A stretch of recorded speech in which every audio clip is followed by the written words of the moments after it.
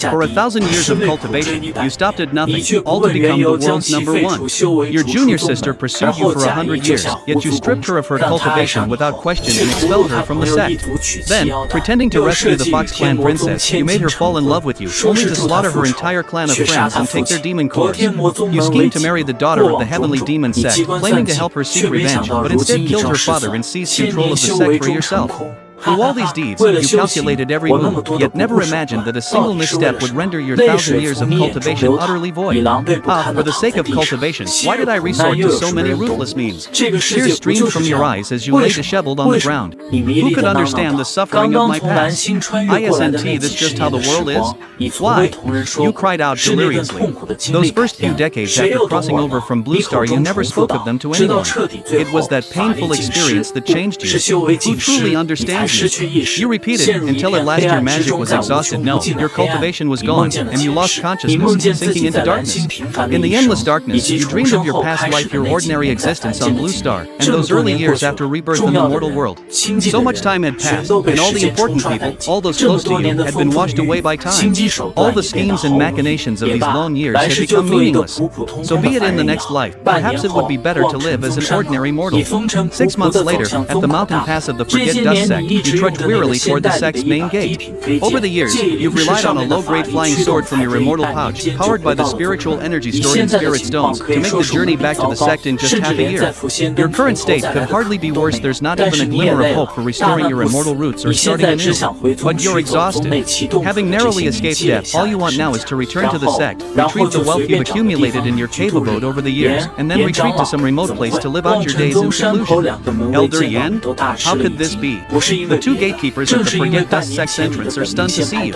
Their shock isn't unfounded. Half a year ago, your life found immortal token shattered. Though the sect kept it under wraps, gossip among its members was inevitable. Just report to your outer sect steward. I have my own ways to prove my identity. This steward was someone you promoted after becoming an elder of the Forget Dust sect, so naturally, there are private methods to verify who you are. While your current state might fool these low-level disciples, it's unlikely to deceive the higher-ups in the sect. At worst, they'll probably just expel you after all. The sect has no use for those who can no longer contribute. Fortunately, all you want is to grab your belongings and leave as quickly as possible. After meeting with the outer sect steward, you swiftly pass through the mountain gate and return to your cave abode. Just as you're nearly done packing, a booming voice echoes from outside, "Brother Yen, to think you've returned after so long. Why not come and share a word with your junior brother? TCH. It's the voice you least wanted to hear, Chutua. Ah, Brother Chutua, it's been too long. I've missed you dearly, but I'm afraid urgent matters demand my attention, leaving little time for lengthy conversation." Chutua was also an elder of the Forget Dust sect, but he was also a distant branch of Chu Ruwashiwe's clan. Back then, as a disciple of the Forget Dust sect and a distant relative of Chu Ruwashiwe's sect, he naturally harbored a secret admiration for this celestial beauty and sect prodigy since childhood. The things you did to Chu Ruwashiwe, his junior sister, had always left him resentful toward you. However, bound by sect rules and being consistently one realm below you, he could only suppress his anger in silence. But now, Brother Yen, your current situation seems rather precarious. If you have any difficulties, feel free to share them with me. I'll do my best to help.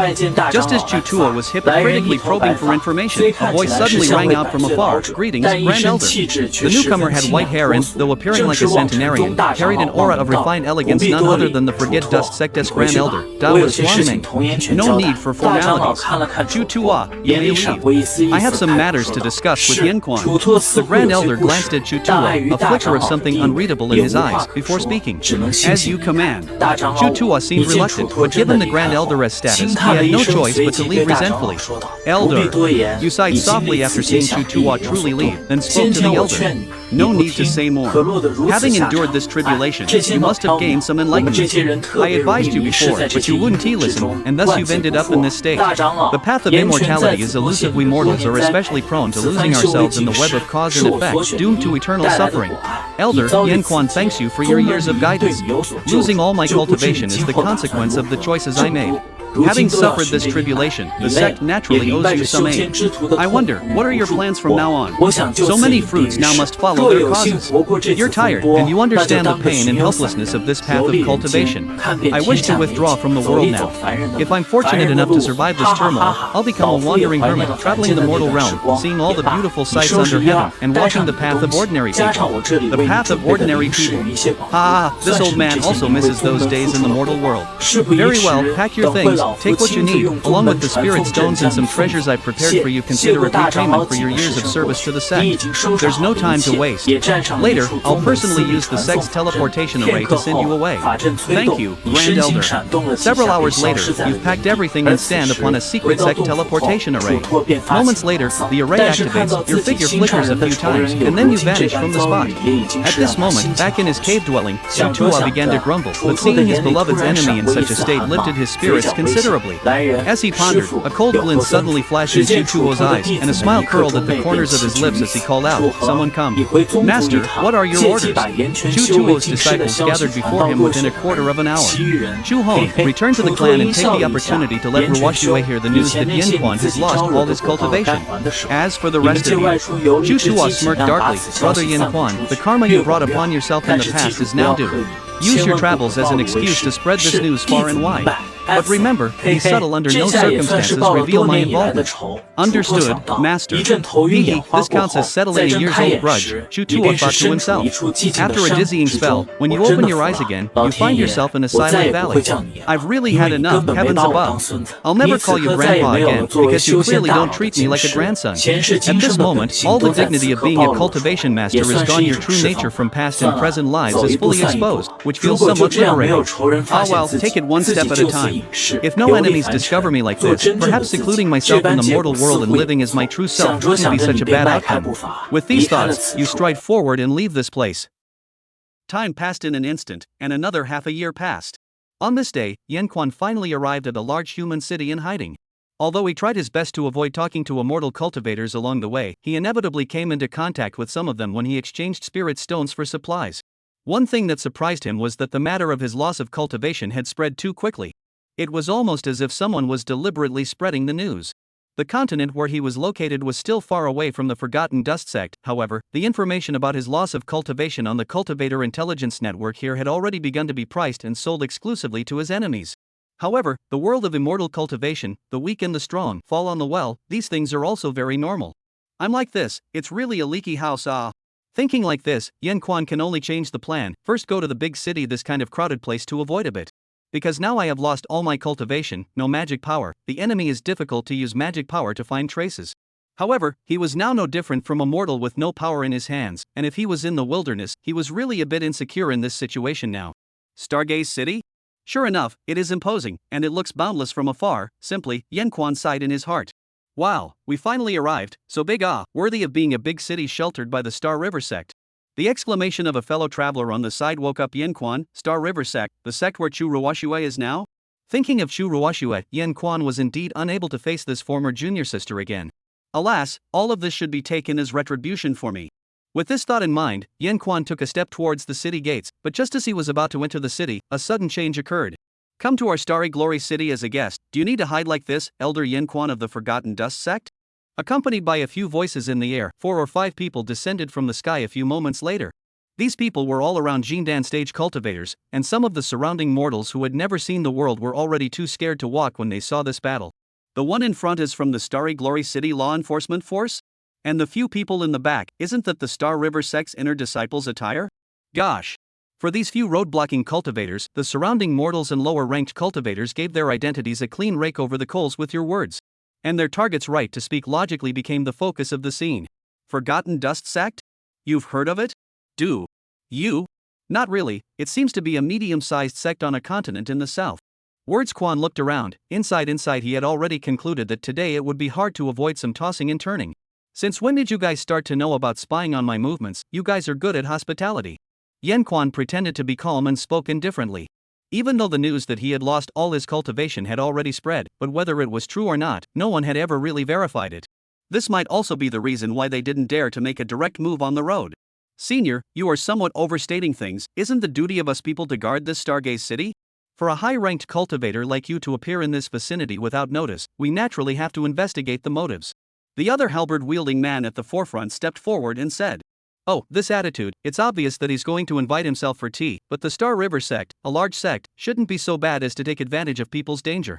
One's own loss of cultivation thing and not completely situated, no matter how these people will not be able to go to the risk of messing with a medium-sized clan's elders for no reason, unless Shu Ruwashua wants to see me. Why do you need to be so secretive? You guys tell her to come to me on her own, I'll be waiting in the city." Yen Quan with the Star River sect has always had very little contact. It is estimated that only that senior sister of his will be in the case that he does not have the slightest bit of mana, based on the likeness will also have to pull him out.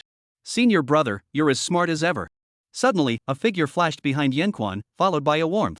Glancing at him, at some point, a celestial-colored beauty with silver hair reaching her waist appeared behind him without any movement, while a fragrance that belonged uniquely to a young girl was transmitted. Wow! This is really a heavenly fairy. Yes, it's the Holy Maiden of the Star River sect. I'm actually fortunate enough to be able to see it. This kind of beauty, TSK, this life is worth it. With Chu Ruwashua's appearance, the scene became even more talkative, and there were even many passing pedestrians and incoming and outgoing cultivators looking over this way. It's all over. How did he run into her so quickly? Yen Quan felt remorse in his heart.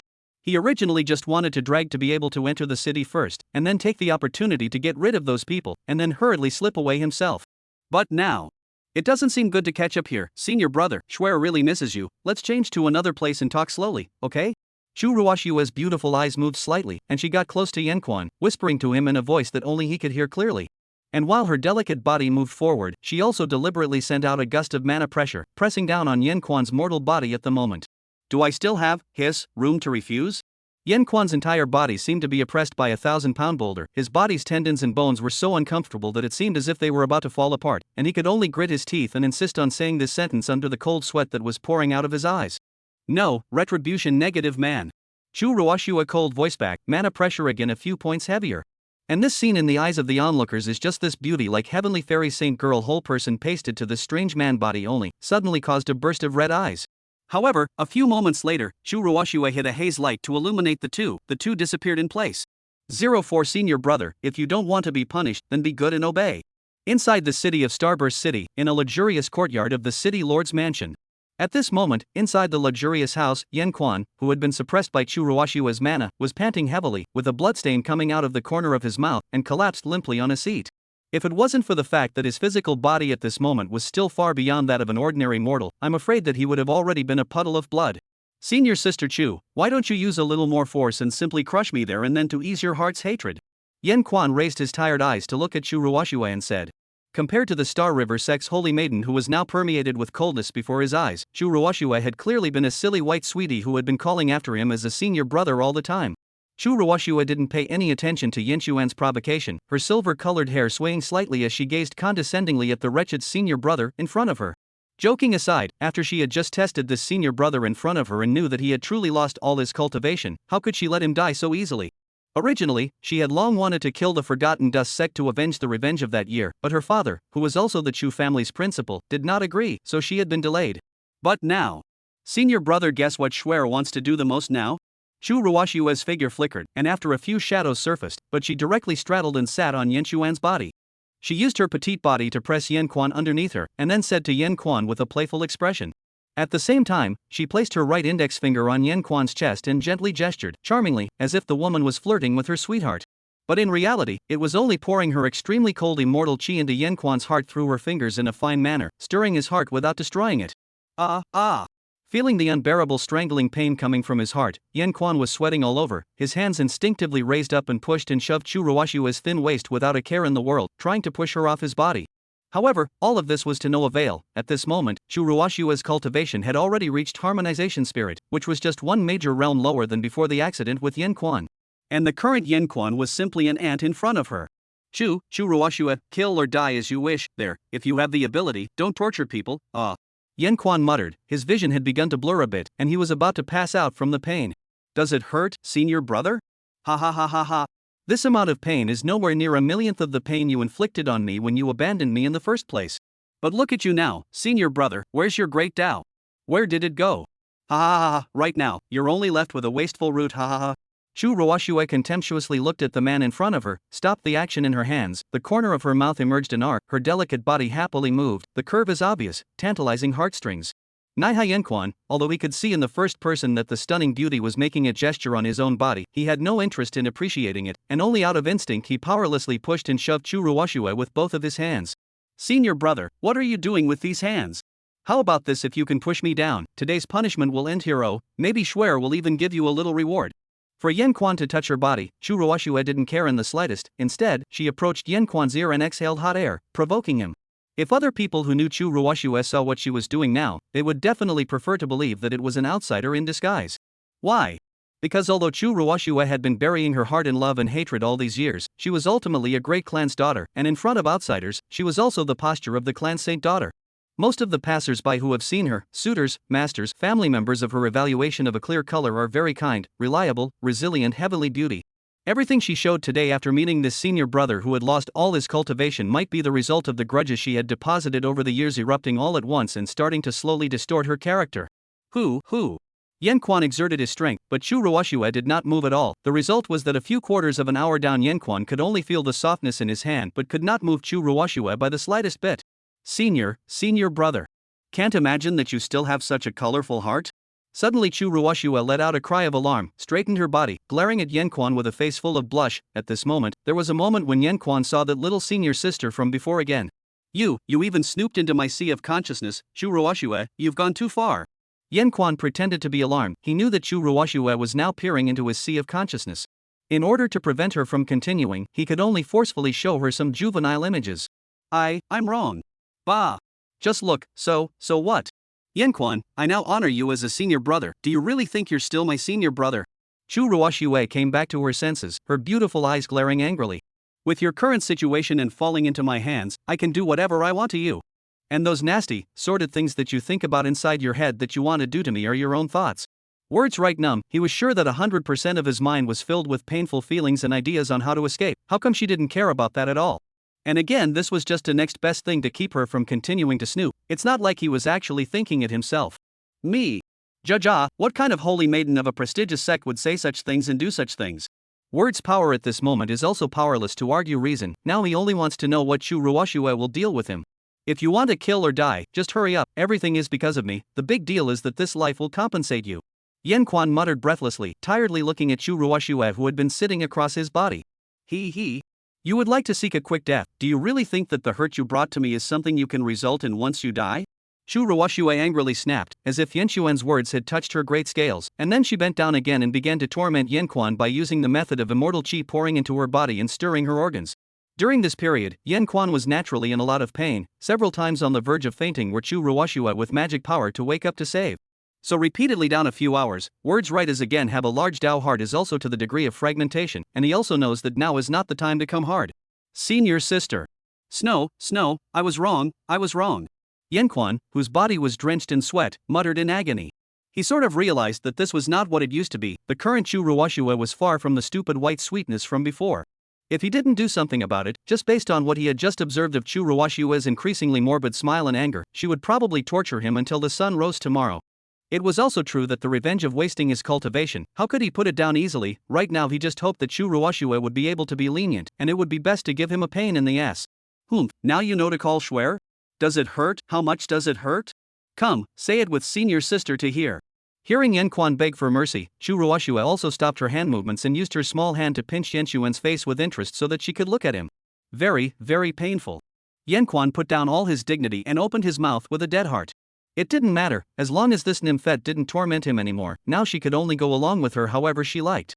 Then will you listen to your senior sister properly in the future? Chu Ruoxue was in a good mood after hearing Yanquan's submissive reply. Her beautiful eyes moved slightly, and she gave this sentence in her thoughts. What was the meaning of this sentence? Yanquan pondered inwardly, but it didn't seem strange for Chu Ruoxue in this current state to do anything morbid. Some kind of morbid personality deep inside her was being awakened. Well, it will. Speech power muttered back breathlessly. Since that's the case, then it can't be said that I'm forcing my senior brother to cackle. Senior brother, good boy, come on, put this on. Said Chu Ruoxue's small handwave, will take out a similar to the collar of the magic treasure. Gesture will be set on the neck of Yanquan above. Yanquan was shocked. The stupid white sweet sister before really is not like this. She is now. This is to let himself as her human slave? Absolutely not. Yan Quan inner struggle, but cannot make any sound to, he found by Chu Ruoshu as such a number of torture conditioning, he really do not dare in this loss of reason black and senior sister hard fight. 05 to become the plaything of his senior sister. Chu Ruoshu, what have you done? It was only after being helplessly and defiantly put on the collar spell that Yan Quan reacted, and then opened his mouth and shouted angrily. What did you call me again? Chu Ruoshua coldly snorted and placed her small hand on Yan Xuan's chest again. Schwer. I called Schwer. Yan Quan was really afraid of this living king of hell. Where did he ever end up like this when he used to have strength and heart? Now if he didn't want to suffer this inhuman torture, he can only take one step and see what happens. Humph, in the future, you can only call me Schwer, or call me Ruoshua adult also line waste senior brother. When Chu Ruoshua saw that Yan Quan had conceded, her heart instantly relaxed. Another impulse suddenly arose in his mind, and then he began to touch Yan Quan's face that showed pain and despair and said slowly to him. Got it, and after this collar is worn you are my servant senior brother. Chu Ruoshua said, only to see her hand gently point, the collar disappeared. If you don't listen to me or want to run away, that's it. After saying that, Chu Ruoshua waved her small hand and the collar appeared on Yan Xuan's neck again. ZZ. In an instant the collar emitted a strong electric current, excruciating pain once again spread all over Yan Quan's body. However, this time the power was very strong, and in just a moment he fainted from the pain. How is this power so great? How can this be good? Chu Ruoshua hurriedly stopped the collar and cast a spell to heal Yan Quan. Obviously, she did not expect the power of the collar to be so great. When she first went to the black market to buy it, she only cared about buying the expensive and good-looking ones, but she did not think about the size of the power at all. After a days, Yan Quan only felt that his body was about to fall apart, and his perception gradually became clearer. Slowly open his eyes, he is now lying on the luxurious bed of that big house. It seemed that everything was not a dream, he had indeed been caught by Chu Ruoshua and then tortured until he fainted. How long has this been? He slowly got up and began to look around. Chu Ruoshua had disappeared, she should have left for something, and now he was alone in this house. Good chance. Yan Quan hurriedly got up, opened the door of the room and ran outside. I don't care so much, collar this kind of thing first run out and then think of a way to hurry to untie. Must run, otherwise that Yan Wang master sister do not know how to torture himself. If those fairies in the past are so vindictive words, he will definitely not have a good day in the future. Yan Quan thought, the speed of his feet accelerated a few more points. However, just as he ran around the corner, he bumped into a small female cultivator. Ouch! Yan Quan couldn't brake in time and ended up knocking the little female cultivator to the ground, and he himself fell to the other side. Oh! The little female cultivator shook her head and got up from the ground, tears glistening in her eyes. Yan Quan also hurriedly got up from the ground and saw the dress of the visitor. The little girl cultivator's face was pretty, it was the kind of style that favored sweetness and cuteness, although her appearance was not as good as Chu Ruoshua's, but it was also a beauty that was picked out of 10,000 miles, a beauty that was as a lotus flower in the water. You, who are you? Why did you come out from inside Sister Chu's house? The little female cultivator tidied up her body and after seeing that the visitor had no cultivation, she grew bold and then opened her mouth to ask. You, and who are you? Yan Quan asked back, pretending to be calm. Chu Ruoshua was always a great sex saint daughter, so surely she couldn't expose to outsiders that she was tormenting Yan Quan so much. So right now, no one around here should recognize him, presumably they are all defending him as a petty thief. Me?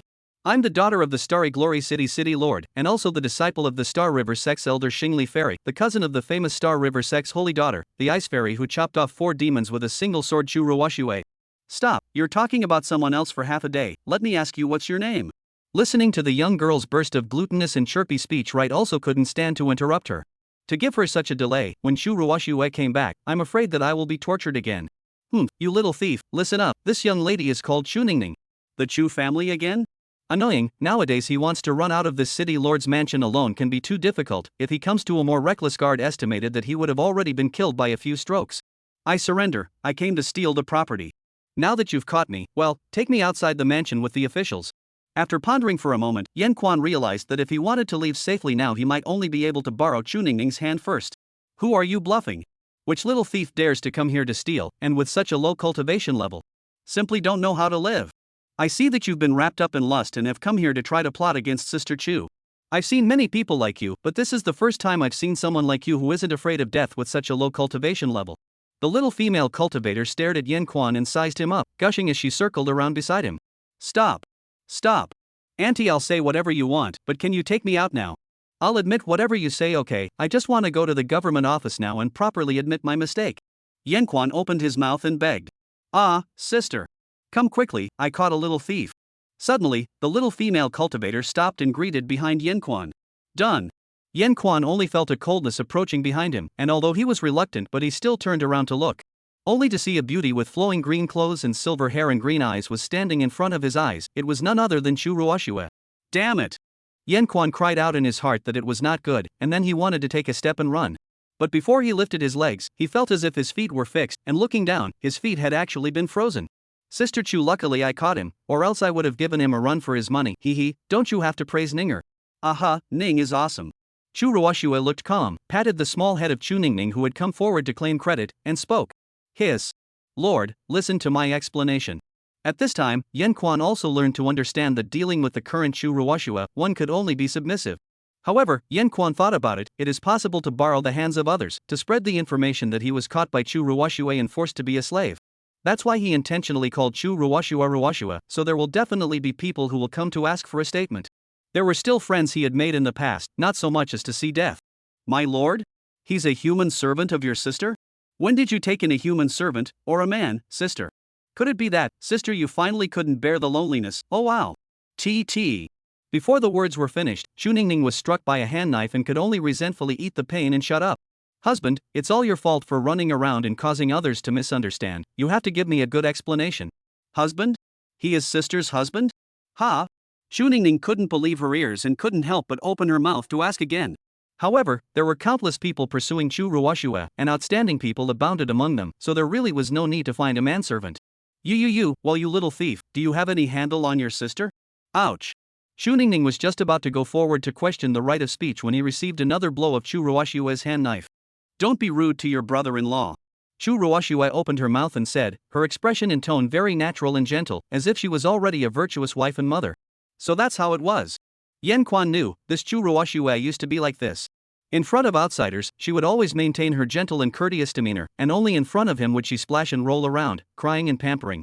It seems that she is still like that, and now she is planning to use this excuse to fool others so that she can cover up his identity as well as what she has done. Also, husband, what did you just call me? Why did you call me like that? With an identity excuse, Chu Ruoxue began to shift her gaze onto the immobile Yan Quan, the chill showing between her words. Elder brother's little mind can be so many. The wolfish look of not being able to run away is surprisingly so adorable. But being so disobedient, it shouldn't be a problem to play a little too much at night. Thus Chu Ruoxue inwardly, after a surge of thoughts completely inconsistent with her appearance, she walked over towards Yan Quan. 06 punishment for trying to run. Looking at Chu Ruoxue slowly approaching herself, Yan Quan was truly numb. What husband ah? She is also not afraid of ruining her reputation, but also wants to keep herself by her side in a bright and honorable way? Ha, Schwer, I just came out to see where you went, what are you making of this? Yan Quan said sheepishly. He knew that Chu Ruoxue wouldn't believe a word and a half. But still, he had to say it, because Chu Ruoxue's inhuman torture was something he really couldn't handle. Husband naturally knows what Schwer is doing. It's getting late, shouldn't we rest? Chu Ruoxue stepped forward to undo the restraints on Yan Quan's feet, pulled the neck collar on Yan Quan's clothes, and secretly exerted force to start yanking him towards the inside of the housing estate. At the same time, she gave another icy look to Yan Quan, as if to say that you'll be finished when you get inside the house. Danger! Yan Quan only felt that his life was counting down non-stop in this woman's hands. No, something had to be done. Chu Ruoxue would turn into a kind big sister in the presence of others. Surprisingly, words like this. Yeah, it's getting late, but look, Ning, she's not coming. How about going in for a cup of tea together? TSK. Chu Ruoxue lightly spat, but deliberately controlled the volume of her voice to keep Chu Ningning from hearing it. Ning, have you finished practicing today? And have you done your homework on handling the city's large and small affairs? Chu Ruoxue asked. Oh, of course it's all finished. What does sister mean by this, so anxious to drive me away? Don't you want Ning when you have a husband? Chu Ningning pretended to be pitiful. She had only come over for a while and had only just met Chu Ruoxue. It was clear that she usually liked sticking to Chu Ruoxue so much and often slept with her, and she didn't even say anything. Oh, it's all because of you little thief. Chu Ningning muttered, looking resentfully at Yan Quan. No, little sister, your sister is being mean to you, so you blame me? Yan Quan was helpless, but he was in great need of a shield right now. As long as someone was there, Chu Ruoxue would not be able to put down her Mr. Nice Guy appearance to torment him.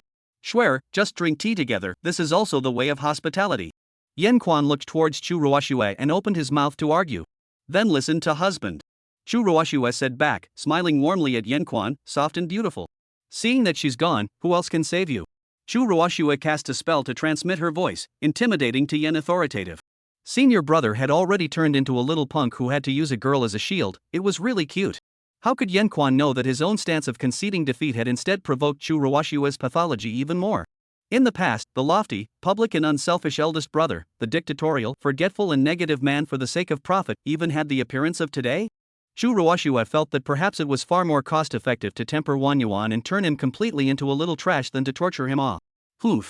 Xu Ningning grunted, and although she was in a somewhat bad mood, she still followed the two people in front of her into the house. This tea is called Cold Heart, a specialty of the northern cold wasteland, and has a remarkable effect on nourishing mana. Especially for the ice-cold system of mana has a great complementary ability. Come on, Ning Ning, you and I both cultivate this type of mana. I think this tea will also be of great benefit to you. Chu Ruoshua slowly said after making a pot of tea for Chu Ningning. She pulled Yan Quan to sit next to herself, while Chu Ningning sat on the opposite side of the tea table, as if she really was the hostess of this house entertaining her guests. But you'll have to use your mana to carefully accept the refining while tasting the tea in order for it to be effective. Yes, sister. This cold heart tea was precious beyond measure, and Chu Ningning naturally assumed that it was because Chu Ruoshua cared about her that she had taken it out. However, Yan Quan secretly felt bad, feeling that this nymphet's goal had always been on herself. Come, husband, you drink some as well. Chu Ruoshua warmly prepared a cup for Yan Quan as well. Yan Quan looked at it without much thought and drank it as well. After all, drinking tea was something he brought up. It's a bit hard to say if he doesn't drink it. Oh. Wow. Just half a sip into his throat, a penetrating coldness spread through his body, as if it was going to freeze every part of his body. He dropped the teacup in pain and lay on the ground curled up in agony. Wow, little thief, you don't have mana, how did you dare to drink it? Xu Ningning exclaimed, hurriedly stepping forward to cast a spell to draw out the cold for Yan Quan. Woo! After a while, only then did Yan Quan gradually get better and began to dry heave. Yeah, husband, I forgot that you are now a little softed with no power and no cultivation. Don't be angry with Schwer. Don't be angry with Schwer, okay? It wasn't until Yan Quan got better and slowly stood up that Chu Ruoshua falsely went up and asked. Sister, you can forget such things? The little thief just almost died off. Xu Ningning asked in disbelief, when did sister have forgetfulness? Obviously sometimes she practiced moves lazily for a few styles she could tell all about it. You don't know, your brother-in-law used to be a powerful and incomparable sword cultivator, but as a result, he suffered an untimely death and turned into a little waste like this now. Chu Ruoshua pretended to be sad and said, tears flashing in her eyes. Really can act ah. It turns out that at the beginning of drinking this tea is playing this calculus. Yan Quan looked at Chu Ruoshua, enduring the pain in the abdomen slowly stood up. Xu Ningning also stopped to save the cure sat back.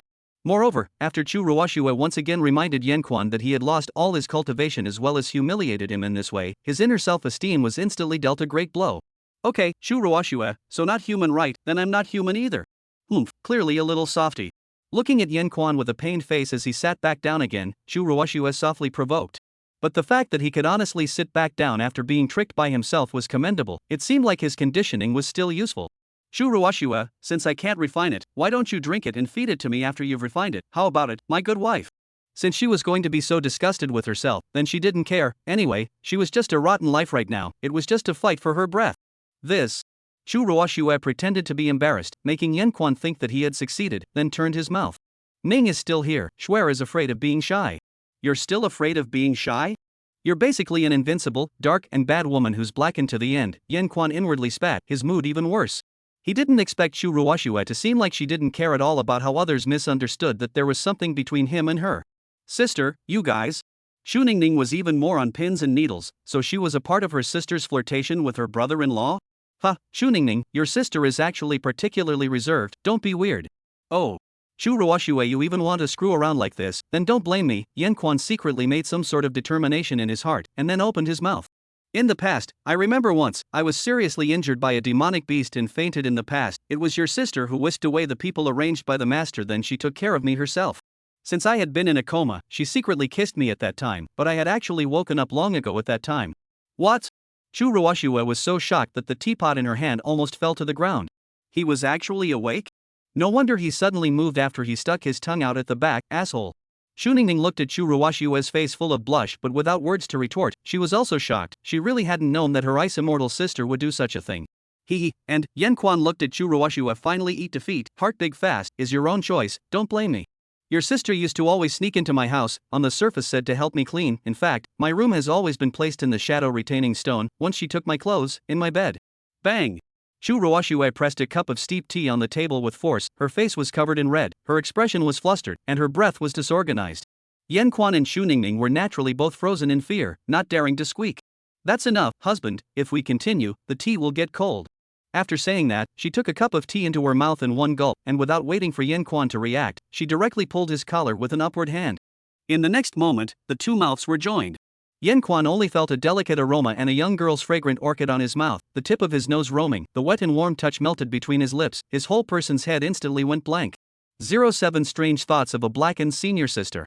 Wow, suddenly remembering that I do have homework that I haven't completed today, sister, I'll leave first. Shuningning, a little girl who hadn't held a boy's hand since she was a child, couldn't stand this kind of exciting scene, so she hurriedly excused herself to leave with a blushing face. When she left, she even fell on the way out because she was too hasty. Oh, how could sister be like this? I'm going to tell uncle to go. Shuningning Woing said, got up and ran far away again. The two people in the house over here, however, hadn't yet finished their mouth busywork.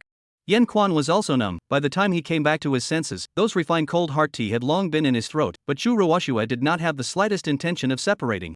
And after a few moments, Yen Quan only felt that his mouth slowly probed in a soft physical object. This goods also began to stick out his tongue. The first time I saw this, I was so happy to see you.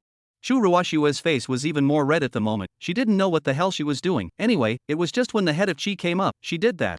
Didn't you want me to feed you tea? Don't you like to reveal your shortcomings? Stick out your tongue thing like to say is not it? Say ah, continue to say ah, soft egg waste senior brother. Chu Ruoshua inwardly forced herself to find some excuses for herself, treating all of her behavior as a punitive retaliation against Yen Quan. For his part, Yen Quan had no choice. He only felt a little hard to breathe right now, but wanted to separate but was being pressed by Chu Ruoshua. But after a while, Chu Ruoshua suddenly became as if she was weak, her eyes were disoriented, and her body was a few points hotter. The dominant power somehow directly switched to speech power, but she began to silently move in obedience to it. What is wrong with this nymphette? But this is a good time for it. Yi Quan hurriedly exerted his strength to push Chu Ruoshua away. Ho ha! Panting heavily, Yen Quan's mouth was full of Chu Ruoshua's unique aroma as well as mysterious wetness. In turn, looking again at the stunning fairy with green clothes and silver hair in front of her, Chu Ruoshua was at the moment, but her eyes were mesmerized, her mouth was exhaling hot air, and her chest was heaving. She made one hand gently wipe away the wetness at the corner of her mouth, her lips pursed slightly as if she was recalling the sensation she had just experienced. On the other hand, Yen Quan took the opportunity to feel the sensation of the immortal tea entering his stomach, a stream of mana warmth slowly roaming through his body, which carried the sensation of Chu Ruoshua's unique ice mana. Wait! Why does it feel like my immortal root Dao foundation has been repaired? Words Quan's heart suddenly rippled within him. Although that restoration was particularly weak, he could still feel it, and this information was enough to make him overjoyed. Could it be that this refined mana can help me repair my immortal roots? Right in the middle of speech rights pondering, the Chu Ruoshua on his body started to shed tears for some reason and sobbed softly. Dai Yen Quan. What do you want me to do now? Dai Ning Ning will definitely say it everywhere. Yen Quan was dumbfounded. Bullying me before, now also bullying me. I'm so useless. How do I still like you? I have no face to see people. I'm so useless. Chu Ruoshua cried out. In the past, when she couldn't see Yen Quan, she was all hatred towards him. That's why she cultivated hard just to be able to defeat him by herself one day, humiliate him fiercely and take revenge. However, she never thought about what to do afterward. Until just now when she actually let loose her heart and did this kind of thing, showing that she still liked this bastard senior brother in front of her in her heart.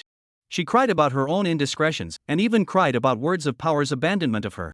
Looking at Chu Ruoshua in front of her, who was crying like a 3-year-old child, Yen Quan was also at a loss for words. This Chu Ruoshua still hasn't changed. Deep down she still sees herself as his little senior sister and would cry and complain in front of him. Good, good, in the past it was me who was bad, today it's not all tortured through for you, it's good that you feel better inside. Yen Quan said, reaching out to gently stroke the head of the silver-haired woman in front of him. Chu Ruoshua used to come to the sect as an experience of life because she was a big miss. Her cultivation career often made mistakes, and many times when she was punished, it was Yen Quan, her senior brother, who took it for her. Anyway, she made a mistake, no matter how others say her, she is not convinced, the error is big, Yen Quan to train her, she cried, a cry, Yen Quan can only for her to take the blame. Often he was punished, and then had to come to comfort Chu Ruoshua. At that time, he would gently touch her head, listen to her complain, as a way to comfort this young sister who was not aware of the world. Chu Ruoshua may be in his own so indulgence under like himself, also more and more without big and small, until make a big mistake, he can no longer shelter her. But she now became so act decently and knowingly courteous, perhaps all of this was also beneficial to her in terms of the outcome as well. I don't care, you have to be responsible for me. Chu Ruoshua suddenly grabbed onto Yen Xuan's hand that was caressing her and looked at him with tears in her eyes, saying in a tone filled with aggression. How can I be responsible for you, what do you want? Now that everyone will know about you being my husband, and that you did this to me, shouldn't you be responsible? Shouldn't you marry me? Shouldn't you stay with me for the rest of your life? Shu Ruoxue muttered, no longer looking like a lady of the world. No, are you sure I did this to you? Yan Quan didn't know what to say for a moment and could only look at Shu Ruoxue helplessly. If it was an ordinary person, marrying a stunning heavenly fairy like this might really be a blessing of 8 lifetimes. As for Yan Quan, he now knew that he had a chance to repair his cultivation. He still wanted to travel silently without any changes, looking for a suitable way to repair himself in order to return to the immortal class. Moreover, if he said that he might be able to repair his cultivation, would Shu Ruoxue agree? There should still be a high possibility that she would stop it. After all, she must have a great desire to control herself right now. So, one should still have to refuse and use some reason to perfunctorily impress her. Yes, that's it. If you dare to refuse, I'll let you know right now the tactics I use to treat an enemy that I have no friendship with. Shu Ruoxue seemed to see as if she could see Yan Xuan's entanglement, snatching him before he could open his mouth and coldly drinking. Yan Quan immediately broke out into a cold sweat and swallowed the words that were already in his mouth. I know. Yan Quan feebly said back. Shu Ruoxue had indeed changed completely at one point, becoming truly ruthless. Yan Quan was truly convinced that she had hundreds of ways to torture people. Good then, tomorrow you will accompany me back to Star River sect first, and after I deal with the affairs of the sect for a few days follow me back to the Chu family to meet my family. Shu Ruoxue wiped away the tears that still remained on her eyes and began to make arrangements for the things that followed one by one. Your family? They won't tear me apart. Yan Quan said resentfully. Shu Ruoxue and the Chu family has always been the pearl in the palm of the hand. I really don't know why he would run so far back then, come to the Forgotten Dust sect to practice. He personally expelled Shu Ruoxue from the sect at that time and abolished his cultivation. The Chu family even came to seek revenge for thousands of miles, but they were all repelled by Yan Quan. To be honest, if it wasn't for the fact that the Chu family didn't have many tentacles that far away, along with the fact that they themselves were at a disadvantage, perhaps the Forgotten Dust sect would have had a great deal of headaches as well, and the Master Ancestor probably wouldn't have punished Shu Ruoxue so heavily. Now to go back in this state by yourself? Won't one person give me a punch? Will not. Should it? Anyway, you daily follow me closely, not just can, I will convince them. But if you think of what sneak away again, then I can't guarantee what will happen to you, Soft Egg Senior Brother. Words Quan was speechless. Shu Ruoxue was indeed a dark and bad woman. 08 using me as a shield just like that? Seeing how you look you should understand. Also, in the future, stay away from other female cultivators for me. Don't let me see you have any more confidants, or else suffer the consequences. Shu Ruoxue looked at Yan Xuan's very reluctant appearance and then angrily snapped. This senior brother of hers used to not be able to grasp the sense of distance with female cultivators and always caused trouble, so she thought that there must have been quite a few redheads she didn't know about all these years down the line. Over the years, did he ever fall in love with another woman? Thinking of this, Shu Ruoxue immediately felt jealousy within her heart. Have you hooked up with any cheating cats during these years when I wasn't around? Shu Ruoxue simply didn't have the previous reserve of being a senior sister and had actually already forced Yan Quan to be responsible for herself. That was equivalent to the senior sister of his own already being on top, so she also asked the question she had been wanting to ask. I've always been obsessed with cultivation, naturally I haven't thought about that aspect of men and women, this you should know. Yan Quan said with forced composure. Anyway, he really didn't take much initiative to look for any Taoist couple or anything. And for some other fairies who had interests, he thought that he was also just getting along with nature. Right, there was no need for himself to be vain at all. Why does it feel like you're a bit vain? I'll trust you for once, don't let me find out that you dare to lie to me. Shu Ruoxue's small hand lightly tapped, and the collar on Yan Xuan's neck appeared once again. How can that be? See how I dare to go against you now? Yan Quan said helplessly. He could only endure humiliation now. As long as he had a chance to repair his immortal root he wasn't considered desperate, so there was no need to fish out of water with Shu Ruoxue. As long as it wasn't too much, it wasn't impossible to go along with her now. That's more like it. If you behave yourself, I'll naturally take this collar, otherwise. No, were you really like this before? When you couldn't beat yourself in the past, how sweetly you called out with a mouthful of elder brother, how did you become like this now? Words right dumbfounded, this Shu Ruoxue how to blacken into this, before that stupid white sweet rich girl's how good. I know, it's getting late right, rest early. Yan Quan said, he was tortured down this day he is now this physical mortal body is already at its limit. Alright, I'll call you in the morning, let's leave early, I don't want to explain more with stupid Ning Ning. Shu Ruoxue softly said, then she herself walked towards that exquisite big bed and lay down. She was also tired, she even felt that today was like a dream. That negative senior brother over there that she thought about and read about day in and day out, in the future, he would only be able to be in his own hands and at his own disposal, and he would only be able to accompany himself for the rest of his life. Thinking like this, coming here today was really worth it.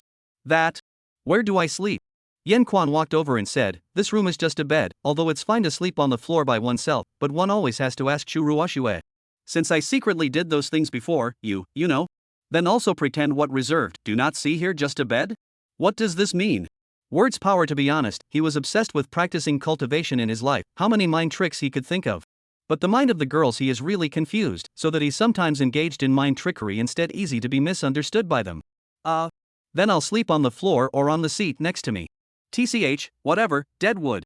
Word Square had a sleepless night. The next day, Yen Quan arrived with Chu Ruoxue early in the morning at the Land of Starry Glory City's teleportation array. Not to say that it was the land of the big city, the huge array could be seen from afar as a beam of light that rose up to the sky. People were coming and going at the entrance and exit, and there were quite a few middle and high-level cultivators who came here to borrow the teleportation array. Sure, no matter what, the matter of getting married is too big, we haven't seen each other for so long, isn't it too abrupt? Yen Quan looked at the teleportation array that was getting closer and closer. Hesitatingly he still said what was in his heart. I see that you used to play quite happily with those fishy cats that leaned up to you, didn't you always respond to people's requests? And I see that people have the heart to be your Dao couple, why don't you act like this now, that way it's not abrupt?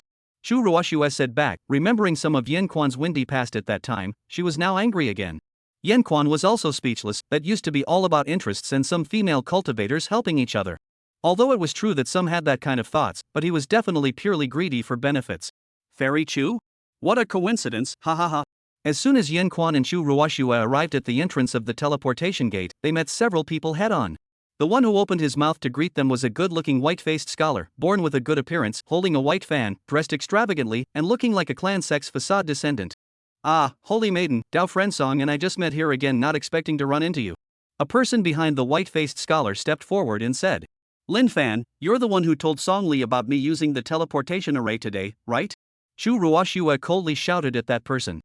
Fairy Chu is really smart, and it's no fault of fellow Taoist Lin. It was me who pestered him so hard that he told me. After all, there are so many people pursuing Fairy Chu, so I had to steal some slips. I hope that fairy will not blame me." That white-faced scholar haha said. Yen Quan looked at also sort of understand, together shelved this waiting Chu Ruoxue it. This white-faced scholar looks cultivation is also good, a precious magic weapon, dare to act so boldly, must identity status may not lose to Chu Ruoxue. However, it seems like he's not the only one. Fairy Chu, I lost the day's immortal sect competition with conviction. I wonder if I could have the honor of talking about cultivation tips together? I've already booked the best yuzhuang in the city. You're not worthy? Fairy Chu, I've recently obtained a Jin magic treasure, and I'm afraid you're the only one worthy of it. Fairy Chu, remember me? That day in the land of experiences. No, so many Lin Fan, this kid is leaking out how many people It is estimated that before Chu Ruoxue that good person appearance to them to give more. All think so. Chu Ruoxue will not say anything. But also do not blame them, have not seen her that devilish appearance, also do not know whether it is a kind of luck. Yen Quan silently sighed. The white-faced scholar also didn't expect so many people to come, seeing that Chu Ruoxue was about to get annoyed, so he hurriedly changed his words. Fairy Chu, this one beside you is? Good face. I am only afraid that it is a high person from another side. The white-faced scholar couldn't see what cultivation level Yen Quan had and was also startled. Because in his eyes Yen Quan is now no different from a mortal, and can even suppress the realm so deep? After a moment's thought he took Yen Quan as someone with a high level of cultivation. Fellow Taoist is highly praised, I am from the Tianyu continent, it is. Yen Quan opened his mouth and said back. He is my Dao couple. Without waiting for Yen Quan to finish, Chu Ruoxue, however, spoke shockingly with a calm demeanor. Oh, so it's Dao couple brother. The white-faced scholar was also shocked when he reacted, and the surrounding people were even more shocked. You guys know, in the future, please don't bother me again, my husband may be angry when he sees it. Chu Ruoxue slyly glanced at Yen Quan and then said, without waiting for Yen Quan to open his mouth, he brought Yen Quan to turn into a magnificent light and left this place. How is this possible? Fairy Chu is obviously so gentle and reserved, how could this be possible? I see that person is unfathomable, maybe he threatened Fairy Chu, and Fairy Chu was forced by his lewdness, so that's why. Right, this is Fairy Chu reminding us. The crowd was talking, but they were all aiming their spearheads at speech power. That white-robed scholar even looked at the two people who were far away and tightly pinched the precious fan in his hand. 09 Star River Sect Grand Elder? Chu Ruoxue, why did you say those words in public and use me as a shield? The two of them had just traveled to the Star River Sect's dedicated teleportation array hall in this city, when Yen Quan spoke in a cold voice. What comes up to say husband and wife? Where is your image of a fluttering fairy? Husband, what are you saying? Between men and women should not be the husband to protect his wife. Could it be that you are thinking about where the cheating cat, do not want me? You! What are you saying? No one is here, what are you pretending? Holy maiden, wait for me. Before Yanquan finished his words, a person followed behind him, and when he got closer, it turned out to be the same Lin Fan who was just outside. Compared to those males, this person's appearance was not outstanding, and his cultivation level was also lower. It turns out that he knew that there were people behind him, no wonder he was still pretending. Yanquan ate boredom in his heart, but there was nothing he could do. There was no way if he continued, hell knows what amazing words Chu Ruoshua was going to spill. Lin Fan, you don't need to follow me anymore. I'm returning to the sect this time, not going out, so you and the others continue to complete the sect's tasks here. Yes. But what Grand Elder Chu said was for the Holy Maiden to be here. And then I will naturally go and explain, you go. Yes. Lin Fan respectfully replied back, and in a moment, only a flash of his figure was seen as he disappeared from the spot. This kind of recluse technique, it seems to be a sect intelligence secret agent or something like that, Yanquan secretly pondered in his heart. Let's go, senior brother, it's better for you to obediently follow me now. Like you said, the path of immortal cultivation has an ill-fated destiny, doesn't it, humph? Chu Ruoshua walked ahead of herself, her delicate voice chirping. Naturally, Yanquan was well aware that it was useless for him to talk about his suffering, but if he really kept at Chu Ruoshua's mercy, I'm afraid that he would never be able to escape from this blackened senior sister in this life. But right now here is really can't, or first go one step to see one step. After all, as long as one doesn't provoke Chu Ruoshua to go crazy and torture herself, the current situation seems to be acceptable. This city's great palace of teleportation array is rather luxurious to have such a scale. Yanquan also let out a sigh of relief. It seems that there are still a lot of things in this world that he hasn't experienced all these years. This place is naturally not comparable to certain small places. The two of them hastily chatted a few sentences on the way, and Yanquan knew that this was just Chu Ruoshua being in a good mood right now, so he could communicate normally. One day how he messed with her again, I'm afraid it wouldn't be this petite and moving appearance. Ugh. Still need to find a chance to slip. What are you sighing for? We're here. Chu Ruoshua walked towards a secret room. A few Star River sect's disciples came out inside, and after receiving Chu Ruoshua's token, they were guided inside. Holy maiden, are we going to the inner gate of the sect? A leading disciple asked, looking suspiciously at Yanquan who was on the side. You guys just teleport, this person is guaranteed by me. Chu Ruoshua said indifferently, while the male disciples on the side were all giving out astonished looks.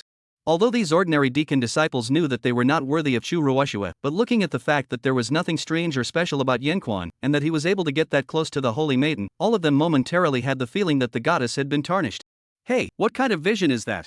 Do you know what kind of morbid virtues your Holy Maiden has in her private life?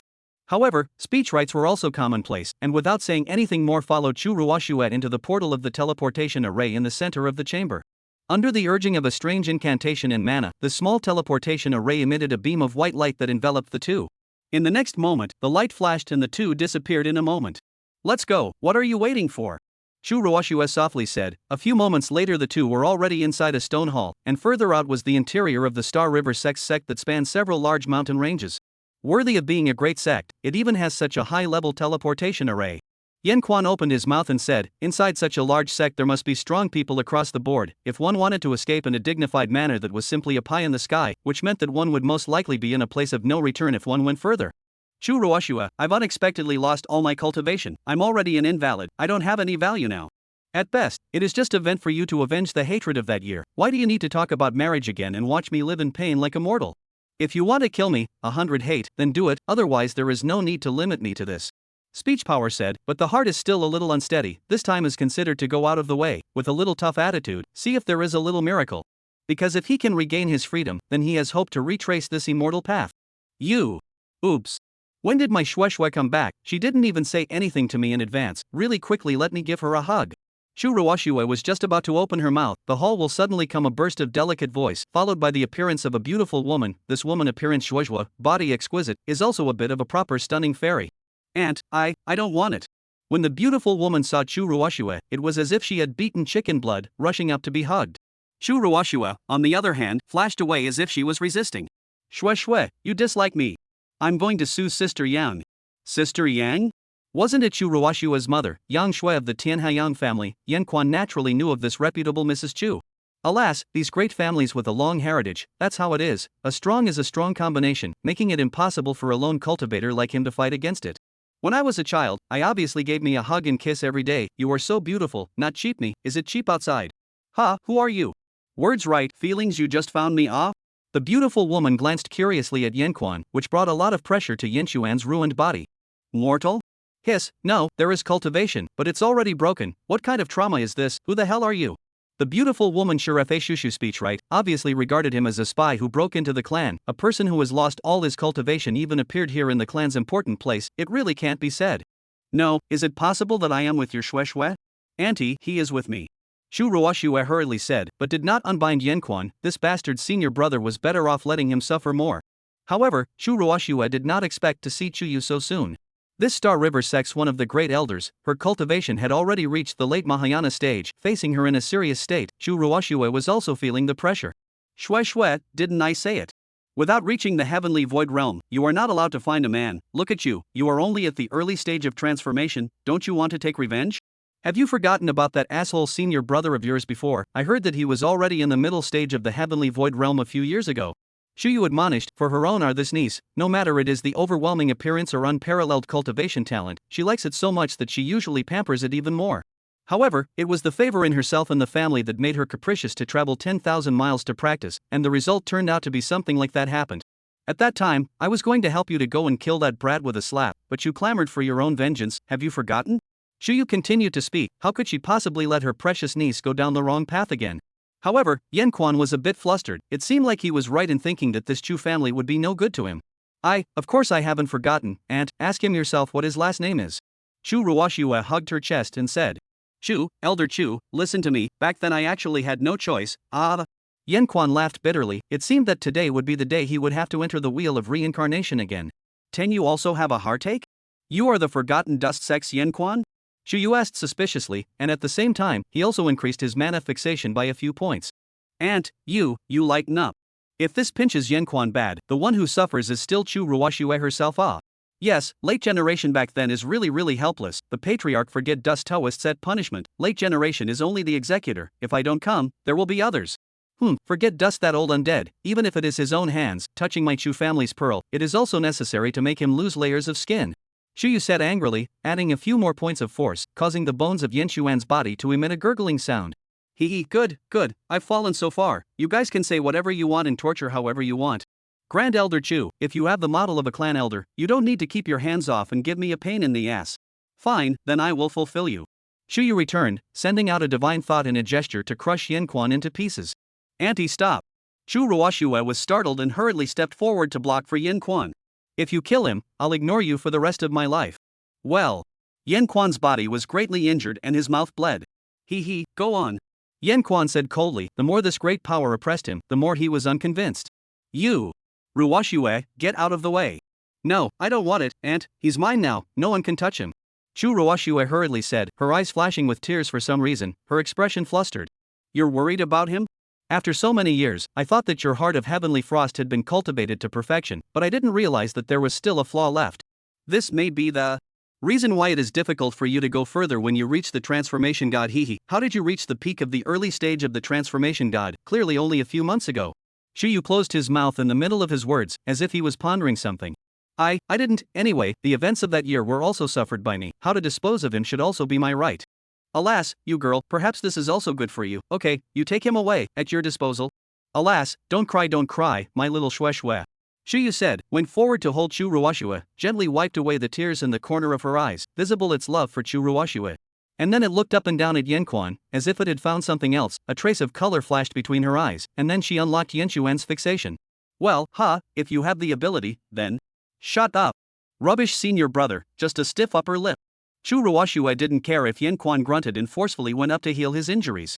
Auntie didn't do it on purpose. I didn't expect her to be like this. Don't get angry, okay? In the midst of healing, Chu Ruoshue suddenly let out her anger and said to Yanquan in an aggrieved tone. This time, Yanquan was injured by someone else under her eyes. For some reason her heart was sad. In the past, how many times had this negative man protected himself without regard for his own body? There was no way to leave it out. Now that he was so severely injured and had lost all his cultivation, for a cultivation onlyist like him, it was simply better to die. If one pushed too hard and he really did something, wouldn't one never see him again in this lifetime? Therefore, Chu Ruoshue intended to use wistful means, or appropriate circumstances to not let him be stimulated again. Anyway, she kept him by her side, and there would be plenty of time to proselytize in the future. Chu Ruoshue, I am now reduced to this. If you don't want to kill me, just let me go. Just want to find a clear place between people, so that I can be hidden from the world and return to the mortal world. We might as well fulfill each other and settle our grudges. The dragon swims for thousands of years in the sky, and once you get a hard time falling to the ground, there is nothing more sorrowful for a cultivator than this.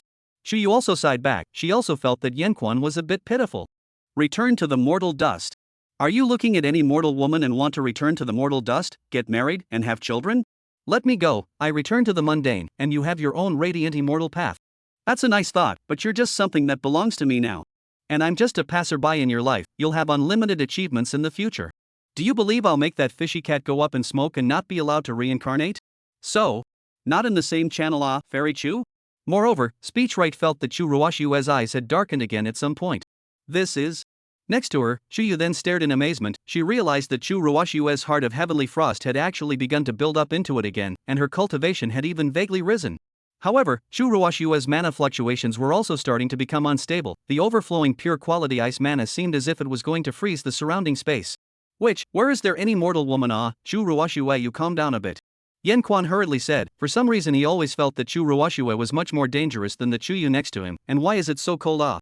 Since you have eaten your own evil and have now ended up in this state, I will give Ruoshua a face and not pursue this any further. You also don't want to think about leaving, just atone for your sins by her side. With us sheltering, you are also safer, aren't you? Chuyu sighed. When Chu Ruoshue was brought back the miserable appearance she still vividly, these years down her niece has not really put down, she is also clear. Immortal path twists and turns, many cultivators is because they can't let go of the past, can't break through the shackles of the heart, and ultimately can't take another step forward, return to the dust of history. I cannot go, try to make up for my faults back then, but after a year please let me leave to seek a chance to restore my immortal roots, if not I would rather die to thank for my sins. Yanquan slowly said. The current downfall was simply unacceptable to him. He knew he was in the wrong, but he was also just a part of the world that was going against the grain in a world where the fate of unsupported cultivators was 9 deaths in a row. If it wasn't for those years of fighting, he would probably have been a corpse by now. He didn't regret the process of fighting in the past, he didn't regret the frustration of failing in the present, but if there was no chance to start over and be subjected to others, then what was the point of living? 11. The Chu family's purpose. No way. You can't get away from me in this lifetime. Fine, I promise you, but you'd better not make any moves during this year, and you're not allowed to touch Ruoshue. If you fulfill my requirements, once the period arrives, I will naturally help you leave. Chu Ruoshue and Chuyu opened their mouths at the same time, but Chuyu used mana to transmit his voice, and did not give it to Chu Ruoshue, who was like a fried kitten on the side. It seems that ginger is still old and hot, but this is also enough. Chuyu's attitude can be like this is already a great fortune for Yanquan. When it comes down to it, Chu family members like Chuyu don't want themselves and Chu Ruoshue to be together.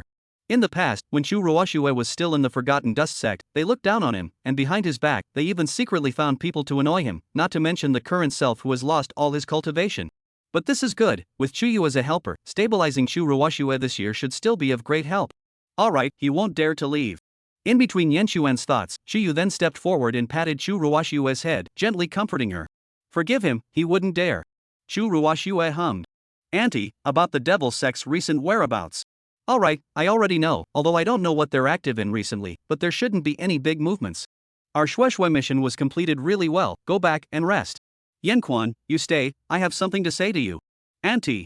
Alright, anxious ghost, it's not like I'm doing anything, don't worry, I'll just ask some random questions and then bring him to receive a fake identity to arrange in the sect. Chuyu said to Chu Ruoshue. The hand fell on her and touched. If Chuyu is a male then this may all be counted as a demented man. But? Chu Ruoshue said softly, eyes through a slight hesitation looked at the words right. You just go back first, there are a few great elders also want to ask you words, I'm busy finish immediately send people to you over okay? Okay. Chu Ruoshue also felt that it was useless to say more, so she agreed. You settle down, okay, or else I'll beat you up. Chu Ruoshue clenched her small fists and waved them at Yanquan. Yanquan nodded. There was no way, right now he was at the bottom of the food chain, the weak and the strong. There was nothing better than that, which also made his desire to restore his cultivation even stronger. Afterwards, Chu Ruoshue turned into a silver-white rainbow light and left this place. Let's go, I have some things to ask you.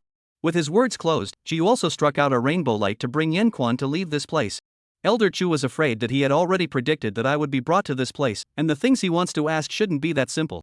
Yanquan faintly said. So what if it is, so what if it isn't?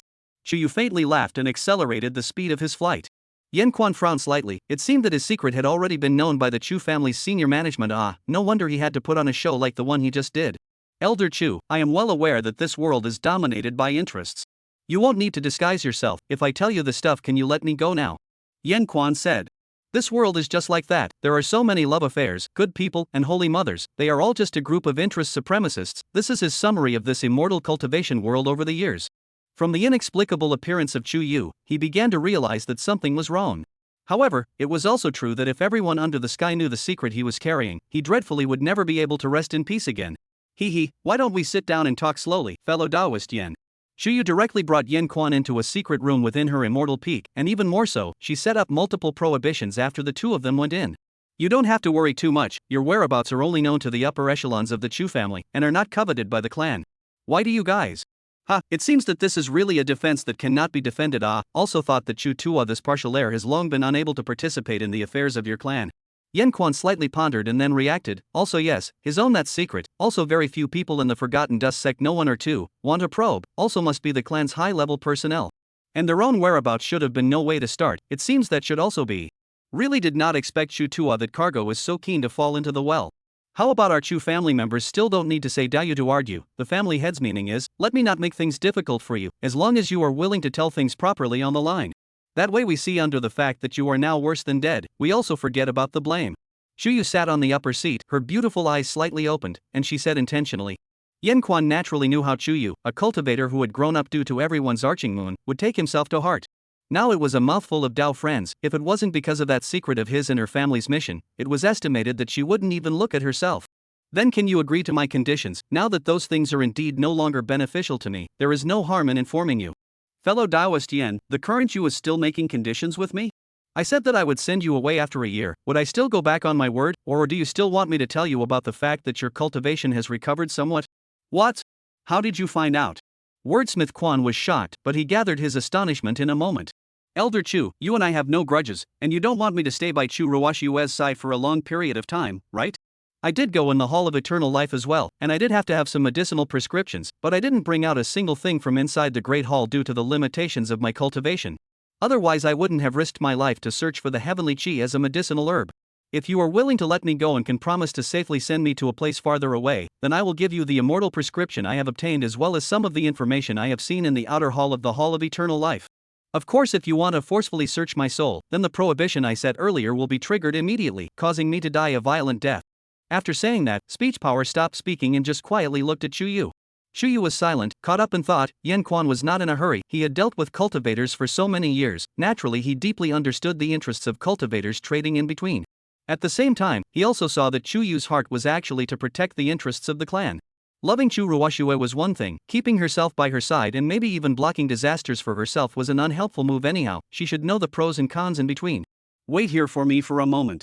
After Chu Yu finished speaking, she got up and left this small room, and Yen Quan could probably guess that she had gone to talk to the father of Chu Ruwashue, the Chu family's main person up there.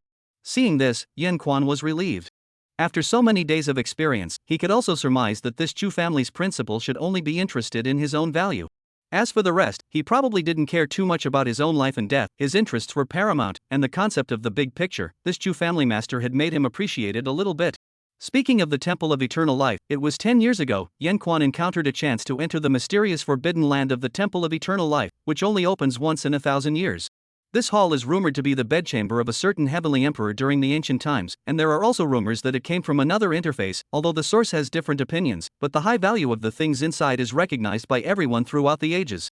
Words write that time is also a mistake to break into. Due to the suddenness of the incident, he also did not impair some of the high cultivation of the old monster in depth, so in fact there is not much benefit.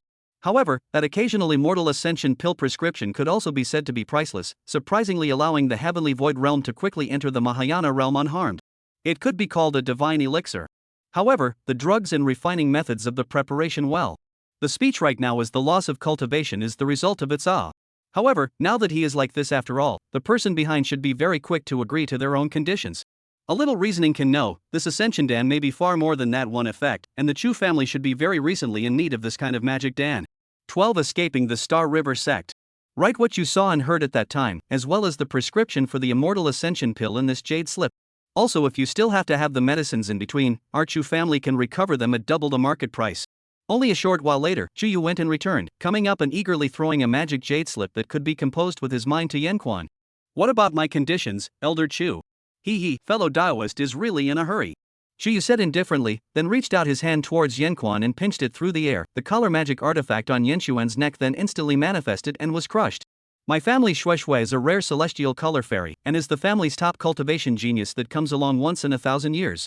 Future achievements can be described as unlimited. How many people want to break their brains want to accompany beside her? I see you might as well stay. I also lest I have to explain to her later. Elder Chu, there's no need to test me. I know my own weight. You guys don't want me to touch Chu Ruoshua. I definitely won't appear in front of you for no reason in the future. If you truly wish for me to stay, why would you need to destroy this magic weapon right away and let Chu Ruoshua notice? Ha, I really did underestimate you a bit before. However, I still appreciate smart people like you who know their place, so since you know our intentions as well, hurry up and write things down. Chuyu slightly raised her eyebrows and replied in a languid tone. I'm only writing down half of it right now, and I'll write down the remaining half after I've been safely sent away from the Star River sect. Speech Power said, composing the jade slip without waiting for Chuyu to retort. There is no need for us to send you. You have an old friend who is currently a guest in this sect. I have already notified him that he is coming. When the time comes, I will say that you have been rescued by him, and it will also save me from being held in hatred by Ruoshua. After a moment of speech power writing, Chuyu then faintly opened her mouth, only to see one of her hands gently waving, and a person walked in after the ban outside the door was lifted. Elder Chu, what is the reason for summoning me? Speech brother. Brotherly. Yanquan shocked, in front of this through wearing a flashy golden immortal clothes, face clean male cultivator is not exactly their late friend Tianyu Continent Li family third son Li Hua? At first befriended this person, really because of the speech right to feel that this name is very much like their own previous life of a deceased, and he talked a few more, who knows the back of the relationship is getting better and better. However, this person is also considered to be one of the fewer people that can be called a close friend of Yanquan, so many years down the line they have done quite a lot of things together, it can be said that they know each other's friendship. Brother Yen, why are you here? Hurry up and go, you don't know how demonic that senior sister of yours used to be has become now, the early stage of the heavenly void realm great demons can't even her, it's really scary. Li Hua went forward and pulled Yanquan hurriedly. That day Chu Ruoshua's sword beheading great demon was famous for thousands of miles, he was at the scene, and he also knew what happened to Yanquan at that time. I tell you, you quickly go, although you that sword law is also strong, but I feel. What's wrong with you, how did you become this miserable? Li Hua surveyed Yanquan suspiciously and realized the state of Yanquan's current loss of cultivation. Alas, it's a long story. Yanquan briefly explained his current state for Li Hua, and then he also continued to complete the jade compositions. Since it will be like this. Brother Yen, there's no time to lose, it just so happens that my outgoing affairs here have also been taken care of, and the upper echelons of the Chu family have agreed to forget about the blame, so we'd better hurry up and go. I hope Elder Chu will send someone to escort us out of the clan. Once we leave the clan, I will immediately compose the remaining half of the contents. Speech Right cupped his fists and requested. Elder, the holy maiden seeks an audience. And it looks very anxious. Yanquan had just finished speaking for a moment when a disciple on Chuyu Peak came to report about Chu Ruoshua's request for an audience. It's over and done with, Brother Yen. Li Hua was in a big hurry. Yanquan didn't say anything, he just silently looked at Chuyu. She must have thought of a good way to do it with such calmness. You take the two of them to leave the clan by the dark path, and later bring back the things they gave. Chuyu put away the jade slip, used her divine sense to probe a bit, compared to the information that the Chu family had previously obtained to get that what Yanquan had written was not false. Then she instructed the disciple to the side. I'll go install Ruoshua first, you guys hurry up and leave. Fellow Taoist Yen, I hope you keep your promise, I don't want to see you appearing by Ruoshua's side again. Chuyu left this sentence and then left. Yanquan was also numb. I'll be thankful if your family Ruoshua doesn't come to me with a sword afterward. What an attitude. He thought a little about the consequences if he was caught by Chu Ruoshua again this time out, and instantly winced. The two of you, please exit the peak from the back mountain with me. That disciple of Chuyu then spoke. With that, the three of them hurriedly moved, and Yanquan flew away from this peak with the assistance of the two of them, and left the Star River sect a few hours later by taking the sect's dark path. On the road to fly away soon, the speech right to sea has arrived in the Star River sect 100 miles away place, then called the two people stop, the remaining half of the jade slip to the disciple. It was a good thing that Chuyu had sent a disciple with a lower cultivation level than Li Hua to follow, or else he really couldn't feel comfortable handing over the stuff right here. Let's go, Huazi, I'll talk to you in detail after walking further. Imu, it's not that I'm talking about you, netting some peach blossom scourge, I see that sooner or later you're going to be dismantled by whichever old lover you've made a grudge against in the past. After seeing that disciple leave, the two of them also put down their postures and talked to each other in their usual private tone. What old lover? Where did I get an old lover? Rather, it's you, the flamboyant Mr. Li, who usually plays with quite a few women. If you're not afraid, what am I afraid of? Also, don't call me Wood. Yanquan said, in fact, from a certain degree, both of them are not good things, and he is really afraid of those women to take revenge. You fart, how many female cultivators I've come into contact with can be half as good as Chu Ruoshua? Your heaven-defying peach blossom luck has allowed you to touch so many times, yet you've still pretty much messed with everyone. If you weren't wooden, there wouldn't have been so many sevens and sevens a long time ago. Hee hee, you're the one who loves to talk smack. Now that I'm like this, what else can I say? There is no medicine for regret in the world. I'm still like that, leaving me the road, only forward or fall into the abyss. Not that I'm talking about you, just that Tianji, why did you steal it? Isn't that Luo Shurhan also an extreme beauty? And people's status, strength, which is not the top, you get her dad's things are not all yours? In the future, the cultivation resources are not a lot of resources. As for this? I screwed what you think they really look at me But it's just a matter of interest. Besides, I didn't go after them those levels of fairies where there is so good to chase. It's all just some normal dealings, whereas the love affair, emotion, is the most useless thing. That Luo Shurhan, although you are now wanted, but I heard that as long as you are alive, but also asked that you cannot be injured, you cannot even see this I kind of understand, you really are just a wooden head. If you let this sage of love come, this is a proper harem ending. Li Hua said confidently. At this moment they had already traveled another few hundred miles in their spirit boat while talking. They shouldn't have to worry about being caught up. You'd better be a good male. You've only just reached the middle stage of god transformation. Give that old undead heavenly father a beating, you'll probably lose your soul. But this spirit boat is not bad. How many spirit stones? I'll buy it. Yen Quan knew that he would inevitably run around in the future, and it was very important to have a tool to quickly escape, so he opened his mouth and asked for the price. Hey, Yenwood, you are big-hearted, now still say this kind of snide words. This spirit boat, you want to send you just, what kind of friendship we have? However, right now what are you going to do? Me offending Chu Ruoshua is a small matter. But you are now in this state, really is not good just when I came to this continent know a lot of god doctor, want me to take you to see. It's just that, the trauma of my broken immortal root is extraordinary, unless one seeks to use sinister methods and strange techniques, I see that it's difficult to have a way out. Yen Quan said, sighing deeply. Chu Ruoshua must be furious right now, and Chu Yu must be making every effort to plant evidence to frame the two of them. However, this bastard still thought it was a small matter. He was still far from knowing the power of that blackened senior sister. It seemed like it would be better if he had to take him and run farther away. 13 Tianji Pavilion. Stunning young master. Alright, if there's anything I can help with just say so. Where are we going now? Li Hua said back, getting up and sitting next to Wordsmith. Where to go? Right, by the way, say why are you here? Yen Quan asked intentionally, while looking off into the distance, thinking. My family is forcing me to marry, so I ran out to perform some trivial clan tasks to avoid the wind. What, that girl isn't pretty? No, it's not as good as the ones you've met here in the wood, but it's still good looking. Then why? I have long had my heart in the right place. Pfft, ha ha ha ha ha, you? Can't believe a little Huazi, you used to those broken things I'm not unaware of, how now become pure love? I'm afraid it's not because you're afraid that you can't go out and play if you're united. Yen Quan was drinking some spiritual liquid to replenish his state. When he heard that, he directly spat out a mouthful of it. What do you know, people change. Which fairy does the heart belong to? A few years ago, shortly after you and I last met, I went to the Black Cloud continent for an adventure. I was saved by a stunning girl dressed in red after a misstep into a dangerous situation, although I didn't have time to ask her name at that time and hurriedly said goodbye, but I always felt that we would meet again. Stunning color. Then I know why. Words would how you pull into my business so well. You're so resourceful, why don't you see you take down Chu Ruoshua, take down Luo Shurhana? Also I wasn't all because of my appearance right, it was more because she saved me and she was really handsome at that time. This is what kind of hero-saving duty, Fangji secret love plot and the roles seem to be reversed right. Words power silent, can let that windflowerly gongzi like this think must not be a common person, but at present this is not the point. Forget it, see you so serious just believe you. I think of where we go to this continent's Tianji Pavilion branch. I have some things I want to borrow his heavenly pavilion to check. Tianji Pavilion is a large organization spread across various continents, strong by the Su family, mainly several family clans involved in the control. This pavilion mainly focuses on the collection and sale of magical artifacts, and also frequently engages in some big auctions. In addition, there is also an important function is that its cabinet contains the major old strange books. Cultivators pay a certain price can enter the corresponding day of each continent cabinet for access. Of course, that inside is not what powerful cultivation secret books, but the collection of some cultivators throughout the ages of strange news, the world of all kinds of information, for going out and have some special needs of the cultivators with significant use. Are you crazy? Tianji Pavilion, have you forgotten that you've long been on the human blacklist? That blacklist is still not a good solution? Otherwise how would I have checked things and bought magic treasures all these years down the line? You have a fake identity? Well, and the means is kind of brilliant, usually this kind of sub-cabinet won't notice.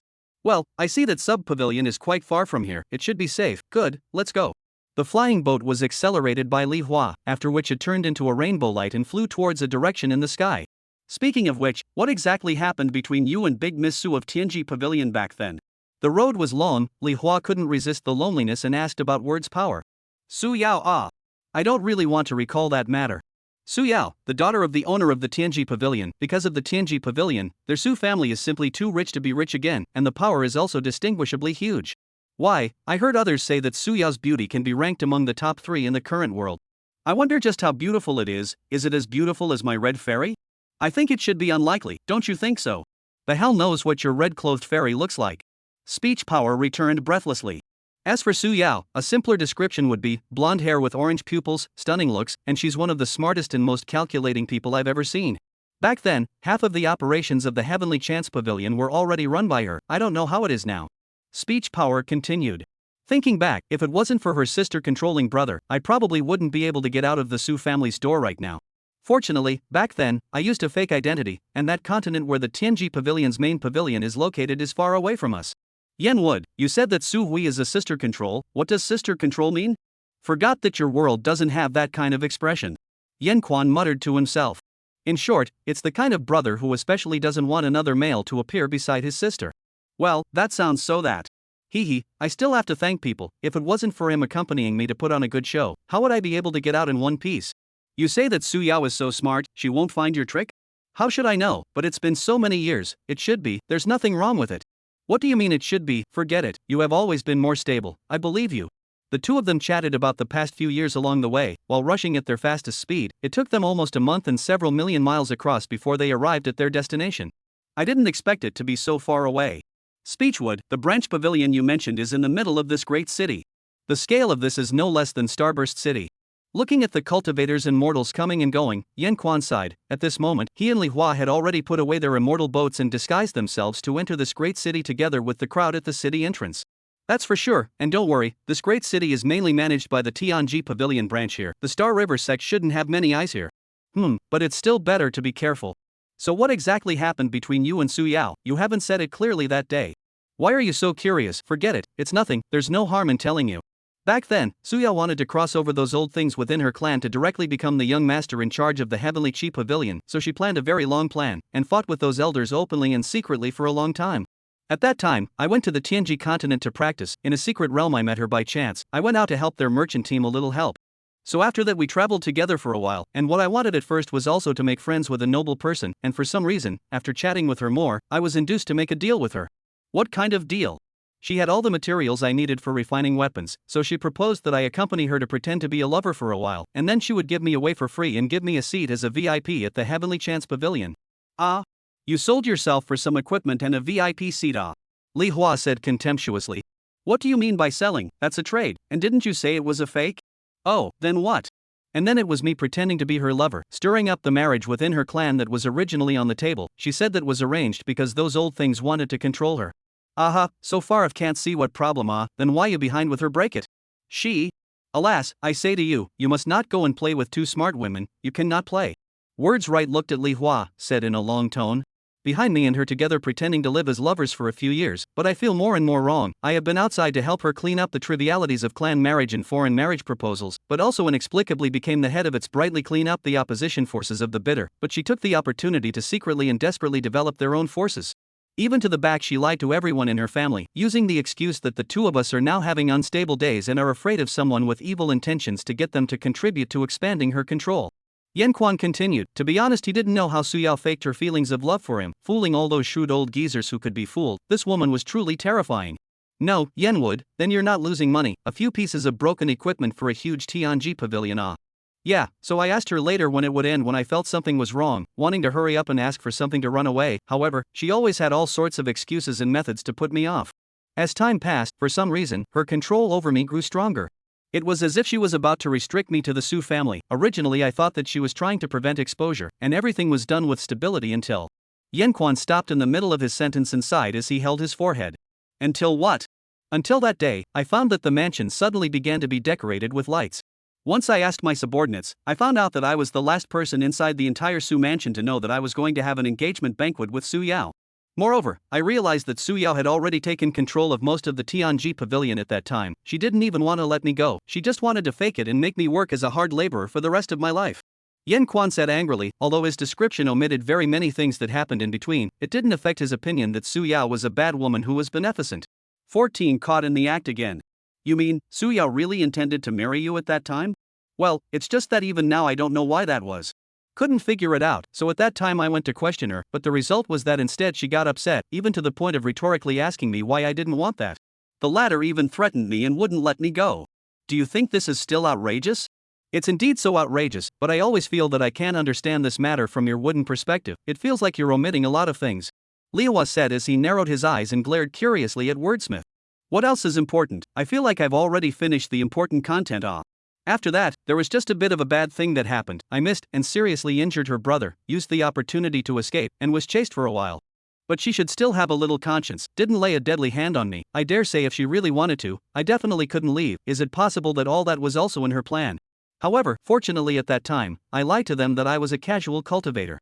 And the provenance also lied. Even if smart as Su Yao, behind it is also impossible to go to another incomparably distant place to find a always low-profile behavior of me.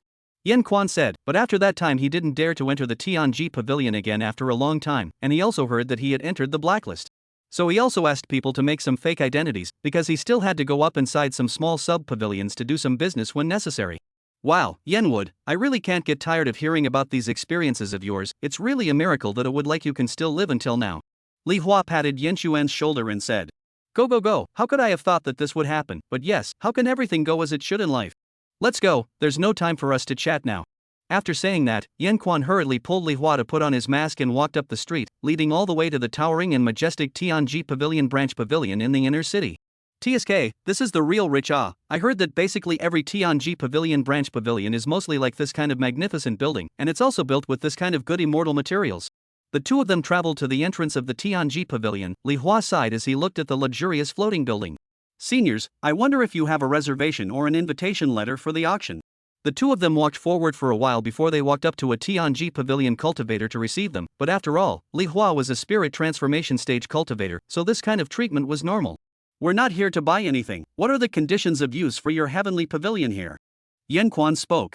Back to seniors, the first floor of the heavenly pavilion starts at 1,000 spirit stones per hour, the second floor of the heavenly pavilion is 10,000 spirit stones per hour, the third floor of the heavenly pavilion is not with open recently, but having a VIP seat in this pavilion can use the heavenly pavilion at will. Well, where is the application office? Speechwright asked, his heart at the same time is also dripping blood. If that time can be good to take the things in VIP seats, their own these years can save how much May I ask if this senior is Senior Li Hua? Our pavilion master has specially instructed that if he meets your excellency then please go to the main building to meet him. Your pavilion master knows me? Li Hua asked suspiciously. Yen Quan also looked at the young cultivator suspiciously. He had not wanted Li Hua to reveal his identity, but instead used his false identity to enter the pavilion, but now this inexplicable situation made him feel a bad feeling in his heart all of a sudden. Yes, he specially instructed us to treat Mr. Li and his friends well, and he also asked the two of you to come with me into the main building to meet my family's pavilion master. Do you recognize this sub-pavilion master? Yen Quan asked to Li Hua. No impression but it is possible that my family has had a friendship? It can't be my family entrusted to rush me back. We only want to borrow the heavenly pavilion and have no intention of disturbing your pavilion master, so please ask us to visit another time. Yen Quan said, pulling Li Hua up and about to leave the place.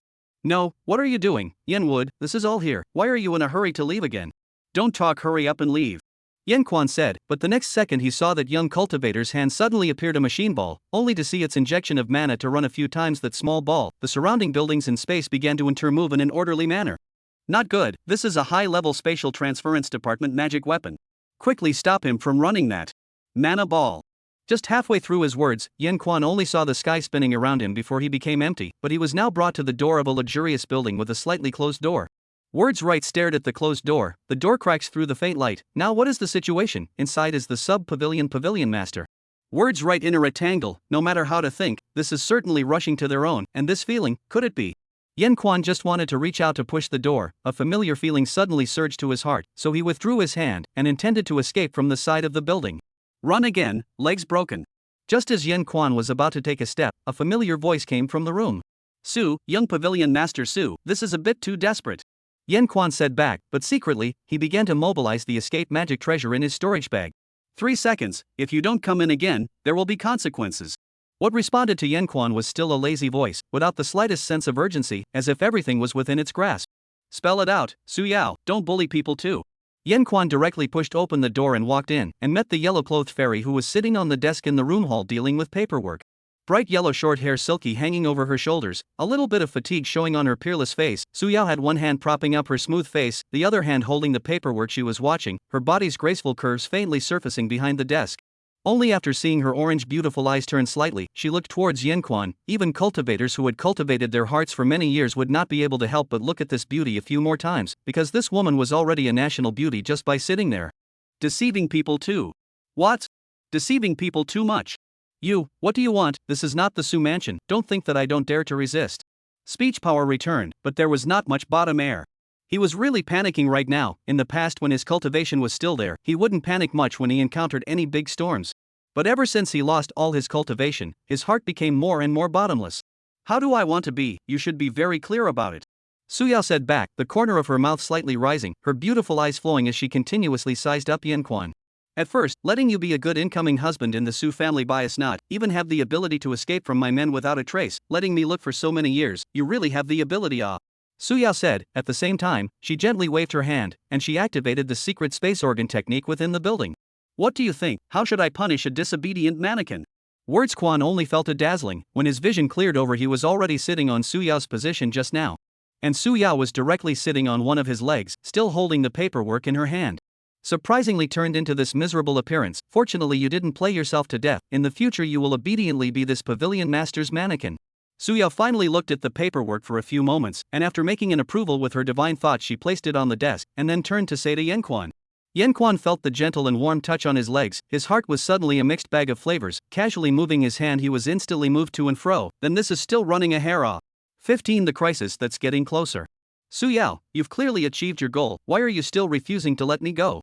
Yan Quan said angrily. He couldn't figure out why Su Yao, such a proud daughter of heaven, who was usually surrounded by countless male cultivators, was always holding on to himself. Especially now that he was still busy escaping as well as seeking a chance to restore his immortal root. My purpose? I want you to be my mannequin for the rest of my life, and I still ended up letting you run away, so it seems like I'm still failing instead. Su Yao said as her delicate body moved a few points closer to Yan Quan. If you don't run, then it's fine. Once you run for so many years, you know what, you are the first person who made me feel frustrated. And I do not allow frustration. Su Yao's tone suddenly became agitated, and one hand grabbed the collar of Yan Quan's shirt. You're just being unreasonable. I kindly helped you, why didn't you keep your promise? Obviously you have long mastered the Tianji pavilion, you should have given me the corresponding agreed upon reward. Don't give it even if you don't. Why don't you let me go? Yan Quan said, but Su Yao's burning gaze gave him an inexplicable feeling of weakness. Then what about you clearly promised to accompany me for the rest of my life? Why did you go back on your word, you liar? When did I say? Ever. Yan Quan just wanted to retort, but suddenly recalled as if there was a time before. Su Yao, because of the opposition forces approaching step by step, the pressure is too much, and his own consolation collapsed in his own arms to cry bitterly, as if himself at that time in order to consolation her said that he would accompany her all the time. That is not comforting you that time you cried a lot, I cannot say anything. Yan Quan said back. You can't imprison a partner who used to work together for the rest of his life. I don't even want those payoffs anymore. You're going too far if you get an inch more. I didn't cry, I never cried. You liar, still dare to be so arrogant. I'll imprison you. So what? Don't think you can run away again from me. Stay in the Su family for the rest of your life. Su Yao became more and more agitated, hearing that Yan Quan had told her about her previous scandalous behavior. The shame turned into a faint slight redness surfacing on her peerless face. You calm down. Where is your brother? Is he alright? Looking at Su Yao's agitated appearance as if she was going to rip her clothes off, Yan Quan could only change the topic first. You really think that little trick you and that stupid elder brother can fool me? The injuries he suffered at that time were indeed not light, but he quickly recovered. Su Yao finished saying that the force on her hand increased a few more points. The dead Yan Quan even dared to lie to her, and so many times. You calm down first, let's talk about it. Yan Quan harumphs, reaching out and pulling Su Yao's thin wrist, wanting her to drop her collar first. This is a set of immortal clothes that he likes very much, and now he sees that it's going to be broken if he pulls it down again. Young pavilion master, Star River Sect's saint daughter somehow came to our pavilion to look for people in a big way. This matter according to my opinion, or you step forward better. Just during the stalemate between Yan Quan and Su Yao, an old voice came from outside the door. I have plenty of time to clean you up. Su Yao glared at Yan Quan before putting her hand down. Although she had been informed from Chu Tua Guangbu's earlier message that Yan Quan came from the Forgotten Dust sect, as well as the loss of her cultivation before she came here to the sub-pavilion to keep a watchful eye on him, she was not yet aware of the things that had happened between Yan Quan and Chu Ruoxue as well as at other times. The holy daughter of the Star River sect? What is she here to cause trouble for? A sex saint daughter only. Do you still want this pavilion master to give her face and have people kicked out? Her identity in this continent is relatively special. We are also really difficult to do. And the person she is looking for is also the lesser pavilion master wants to look for Duke Yen, so we still think. The pale voice outside the door began to stammer, and it could be heard that he was indeed having a hard time at both ends right now. Finished. Yen Quan's inner heart was in turmoil. Did he violate the year of the year today? Chu Ruoshua how to find. Could it be that when he was unconscious before, she moved inside his storage bag? Yen Quan thought, since he lost all his cultivation, in many cases, he simply couldn't consider too many things, and slowly began to be full of loopholes. It really was a miscalculation. Star River Sect Holy Maiden, you guys know each other? Su Yao asked, a wave of displeasure clearly carried within her tone. She didn't want her doll to be tainted by others. She used to be my senior sister, and I had some entanglements. Yen Quan returned. In this situation, lying in front of Su Yao was basically of no use, so he simply said it truthfully. Since that's the case, then you and I will go together to meet with her. Su Yao said, flashing her figure a few times before she went to the side to change her clothes for going out. After all, it was Yen Quan's former senior sister. She definitely had to dress up properly so that if that senior sister was interested in Yen Quan, she could not lose her share. However, although she knew that there were a lot of things that Yen Quan was hiding from her, she still didn't want there to be any emotional relationship between Yen Quan and this senior sister, if there was any. If for me to find out that you left me because of another woman, you know what will happen. I hate betrayal the most. Of course it's not that. What kind of person doesn't run away when they find out someone else is putting them under house arrest? I'm only preventing you from contacting other female cultivators, as well as moving within the geographical area I control. Where is this called house arrest? Besides, shouldn't these be perfectly normal after you marry me? Yen Quan was numb. Each and every one of these nieces felt like they had some kind of common sense cognitive impairment, and they were also particularly vindictive.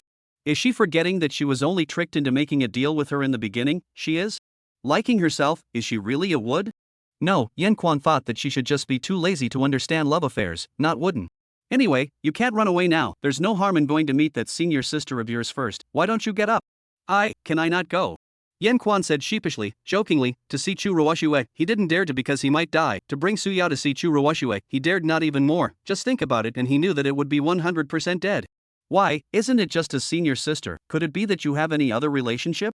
Su Yao said. A small golden ball appeared in her hand, slightly rotated a few times, and Yen Quan was instantly transported to her, and planted his head in the process. It's this damn teleportation again. Yen Quan inwardly said angrily, Su Yao, this black-hearted rich woman, if I had known that I should not have helped her in the first place, or rather, I should have gone along with her, and took all the advantage of her before running away. Although Yen Quan was furious in his heart at the moment, he didn't dare to fiddle more on the outside. Su Yao, I'm really not convenient to see this senior sister of mine. What, is the person who wasted you like this her? Then I am even more interested. That is not true.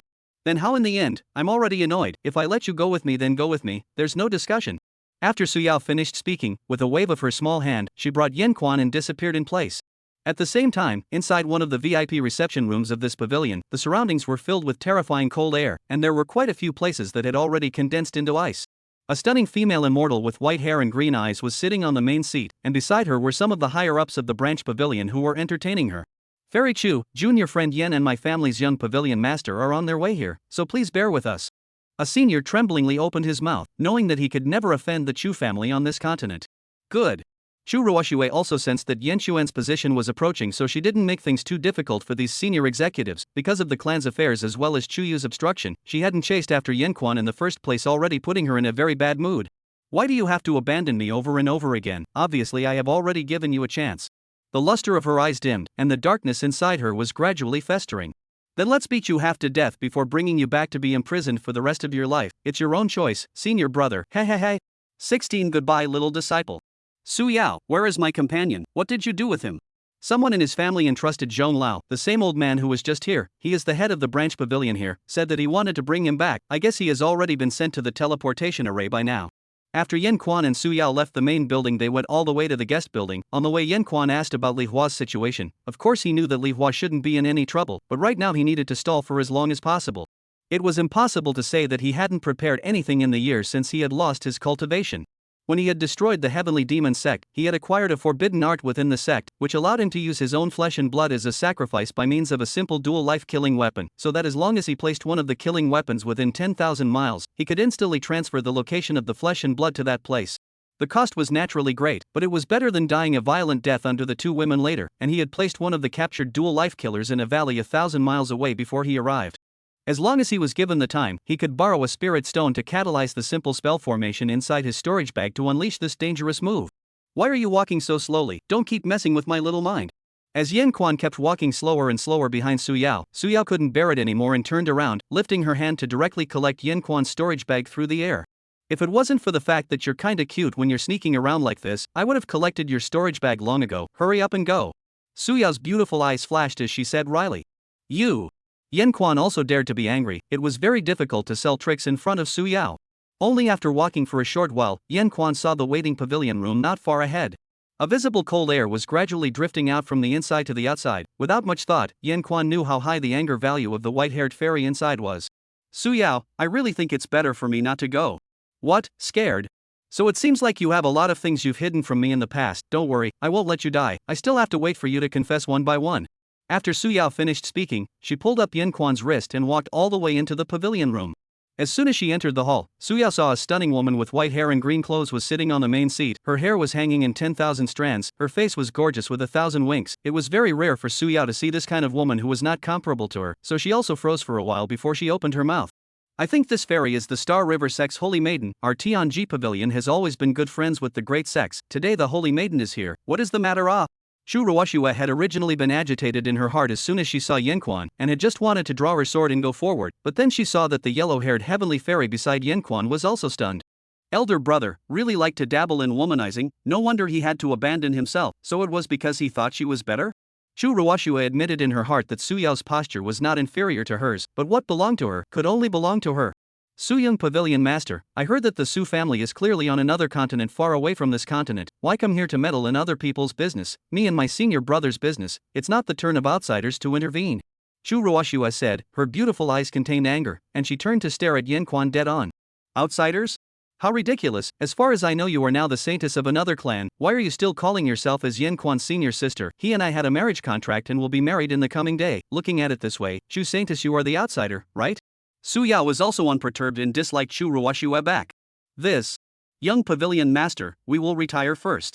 The old things on the side saw that the situation was not good. One by one, they were all quite mindful and hurriedly retreated. What? Senior brother, is that why you ran away, because of her? Shu Ruoshua raised her sword and got up. She heard Su Yao's words, her mind was all messed up. Could it be that Yen Quan deliberately ran to find Su Yao? Instead, she is not being recognized as the right person? So she has been making a fool of herself all along? Shu Ruoshua stared at the two of them. Soon her eyes reddened, tears began to swirl in her eyes, but she kept it under control, not wanting to let Su Yao look at her own jokes. Su Yao, what are you talking nonsense? And Shu Ruoshua, I'm not because of her, it's just that I really have important things to do. Staying by your side will only drag you down. Yen Quan was frightened by Shu Ruoshua's gusto and hurriedly explained. Good guy, this hit the bottom down, or the previous silly white sweet senior sister who cried whenever she was aggrieved? Dead speech, right? How dare you say that? Su Yao said angrily. Since you and waste senior brother are not in that kind of relationship, then I must take him away today. Shu Ruoshua raised her sword and said to Su Yao, as for Yen Quan, making her so upset, she definitely had to be taught a good lesson back. That's coincidental. It seems like we were both once negatively affected by this wooden head, but now that he's fallen into my hands, he'll have to be my lifelong mannequin. No one can snatch him away. Su Yao replied back, similarly sacrificing her innate magic weapon, the heavenly chance Linglong lamp. Wow! It looks so lively here, I like it. Just as the two of them were at swords drawn, three people suddenly walked in from outside the pavilion room. A young girl dressed in gold all over her body walked in the forefront. This girl had a playful and moving look. When Xiang Quan took a look, his head grew big again. Wasn't this Li Hua's younger sister, Li Xianling? Ah! Sure enough, it's Yen Quan, you bad guy. It's all because you brought my brother down, causing me to be sent all the way here to catch him back, and you made my Lara sad. Are you not a human being? Imu, looking at it this way, it seems like your situation isn't too good either. Another man in golden immortal clothes also stepped forward and spoke. It was none other than Li Hua. There was another man who was? Yen Quan looked behind Li Hua as a familiar feeling surged through his heart. Master! Suddenly a small female cultivator dressed in the forgotten dust sex clothing rushed forward and hugged Yen Quan to death. The small female cultivator wore two not so small and not so small pill heads and had an extraordinary temperament, even though the bland sex clothing was assimilated by her cuteness and beauty on her. To describe it with the most comments from outsiders was that at a glance, it was a beauty embryo that could grow into a stunning fairy. Well, cough, Ton Lara, gently, gently. Yen Quan coughed, this little niece has not only grown in her cultivation, but her body has also developed quite a bit. Speaking of Yen Quan taking in a disciple, this was also by chance. Yen Quan went out on an errand a few decades ago, passing by a village that had been flattened by demonic cultivators, and just happened to meet Ton Lara, who had climbed out of the pile of dead people. She was only 7 or 8 years old, but the body of the heavenly fortune is not ordinary people can have. Yen Quan then think that this little girl has the fortune in the body. Cultivation must be talented, coupled with the life with his similarity, rose compassion, so he accepted it as a disciple. The back is also confirmed the vision of the right to say, Ton Lara cultivation speed amazing, a few years ago has been to the infancy, said to break the record of the patriarch, but also was awarded a special prize, and even because of its cultivation is too fast so that now is still 15 or 16 years of age of lovely young girl appearance. The words of power usually do not care much about Ton Lara, more is to listen to other people praise Ton Lara. With the growth of Ton Lara, her extraordinary beauty is also increasingly apparent. Chu Tuo once wanted to give his eldest disciple to marry, to the eldest disciple happy mouth or grinning to the back of the ear root.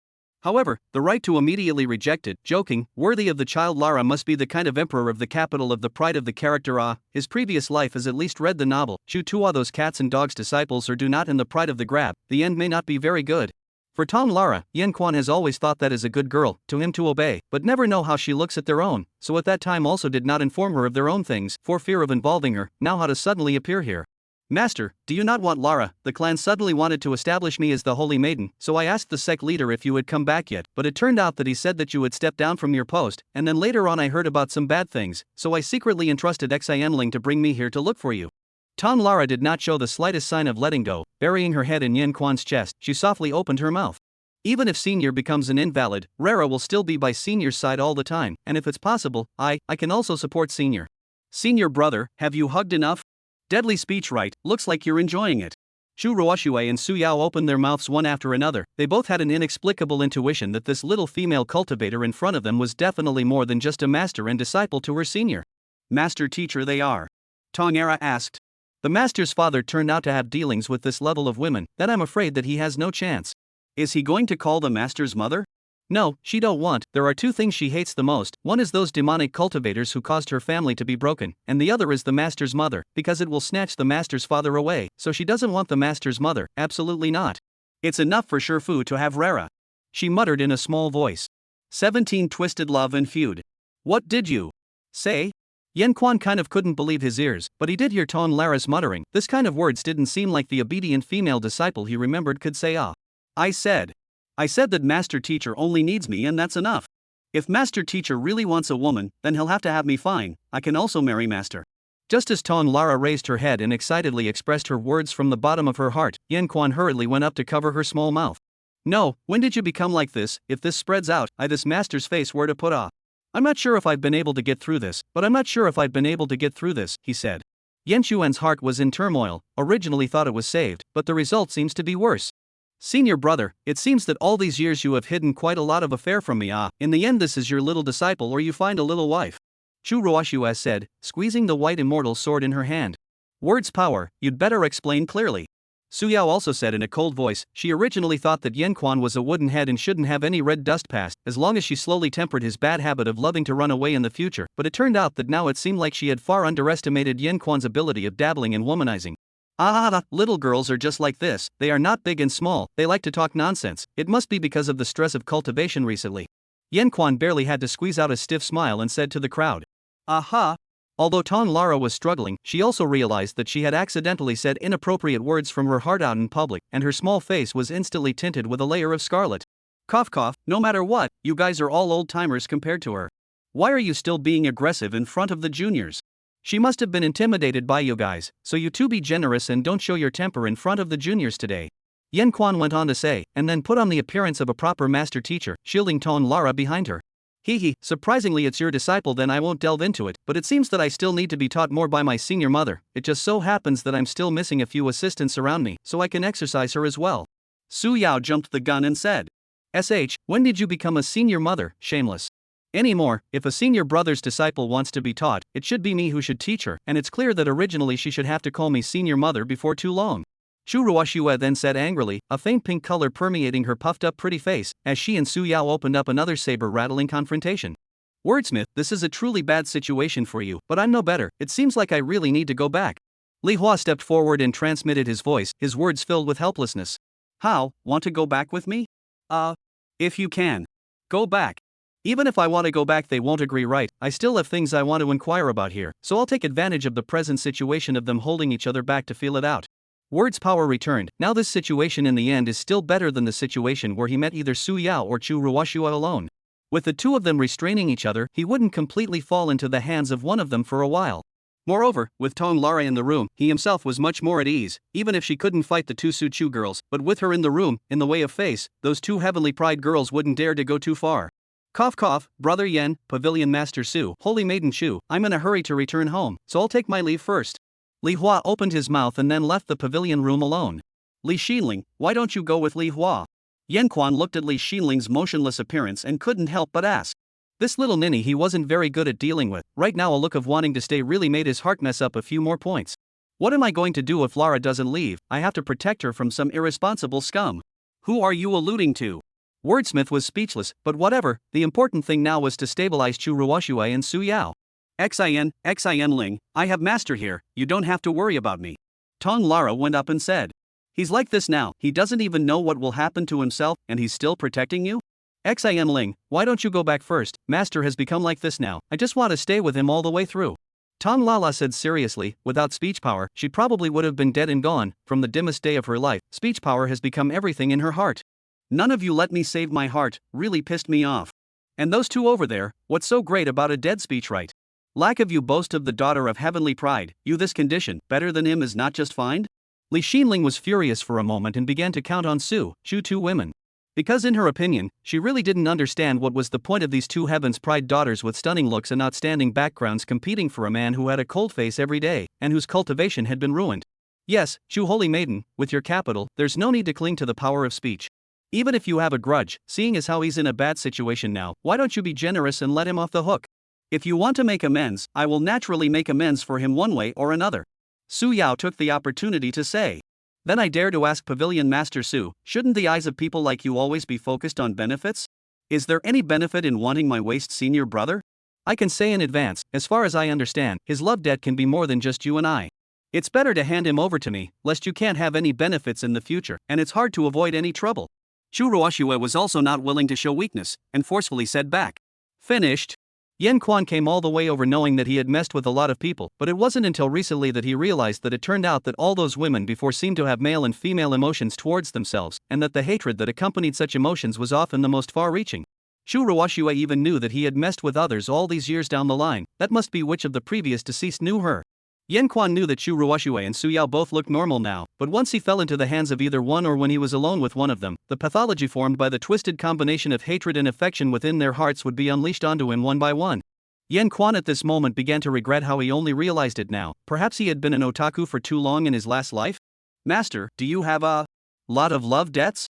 Tong Lala eyes through a slight ruthlessness, tilted his head and stared at the word power mechanically asked. What is this again? Tong Lara had never been like this before. Yan Quan panicked again. There must be something wrong with this little disciple of his as well. If he didn't do something himself, things were going to become unpredictable. Enough, you two, Chu Ruoxue, as a great clan's daughter and a great sex holy maiden, how can you come to such a place to fool around? Su Yao, you are the chief pavilion master of the heavenly chi pavilion, how dare you also fight over such meaningless things? Do you two live only for this small desire? Don't we cultivate immortals in order to gain the heavenly Tao and seek eternal life? There really isn't a trace of seniority. Speech right, you have a lot of guts. I am and how? Soft egg senior brother, how dare you talk about me like that? Are you not? Su, Chu two women all immediately opened their mouths to dislike speech right back, but halfway through, they suddenly remembered that in this situation now, if they really say what's in their hearts, and still have to be catty with speech right, wouldn't that be a validation of speech right's assertion? If only Yan Quan was present today, I'm afraid that the two women would not care to retort to Yan Quan saying that they just won't let him go, that they must leave him behind, and then let him know that he knows what will happen if he dares to talk about himself that way. But now, looking at Li Xinling and Tong Lara, as well as those old things eavesdropping outside the door, the two women instantly realized Yan Quan's young plot. It's just. This is this pavilion heavenly pavilion token, go find whatever you want to see yourself. Very Chu, I think it's better for us to sit down and talk it out. Su Yao raised her hand and gave a token to Yan Quan, using this to try and get Yan Quan and the others to leave first. Of course, senior brother, these are some storage bags that you didn't take away at that time, returning them to you. Chu Ruoxue calmly replied back, also tacitly agreeing that Yan Quan could leave for the heavenly pavilion first. Inside of him, Yan Quan had mixed feelings, because he didn't need to think about it to know that the odds were that the two of them had put no less than 7 or 8 secret techniques on top of the tokens in storage bags. 18. The only warmth. Master, exactly what happened? Why did you become like this? Why did you get entangled with those two women? Why? Yan Quan had just brought Tong Lala and Li Xianling to the heavenly pavilion, and Tong Lala could no longer hold back and launched a series of questions. Stay back, this is the key place of the heavenly pavilion, without a token I'll stop here. At the same time, several high-ranking Tianji pavilion cultivators stepped forward to stop the trio. The token is here, take me directly to the 3rd floor of the heavenly pavilion. Lara, you must not ask too many questions about Master's affairs. Yan Quan ignored Tong Lara's question and kept a cold face the entire time, looking like a high and mighty master. He thought that the only way to make Tong Ara die now was to be ruthless, to go back to cultivate properly, and not to follow him and continue to suffer. Tong Ara silently lowered her head after being reprimanded. TSK. Li Xinling on the sidelines to see Yan Quan so to Tong Lara is also angry, but for some reason hard to hold back, but did not cite the power. After that, under the leadership of several high-ranking cultivators serving within the heavenly pavilion, the 3 of them quickly arrived at the 3rd floor of the heavenly pavilion. Hey, stinky speech right, what are you doing here on the 3rd floor of the heavenly pavilion? This place started to have the top and most complete collection of ancient and modern materials of this continent. You brought us both in as well as there's some kind of intention, right? After seeing the few cultivators leading the way respectfully leave, Li Xinling opened her mouth to ask Yan Quan. Before I left the sect, I realized that both of you had reached a bottleneck in your cultivation. The 3rd floor of this heavenly pavilion records the experiences and records of many of the ancient and modern outstanding immortal cultivators of this continent, so I'm sure you can benefit from it. Yan Quan said with a sigh. Lara, what has happened to me is also no longer important. Now that I have lost all my cultivation, the road ahead can only be traveled by myself. Master doesn't want to drag you down, you still have a great vengeance yet to be avenged, and you still have to continue to move forward. Master, I don't want this.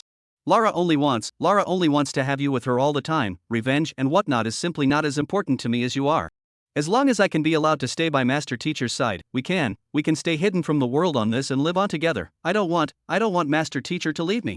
Tong Ara excitedly said back, bean-sized tears raging on her pure and delicate face. Lara. Li Xinling looked at the sobbing Tong Lara painfully from the side. In this situation she could only say what she wanted to say. Teacher's father? What else do you call a master? I'm no longer an elder of the sect. If you really can't let go, let's break the relationship between master and disciple. Remember, this road of cultivation, we all can only go on all the time. Don't because of selfish thoughts, stop moving forward. Yan Quan said indifferently, seeing Tong Lala crying with pearly blossoms, he was still more or less a bit intolerant. Nay, in his current situation, he could only expect Tong Ara to understand his own peace of mind. Li Xinling, you take Tong Lara to search for useful information, and we will gather back here in a few hours. After saying that, Yan Quan left alone and soon disappeared between the rows of tall data cabinets. As Yan Quan traveled between the rows of information bookcases, he soon collected many deeds or insights of the severely injured high-level cultivators of that year. These were precisely the purpose of his visit. He wanted to take his chances and see if there were any methods throughout the ages to lose all of one's cultivation while recovering quickly. That unexpected discovery had given him renewed confidence in returning to the immortal path. This is really not up to him, now in this situation, not to mention running into life and death enemies. Just these few bad women at the moment are enough to make him suffer. If he meets a few old acquaintances, it is not certain what will happen. So if he didn't recover his cultivation as soon as possible, the future that awaited him was simply unimaginable. I didn't realize that so many great powers throughout the ages have had the experience of seriously injuring their bodies and being wasted. Yan Quan muttered as he had already gone through several stacks of collected information without realizing it. But the ones who can pull through from a major injury and regain their previous appearance can be said to be few and far between. And most of them have found a chance in places such as secret relics and so on, so they. Words Quan naturally also saw that the refined high-grade immortal power can repair the foundation, but with his current family background where to find so many refined pure mana? Find Chu Ruwa Xue? Or Su Yao? No, wouldn't that go against his plan to escape from them? Moreover, they are all ruthless towards themselves, and if they don't find a plan to escape completely, their future will be imprisoned forever by one of them. Sure enough, we can only go to the ancient ruins to try our luck? Yan Quan set a preliminary plan between thoughts, then he searched for many records about the secret realm of the ruins, wanting to see what safer ones close by could be tried and tried. Master, you really intend to leave me behind? Just as Yan Quan was looking for information in a bookcase, a familiar voice came from the other side of the bookcase. Tong Lara? Have you consulted yet? Due to the fact that he was separated from the bookcase, Yan Quan couldn't see the source of the voice, but he didn't think too much about it. Master, is it because of those two women? Tangara's raw tone came again, as if she didn't hear Yen Xuan's words. Are you still obsessing about me? Don't think about it so much, cultivation is your main priority right now. Master, I can't live without you. Can't live without you. HM? What did you say? Tong Lara, where are you? Yan Quan asked suspiciously while he walked to the next bookcase, but he didn't see Tong Era. Master. Feeling a light touch, Yan Quan realized that Tong Lara suddenly appeared right behind him and hugged him tightly. Tong Era, what's wrong with you? Yan Quan asked in disbelief. Master, I don't want to leave you. Apart from you, I really don't have anything left. Why does the heavens always want to take away my most important everything? Lara. Yan Quan looked at Tong Lara and touched her head heartily. Master promised you that he'll come back for you once you reach the heavenly void realm, okay? Not to mention that now that you've been established as the sex holy maiden, this is a great opportunity. Listen to me, when the time comes, I will not leave again, unless something unexpected.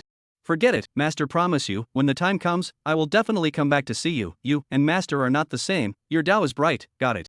Yan Quan said while gently soothing Tong Era with his hand. After a quarter of an hour, the young girl's sobbing subsided with time. Rara will definitely reach the high realm as soon as possible, and then she will be able to protect Master Teacher all the time. Master Teacher must come back to see me. Rara will definitely not let Master Teacher down.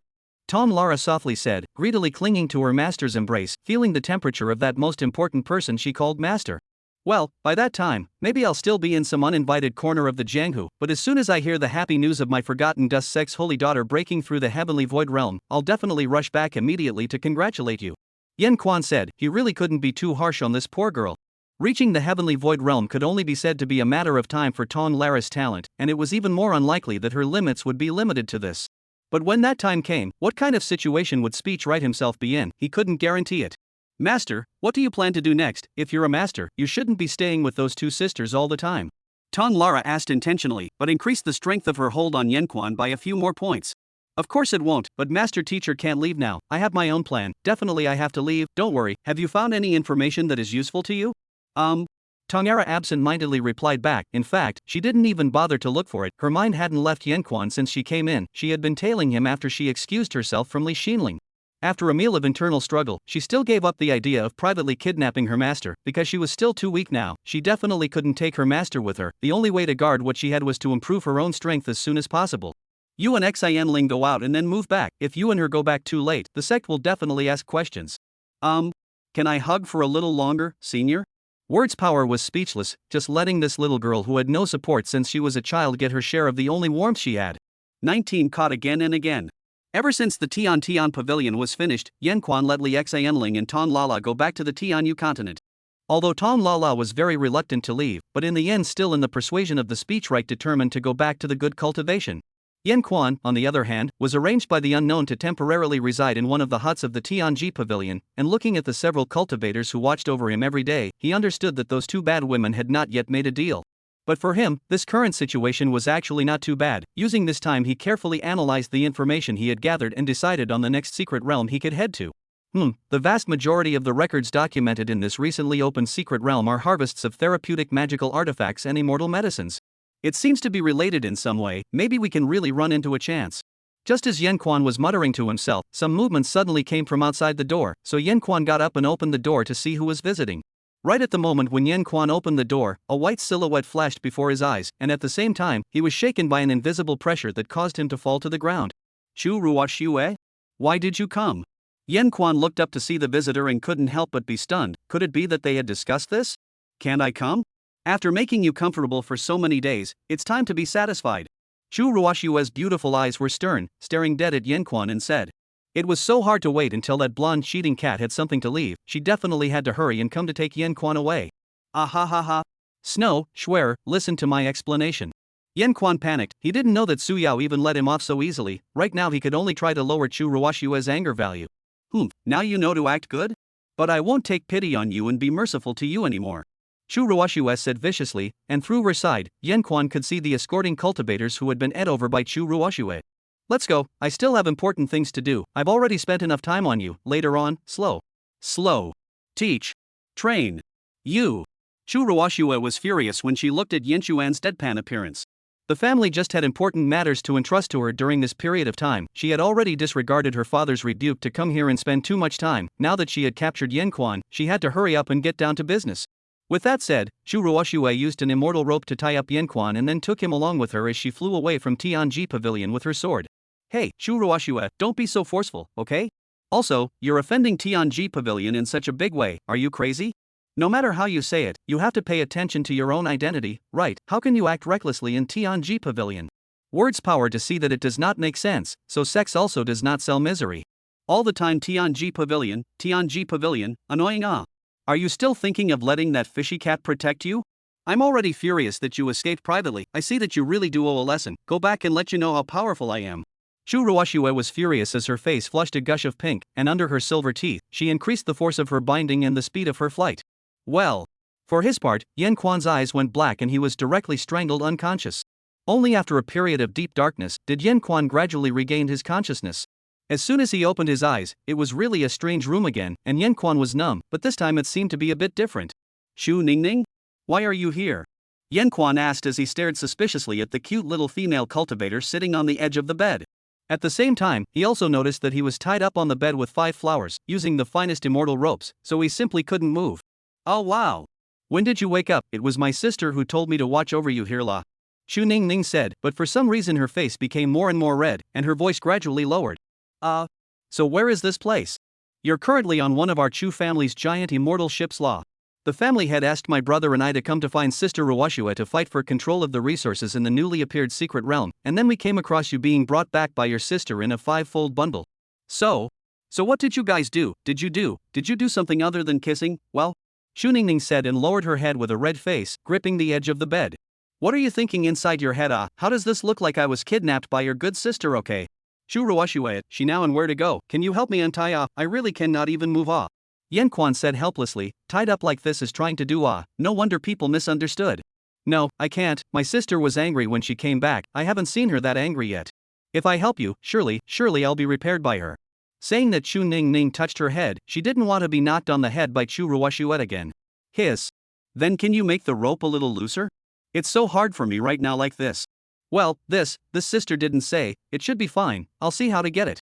Shu Ningning said and began to fiddle with these immortal ropes, but being unfamiliar with this type of magic weapon, there was no way to start. That. Alas, listen to me, pour your mana into the immortal ropes, then follow the ropes with a little bit of control to make them move in the opposite direction.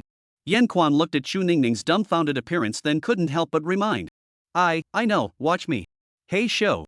Oh wow, how is it out of control? It's going to unravel straight away. Of course, it's normal that you can't control the force the first time you touch this kind of thing. Words right to take advantage of the rope to untie hurriedly get up and get off the bed. You were planning to trick me into untangling the rope from the start, right, you big liar. Shu Ningning shouted, tears coming out of her eyes in a rush. He, wasn't it you who helped me untie it yourself then? If you don't want your sister to know about it, just pretend you can't see me, and when the time comes, just lie to her and say that it was me who figured out how to run away on my own. Also, where is your sister now? Is she also on this giant fairy ship? Well, of course now I guess inside the main room with everyone to do planning, obviously are all young generation, but they always do not bring me, say I have no brains, all bully me, I will definitely make you guys impressed. I didn't say you're clueless, the fact that you were able to utilize your mana well just by listening to a few sentences from me shows that you're still quite talented. That said, how many of you have come this time? Wordsmith asked, having to ask what's going on out there before deciding how to run. Really, I knew I was actually good. There doesn't seem to be any news of particularly high-level opportunities in the secret realm this time, so we've only sent out a few hundred cultivators this time. A few hundred. How is this going to run? The hope that originally rose in Yan Quan was gradually replaced by despair again. Alas, I am finished. You powerful what things are said outwardly, no wonder they do not take you. Speech right knew that there was no hope of escape, so self-loathing flirted with Chu Ningning up. I didn't, because you are our Chu family's husband and son-in-law, so count as one of our own. I will only talk to you, otherwise this kind of thing I certainly won't talk nonsense. Son-in-law? Hoping that this Chu Ningning really did consider herself a brother-in-law. Wait, then since I'm a member of your Chu family now, wouldn't that mean that I'll be able to enter and explore the secret realm this time as well? It should be possible, but only a portion of the younger generation with high status can enter, and it's usually only possible if they travel in pairs, and every time my brother says that I don't have a solid foundation, and lets me guard the base camp outside. Shu Ningning said and lowered her head again in a downcast mood. But in the words of right to see this little niece can really good understanding simply what are written on the face, surprisingly so words. Then how about I sneak in with you this time? What? This kind of thing, was found out will certainly be punished by brother and sister if she knows. What are you afraid of? At that time we get the treasure and make a merit. They also have nothing to say, isn't it? And you don't have to worry about your sister there, isn't there still me? There's no need to be afraid if I'm there. Yan Quan actually said all lies. He also risked being severely punished by Chu Ruoshua, but if it could come to fruition, he himself might be able to find something good, not to mention that he could also use the opportunity to escape as well. Well, but everyone is there, how can we let the two of us go in? You don't have to worry about that, just do as I say. 20. The unknown ahead. Ooh. Is this really okay? Xu Ningning heard Yan Xuan's plan, and after thinking with her little head she became worried again. Then otherwise I'll just have to tell your sister that you're the one who helped me untie the rope. You, how dare you? It was clearly you who enticed me to help you untie it. I promise you just lie, but you don't play small mind, and we have to come back early by then. Oh. Also, why do you want to go to the secret realm? You're not injured and have no magic power. Xu Ningning whispered as if she was afraid of being overheard. Don't worry about this, I'm just secretly hiding my strength. Your sister wouldn't dare to say anything. The reason why I'm tied up is just to piss her off. Pretend to be punished by her just a little, your sister, let her a little good, so later you also have to help me to reset the rope first, and then on that day we will see what happens. Yan Quan said casually. He could see that this little ninny really wanted to explore the secret realm and prove herself, so he did his best to encourage her. After all, he could only rely on her now. Really? I knew it, the person who can be worthy of my sister must be extraordinary. When the time comes, I'll share the credit with you equally. Right, brother-in-law, what's your name? It's so good to trick. Yan Quan inwardly sighed. Once this little ninny let down her psychological defense, she immediately turned into a dull girl. Just call me Yan Quan, Chu Ruoshua, and I aren't married after all, so there's no need to keep calling me brother-in-law. Okay, brother-in-law. After that, after explaining some more precautions to Xu Ningning, Yan Quan let Xu Ningning help him tie the rope back up again. Nowadays, going out to run away by himself was a dead end. He could only carry Chu Ruoshua's pressure for a few days first, waiting for the day when the Chu family collectively raided the secret realm. Is it really necessary to be so meticulous? Xu Ningning complained. When Yan Quan had her tie the ropes, he kept asking her to adjust the distribution of the ropes, asking for it to be just like the original. Of course, don't underestimate your sister. What's hidden underneath the gentle exterior your family probably doesn't know much about. Ruoshua's sister has always been invincible, gentle, invincible, good-looking. What are you talking about? It's all your fault for pissing her off. She's upset and has lowered the motivation of the male cultivators in our Chu family. You a little kid know what? Engage in quick, how to feel a little become cold. Yan Quan urged, inwardly could not help but be startled. This familiar mana fluctuation can only be. Xu Ningning, what are you doing? At the mouth of the room, the white-haired fairy who had just finished the Chu clan raiders meeting led by her was looking at the scene in front of her in disbelief. Whoa! Sister, it's Yan Quan who said that the bundle was too tight and uncomfortable, so I loosened it slightly for him. He doesn't need it, get off your brother-in-law. Well, got it. Xu Ningning hurriedly got up and left the speech right, while said right was relieved. Fortunately he sensed in advance and transmitted sound to Xu Ningning to teach her how to cope with it, otherwise Xu Ningning's that head surely will be noticed. You really don't let people worry, I'm really worried about being cheated away one day.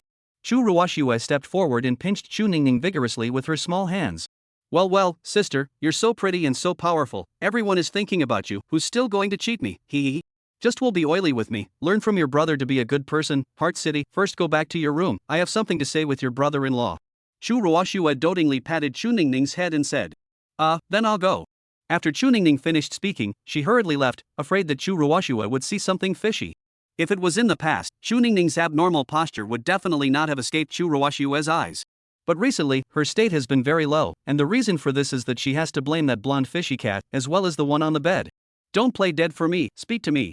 Chu Ruoshua droned, one of her small feet directly stepping on Yan Xuan's abdomen, not caring at all about the possible spring light leaking out somewhere. In this situation, Yan Quan's painstakingly practiced playing dead technique naturally couldn't be performed any longer. What else to say? Anyway, I can't stop what you want to do now, can I? Say you, how many other redheads did you have before? Tell me all of them. Chu Ruoshua chided. Now that there was no one beside her, she was also too lazy to disguise herself. The force on her feet added a few more points in a fit of anger. Originally I thought you were just that one or two. It seems I underestimated you, my good senior brother. I said that in the past every time you went out to practice and came back there was a smell of other women on your body. You a philandering carrot, negative man, soft egg. Where did I come from? Well, where did I come from? So many redheads. Suyao kind of are counted, obviously. I help her is also for the benefits she promised to give me. She wants to catch me back just to round out the lie of my two-hole in the first place, just a pure relationship of interest. Really? That woman, although it seems to make people very upset, a snobbish look, but she has no feelings for you, I can still see. Where's the proof? How come I didn't know you had the ability to still see people's feelings at a glance? Clearly used to be a troublemaker.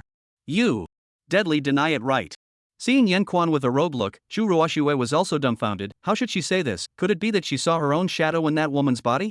That shadow of being abandoned by her beloved and hated bitterly for many years? Forget it, you a negative man is deserved to fall into this situation, and are you me, you are not allowed to leave me again, know it, if there is a next time. I really don't know what I will do out. Chu Ruoxue leaned down and said softly into Yan Xuan's ear. Feeling the fragrant spit, Yan Quan could only glance over his head. Got it? Actually, I know that it was Auntie who let you go, but the moment I watched you run away, I really became particularly terrified. Only after reacting did I realize that I almost became reckless and lost my original self. Auntie used to say that I can't make any mistakes in the kung fu I cultivate, or else I will easily have a mutation in my Dao heart and lose my emotions and self. I'm really scared. Why can't you stay with me all the time? You leave every time when I need you the most, but appear again and again when I'm desperate. I just want to be with you, senior brother. Chu Ruoxue put away the ropes on the body of Yanquan, and before Yanquan could get up, he held him in a dead embrace, and kept talking, and soon fell asleep. Chu Ruoxue, are you asleep? It seems to be that the pressure in the last few days was indeed too much, running around, and family missions, identity hold made her exhausted? Or is it that? Speech right now, although the cultivation is lost, but still can see Chu Ruoxue's overflowing mana fluctuation, very unstable. I'm afraid that the problem with the gongfu she was talking about is indeed very serious. Why is this necessary? No matter how happy, there is an end to the day. Shouldn't we try to pursue eternity, to see how high this sky is, and how far this road can go in the end? Yan Quan sighed. He is now being dead pestered, really can't move, so he just put up a bad position and let Chu Ruoxue hug and rub against him. Hiss. Still the same as before. Before his own comfort, when she got into trouble and was punished, he let her hug and cry, originally thought of comforting her. As a result, she instead got into trouble more and more frequently. He doubted if Chu Ruoxue was intentional. Either that or just degenerate, is it? Yan Quan thought inwardly, how many years of bitter cultivation, unscrupulous accumulation, are gone, to start over, in the end there is no chance, also are unknown. Recalling the first half of his life, he simply could not touch Chu Ruoxue at this level of fairy. Even the people who are willing to help him are few and far between. When he was moving forward in the mud, no one cared at all, and when he was completely enamored with cultivation, he instead ran into so many people who were willing to pay for him. How is it possible? He had once heard that the heavenly Tao would arrange everything, especially for those who might pose a threat to it, and would infinitely block him on his way forward. When you are ordinary, it will make you sink deep into the mire if you can get out of the ordinary and achieve one or two things. It will make you indulge in love if you can still move forward and threaten it. It will throw you into the abyss. I really still don't want to give up. Speech power muttered. 21 being imprisoned doesn't feel so bad? So, what did you and your sister do last night? Xu Ningning propped up her head, frowning her pretty eyebrows, and said to Yanquan, who was eating a snack. It must be that kind of thing. Well, colorful wolf. Little children are fine, don't talk nonsense. This morning when I ran into your sister, why don't you ask her to go? Are you afraid that she will say you? Yanquan, eating snacks, carelessly returned. I don't care what you guys did, as long as my sister is happy. Xu Ningning beamed. Yanquan smiled faintly and ignored it, but Chu Ruoxue's mood did change for the better after she got up today. Not only did she not keep herself tied up, but also let herself be able to move around in the room as she pleased, probably because she was obedient yesterday? But because Chu Ruoxue had imposed some sort of prohibition, Yanquan could not get out of this room after all. Is this what it feels like to be imprisoned? If it's just like this, it doesn't look too bad? This dim sum is indeed good. Did you bring the things I asked you to bring? Yanquan asked as he ate the high-class dim sum inside Chu Ruoxue's room. Of course, although I only snuck a few glances, I can still draw it from memory. Xu Ningning said, taking a map out from her own small storage bag. Although the advance party didn't go deeper, they've already recorded the general layout of the secret realm. This is top secret. I slipped into the main room earlier to take a look twice before I was kicked out by my sister and the others. We must impress them when the time comes. Xu Ningning said, her eyes filled with determination, her cute and innocent little face covered with passion and seriousness against the odds. Sure. Yanquan said perfunctorily, while taking the map in Xu Ningning's hand. I wondered what this little nymph would think when she realized that she was using her. Yanquan also thought about whether he would go too far, but now was not the time to think so much on his own. When you make a break, you make a break. If you don't break, you make a mess. Just the initial exploration is as vast as the terrain. This secret realm seems to be not simple now.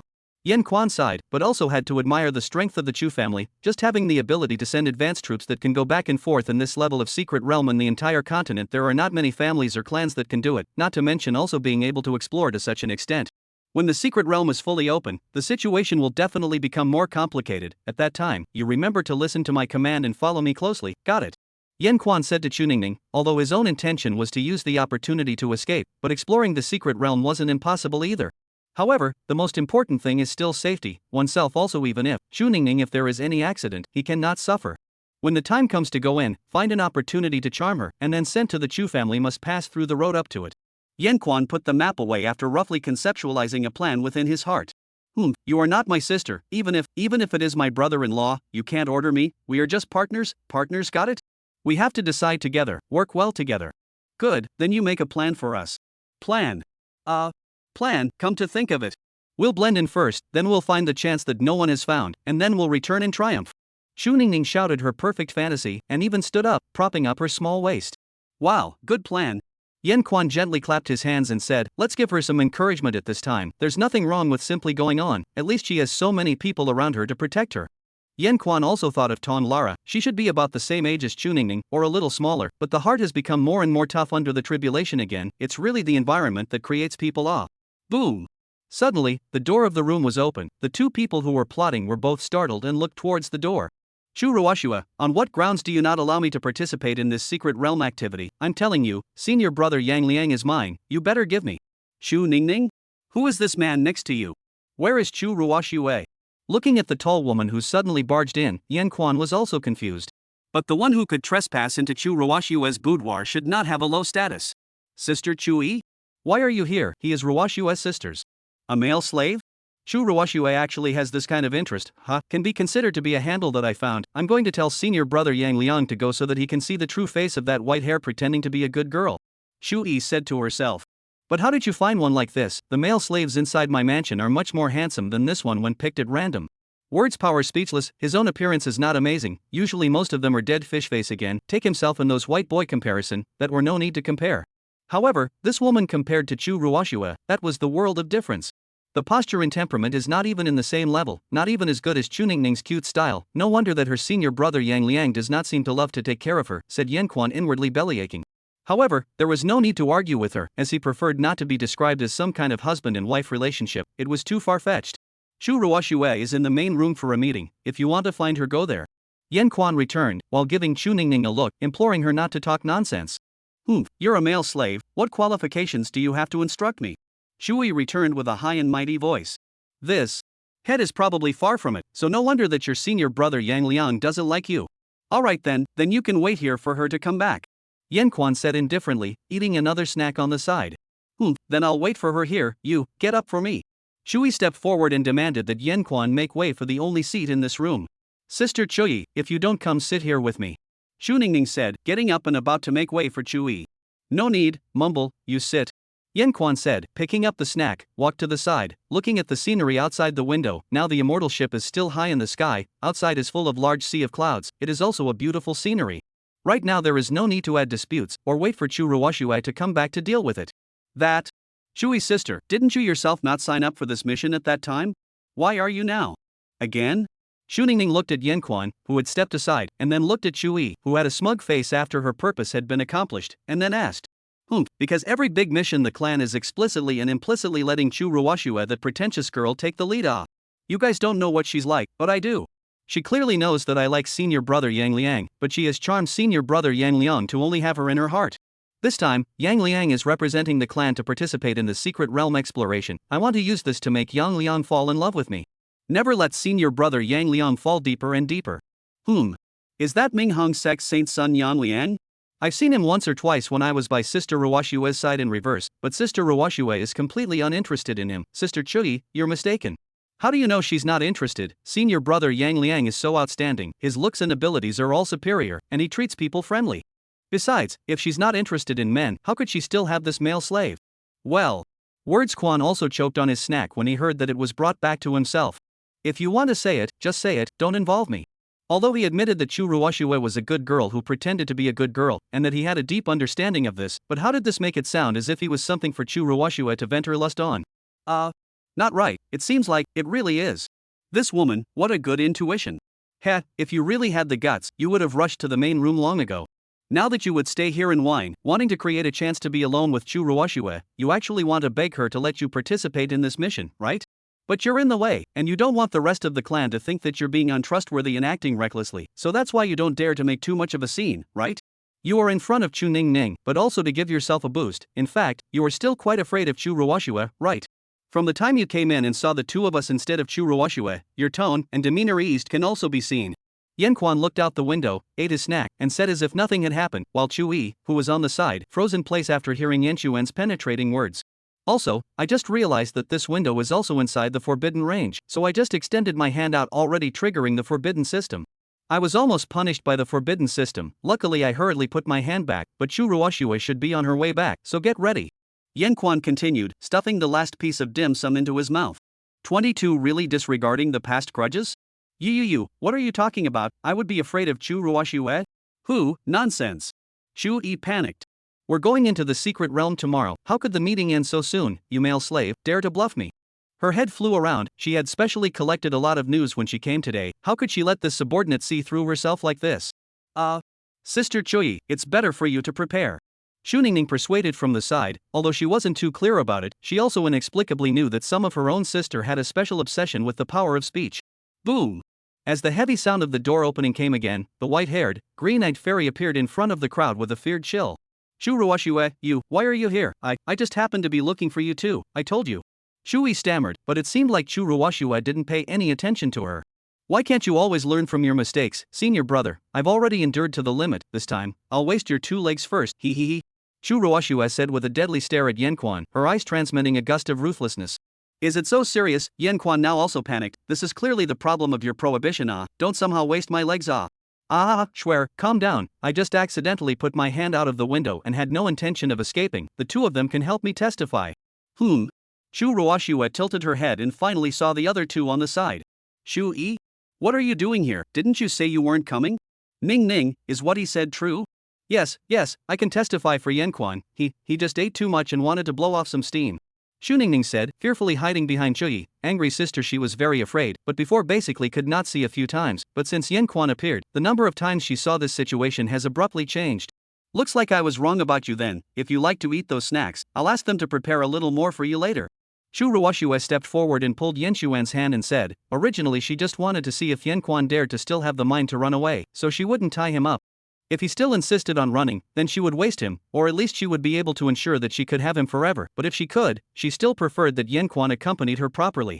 If such a small expectation wasn't enough to fulfill her, there was nothing she could do about it by any means necessary. Hey!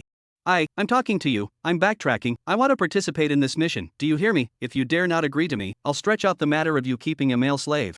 Shui on the side looking at the eyes are to pull silk. Chu Ruoshue put her completely ignored after is also on the head up. Male slaves.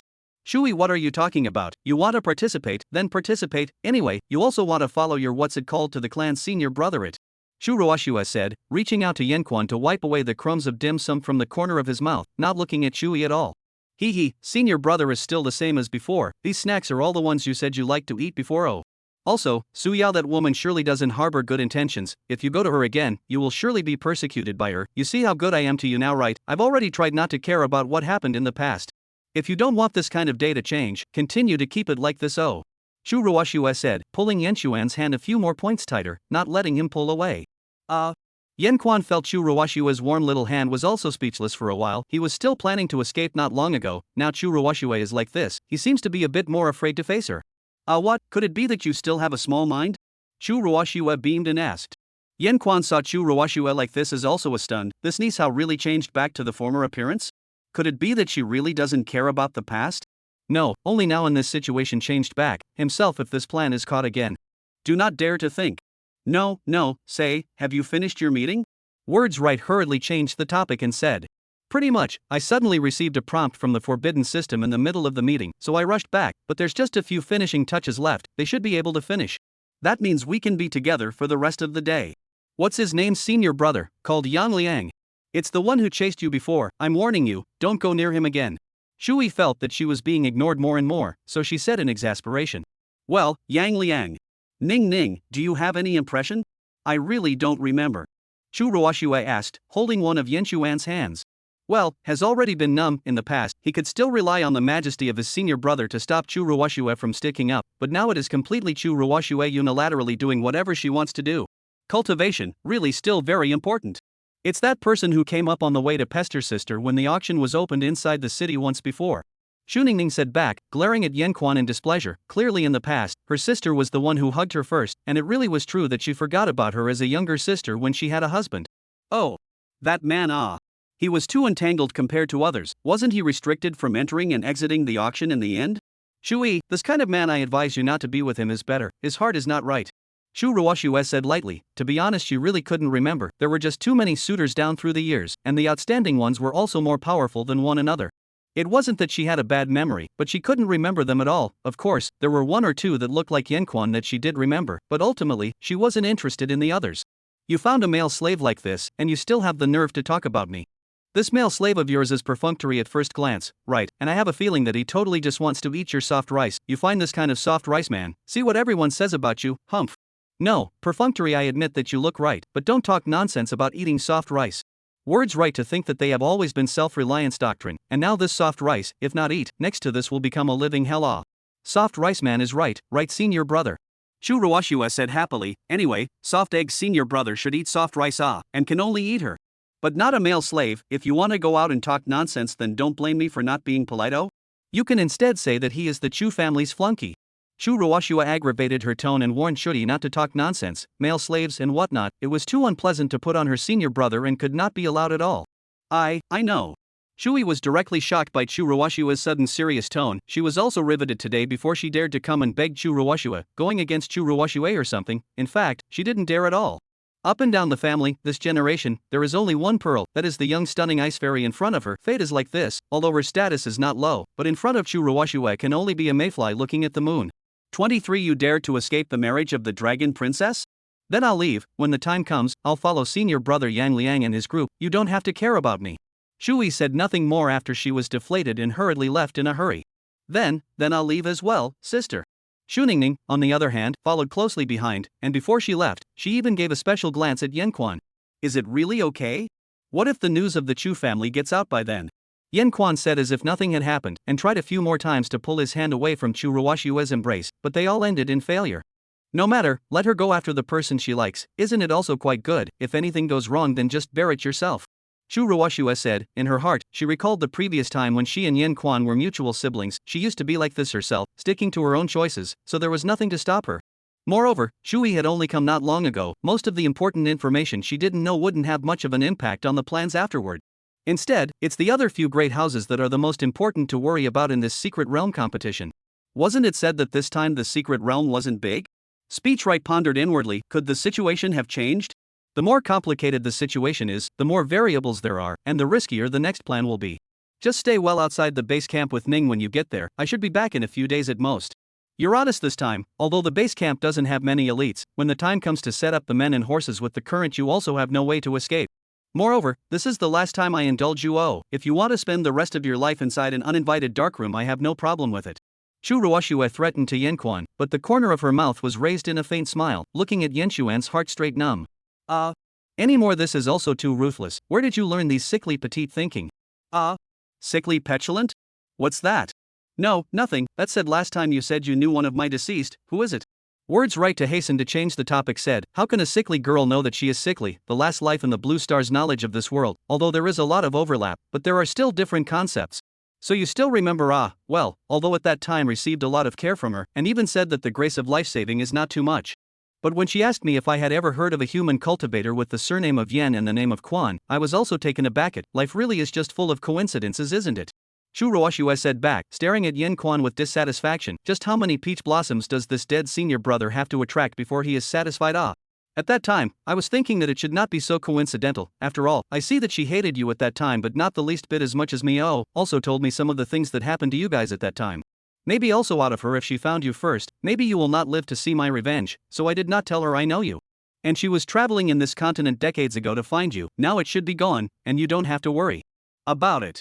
Chu Ruoshua felt that this was good. At least there wouldn't be anyone to grab it from her anymore. Wait a minute, you say half a day. Also do not say who she is, in case the search is really not me. Just and I have the same name? I shouldn't have too many enemies either, probably? Speech power returned, but inwardly a few familiar figures flashed through. That's also true. After all, the Dragon Clan is not something that normal people can come into contact with, and according to the time she said, you were only a Yuaning stage cultivator at that time. But in that case it's for the best. If I meet again in the future, I'll be able to properly repay little lure her. Chu Ruoshua said, nodding happily as if she felt that it might really be a misunderstanding. Lure? Wait, a dragon race, with the word Lu in its name, still looking for itself? Yanquan inwardly sifted quickly, and it turned out that there was really only one dragon Kaila to satisfy. That can really be a don't wanna die Lord before he just wanted to borrow her 7-colored dragon pearl for a while. The result somehow made it necessary to get married with her to be able to do so he pretended to be kidnapped by the Spirit Shrimp clan to escape from the wedding. On that day, he had not yet escaped from the Mo High Sea area when he heard the news that the Spirit Shrimp clan was destroyed by the Dragon clan. And I also heard that the Dragon Emperor was present at the wedding, and as a result, he couldn't find the groom for half a day, and the Dragon Emperor was furious.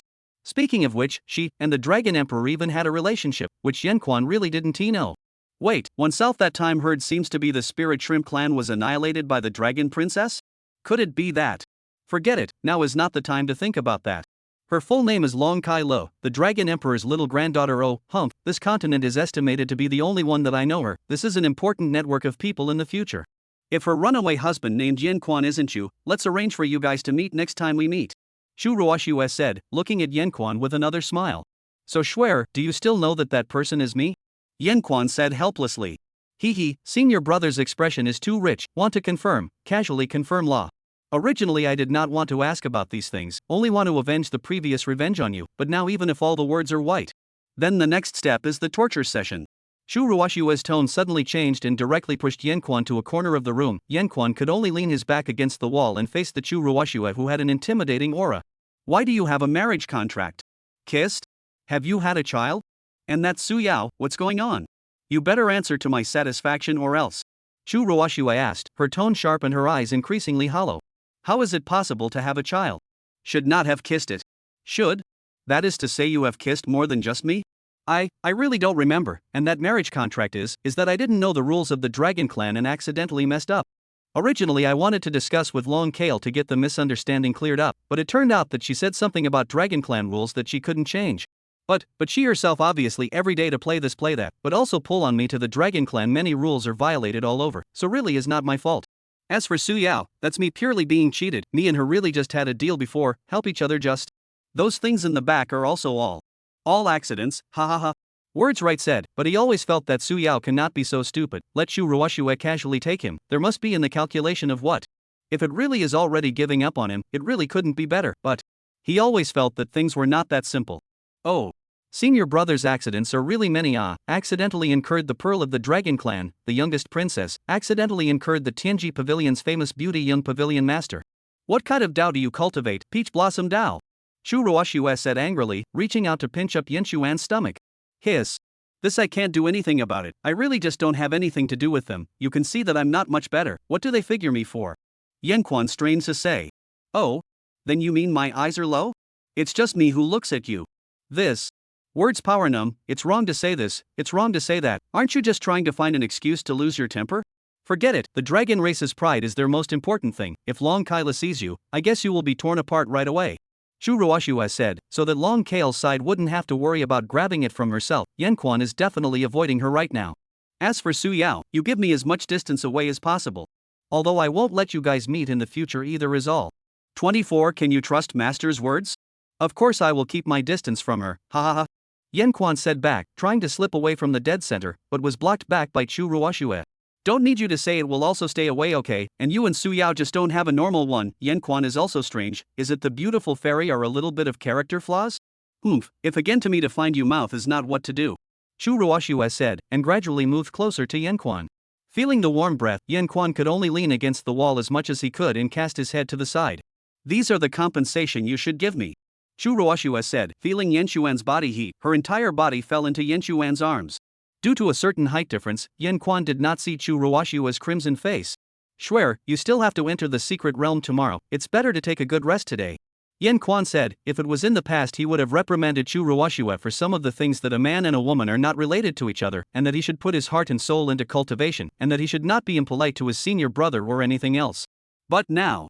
Rest? Does senior brother not have any thoughts about me at all? Could it be that I really can't compare to Su Yao? Shu Ruoxue asked softly, hugging a few more points tighter. What thoughts? Yanquan was greatly confused. What exactly was this niece thinking? How could he lay his hands on her in this situation? Besides, he didn't dare to lay his hands on her, but now it seems as if she has thoughts about herself. In the end, which step went wrong? Is this something a senior sibling should do?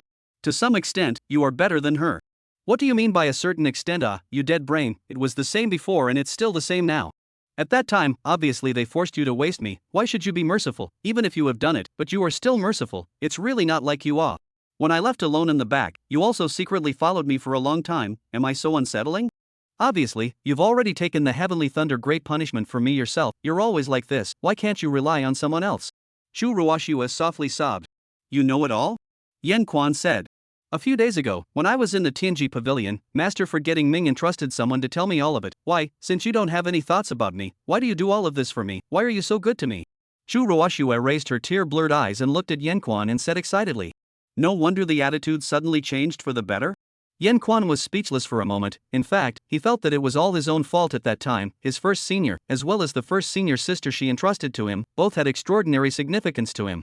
But both of them he had failed to protect, just like the ones he couldn't protect before. He wasn't qualified to rely on others. He could only keep getting stronger and moving forward to be right. All these years down the line, he was getting more and more accustomed to hateful killings, and more frowned upon the connection between people. It's really nothing, because you are my first senior sister, because I made a promise, because I promised to watch you become stronger down the line. Speech power side. But you're right, I couldn't let go of those and didn't choose to be on your side in the end, so it doesn't matter if you want to hate me. What do you mean it doesn't matter? What if I had accidentally killed you last time? If I did something irreparable before, do you want me to feel guilty for the rest of my life? You're the same way with Master, and you're the same way with me. You only think about feeling good in your own heart, and those that only you can see and experience never talk to me. So, that's why I still hate you, that's why I won't let you go even if I know all of this, that's why you're going to stay with me for the rest of your life. I absolutely won't let you go. Shu Ruoshua shouted as tears continued to flow from her eyes. I don't deserve you to be like this. Besides, isn't your current life good? As long as you are safe and sound now, I don't think I have broken my promise to my master. As for me, I'm already an invalid, paying the price for my own obsession, but I'm not going to give up. Yan Quan looked at Shu Ruoshua's tearful eyes and said, I don't care. You are not allowed to leave me again. If you have to go, take me with you. Asshole senior brother. Shu Ruoshua cried out, deftly clutching the corner of Yan Xuan's coat. Alright, aren't I not leaving now? Yan Quan didn't know what to say for a moment and could only casually comfort. In his opinion, he would never be the one to walk on the same path as this little sister. Then you promise me that you won't leave in the future either. This. I can't promise you. In the end I still regard you as my senior sister, so. Yan Quan was saying, suddenly saw Shu Ruoshua's face become gloomy. Tears also gradually stopped. Realizing that something was wrong, he then hurriedly stopped his mouth. Swear? Then it would be good to lock you up until the idea changes. So senior brother, I did this for a reason. Oh, it was you who forced me. Shu Ruoshua said with the corners of her mouth slightly upwards, her eyes empty. How can this make sense? Forcing isn't a little bit not good. Not good? As long as you're mine it's fine. In the past you were the senior brother and I couldn't beat you, so I've always restrained myself. Now you still want me to restrain and let you play with my heart at will? How can that be, senior brother? I've been holding back for a long time. Looking at the more and more out of place Shu Ruoshua, Yan Quan felt bad, so he quickly moved to the side again, intending to escape from one side. Swear, calm down, we are still considered senior siblings, right? One day senior siblings, lifelong senior siblings. Senior, yes, think about senior, she definitely doesn't want to see us like this. What are you talking about? In the beginning it was Master Zun who promised to let you marry me before I agreed to worship her as a master. As a result, at that time, you got caught up in the matter of the marriage with another clan, and after dealing with this matter, she never mentioned the matter of promising me. Yan Quan was caught in Shu Ruoshua's death grip and couldn't escape, so he could only accept the reality, but he was still taken aback when he heard this. That old woman. Why don't she just turn to being a matchmaker? After so many years of worshipping her master, she had signed no less than double digits of marriage documents. If she had many disciples, it would be fine, but the only one who had a good hand was Yan Guan. So wait until he became a master teacher. He cared about the idea of disciples more. That master teacher, don't you know yet? There's no lightness. She mentions a lot of things off the top of her head. Words power hurriedly changed his words. And the ones that came up to join the marriage at that time, in fact, they were all the ones that I helped you to get rid of, even if she used me to do these things at that time, so be it, now I just need to get back what should have belonged to me. Shu Ruoshua gas road, pull up the words right collar, tiptoe, and kissed up. 25 Mysterious Immortal Golem. Well, you definitely did something to your sister again yesterday. Looking at the lifeless speech right in front of her, Xu Ningning propped up her head and asked. Kids don't mind your own business. Yan Quan still faintly returned. Wasn't it just being pressed and kissed for several quarters of an hour? Fortunately, in the end, Shu Ruoshua was tired of crying and quickly became sleepy, otherwise she really didn't know what would continue to happen. I've already said that I'm not a child anymore. I mean, sister's eyes are red this morning. Was she bullied by you again? Humph. Xu Ningning frowned her pretty eyebrows and said in dissatisfaction. I can say this first, although I'm working with you this time, it doesn't mean I'll be on your side. If you really dare to bully elder sister and I find out, be careful of me, I'll beat you up. Really, sister's kind of heavenly fairy, you don't even know how to cherish it. I bully your sister? You, forget it, can't understand talking to a kid like you. Words right pressure fundamentally do not want to explain, every day by Chu Ruoshua this way to engage, even if the heart of the Tao is extraordinary, but now the body plate is also a foundation level, I am afraid that sooner or later one day will also fall, at that time their own Tao will really have to be broken.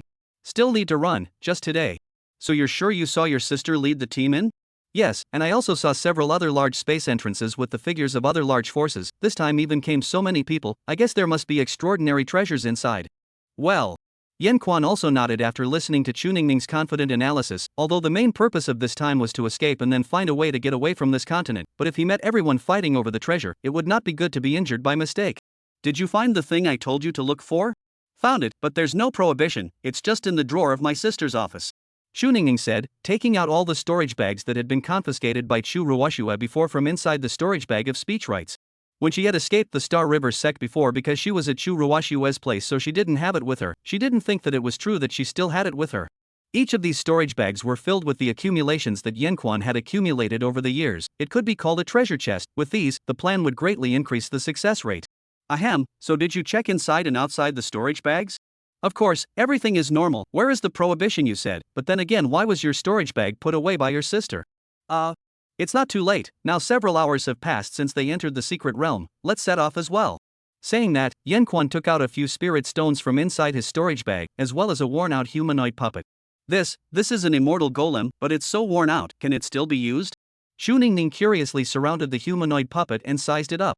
Of course it can be used, this is something I slowly built after years of collecting the finest immortal materials under the sun, though borrowing a little help from a certain ungrateful pavilion master is all. However, it was used by me to block a strike not long ago, and became like this now, but most of the functions are still barely usable. Yan Quan said, fusing the core of the puppet with a few pieces of top-grade spirit stones, and then he activated the immortal golem. The moment the immortal golem was activated, the spiritual pressure on its body instantly burst out, and its tattered appearance began to gradually repair itself. What a strong fluctuation of spiritual energy, this is a Yuaning stage immortal golem. Xu Ningning said in surprise, she herself was only at the Jedan stage. Being compared to an immortal golem made her heart feel bad again. Yan Quan, where did you get this kind of high-level immortal golem? It can only go up to this level? It seems that after receiving a blow from that old thing earlier, it's really not easy to recover as before. Yan Quan didn't pay any attention to Chu Ningning's mutterings, but instead took out a few more imitation-type immortal artifacts from inside his storage pouch, which he had relied on earlier when he traveled the 4 seas. Let's go. From now on my name is Chu Quan, your name is Chu Ningning, the two of us are two siblings from the side sect of the Chu family, remember? Answer my question hey. And are you sure that your imitation Chu family token won't be discovered? We have a specialized method of identification. Xu Ningning watched as Yan Quan prodded the spirit stone a few times and managed to get out 2 identity tokens that were the same as his own, and couldn't help but worry. What's the point of worrying all the time yakking about it? Say it again and you won't be taken there. Yan Quan gently knocked Xu Ningning's head and said. In order to prevent being discovered, he had also prepared a mask for Chu Ningning, and had changed himself into the costume of a Chu family cultivator, directly disguising himself as a dude from the side door of the Chu family. Don't be like this, I'll just listen to you. That's right, let me see, it should be like this. Words Power nodded in satisfaction, then once again urged the spirit stone in his hand, causing the immortal golem to begin to slowly change. How did this immortal golem change to your clothes? Xu Ningning said in surprise. Naturally, Yan Quan remained calm, because this was the immortal golem that he had specifically made to use for self-defense and escape earlier. This valuable immortal golem was able to attach itself to clothes and act as armor. Not only was it convenient to carry in secret, but it could also be faked to make people think that the immortal golem's spiritual energy was that of the wearer. This feature designed before was simply too wise. If you behave better, maybe I'll teach you how to make such a powerful immortal golem.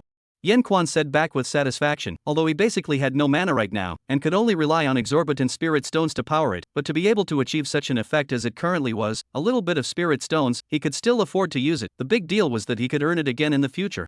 Yan Quan thought inwardly, walked up to the door, raised his hand and waved it. The room's prohibition was instantly and silently disintegrated. Looks like your sister's technique of forbidding hasn't improved much.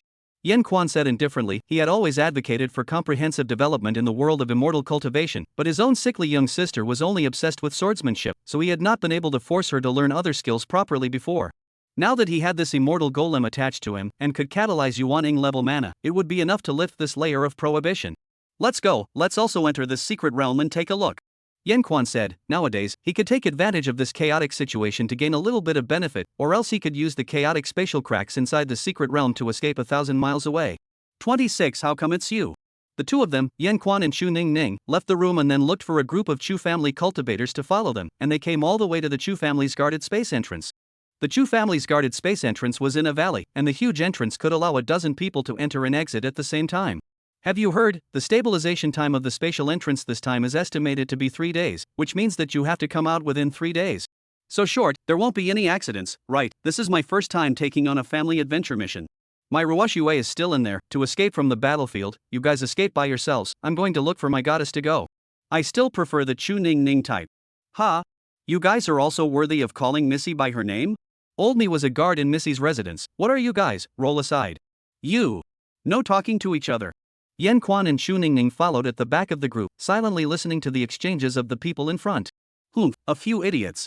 Chu Ning said in dissatisfaction. How could even these few hangers-on be able to enter the secret realm, but not themselves? Yen Quan looked at Chu Ning's squeezed little hand, remembering what he planned to do when he went in. He felt a little sorry for her again. The two of you look a bit familiar. Which sub-door are you from? A few young cultivators who had just been reprimanded backed up to the back of the group and then struck up a conversation with the two of them at Yen Quan. Yeah, girl, you have this mask. I remember we don't have many mask wearers here. Everyone, our siblings just arrived here just in time for the deadline, so we hurried to follow. My name is Chu Quan, also a partial side door. This is my little sister Chu Ning. Her face was burned by spirit fire when she was a child, so she has been wearing a mask. After saying 3 words and taking out his identity token, the few young cultivators were no longer skeptical. In that case, why don't you two team up with us? We intend to just collect some immortal grasses, spirit beasts in the periphery, and just complete the family mission. It won't go deeper, the danger level is very low. Hey! Didn't you two promise me to go to the center together to find Goddess Ruoxue? You want to die, we still have to go together to accompany you to die. Besides, your old father but begged us to take care of you. How can you explain to the human old man if something happens to you? Damn! If I were stronger it would be good. Words right speechless. What the hell is this hot-blooded Sina? But he definitely can't be with these people. It's best to travel alone when the time comes. Oh, I've already been Yuaning, so I plan to go a little deeper with my little sister to get as much as I can. Speech Power arched his hand and said. Yuaning. Big brother, he's even more powerful than you, alas. You're only in the big late stage of Jiadan. Surprisingly so, the 5 of us, it shouldn't matter if we go a little deeper. Well, since brother Quan is a Yuaning, then indeed the 5 of us will not have any major problems going a little deeper then. Yen Quan inwardly had a pang of regret. Had he known that he would have just refused. Doesn't matter, follow a few dangling ones to see what's going on inside first. Soon the crowd arrived at the entrance to the space, and the few high-ranked cultivators on guard verified the identity of the crowd. I didn't think it was really possible. Wow, speech. Elder brother, how did you do it? Don't ask nonsense in public. Yen Quan casually replied back, leading Chu Ning into the space entrance. After a moment of vertigo, the crowd's vision opened up again. They were in an open mountain. Looking far into the past was a large forest and mountain range. Look, it's a large hall. Someone suddenly pointed in the distance and said. Yen Quan also looked in the same direction and only saw a few blurred figures of great halls in the distance. It seems that this secret realm is really extraordinary. There are even ancient secret halls, and the strife of the major powers is probably concentrated there. Speechwright calmly analyzed, but the people beside him were unsettled. Hurry up and go, big brother. The closer we get to the great hall, the richer the resources must be, and the goddess must be there as well. That frivolous cultivator shouted, and all the people around them scattered towards their mission objectives, mostly towards the direction of the grand hall. Because their team wasn't the Chu family's main team, the mission could be chosen by themselves, and they didn't necessarily have to head to the main place to fight for resources for the family. So naturally, Yen Quan wanted to wait for everyone to leave before slowly advancing in the reverse direction towards the grand hall himself, and hurry up and run while he could find a stable spatial rift now. Hey, elder brother, elder sister, shucks, our family's main force must all be there in the grand hall, let's go too. Chu Ning, however, couldn't hold back her urging any longer. Yes, brother Quan, your cultivation is the highest. Right now this squad of 5 of us is all under your command. The middle-aged cultivator at the head of the 3 said. It really just became a 5-man squad? Did you ask for my opinion? The direction of the main hall is crowded with people and it's difficult to compete for resources, so why don't we go in the opposite direction? Although the quality of the resources is lower, there are fewer people and it's enough for us to collect. I also agree, there might even be unexpected forbidden treasures, and there might be a spatial rift or two next to it. Yes, there might be additional forbidden treasures, this fairy said it well. Why are you here? Yen Quan looked at the short-haired female cultivator who suddenly appeared behind the crowd. The short-haired female cultivator had a shapely figure and a voice like a silver bell, and although she wore an odd white mask, the radiant orange hair on top of her head was very dazzling. Wow, I guess underneath the mask must be a beautiful fairy.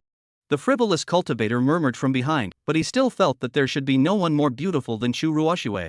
Brother Quan, do you recognize this fairy? The middle-aged cultivator asked. Chu Ningning was also at the side, curiously sizing up the female cultivator that had suddenly appeared in front of him. But none of the people wondered why this female cultivator could appear silently after the crowd. Hello everyone, my name is Yaosu, I'm Chu Quan's fiancé, and I'm the one who joined his family. The female cultivator said nonchalantly, then stood on the side of Yen Quan and took his hand. Ah, you're still wearing the immortal golem I helped you design. Ah, I told you how it suddenly came alive again, huh? What do you want? Don't mess with me, this isn't your Tianji pavilion. Yen Quan whispered. If I want to mess around I would have taken you back a long time ago, right now this pavilion master still feels a little interesting, you better accompany me to pretend it. Su Yao purposely came close to Yen Quan's ear and whispered. Yen Quan this and in the end when is the counting up, the problem is Chu Ningning is still here, how do you want to explain yourself? Cough cough, this is a former friend of mine now, usually there is no lightness, I hope everyone will forgive me, since everyone has no opinion, let's go in reverse together. Yen Quan said, without waiting for Chu Ningning to open her mouth she was led along by Su Yao to go in the opposite direction with her imperial sword. Hey! What the hell is going on here? Dead Yen, dead Chu Quan. Chu Ningning stopped her feet in a hurry, but it didn't help that Yen Quan had already left, so she could only hurry to follow along with the rest of the three. 27 What are you guys messing with her for? Grand Pavilion Master Su, what exactly do you want? Yen Quan said. At this moment, he was walking on a forest path with Su Yao, in this kind of place where fire and water were unknown, blindly flying with a sword might encounter unnecessary trouble. It's not easy for this pavilion master to be in a good mood to play this pretend game with you, you don't want to be exposed and spoil my fun. Su Yao said, although he couldn't see her face, but Yen Quan could think of the cunning and playfulness that covered her stunningly beautiful face at the moment. Hey! Dead Chu Quan, what the hell is going on here? And you woman, spread your hands for me. Chu Ningning, who had followed up, exasperatedly said, while the three people behind them also slowly followed up, they had more or less harvested a bit of spirit herbs and the like along the way. Why should I let go, right, are you that little disciple from that day? Su Yao asked indifferently, her hand still pulling Yen Quan forward. Yasu, stop it, she's not, also, why do you keep holding my hand, it's not like I'm planning to run away. Yen Quan said back, jerking hard a few times before spreading his hand away. You actually dare to stop holding my hand because of a woman? Su Yao suddenly stopped, her tone cold. Let's put it this way, I'll give you another chance, you probably don't know how much patience I have. Su Yao said coldly, sticking her white tender hand out again. Hey, big brother, this seems a bit off right, why do I feel a chill? You brat, just too poor in merit, all day long as much as toss some have no. You woman, don't know shame, he already has a Taoist couple, what are you still so entangled? Chu Ningning watched as Yen Quan suddenly froze, so she opened her mouth to help him out. On the other hand, Yen Quan on one side was the most sober one in here, strong people tend to be controlling, Su Yao had a strong desire to control, and was like this about many things. But Yen Quan didn't understand, when did Su Yao's almost pathological controlling desire towards herself start? 3. Su Yao gently counted. 2. Still afraid, Yen Quan put his hand back up. Hey! Chu Quan you philanderer. You're not allowed to be with your sister anymore. Chu Ningning said sharply. Yen Quan on the other hand was numb inside, auntie you think I want to off? If I really piss this woman off, and she moves her hand, not to mention myself, the few of you will probably suffer as well. Watch out. At the very next moment, several strong sword chis suddenly emerged from the dense forest on the side and came straight at the crowd. Yen Quan reacted quickly and hurriedly tried to pick up Chu Ningning, who was in the throes of anger, but was pulled by Su Yao's death grip. Thus, Yen Quan could only use his other hand to pick up Chu Ningning's waist, and together with Su Yao, he instantly moved into the sky to avoid the attack. As for the three Chu family cultivators, it wasn't that easy, the three of them couldn't react and could only make moves to resist. Other than the one with the highest cultivation among the three, the remaining two were injured and flew out. Are you two alright? Who is it? Daring to attack a Chu family cultivator. The middle-aged cultivator with the highest cultivation shouted towards where the attack came from. Obviously it's a bunch of losers who only dare to walk in the reverse direction of the main hall, I didn't expect to still have some skills. Only a young voice came from the dense forest, after which several figures flashed out from the dense forest one after another. And these several people were dressed differently, looking like several forces. Han family? Zhao family? And the other clan families, what are you guys up to? Planning to join forces against our Chu family cultivators? The middle-aged Chu family cultivator was experienced and saw the current situation at a glance. Yes, so what? A female cultivator in the same attire next to the leading youth said. There are great treasures in the secret realm this time, so naturally, our forces can't just sit back and watch the strongest Chu clan pocket all of these. Maybe that ice fairy Chu Ruwashue of yours is already in trouble now, huh? You guys? You have to blame yourselves for wanting to be alone. If you had followed your large troop towards the main hall, none of us would have blocked it. It's because the above commanded that only the Chu family cultivators who fall alone can be dealt with at will. Ha ha ha ha ha. The youth at the head of the group laughed out loud. He was holding a few bags of Chu family cultivators' storage bags in one hand. Obviously he had already gotten his hands on them a few times. Thinking that your grandfather is easy to bully, you Han clan scumbag, if you have the ability to come and fight me one-on-one. That flippant Chu clan cultivator got up while wiping away the bloodstains around his mouth. Don't worry, I'll slowly torture you to death after I've first cleaned up this one up there who looks like he's on fire, and toyed with these two shapely girls from your Chu clan. The leader youth said, his eyes viciously looking at Yen Quan above him. Yen Quan had been holding Su Yao in the air since just now while holding Chu Ningning's thin waist. Damn Yen Quan, how much more? How long do you want a hug? Chu Ningning softly chanted, her small face beneath the mask gradually reddening. Was it him who saved me just now? It seems like it feels like deadly Yen Quan is indeed a bit handsome? No, this is brother-in-law. Chu Ningning struggled inwardly, but also did not have the intention to leave Yen Quan for a moment. Pissed off old man, why is it that old man can only come and do these dirty jobs, while you, an early Yuaning stage punk, get to hug people left and right? The leader youth gasped. He looked like he had the appearance of a mid-Yuaning stage, and there were quite a few people within the group who were also early Yuaning stage. So they simply felt that this was a win, because the highest cultivation they thought wordsmith within the 5 people was only at the early Yuaning stage. However, what they didn't know was that in fact, the early Yuaning stage was piled up by external objects, and what they didn't know even more was the strength of the Tianji pavilion master next to them, who was wearing civilian clothes. Today I don't want to go on a killing spree. If you guys retreat within 3 breaths, you will be spared from death. Yen Quan said back. Although he was sure that he could kill all of these people within a few breaths, he really didn't want to waste a wave of spirit stones for these few people.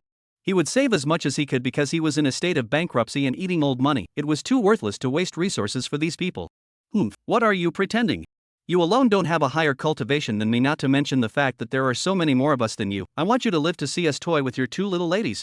The youth in the lead said angrily, and with his hand, he struck out another sword chi that came straight at the 3 of them from Yen Quan. First, not 2, just me. Without waiting for Yen Quan to react, Su Yao at the side casually diffused this attack with a wave of her hand. Secondly, it's not little maiden, he's a member of the family. Su Yao gently said, calmly taking out a ball-shaped magic weapon. Third, your mouth is very unclean, I dislike it very much, so you guys don't even have the value to be toyed with, die. Su Yao condescendingly gently clicked the small ball. The surrounding space then suddenly became turbulent, as if this space became already fragmented. Another space-type magic weapon. Su Yao, this rich woman, a random magic weapon is so fierce. Yen Quan instantly felt that his accumulation for so many years really accumulated a loneliness. What's the situation? The youth in the lead also sensed that something was wrong, but he didn't act rashly at first, while the others with lower cultivation didn't perceive it and wanted to rush forward to lay their hands on the other 3. However, when they took a few steps, the space around themselves began to collapse, and their flesh was instantly swept into pieces by the shattered space. Seeing that the number of people had been reduced by a large portion all of a sudden, the youth in the lead hurriedly shouted to stop the panicked crowd. Nobody move. Fairy, it's us who are confused. I hope that Fairy will leave us a little life. We are willing to hand over all our resources. Oh? How many resources? Su Yao casually asked, while glaring at Yen Quan, who instantly understood and hurriedly lowered his hand holding Chu Ningning. The youth in the lead hurriedly said all the resources that the crowd had and had gotten from looting. After hearing this, Yen Quan also sighed that this was a considerable amount of belongings, worthy of being a son of a great family. Moreover, I see that the fairy is not a member of the Chu family. If we kill us, I'm afraid that it will bring trouble to the fairy. Several high-ranking cultivators from our families are also in this secret realm. The leader youth said. His tone was much more humble than at the beginning, a look of greed and fear of death. Yen Quan felt a little pity for him, because if Yen Quan himself had made a move, he probably would have really taken the things and left, and it really didn't have much to do with himself anyway. But for Su Yao, these things of theirs might not be as valuable as a magic weapon she doesn't even want to use, and she dislikes people threatening her the most. Finished? Then die. Su Yao casually said, lightly spinning the small ball. The space around the remaining few people instantly collapsed. A few clicks later, there was only a little bit of blood left on the ground. The 3 Chu clan cultivators who were planning to go to war next to her, as well as Chu Ningning who hadn't reacted yet, were all dumbfounded up at this moment as well. So what are you guys messing with her for? Seeing these people in this miserable state, Yen Quan could only secretly sigh that he was lucky that he hadn't just torn his face off with this bad rich woman. 28 Unexpected encounter. Big brother, I want to go home. The Chu family's frivolous cultivator who saw all this trembled. In a few moments the few robbers that were alive and well just a moment ago had just instantly evaporated, and while the few Chu family cultivators were shocked, their opinion of Su Yao rose to a level of awe. Luckily we followed the right person. The middle-aged cultivator sighed. What, aching for those resources? Su Yao spoke to speech power. He. Hurry up and lead the way if you want to go to the dragon's lair. After being poked in his heart, Yan Quan wasn't very surprised, only that he didn't want to pretend with Su Yao anymore. Obviously, the two people who currently seemed to know the most inside this secret realm were already here, and Su Yao doing this was tantamount to putting pressure on Yan Quan so that he wouldn't dare to play tricks. To say that it's the exclusive doll I'm looking at, just by looking at that information from the heavenly pavilion and combining it with my own reasoning, I'm able to come up with an accurate judgment. Su Yao laughed softly, pulling Yan Quan into her side again. Now that that's clear, let's go. When it's over, let's go back to the Su family of the Tianji continent and start preparing for the wedding, and we can still slaughter those old guys at that time. Yan Quan naturally knew who those old guys she was talking about, but Su Yao had to bring herself along every time she took advantage of those old guys, so over time wouldn't that group of old guys look at it as him trying to cut their leaks? And these juniors, do you still want to bring them? Su Yao casually said, she doesn't care about the death or life of these Chu family juniors, Chu Ruoshuet, and he grabbed the right to speak, making her look unhappy. Although she also intentionally let Chu Ruoshuet take away the speech right first, and then deduced the optimal plan to stand guard here. But she was very diabolical of her own things being possessed by someone else. Since I promised them to explore together, naturally I can't just leave it behind. Well, I never imagined that you turned out to be such a promise keeper. Su Yao said meaningfully. It's not safe here right now, so take them with you, and just go back and send them to the Chu family teleportation port when the time comes. If you had kept your promise and stayed by my side, how would you have suffered this great disaster? In the end, you've always thought about your own cultivation, and you've never really liked me. If you know all about my feelings, then why are you being like this now? Yan Quan asked in disbelief. Because what I want can only be held in my hands. Wasn't it you who taught me these truths? Wasn't it you who brought me out of my mechanical life, who taught me to take charge of my own destiny? And then abandoning me like the wind, don't you think that's outrageous? Words power wanted to speak, but could only silently follow behind Su Yao. The other four obviously looked like they hadn't slowed down, and could only follow the two in front not far behind. Although I never understood my emotions towards you before either. That's why that day when you were right in front of me, I also chose to let you go with my own hands, because I wanted to see what I was really thinking deep down. After you left, I never found a new doll. Why were all of them so boring except for you? So I became more and more torn inside until I became bitter later and regretted letting you go.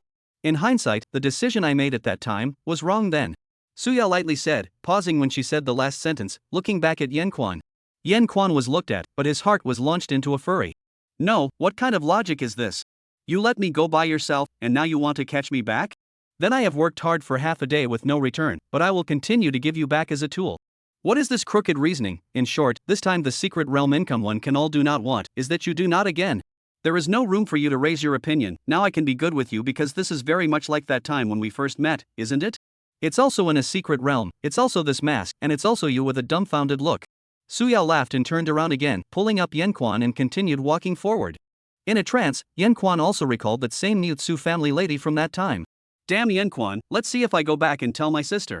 Xu Ningning looked at the scene in front of her and could only be secretly angry as she slowly followed behind.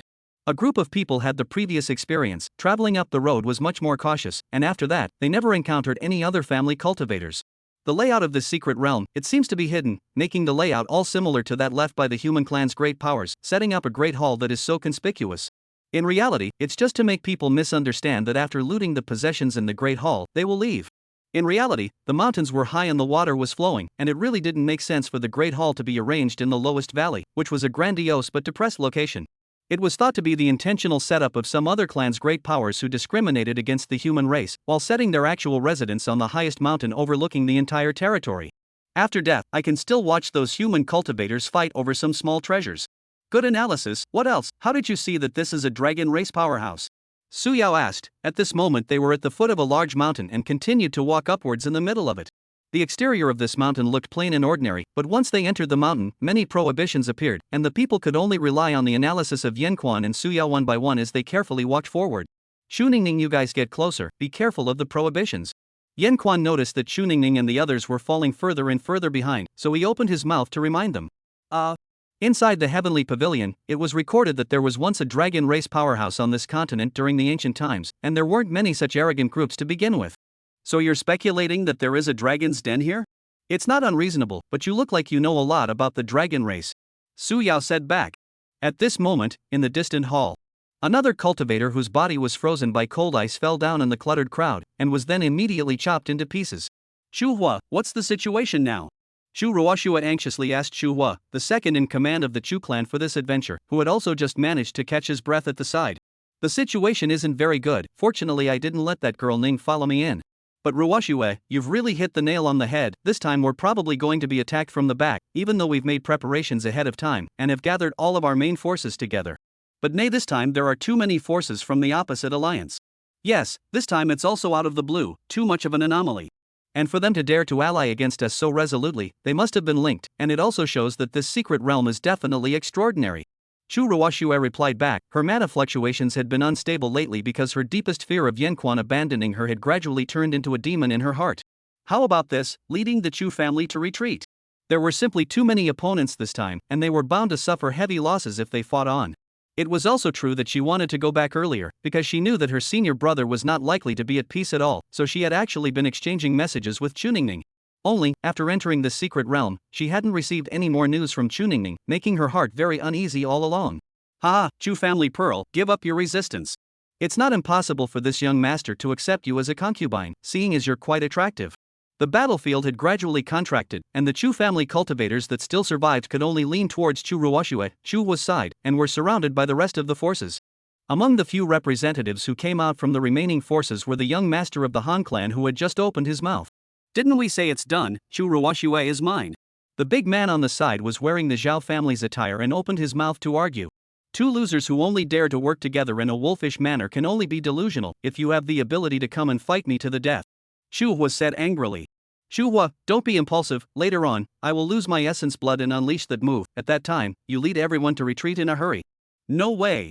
Your breath has been unstable in the last few days. If you unleash that move again and something happens, how can I explain it to father, to the family lords?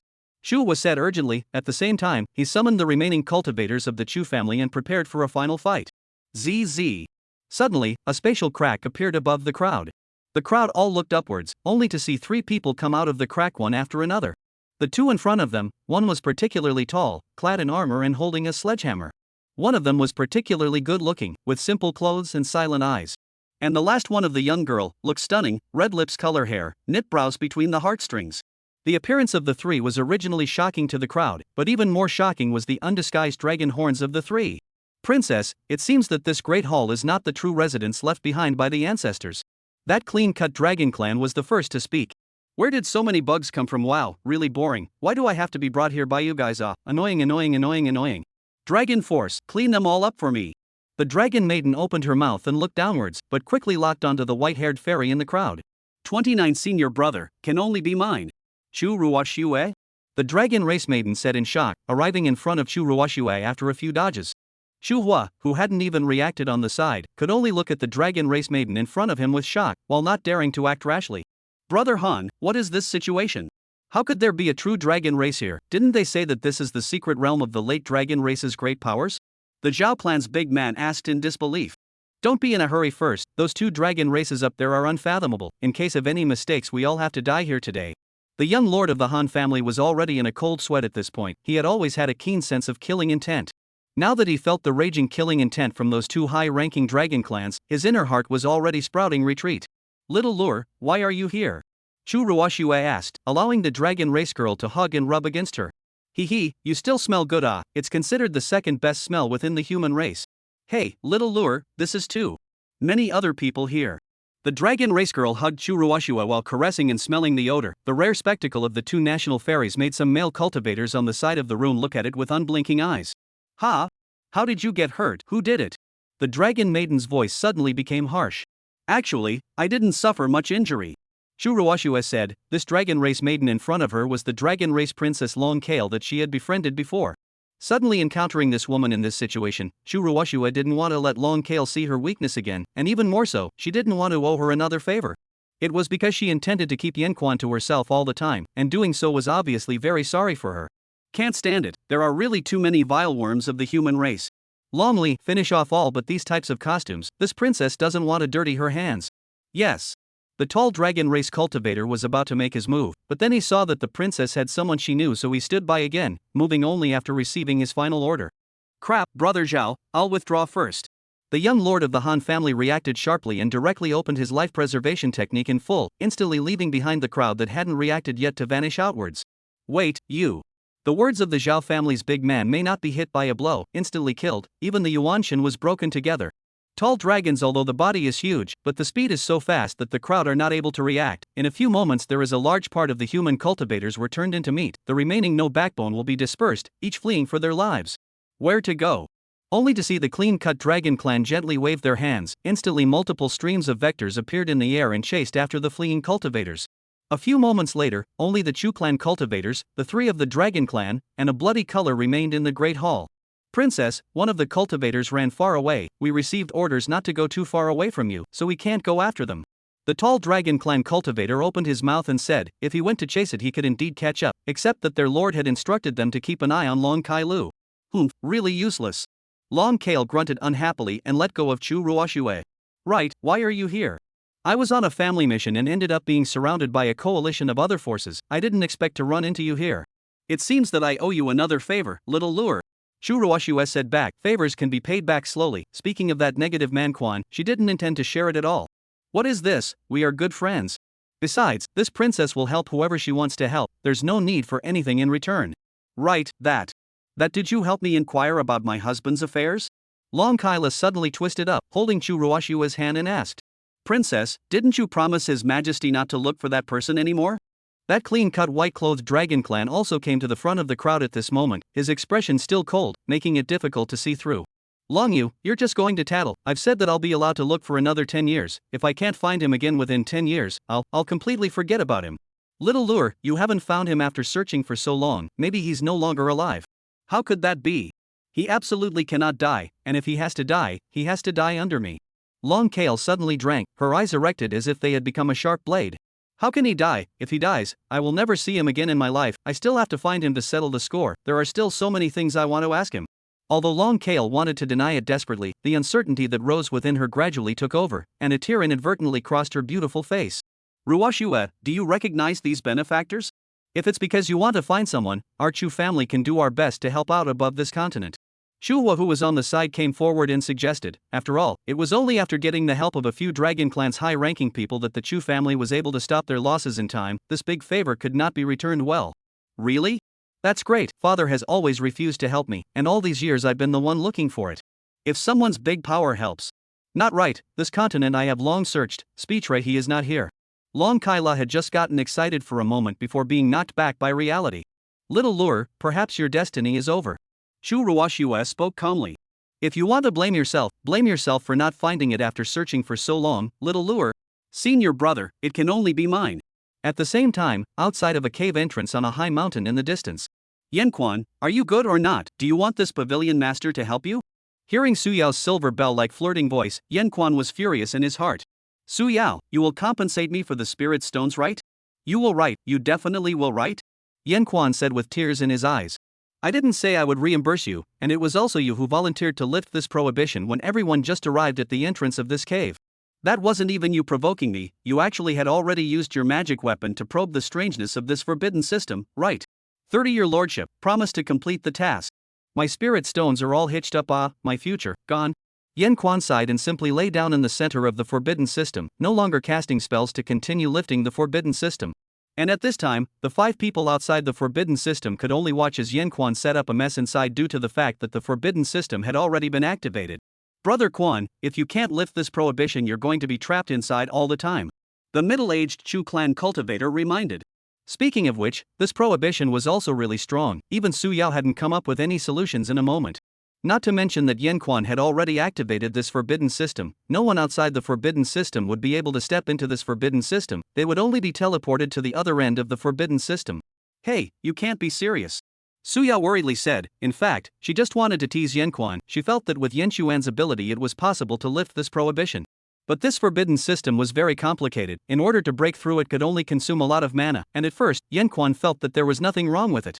However, just after starting not a moment ago, the prohibition suddenly started to go out of control. For Yin Quan, who used spirit stones to convert into mana to drive the immortal golem to lift the prohibition, he could only convert a large amount of spirit stones to forcefully control the prohibition.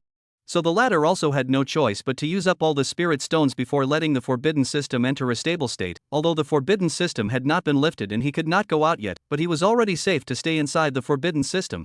Hee, if you don't go out, you don't go out. Anyway, I'm broke now, and I'll have to go out and get caught back for you.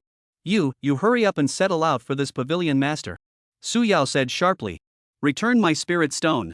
Ha! Still dare to make conditions with this pavilion master? You really are tired of living. Return my spirit stone and then promise to let me go. Ha! Let you go? What a joke. Do you really think I don't count that white-haired senior sister of yours? You wait, when I find a way to come in, I'll make you look good. Heh, whatever. Speech right returned breathlessly. Hey, Zhu Quan, can you hear me? Stop it, hurry up and come out. I'll give you all the spirit stones I've saved. Shu Ningning said worriedly. Really? Ning, it's still you who's the best to me, and you're such a cute-looking person with such a kind heart. Yan Quan got up in place and said. Right, how many spirit stones do you have? Well, about 500 upper-class spirit stones. Then I'd better die in here. You go back to your sister. There are also those 3 Chu family cultivators over there. You also return the same way together and hurry back to the Chu family base camp. Yan Quan said with a lost voice. A few quarters of an hour had already passed. He wanted to see how long this blonde badass woman could drag it out with him. Hearing that Yan Quan was praising other women in front of him, but also favoring such a bad tone towards himself, Su Yao was so angry that her chest rose and fell, the curves of her beautiful body faintly emerging. Come out within 10 minutes, 300,000 top-grade spirit stones. Su Yao said, so angry that her voice was shaking a little. Lord Pavilion Master, guarantee to complete the task. Yan Quan instantly upright himself. He would only lose a little more than 10,000 spirit stones. Now isn't this earning hemp? The crowd saw as if resurrected from the dead like speech right is also a burst of speechless. The next to see him a meal operation is very smooth to have stabilized the prohibition to lift. Reporting to the Pavilion Master, the mission is complete. Yan Quan said hurriedly after lifting the prohibition, fearing that Su Yao would backtrack. Looking at Yan Quan changing his face into a respectful look, Su Yao had a feeling of anger in her heart. She couldn't wait to push him down right now and stomp on him fiercely to take out her anger like before. If you want spirit stones, go to the front and open the way for this Pavilion Master. Yes. Speech power directly turned into a personal butler under the temptation of great benefits. In fact, he has always been like this. We are all cultivators. Are the interests of the first well? Good talk about the interests of the cow as a horse, why not? Have to engage in what imprisonment possession of what? Churuwashue, this kind of sickly girl is really too terrible, and Su Yao if the control is not strong then actually still quite good to talk. What's more, in his current situation, he must not let go of any opportunity to earn spirit stones. Pavilion Master this way. Pavilion Master be careful. Pavilion Master this front may be a bit of a problem, I'll go and take a look first. A group of people entered the pitch-black cave, while Yan Quan walked at the front, turning up the brightness of the immortal golem clothes, illuminating the path ahead for the crowd. Well. Performance is good, add 500. Su Yao looked at such a speech right the more she looked at it, the more she felt like a good puppy, and an inexplicable emotion surged up again inside her heart. This kind of emotion she had before, but it was too strange, so strange that she had denied it until she let Yan Quan escape. But now she was sure in her heart that she just loved the obedient wordsmith. Really so cute that she wanted to lock him up and keep him for herself. Even if he cried and begged herself, there was no way she would let him go. Su Yao let the darkness within her gradually extend. Without realizing it, she reached out and held Yan Quan's hand in a death grip. Pavilion Master? Pavilion Master. We're here. Su Yao came back to her senses only to realize that they had already walked in front of a giant door and that the space of the surrounding cave had become very large. Oh. Su Yao said back, letting go of Yan Quan. Yan Quan on the other hand looked at the red marks on his wrist and secretly ate pain up. This rich woman looks like a small one, how come her strength is so big? Forget it, his own 300,500 is still in her place, can't turn his face. Wow. Big brother, are we making a big fortune? This look is a treasure hole. Don't talk, it's good that we can just take something back, other good things are still given to a few benefactors. Words right, let's take the stuff and hurry back, I'm a bit worried about my sister and the others. While the crowd was still discussing, Chu Ningning suddenly moved closer to Yan Quan and whispered. Yan Quan said back, he was also a little worried about Chu Ruoshuez, but now that he went like this he probably couldn't help. And if he gets caught again? Why are you wincing? This door looks like a recognizable door, so I guess I'll have to use a little bit of thievery. Su Yao opened her mouth, implying that Yan Quan used those forgery techniques of his. What thievish means, it's clearly skill. Yan Quan inwardly slandered, but he couldn't be bothered with the spirit stones. You guys get out of the way, the commotion might be a bit loud later.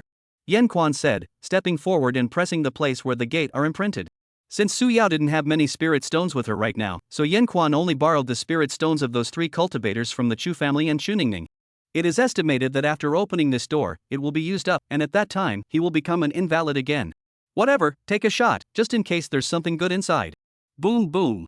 As the door began to tremble and became more and more violent, a crack gradually opened in the door. What a strong dragon chi! Yan Quan sighed. As the door gradually opened, a strong dragon chi instantly rushed out from the door and gushed out directly towards the outside of the cave. It just ran out. Words Quan looked at the immortal golem that had completely faded away, and could only accept the fact that he had become a weakling again. Hurry up and go, that dragon chi just now was too significant, maybe there will be others leaning over later as well. Su Yao said, and Yan Quan took the lead to walk in, followed by the rest of the people following along. After a quarter of an hour passed, a familiar crack appeared at the gate, and then Long Kale's group appeared. Princess, it seems that someone is still one step ahead of us. The Lord commanded that we must return with that thing of our predecessor. Little lure, what the hell is this?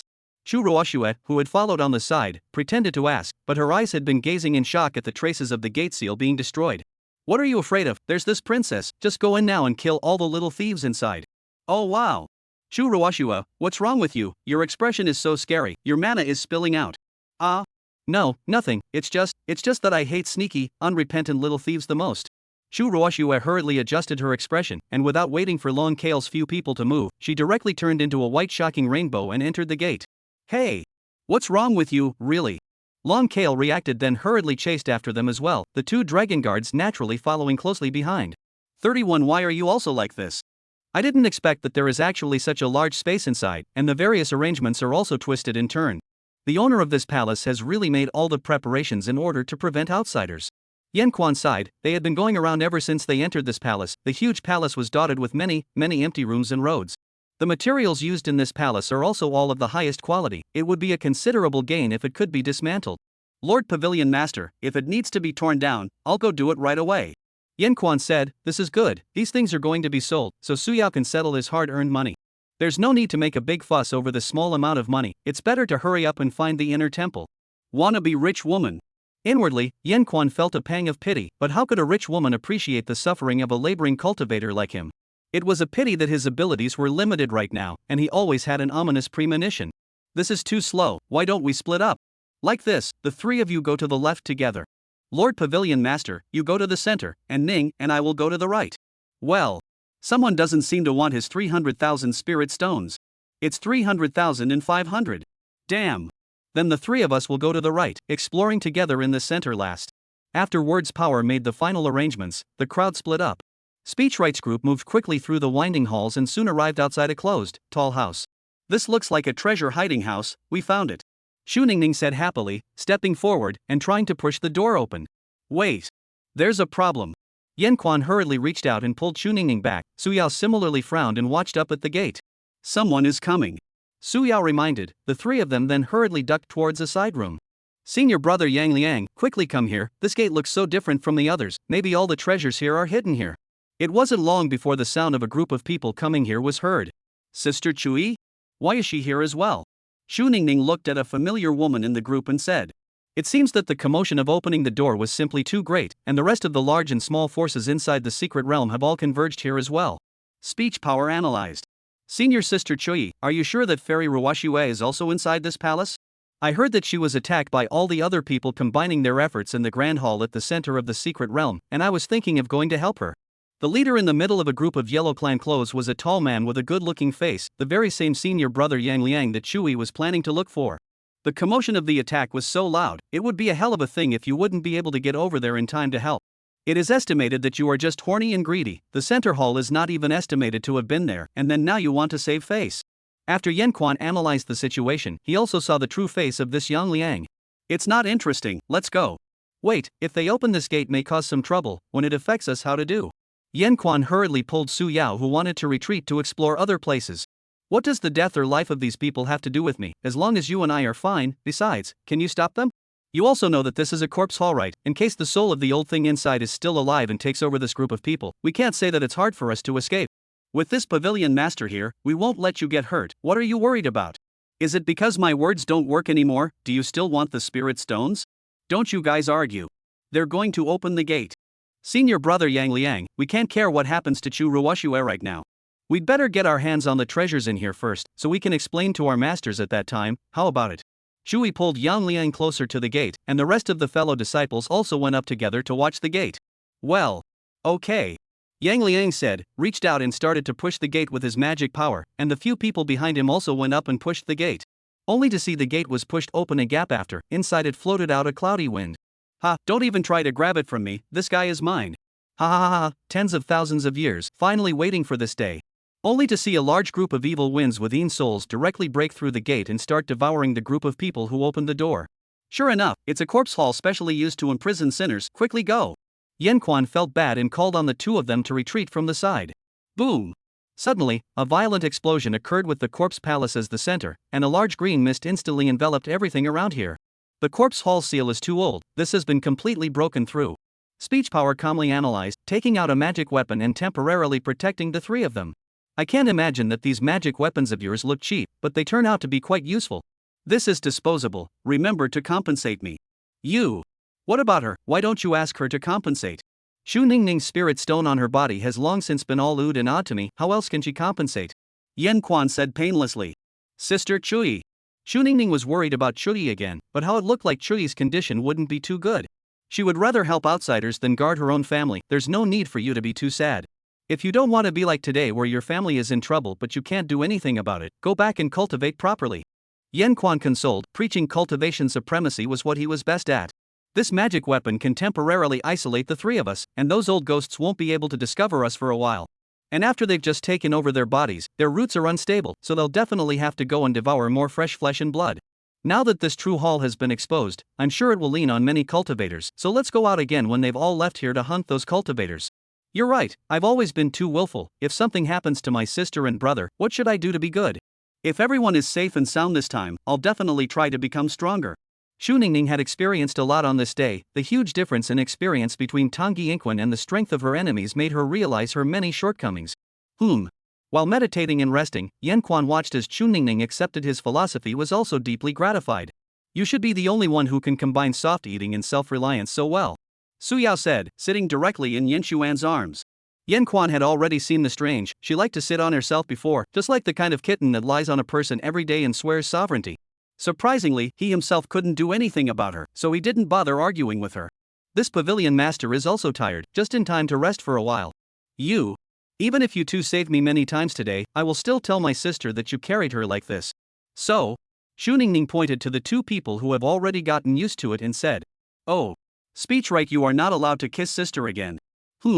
Su Yao originally didn't take Shu Ningning's gibberish seriously, but when she heard Shu Ningning's last paragraph, the little bit of good mood she still had just now instantly cleared. You guys kissed? That's betrayal, right? I really underestimated Chu Ruoshua, thought it was some kind of ice clear and jade clean saintess, but it turns out it's just a cheating cat that likes to mess around with a married man. Words Quan directly entered the state of pretending to be dead. This situation is indescribable, he has understood. Su Yao hold that fake marriage obviously didn't work out, but also keep making it seem like he was already hers. The main thing was that no matter what he said, the few of them basically wouldn't listen, so he simply stopped talking and quietly waited for the storm to end. Hey, speak to me. You bastard, what gives you the right to bully me? Does this pavilion master not let you get on your nerves so much? Obviously I have conceded so much, why can't you take the initiative? Obviously it's all because you caused me to be like this. Bastard, asshole. Ah. Looking at the sobbing Su Yao, Shu Ningning also panicked.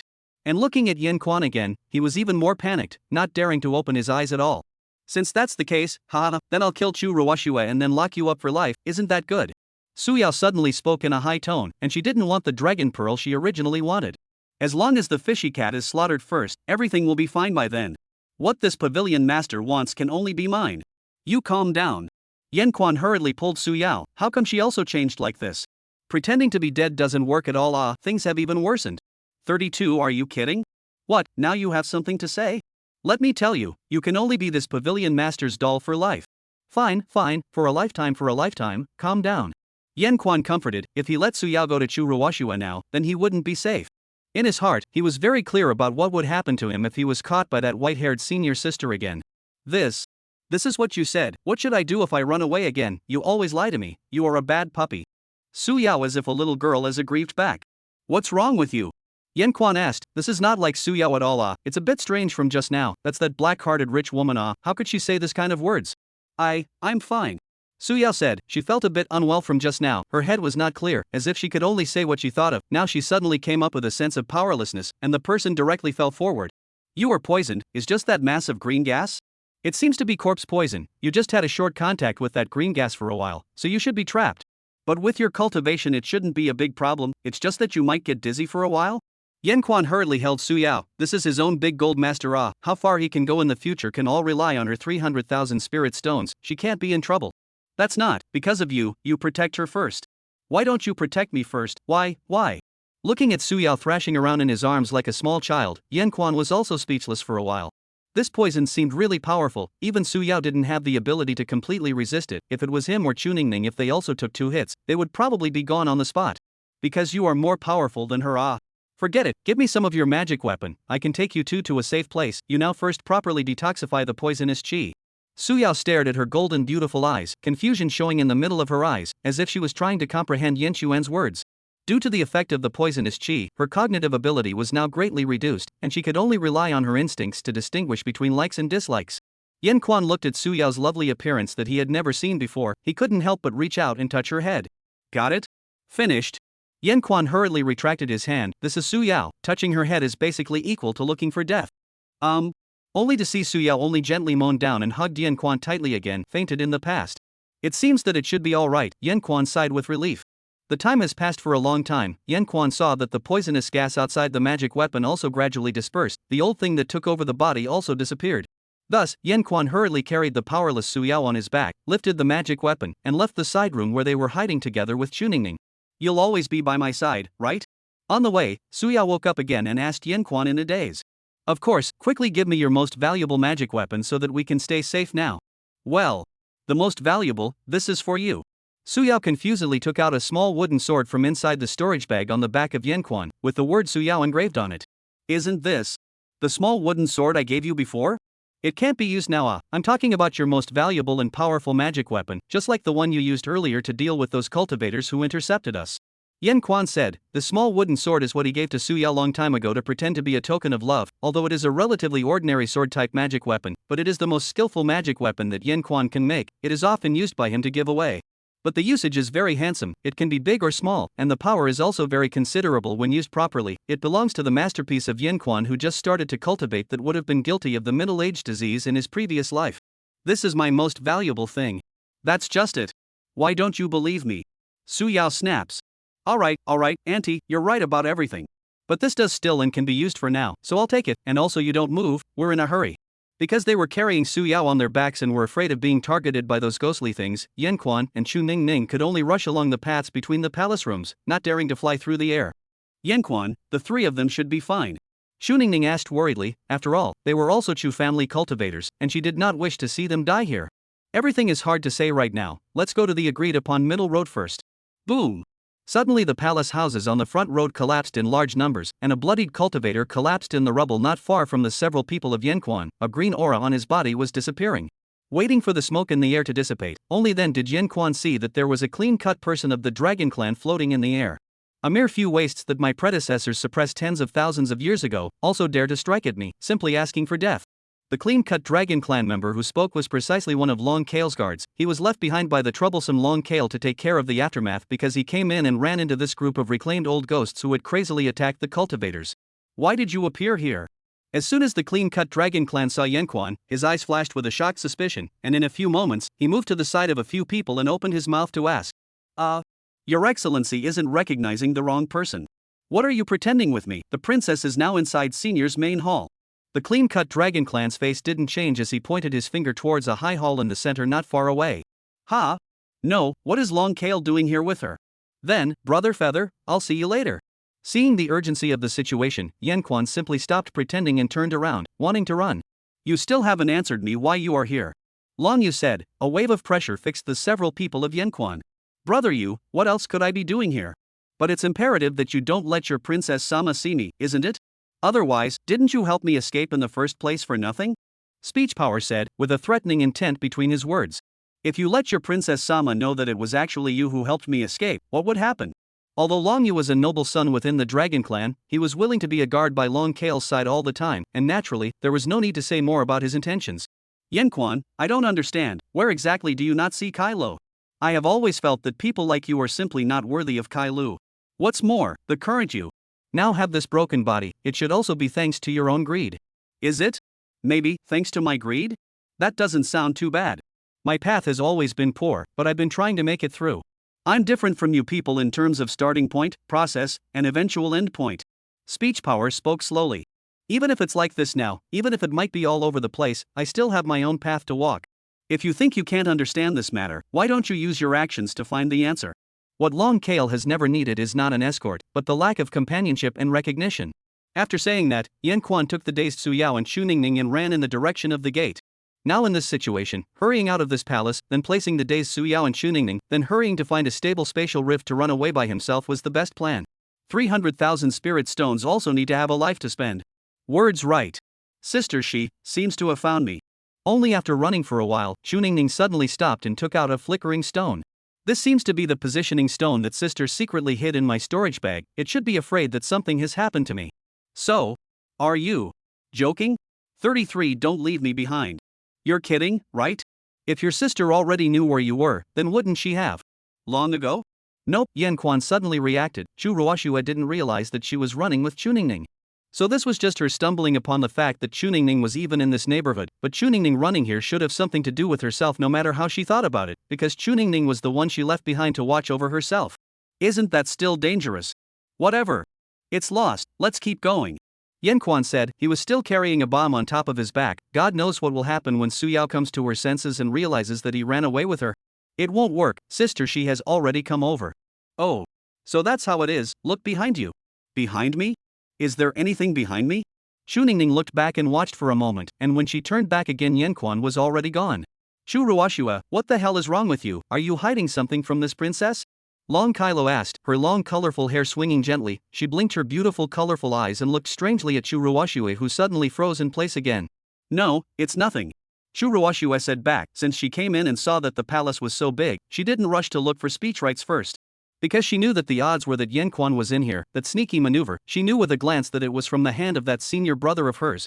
The coexistence that she had once had made her imprint her heart on the line and movement that Yan Quan had been doing long ago, and it was even more memorable after the person her heart had longed for had become an enemy. However, because Long Kale was still here, she didn't dare to act rashly, or else she would really need another person to rob with her at that time. So behind her, she followed Long Kale to the central main hall, looking for what Long Kale wanted. It's just that I just remembered that there's a little sister inside the family, and I'm rather relieved, so I located her position. Chu Ruoxue said, her tone low, her eyes glossy and gray. What nothing, you definitely have something. Long Kale went forward and touched Chu Ruoxue's forehead, wanting to see if she was physically uncomfortable. Little lure. Seeing that Long Kale was so concerned about herself, Chu Ruoxue's heart was a little bad instead. If you have anything to worry about, just leave first, here this princess is fine by herself. Long Kale saw at a glance that Chu Ruoxue had something she wanted to leave, but she didn't know what it was. Well, then I'll leave first. Chu Ruoxue said, although in her heart she felt sorry for Long Kale, but she knew that now was not the time to dwell on it. So she immediately followed by seeking Chu Ningning's localization and petrified into a white rainbow light and left this place. It wasn't long before Princess Colored Hair also followed her out. Princess, no. Miss Chu is traveling in such a hurry, this is to go. Long Li, who was guarding the doorway, saw Long Kale come out and hurriedly went forward and said, no, think about it, how could the senior's dragon coffin be so easy to find? But the person who can break the predecessor's prohibition all the way to open this place is somewhat capable. Forget it, this princess will first follow up to see what exactly is going on with Chu Ruoxue, making me really curious. You and Long Yu continue to look for it, and by the way, take care of those remaining evils. Yes. A white light fell, and the white-haired fairy appeared beside the crouching and crying Chu Ningning. Chu Ruoxue's beautiful eyes moved slightly, and after ascertaining that Yan Quan was not present, she could only gently touch the girl in front of her who had been played with by Yan Quan. Don't cry, I knew that you definitely couldn't look at him. Chu Ruoxue gently pinched Chu Ningning's small face and said, sister, I'm sorry, I can't do anything right. Also lost the speech power look, I'm so useless. Don't cry, let's go, let's find him together. But I don't want to drag you down anymore, you and brother have always protected me, and I'm so. I used to, also like you no, I used to be much worse than you at. Sister, how can? Yes if you don't believe me, you can ask him when we get him back. Because at that time, we have plenty of time to ask him. Chu Ruoxue said, but her eyes were empty, and her tone was becoming increasingly devoid of emotion. Xu Ningning looked at the abnormal Chu Ruoxue and directly froze in place. Sister, what's wrong with you? Well, I didn't expect the time for the secret realm to close to be earlier. Yan Quan analyzed as he looked at a small spatial crack in front of him. Xu Ningning had Chu Ruoxue and naturally did not need to be worrying about it, and now should be worried about the question of whether or not he could see the light in the second half of his own life. So he made a snap decision to leave Xu Ningning behind, and hurriedly ran away by himself with Su Yao, who was currently no threat. Originally, he had planned to exit the palace, but as a result, on the way, he suddenly noticed that a spatial crack had unexpectedly appeared inside a small room off to the side. Only when the secret realm closes will more and more spatial cracks appear, and by the time it closes completely the secret realm will fall back into the spatial tunnel that belongs to him. But counting by time, the spatial cracks at this time should still be quite stable. Yan Quan analyzed. He placed Su Yao on a grass mat on the side and stared at the rift for several quarters of an hour, already hesitating. There was no way for him to judge the safety of this crack right now. If he encountered the worst case scenario, he himself would probably be lost if he went in. What's more, this rich blonde woman couldn't just ignore it. Speech right. Don't leave me behind. Su Yao forced her eyes open and muttered with tears in her eyes. She had been half asleep, half awake, and now that she was a little more awake she saw that Yan Quan had put her aside and was thinking to a spatial crack. The uneasiness in her heart was instantly magnified infinitely, and she uncomfortably propped up her body and wanted to go to Yan Quan's side. Yan Quan also noticed Su Yao's strange appearance, also cried and laughed. I told you to be fine, not to stay properly in your Tianji pavilion, and ran here to block me. Now you've become like this. Alas, forget it, it's not easy to see you look like this. These are all the most expensive medicines I have left. I originally wanted to keep them for myself. Now seeing you like this, how can I dare to leave you behind? When you are well, I will immediately utilize this spatial rift to run. As he said that, Yan Quan supported Su Yao and fed a few pills into her mouth. Well, Su Yao quietly accepted Yan Quan's feeding, her hands uneasily grasping Yan Quan's clothes. Don't go, Su Yao said, selling her grip on Yan Quan, and with one hand, she removed her mask, revealing her stunningly beautiful face that was slightly reddened at the moment. It looks like the disease is not light. It's me who underestimated this poison, but those medicines should be able to work. Words right or as always analyzed. Chu Ruoxue, Su Yao, long kale, this kind of grade of fairy he really saw every day before, really already have a very strong resistance to beauty. I said not to go. I'll go later. Don't leave me behind. What do you want? Looking at Su Yao's face getting closer and closer, Yan Quan panicked. Hey, Yan Quan wanted to run, but Su Yao's strength suddenly grew again, and in the very next moment, Yan Xuan's mouth was plastered by a hot little mouth. 34 absolutely, won't let you escape. With a warm touch and the unique sweet scent of a young girl gradually taking over all the senses, Yan Quan had completely given up resisting. On the contrary, Su Yao looked like she had discovered some unheard of world, holding onto Yan Quan for a long time and refusing to let go. In the end you. Every time Su Yao separated just for a moment and stuck up again, to say Quan because of the lack of strength, can only be forced to pull to cooperate with her. Enough. Can you calm down? Wait. As time passed, words Quan felt more and more as if he had begun to hallucinate. He saw a huge shadow of light rapidly approaching him.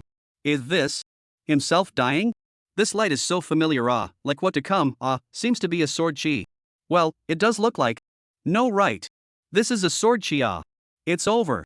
Just as Yan Quan reacted, fortunately Su Yao also stopped for the time being, so Yan Quan hurriedly took the opportunity to pull him along and roll to the side. Boom! As the huge sword chi struck the small room was split in two from where Yan Quan had just been, and a large portion of the houses at the back were also leveled to the ground with it. A huge glacier was left behind where the attack had passed. Amidst a cloud of smoke, Yan Quan climbed out of the rubble with great difficulty, while Su Yao fell into unconsciousness underneath him once again. Phew, how did this black-hearted rich woman become like this? It seems that this poison is really a little bit powerful. I should have known that. I would have taken some and saved it for future research. Yan Quan said to himself, looked at his body, a few wounds that were bleeding, and after realizing that there was no major harm, he could only look helplessly at the other troublesome person who gradually came out of the large swath of smoke. Escaping again, and stealing. Love, senior brother is really a busy man. If senior brother wanted to do these things, why didn't he call on Schwer? Is Schwer disturbing your elegant pleasure?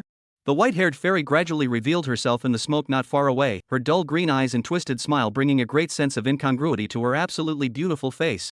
A leaky house, this was the biggest feeling that Yan Quan had right now. Even if he had been caught by Chu Ruoxue, he had even caught her in the act at this time. That sword chi just now was definitely aimed at killing himself, right? Schwer, I really don't want a sword fight with you again. Yan Quan said, lifting up his ordinary immortal sword, an immortal sword that he had carried for the longest time. It was a gray immortal sword that he had been using since he had just stepped into the immortal class, when he was all alone and basically went everywhere with one person and one sword. But since he was promoted to Yuaning, he put it away, and now that he had fallen to this, the only thing still left was his smooth immortal sword. It's very handsome. Oh, the current senior brother, it's almost exactly the same as before. Chu Ruoshua said, and in a few moments she arrived behind him when Yanquan didn't react. She walked up to the former sword and approached the unconscious Su Yao. Can you draw your sword at me for her? Come on, why don't you stab in? Chu Ruoshua said, turning to look at Yanquan who was pointing his sword at him. The grey immortal sword was less than a foot from her chest at the moment. She's just poisoned, none of this has anything to do with her. I said for you to stab over, quickly stab. Chu Ruoshua shouted, tears flowing from her eyes as she slowly stepped up. Seeing that the immortal sword was really going to stab into Chu Ruoshua's chest, Yanquan hurriedly took a few steps back and put away the immortal sword. Your mana is starting to fluctuate again, or else I probably wouldn't have survived that hit just now. Yanquan said back. The blood from the wounds on his body stained a large portion of his tunic red, and he began to feel his body getting heavier as well. Yeah, if you had just died from that hit, maybe I wouldn't be as sad as I am now. Maybe you really can escape everything. Chu Ruoshua still said with tears in her eyes, and Yanquan also realized that there was something in her words and wanted to look back. In the next moment, Chu Ruoshua's white face was colored with a touch of red. But Chu Ruoshua wasn't shocked. Instead, she continued to laugh in a twisted manner. Ha ha ha ha ha ha, senior brother's blood, it's also delicious. Chu Ruoshua licked the blood that spattered from Yanquan's chest at the corner of his mouth and said, ha ha ha ha ha, senior brother's blood, so warm. Ha ha ha ha ha ha. Die, die, die for me. How dare you betray this princess, how dare you privately run away from the wedding and embarrass this princess? Who do you think you are? How dare you do it for a woman? Don't want me. Just don't want me? Have you thought about me? I've missed you all these years. How can this be? How can this be? How can this be acceptable? The dragon's tail stirred, a large amount of blood flowed out of Quan's mouth. Words were hard to speak, his body was penetrated, only a little bit of his consciousness was still alive. Ha ha ha ha, blood, senior brother's blood, ha ha ha. Chu Ruoshua's laughter grew louder and louder, staring maniacally at Yanquan's dimming eyes. Die for me. Betray me, all because you betrayed me. Tears were all over Long Kale's furious pretty face, her body trembling under the immense pain and anger, and the giantized dragon tail that ran through Yanquan's body was slow to retract. Blood. Cough, enough. Speechwright managed to spit out a few words, causing both Chu Ruoshua and Long Kale to freeze for a moment. In the next moment, Yanquan's body was suddenly wrapped in a blood-red decree, and similarly accompanied by the red decree was Su Yao, who was still unconscious next to him. This was the forbidden technique of the demon sect that he had prepared before, and it was also the one that Su Yao had grabbed at that time and wanted to use in the heavenly pavilion.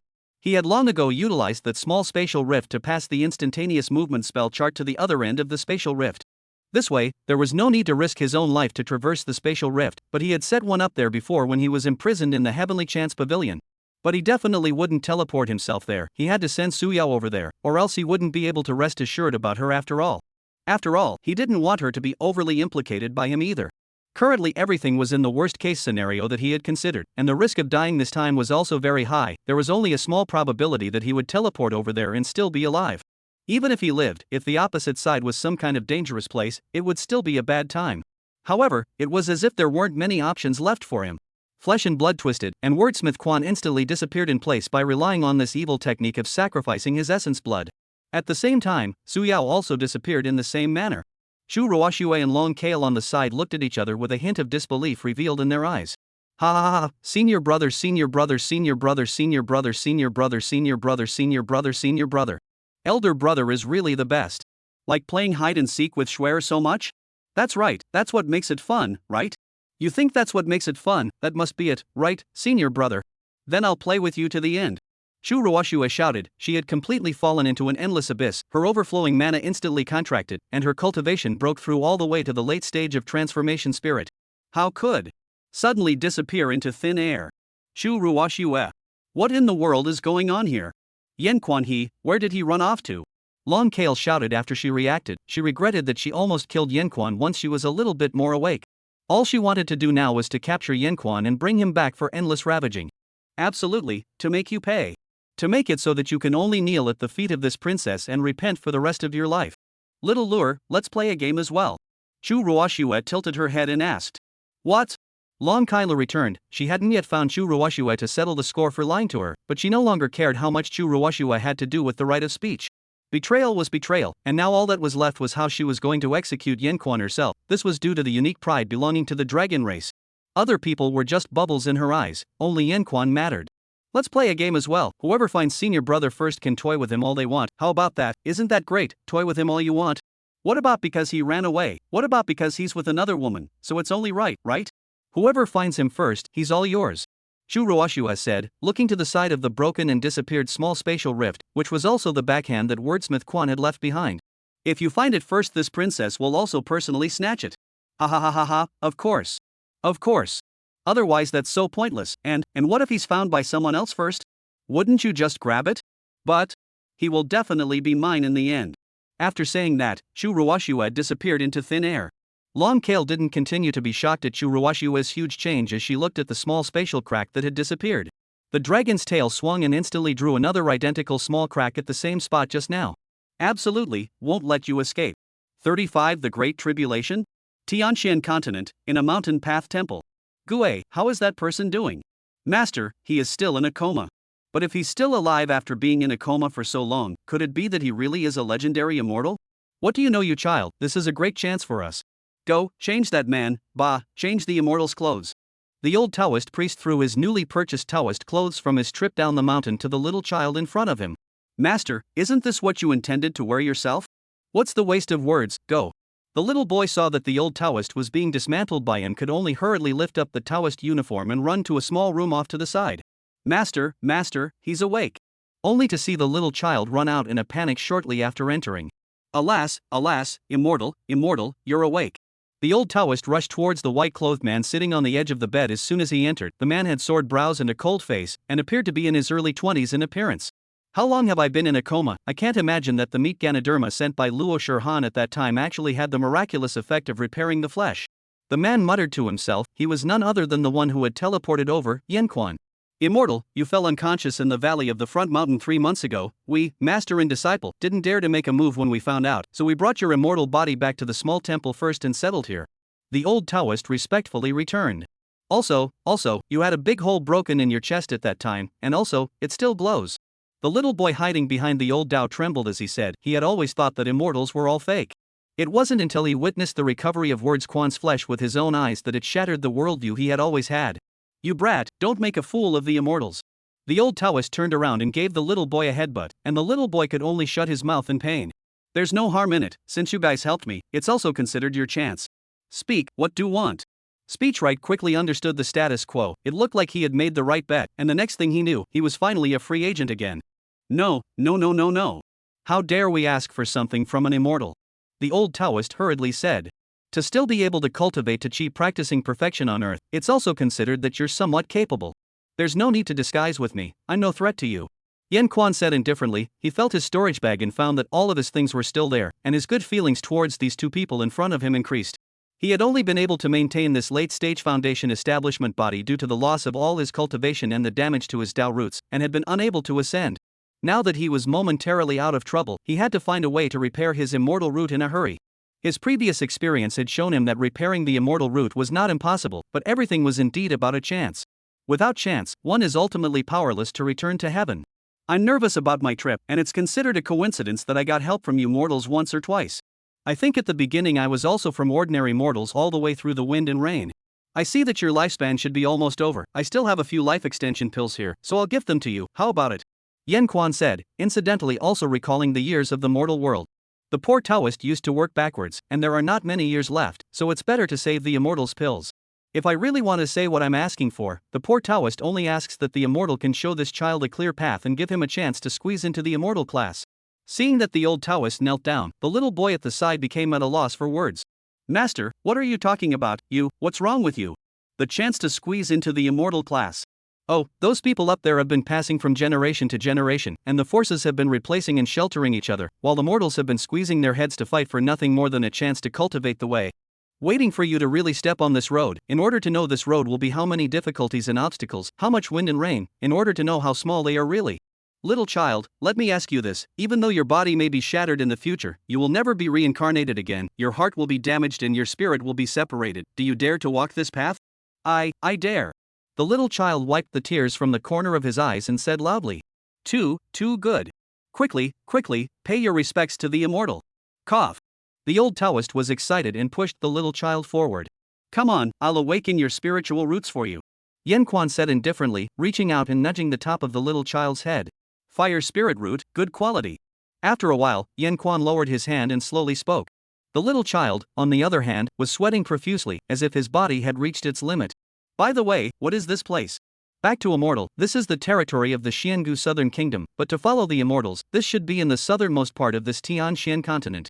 However, the poor Tao has never even stepped out of these surrounding countries in this life, and is not sure if the world outside is true or not. The old Taoist hurriedly stepped forward to support the little boy and said, Tianxian continent, the southernmost part of the continent, he seems to be in this neighborhood. It's just a matter of doing another favor. A little rest for a few days, I am going to leave here. If it is possible, I can help this little child on your behalf to send it to a party of great sex. Maybe my favor is not enough either, but at least it will ensure that he can start as an outer disciple, and then later on it will depend on his own destiny. Immortal's great kindness, I've thanked for Gue. I don't think I have a few years left, so I won't be able to send him far from each other when the time comes. Originally, I have been worried about him, but now I can return to my hometown without worry. Is it because he wants to die in his hometown? Yan Quan inwardly deduced, that's not bad, there's still a place to return to, and where is one's own place to return to? A few days later, Yan Quan set off on his journey with the little child. Although the child is not willing to let go, but the old man heartlessly down without saying goodbye, so the child cried a big cry and then determined to follow the speech right. Yan Quan saw this scene as naturally a great deal of emotion. His previous is not really to neglect emotions? When did he start neglecting his emotions? Can't remember.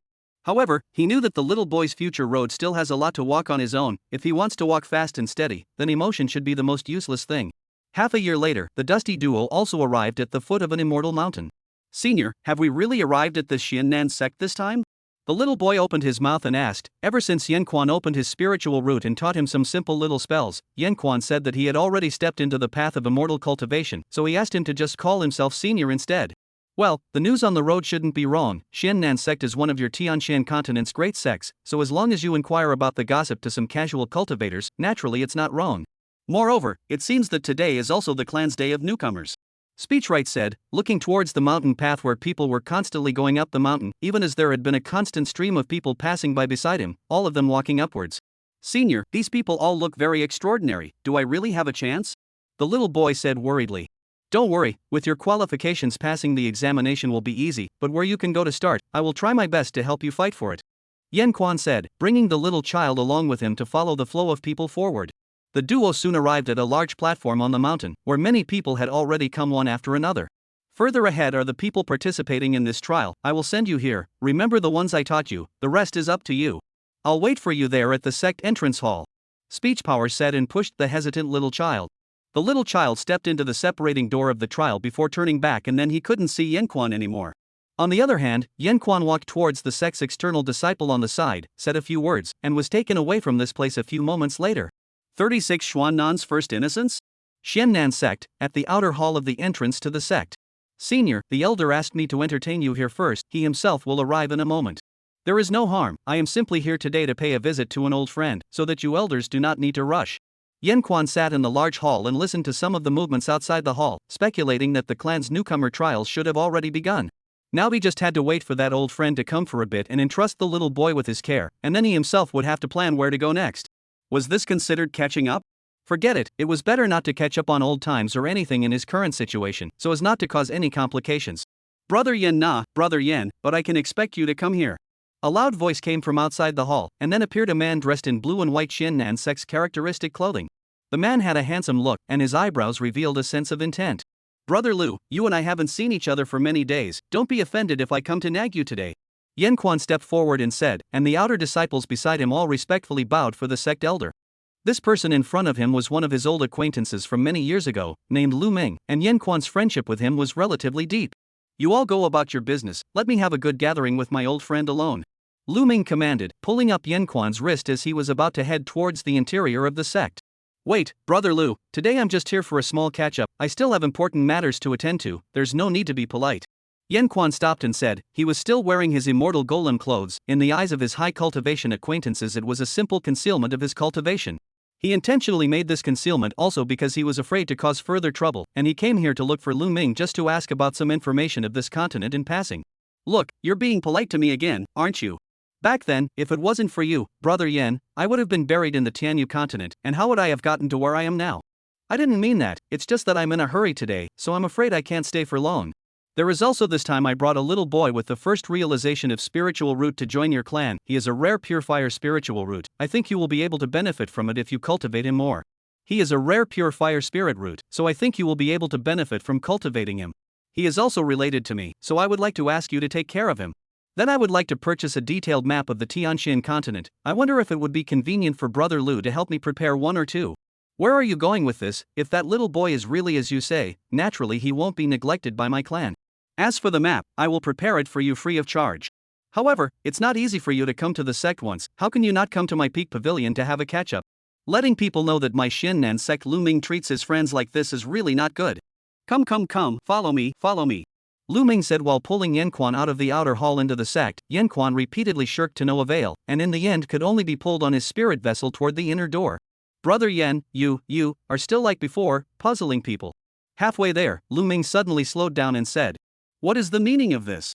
Yan Quan asked in puzzlement. "Did you have an unusual relationship with the daughter of my sovereign?" "What? The daughter of your patriarch? I don't know her." Yan Quan was greatly confused, completely unaware of what Lu Ming was talking about. "Don't pretend, I still recognize your little wooden sword.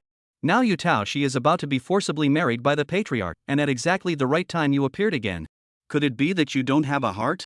You Tao, she is very against this marriage. I don't want her to live in pain and sorrow in the future.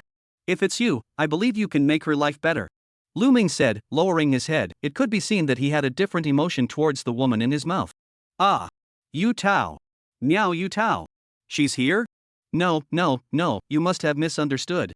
I really don't have anything to do with her, Brother Lu. I really have to go. You hurry up and let me go," Yan Quan said hurriedly, only to be taken away from this place by Lu Ming's sudden acceleration. Lu brother, you stop first and listen to my explanation." Yan Quan was forcefully pulled towards his elder hall by Lu Ming, and on the way, there were many disciples of the Lu Ming Peak Pavilion all casting strange gazes. "Elder Lu, my master has been waiting inside for a long time." At the entrance, a pretty-faced female cultivator came forward and reported. "Well, let's go, Brother Yen. Being a man means knowing how to be responsible." "Hiss, Brother Lu, what am I responsible for? You don't know the situation here. Listen to me first, don't pull, I don't have many clothes left." Even though Yan Quan had been struggling, but he really didn't have much strength to break away from Lu Ming right now. As a result, it led to Lu Ming still thinking that Yan Quan was trying to escape. Soon, the two of them entered the hall. Lu Ming, suddenly looking for me, is there something urgent? You don't have to bother about me anymore, you know it, his thoughts, no one can shake them at all. You don't have to get into any more unpleasantness with my father for me. The voice came from a blue-robed fairy within the Great Hall, who was currently speaking with her back to Lu Ming, and the two of them, her pretty figure making people's imagination come to mind. Yan Quan instantly became stressed when she heard the voice and hurriedly hid behind Lu Ming. "You Tao, marrying that kind of person, are you really willing? Look, I didn't lie to you, I really know the owner of your little wooden sword, I brought it to you." "What?" The blue-clothed fairy trembled, then turned around.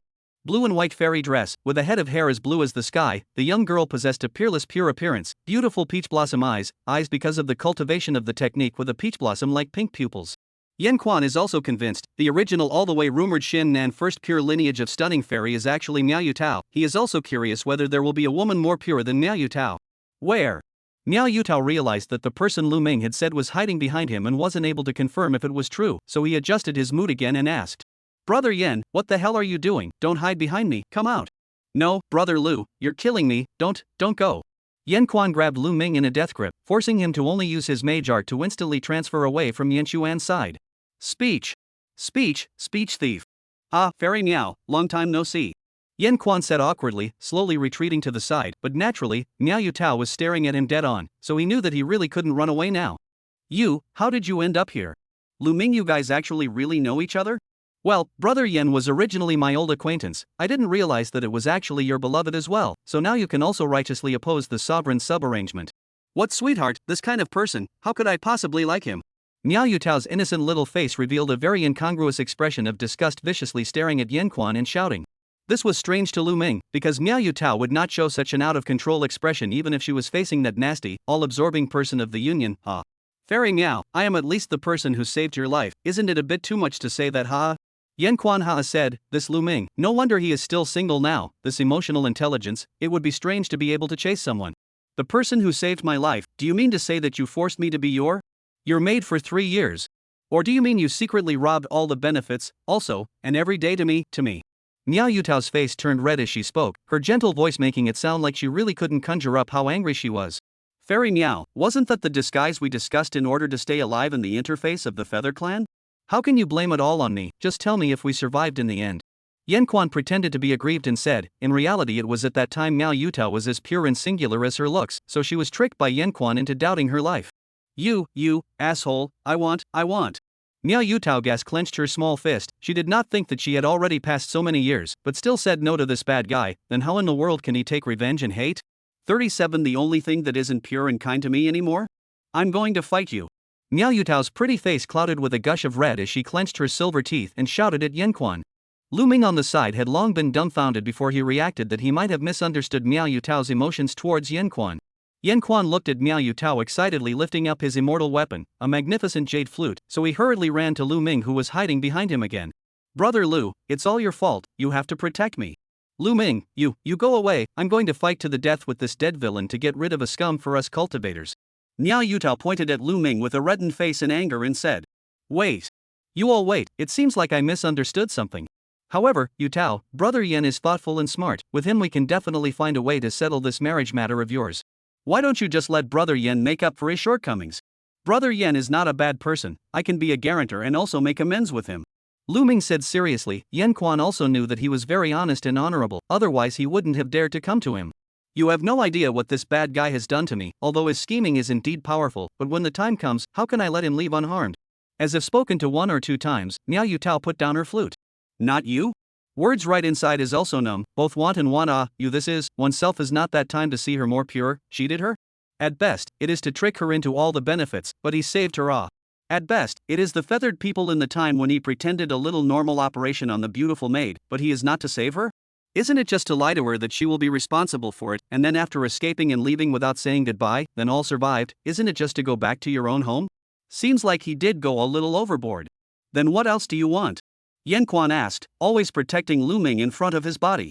Since he must want me to get married, then stirring up this marriage will also have the next door. In that case, I want you to be responsible for me. You promised me back then. You bastard, liar.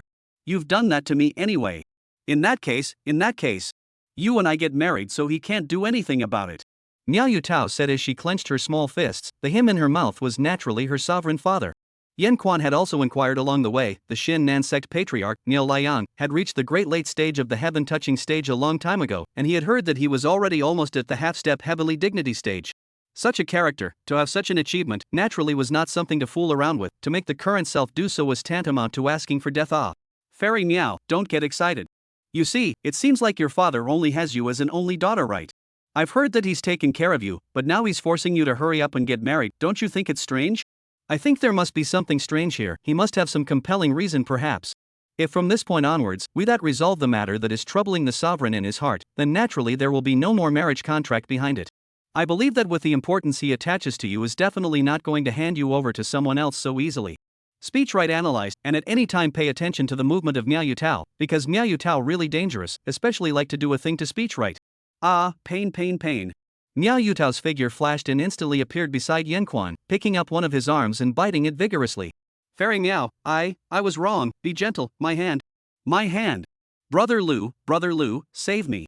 Well, I was also strange, but now that I heard Brother Yan say this, I instantly felt enlightened. Lu Ming said with a sudden realization, but then pondered. But because of what reason? Clearly Patriarch used to see Yutao as his everything. Lu Ming, you dilettante, you quickly save. Bleeding, Fairy Miao, stop. Humph. I'm sick of hearing your bad guy sophistry. Miao Yutao stopped and threw the power of speech to the side. Phew, it's so nice to be in a much more relaxed mood. Then she smiled sweetly again and gently wiped away the blood from the corner of her mouth. Are you really a puppy you? No, didn't say you, it's good that Fairy Miao has dispelled her anger. Yan Quan said angrily, but was glared back by Miao Yutao, because he had really been bitten by her in the past and now that he had lost all his cultivation, he couldn't even run away. If she knew about his current situation, that shall not. Really dare not think. What you said is all your speculation, the actual situation, I don't even know, let alone you. So I want to make foolproof preparations, just follow what I said. Words rightly convinced, who taught her all this, getting smart it seems. This is all learned from you, I won't give you the runaround anymore. Miao Yutao towered over her, her fairy dress fluttering, her tender white long legs hidden. What about Lu Ming, he can wow too. Yanquan hurriedly dumped the pot. Me? No, it won't work, how can I be worthy of Yutao? Lu Ming said in a lost voice, the last few sentences were basically mumbled out, the others didn't hear it. How can that be? Lu Ming is my good friend, how can I let him do this kind of thing? This is my own thing, I don't want to drag others down. Miao Yutao said rightfully. What about me?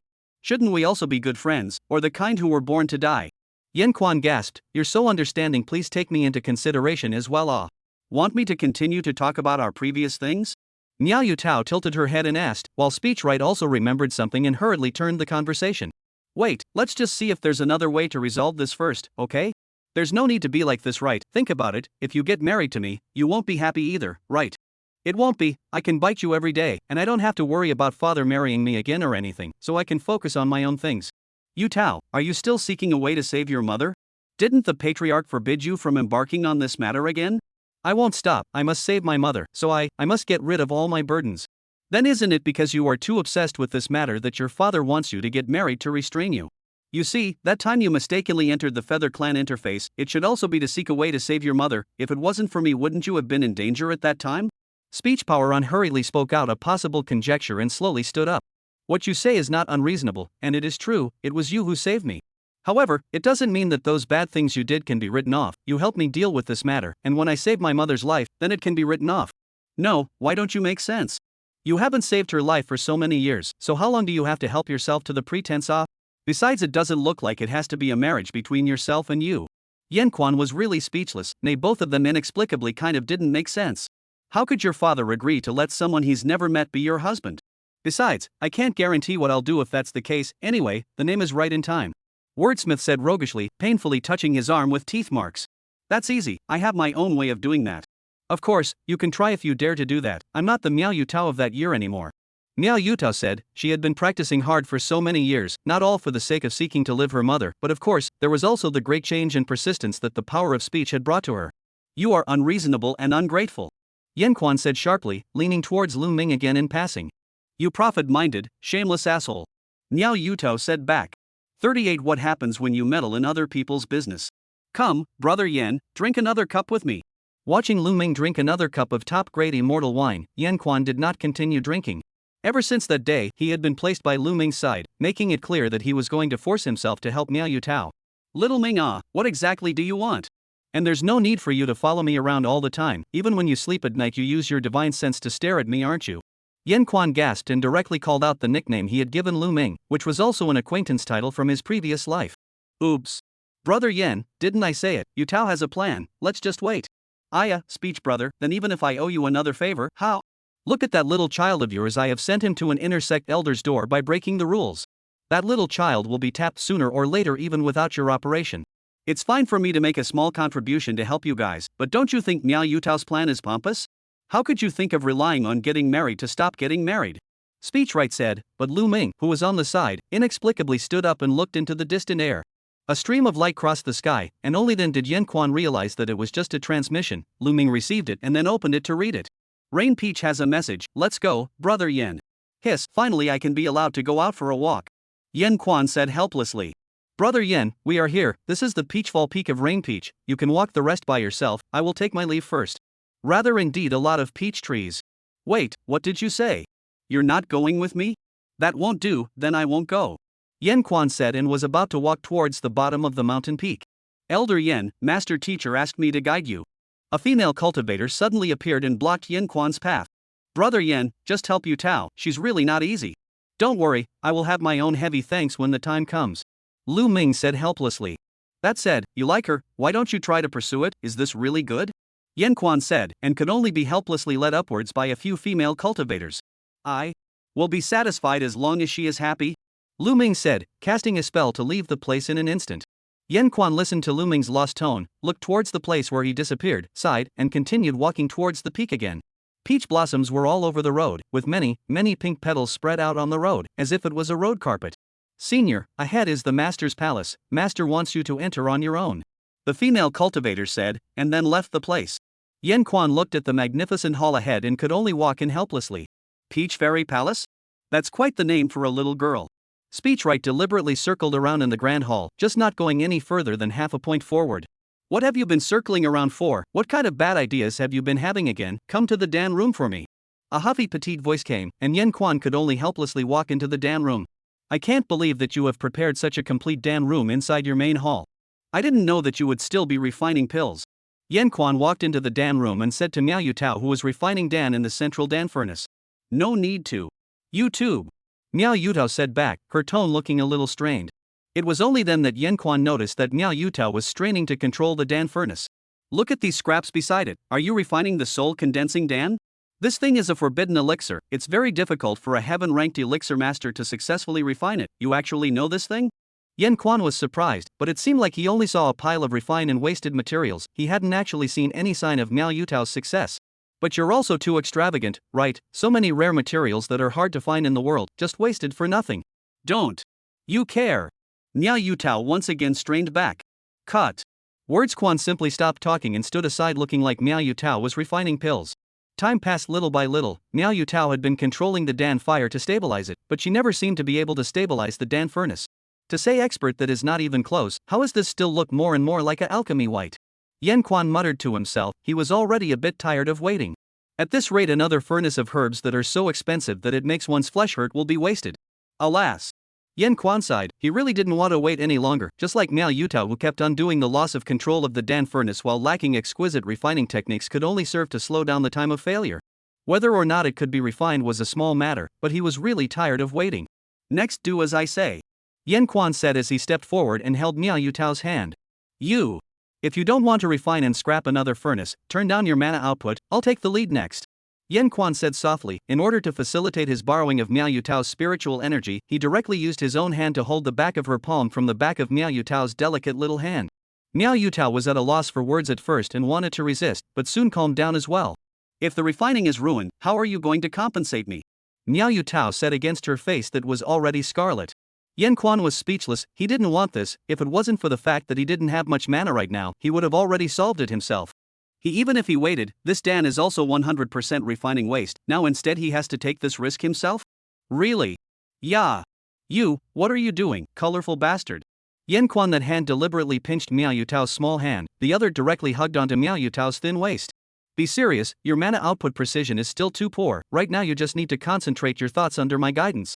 Speech Power said seriously. In fact, it does mean a bit of revenge. Anyway, he originally cannot be a good person who let people bully him. What kind of guidance do you call this, colorful embryo? See me wait, how to pack you. Miao Yutao's face was covered in scarlet, her beautiful eyes contained tears. Yen Quan's hand was really restless at her waist, and she herself had to focus on inputting mana for him to deploy. At this time, she simply became completely in the palm of Yen Quan's hand. Alright, the first stage has passed. Watching the Dan furnace let out a loud bang and then transformed its color, Yen Quan slowly opened his mouth and said. He held Miao Yutao's waist in order to allow her to better dilute her focus on her mana output so that she could achieve the degree of precision and blending required by speechwrite. How could? I obviously refined it for a few days all.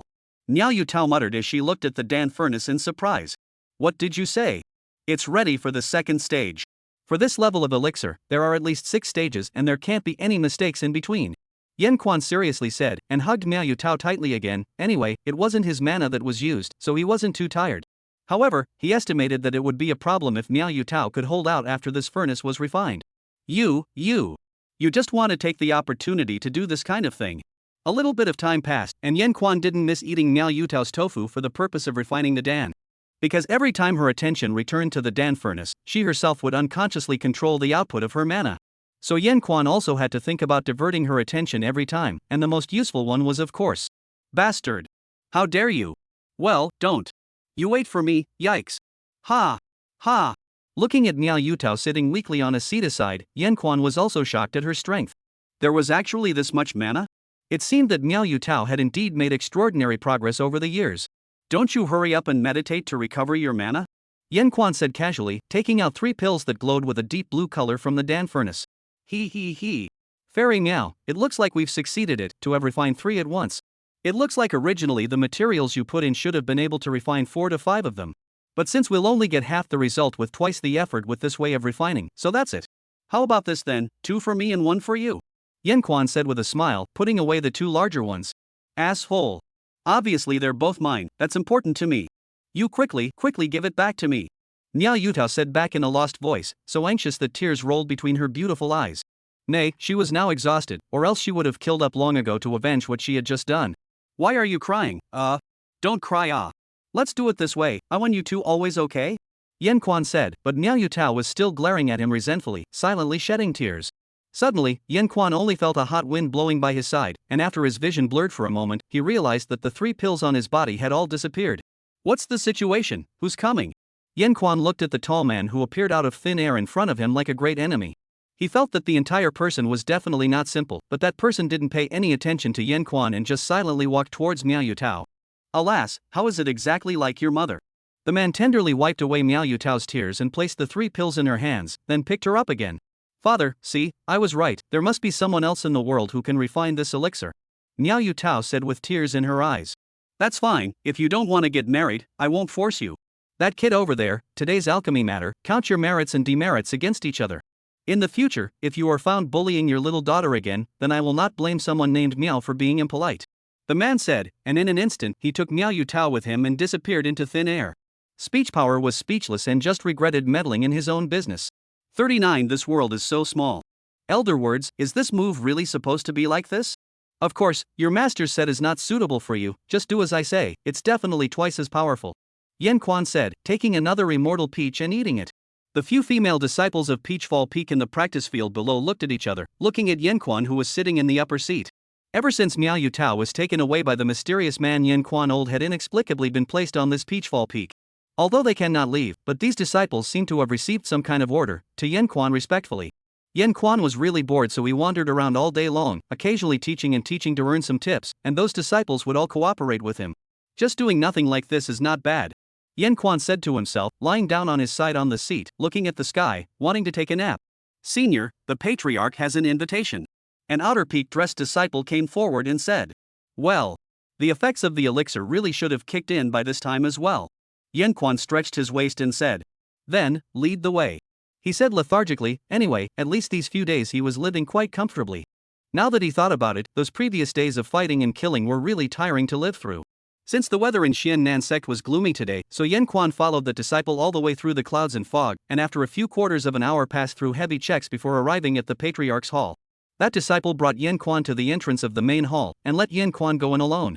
How come they don't even send people to the end here? Yan Quan belabored, and walked on his own for quite some time before arriving at the inner hall. Once he entered the inner hall, he saw a plain main seat. A patriarch's main seat, so plain, Patriarch Miao is really a thrifty person. Yan Quan said, deliberately looking around, wanting to try to pretend that he was a bit more bottomless. My lover doesn't like too much extravagance, so the one before is not necessary. A deep voice came out, and when Yan Quan reacted, the tall man from before was sitting on the main seat. I can see that Patriarch Miao's attire is already very plain compared to the other patriarchs. It seems that your lover's influence on you is really far-reaching. Junior, I know you're a smart person, so there's no need to be polite with me. Sovereign Miao is really as extraordinary as the rumors, so then Mr. Yen won't beat around the bush. In the past, I did have some minor misunderstandings with Fairy Miao, but I also did it to save her, so I hope that Patriarch Miao knows right from wrong. Then there was the alchemy that day, it was also a matter of necessity, I didn't mean to be like that. Yan Quan said, to be honest he felt that what he did was indeed a bit too much. I understand it all, if I didn't know, you would have been thwarted that day. The person who can bully my daughter like that, I won't allow him to exist in this world. But it's not true that you saved Yutao, and it's also not true that you helped refine the pills, making it possible for my beloved soul to be preserved once again. Miao Liang slowly spoke. Yan Quan was relieved to hear this, it seemed like a reasonable person, then it was good to talk.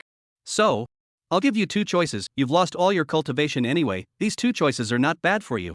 What choices? Word's power instantly became serious, it looks like this bit of camouflage of his own still can't hide from this level of cultivator. 1. Although I can't safely hand Yutao over to you right now, but if both of you are willing, then let's finish the marriage on a certain date. Miao Liang said nonchalantly, the depth of the city made Yan Quan sigh. I choose 2. Yan Quan said, really convinced, this is clearly asking himself to choose 2. He knows that he is not the novels that he read in his previous life, what is a heavenly protagonist, this kind of cross-level resistance is 100% equal to looking for death. Oh? Is the Rain Peach posture is not satisfied with your intention? I see those juniors outside are not lacking for her infatuation to come to Xiannan Zone barbaric. No, no, no, Fairy Meow absolutely posture and color is too much. Want one in the Feather Clan territory when there are a lot of Feather Clan great powers want to take for themselves. At that time, Junior had spent a lot of effort to protect her, so it can be seen that sometimes beauty is by no means an advantage, instead, it can sometimes bring misfortune. Yen Quan slowly said, jokingly, with Nya Yutao? Then just wait to have your hand bitten off by her painful little mouth. It's just that in this current situation of Junior, it's really difficult to match up with Fairy Meow, so I hope that Patriarch Meow will think twice. Just as well, you juniors, it's hard for me to understand anymore. You Peach, what she has wasted her mind for the sake of her mother can only be compared to me, and now she is still guarding my lover's spirit palace. My lover back then in order to save me, suffered a great injury, soul separated, all these years down the line has not been able to find a way to save her. I can only rely on the expensive soul condensation pill to strongly gather the soul and delay the time. Speaking here, Miao Liang sighed. It's a pity that my clan is not good at cultivating alchemists, and currently there are only 3 heavenly rank alchemists. And none of them are good at soul pills, so all these years down the line they have been purchasing soul condensing pills from outside. However, this elixir was set as a forbidden elixir because it was related to some evil arts. Secondly, it was extremely difficult to refine and had certain life-preserving effects. Therefore, on the Tianxian continent, only Tianji Pavilion and Xian Knight sect had it, and other forces basically found it hard to find it. These years down the Tianji Pavilion has been very difficult to supply my needs. Xian Knight sect of those old things do not know how to know my soft underbelly, has been controlling this Dan, blackmail me to marry you Peach over. Originally, I was all set to give up because I couldn't let you Tao pay for all this because of my obsession. Miao Liang slowly got up and looked outside the hall. Patriarch Miao, what do you mean by this? How can the marriage with my clan be returned just like that? Only to see a withered old man walk in from outside the great hall, holding a walking stick that exuded a gust of ethereal cold. Elder Hey, what I promised you back then was only a negotiation or two, not a promise. Miao Liang said, and the 2 old men seemed to look at each other as if they were at odds with each other. Humph, you. Ugh. This is little brother Yen. The old man glanced at Yen Quan next to him, then exclaimed. Old man Hey. Why did you run to the Tianxian continent? Yen Quan also exclaimed, is this world that small? How come you can run into acquaintances everywhere you go, but this person is in that what's her name Shen Knight sect, so it's no wonder that the soul condensation pill can be found there. Ha, little brother Yen, I didn't expect to meet you in this life, quickly go back with me to see the young master. She is now thinking about you all day long, all out of order all. Alas, don't be anxious, why did you run here? Not properly in your ghost spirit clan there to stay how to run out to mess around. What chaotic mixing, but as a foreign affairs elders, the Lord has arrangements, I cannot help. Go, we cannot be a negative mana. Cough. Miao Liang also did not expect such a scene, and could only cough to remind the 2. Alas? I said how Miao Liang suddenly didn't want my soul condensation Dan, so it's you who's here. You brat, you learned our clan's secret techniques cleanly and then disappeared into thin air, say, was it planned that way from the beginning? The old man grabbed the edge of Yen Xuan's sleeve and asked. You old man, you didn't do less bad things yourself, I'm warning you out, if you dare to bring underworld bookling to me, be careful I'll blow the whole thing out of proportion. You dare to threaten me, I. The 2 of you actually still know each other, it's really out of my expectation, then surprisingly like this I won't hide it. Underworld old man, I know that you also only temporarily reside in the Xian Knight sect to help do something, I also hope not to be too much involved in the strife between our 2 sections. Old me naturally won't be minding these idle matters, and that Xian Knight sect's group of people aren't any good either. However, as entrusted by my lord, I have no choice but to put on an act. Since that's the case, then this matter will end here, I will help you speak clearly with them, and also send my regards to your ancestor for me. Looking at the 2 people who just now were looking at each other wrongly, they quickly reached a consensus, while Yen Quan secretly moved away from the old man's side by some lengths. Little brother, if you are serving here, I think we will meet again in the future. The old man said meaningfully, then turned his head and left. Patriarch Miao, the second choice should be for me to serve in the Xiannan sect. Yes, you'll be our Xiannan sect's 4th heavenly rank alchemist, you can mention whatever you want in terms of treatment, as long as it's within a reasonable range, I, Miao, will naturally not treat you poorly. Forget about this position, I don't want to show too much of my abilities in this area, I can help you refine a certain amount of soul condensing Dan. It will allow you to be free of worries for a long period of time, this will probably take a few years, and after a few years, please also let me go. Speech Power said seriously. 40 familiar smile. Oh? It's also true that you can still add a few thousand years to your time if you can successfully refine all the materials I've collected. However, I see that you are supposed to be in a hurry to restore your cultivation, so why don't we make another deal? I have the method here to let you start cultivating again, but you have to teach Yu Tao to refine the soul condensation pill, how about it? Does Patriarch Miao really have a method to restore my Dao root? A trace of excitement flashed in Yen Xuan's eyes, which was then hidden. Of course, but it requires you to teach Yu Tao to refine pills before I will tell you this method. During this period of time, you can just pick a random position and stay in the sect. Miao Liang said indifferently, as if he had already seen through Yan Xuan's soft underbelly. So be it. Time passed in an instant, and Yan Quan asked for a position as the sect's external affairs elder to stay for the time being. Although some affairs were indeed still arranged for him to do, but it was just to manage the trivial affairs of the sect, resource allocation and whatnot, with Yan Quan's business ability was completely out of the question. During the period he also went to visit the little boy a few times. The latter gradually familiarized himself with everything about cultivation under the months of study, and was also considered to be in steady progress. But strangely enough, he hadn't seen Miao Yutao since then, so how was he going to teach this? There's no one, how can I teach? Yan Quan sat on his desk in the hut that had been temporarily assigned to him, thinking about what the hell Miao Liang was up to. Elder Yan. A delicate voice came, only to see a beautifully built female cultivator force open the door of the house and walk in. Ahem, didn't you just come yesterday? Yan Quan sweated. This junior female cultivator was caught in strife a month ago due to some matters and luckily ran into Yan Quan to help her out. The result was that this month down was that she kept coming here to pester Yan Quan. Should I say no? Is the mind of a young girl so obvious? If it was that obvious, she wouldn't have gotten into so much trouble in the past. A great favor is not appreciated, nah, Elder Yan. Could it be wrong for me to come and repay the favor? The female cultivator asked with a smile. Her pair of dimples looked plain and cute, touching some images inside Yan Quan's memory. Hee, you are smooth talker. In the future, less trouble will be taken as repaying my favor. Yan Quan laughed and put down the paperwork in his hand. Cultivating alone takes far more than the will of a very human being. You still need to prioritize cultivation. Speech right reminded the female cultivator. Alright, I know, Elder, try this. I did a good job with this today. The female cultivator took out some mortal snacks from the basket she carried with her, all of which were very delicately made. Then you feed me. Speech power said. Ah. The female cultivator froze for a moment, and the snacks she held in her hand stuttered for a moment. Great. Elder, you've finally gotten the hang of it, ah. The female cultivator happily said, sticking close to Wordsmith. Well. It's really good. It's a pity that it's a signature made by the outer sex dim sum store. I've eaten it before. If you made it yourself it would be considered impressive. Long Kale. Elder, what are you talking about? I learned to make it with that store. I even worked there before. The female cultivator's eyes trembled slightly, then she opened her mouth. Actually, I wasn't there the day before yesterday. I went to a greenhouse in the outer gates big city. You asshole. The female cultivator suddenly rushed up and pushed Yan Quan down. This princess has already given you a chance. Do you have to be angry with me? Still want to taste death, do you?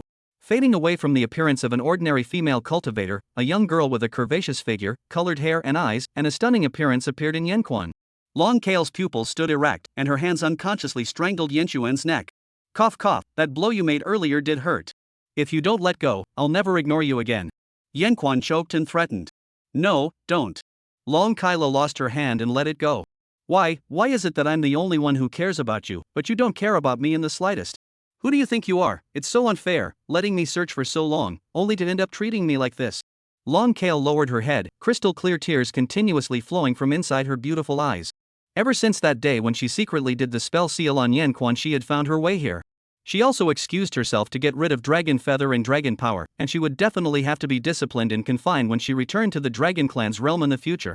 But she was a lot calmer along the way. She very much regretted her behavior that day, afraid that Yan Quan really died, but she did not know what was wrong with herself that day. It was when she saw Yan Quan kissing a strange woman that her rationality instantly collapsed. But if Yan Quan didn't even care about herself, then what was the point of it all? If I can't have it, no one else can have it either. Long Kale muttered, her eyes looking blankly at Yan Quan as a sharp arc cut through the air aside. Listen to my explanation, okay? Speechwright said hurriedly. You said. Long Kyla said, the dragon tail that was so sharp that it could cut through space was only a few centimeters away from Yan Xuan's eyes. That day, actually, it was a friend. She was poisoned by necrotic poison, her thoughts were unclear, and she took me for someone she liked, so. And you said that you even found me and pretended to come to please me. Isn't it because you want me to disregard the past suspicion? Look, I don't blame you either, do I?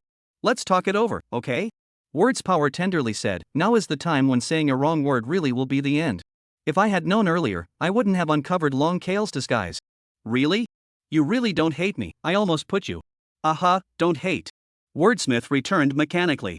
Great. Dragon Keel put away her dragon's tail and plopped down and hugged Speechwright to death. I knew you would definitely sympathize with me, and didn't this princess serve you well these days? Even if the merits and demerits are offset, this way will be the same as before. Then you get up first. Don't. Then you hug gently. Don't. Then you. Don't. Words right to obey, he simply has no room for discussion.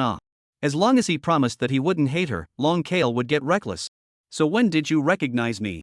After hugging for a while, Long Kale saw that Yenquan didn't speak, so she resentfully opened her mouth and asked. In the beginning. Do you believe it? Speechwright said, in fact, he is just Long Kale that smile, let him feel some familiar, so swindle a little, did not expect this little princess of the dragon tribe directly swindled out. I believe. You have always been very smart, always bully me not as much as you think. But I have also been trying to catch up with you, I also have been a little bit stronger. I'm sorry for causing you to lose all your cultivation, I will be responsible for you. Ugh. You mean you think you caused me to lose all my cultivation? Of course, originally when I found you I was so impulsive that I wanted to kidnap you on the spot. But seeing you in this state now, I must have hit you too hard and caused you to become like this. Don't worry, I will be responsible, anyway, we are originally a couple. Yenquan had instantly reacted, feelings Long Kailu does not know his own things still thought it was his own that day that one time to in dry waste? Then you have to listen to me in the future, I can forgive you. Well, I'll try my best. Long Kale said back, his tone like a child who did something wrong. 41 What are you two humming about? Alright then, now get up off of me. Wordsmith said, purposely acting like he was going to get angry. No. Want. To. Long Kale stammered, and Speechwright knew that she just wanted to rub her scent on her body as much as possible. That being said, wasn't this dragon's way of declaring sovereignty a bit strange? Did you just forget what you promised me again?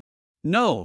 But you didn't give me an explanation about you running away from the wedding, and you didn't say anything about Churuashua either. All of these also cancel out. These are the ones that can't be cancelled out. Why can you offset and I can't? You. Well, this princess counts you as offsetting, so we don't owe each other anything now, huh? So now I'm just enjoying what is rightfully mine, and you can't tell me to get up. No? Kinda got smart. I still have paperwork to take care of, and now the patriarch of this clan has a way to help me restore my Dao root, so you're saying you shouldn't help me? In that case, well, then you deal with it first. Long Kale very reluctantly confirmed that her scent had spread all over Yenchuan's clothes before she slowly got up and went to the side to pack up the boxes of snacks that had just been scattered. Although she had wanted to bring Yenquan back to the Mo High Dragon Palace for medical treatment, she could only stop when she thought about the fact that she would be put in confinement, as well as her own family's attitude towards Yenquan. It's just as well, one of these days, I also still want to stay here for a while, to take a good look at what you said about how low-ranked human cultivators actually get along with each other. Long Kyla seriously said, and after cleaning up, he sat down beside Wordsmith Quan again. Then you mustn't be exposed, usually when there's nothing to do you should still change back to your previous disguise. Yen Quan said helplessly, his nose was filled with the unique Dragon Girl's flower-like fragrance that belonged to Long Kale. Well, let's take some time to bathe today. Of course this princess will pay attention. When I taught a few punks a lesson yesterday, I held back from laying my hands on them. Long Kale said excitedly. Do you think we're like this? Not very much like a couple of secret agents, hiding our identities in a rival sector? Nerd, can fine work be a good word? These days aren't they all reading the compiled books of those workshops? Wordspower picked up the paperwork in his hand and gently nudged Long Kale's head. Ooh. You dare to knock this princess's head. Remember your current identity, if you are exposed, it's all your fault. Wordspower pretended to be serious. So you'd better change back now. Don't. You didn't even take a good look at me, don't you want me after not seeing me for so many years? Long Kai frowned her pretty eyebrows and hugged Yinchuan's left hand and fought. Think about it. You don't go back for so long, you'll really be exposed later. It won't be, I told them that I came to serve you, it's not that what's coming from you humans. Rules. Right, subterfuge. Yen Quan sweated, had he known that in the past, he would not have taught Long Kale so much about what he knew. No wonder the eyes of those disciples looking at themselves lately were all wrong one by one. You, still, really, are, a, witty, ghost. Yen Quan said, his other hand forcefully pinching Long Kale's delicate little face. Well. You dare to pinch me. Long Kale was about to fight back with her upper hand, but suddenly noticed something and hurriedly turned back into her normal female cultivator appearance. Yen Quan also saw what was going on, so he picked up the paperwork and read it again. After a few moments passed, the blue-haired fairy that he hadn't seen in a long time walked in. Fairy Meow, it's really been a long time. Yen Quan deliberately said politely. Humph, denizen, I heard if you recently ud and odd another female disciple of the clan. Miao Yutao said, her gaze attracted by the female cultivator on the side who was holding one side of Yen Quan's hand in a death grip. But what do you mean by again? Miao Yutao counted herself in. Sure enough it's true. You're just a big lecher. Fairy Meow, this, that. Ha, that said, when do we start teaching alchemy matters? Yan Quan originally wanted to explain, but sensing that Long Kale was carrying hostile eyes towards Miao Yutao, he was afraid of creating a problem, so he could only refrain from explaining. Anyway, there were not a few great sect elders who engaged in this kind of thing, and his own reputation in Miao Yutao's eyes was already bad enough. It wasn't that bad. You are a speech power. Speech elder or something, pipe really much. Long Kale grabbed the opening. I love to do whatever I want with Elderine. Cough cough, rude, she is Elder Miao. Yan Quan said, giving Long Kale a strong wink, hoping that she would read it. I don't care. Damn Yan Quan, you can scourge as many women as you like. I don't give a damn. Stupid junior. Miao Yutao shouted, sitting down in a huff, rarely glaring back at the disguised Long Kale with a hostile gaze as well. Ah. So loud really don't care? Wordsmith didn't know what to say for a moment. Why does it feel like the atmosphere is a little bit wrong? Where exactly did it start to go wrong? Long Kale just wants to stick to herself, and she has no way to let her leave. Miao Yutao, it was so hard for him to appear, he definitely also had to hurry up and follow up on the progress, finish early to get the method to restore the Dao root and then leave. Shut up. No talking. The two women opened their mouths at the same time, blocking back Wordsmith, who was about to speak. I'll see how long you can stay here, a junior, stupid and rude. Then you watch, the woman that elder speech doesn't want. What? You, what did you say? What do you mean the woman that this colorful embryo doesn't want? I'm going to teach you a good lesson for the clan today, you stupid junior. Miao Yutao gasped, how can he say that it's him who doesn't want him? It's clearly himself who doesn't want him. And she wants him if she wants him, and doesn't want him if she doesn't want him. It's just that she thinks that this kind of bad guy must be supervised by her, or else he will do more bad things. Fine, come on if you want to fight, let's see how I beat you up. Long Kale let go of Yan Quan and rolled up her sleeves to go forward. Seeing this, Yan Quan hurriedly pulled her back. Don't fool around, she won't rob with you. Yan Quan said. As for robbing anything, Yan Quan didn't bother to say it was herself. Long Kale twisted her head away unhappily. Fairy Miao, let's focus on the bigger picture. When you have time, we can start the soul condensation dance teachings anytime. Miao Yutao looked away with the same displeasure. Why are these two both so stubborn? Yan Quan thought to himself that he didn't favor either one. How did they change like this? Why don't you go back first? Yan Quan said to Long Kale. Then Fairy Miao, let's go out and discuss it. What are you two humming? Speechwright was already speechless to the point of not being able to get angry.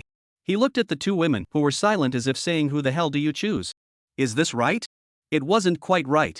Speechwright could only sit down indifferently and continue to take care of the paperwork at hand. At least he was still a hard-working person. Long Kale saw this appearance of Yan Quan, so he himself pretended that he wasn't going to take care of Miao Yutao and continued to sit next to Yan Quan, happily clinging to him. What are you doing? Only to see Miao Yutao sitting on the other side of Yan Quan with a red face and slowly leaning on him as well. What I'm doing, there's no need for you, a junior, to care.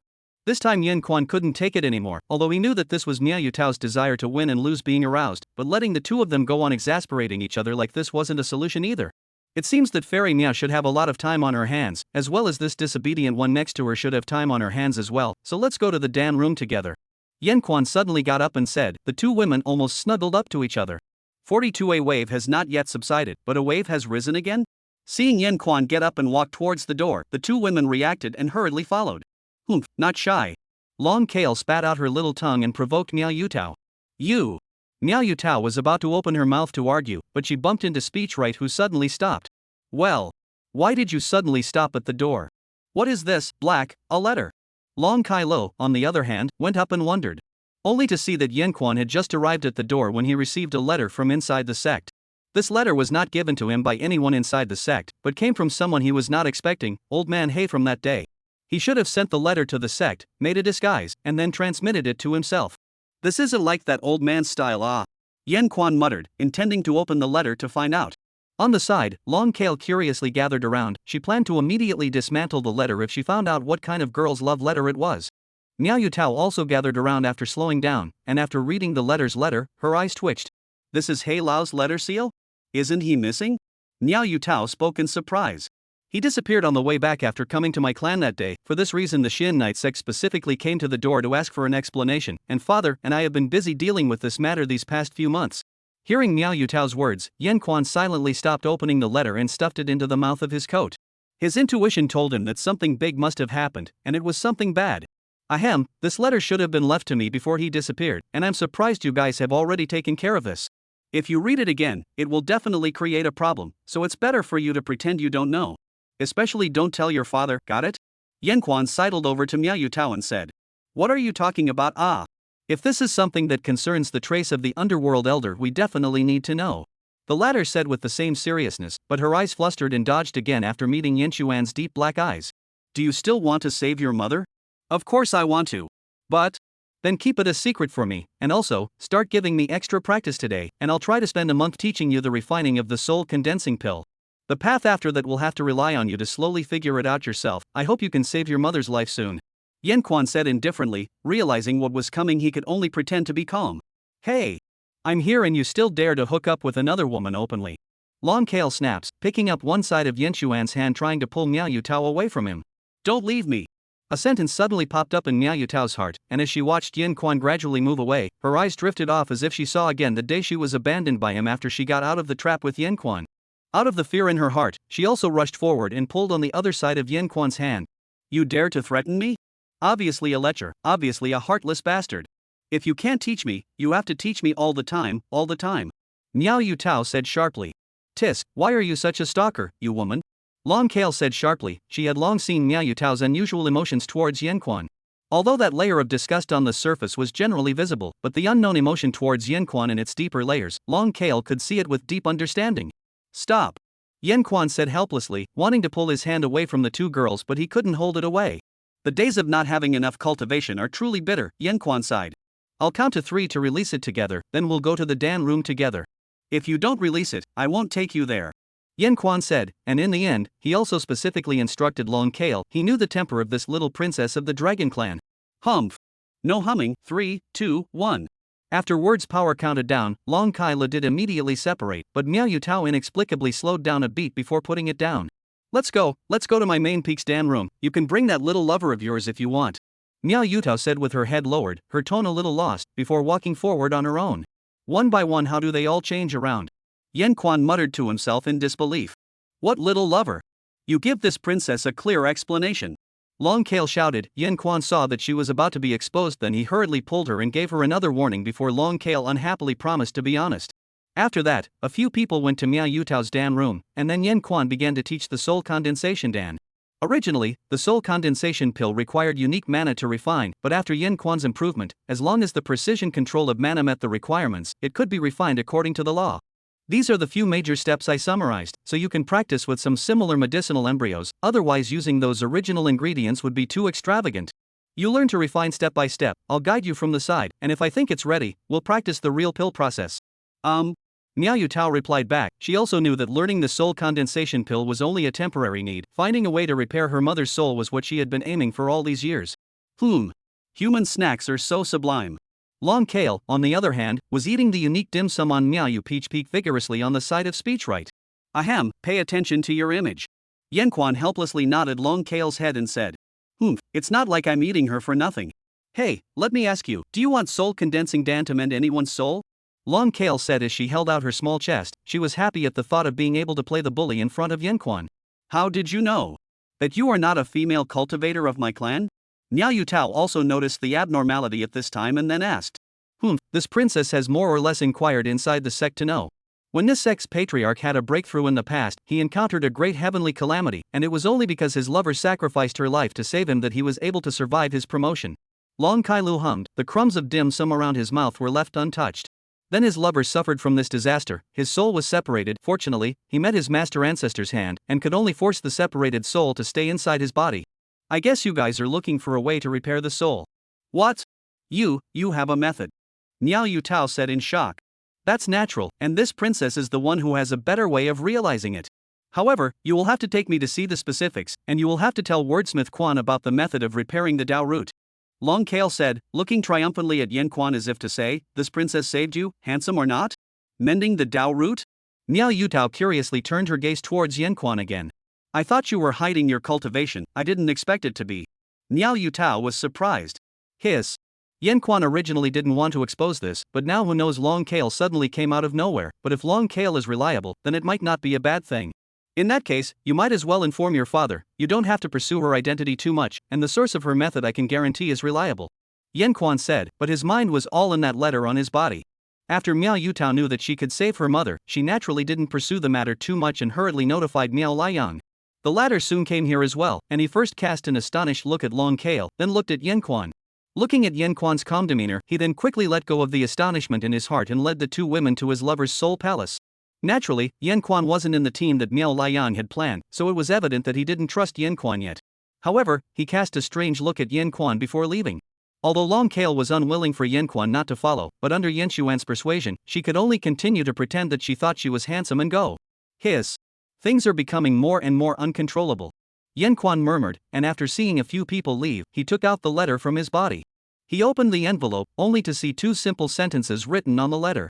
The demoness is still alive and is not what she used to be, superhuman in her methods and ruthless in her heart. Now she has created an even bigger devil sect. Those people's accidents before were really her handiwork. Old me will run away first, little brother Yen, take care.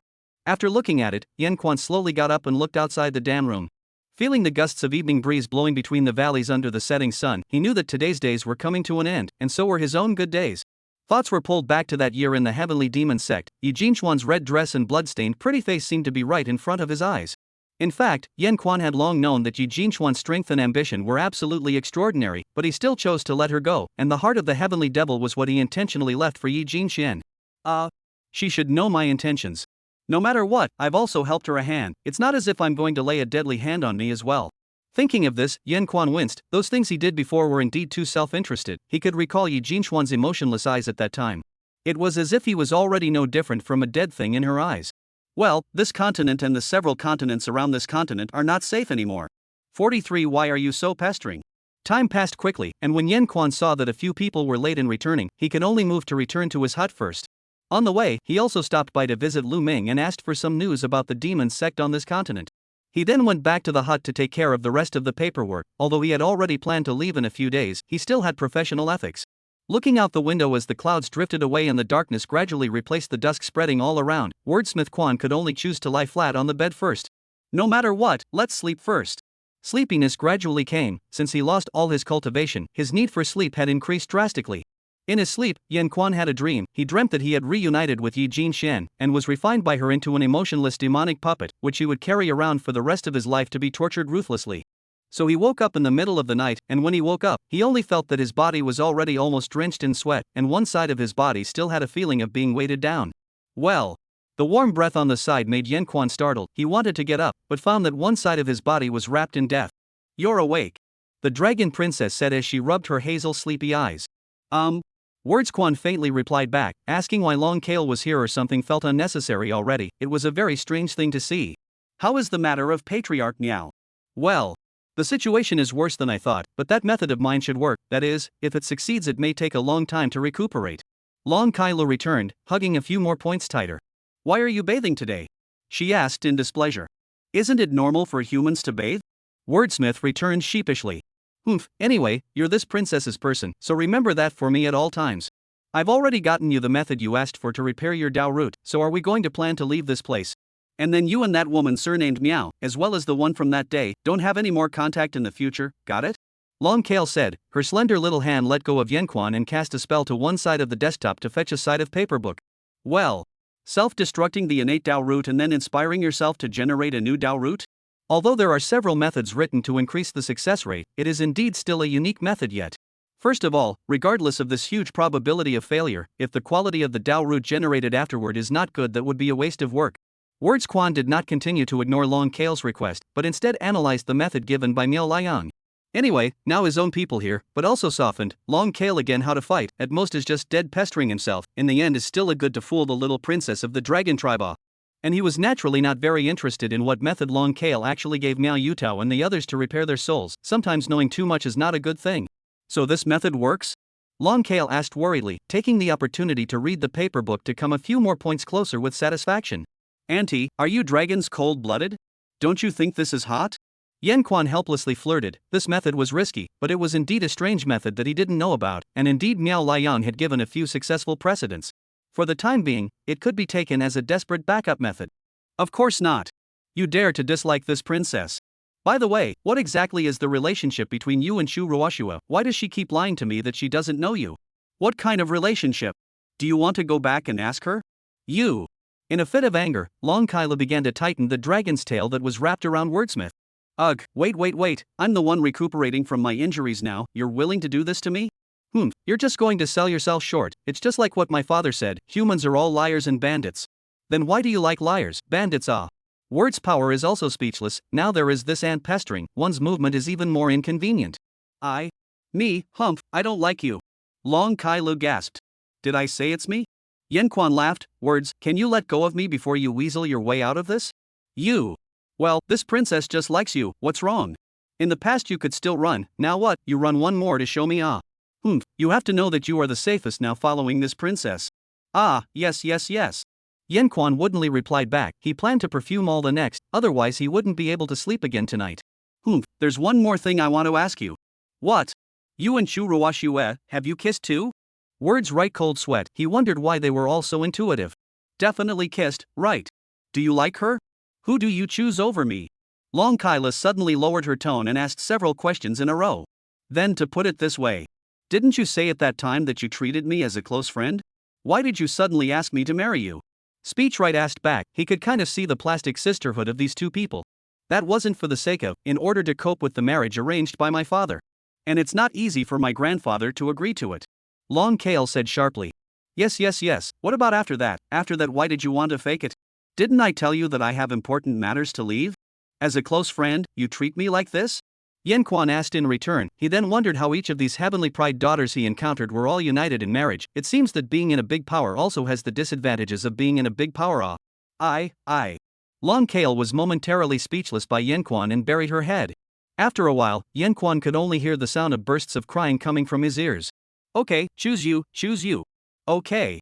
Speechwright said, in the end, Long Kale still helped him to ask for the method of Niao Liang, just so provoke her to cry, indeed the heart is a little too much. Why?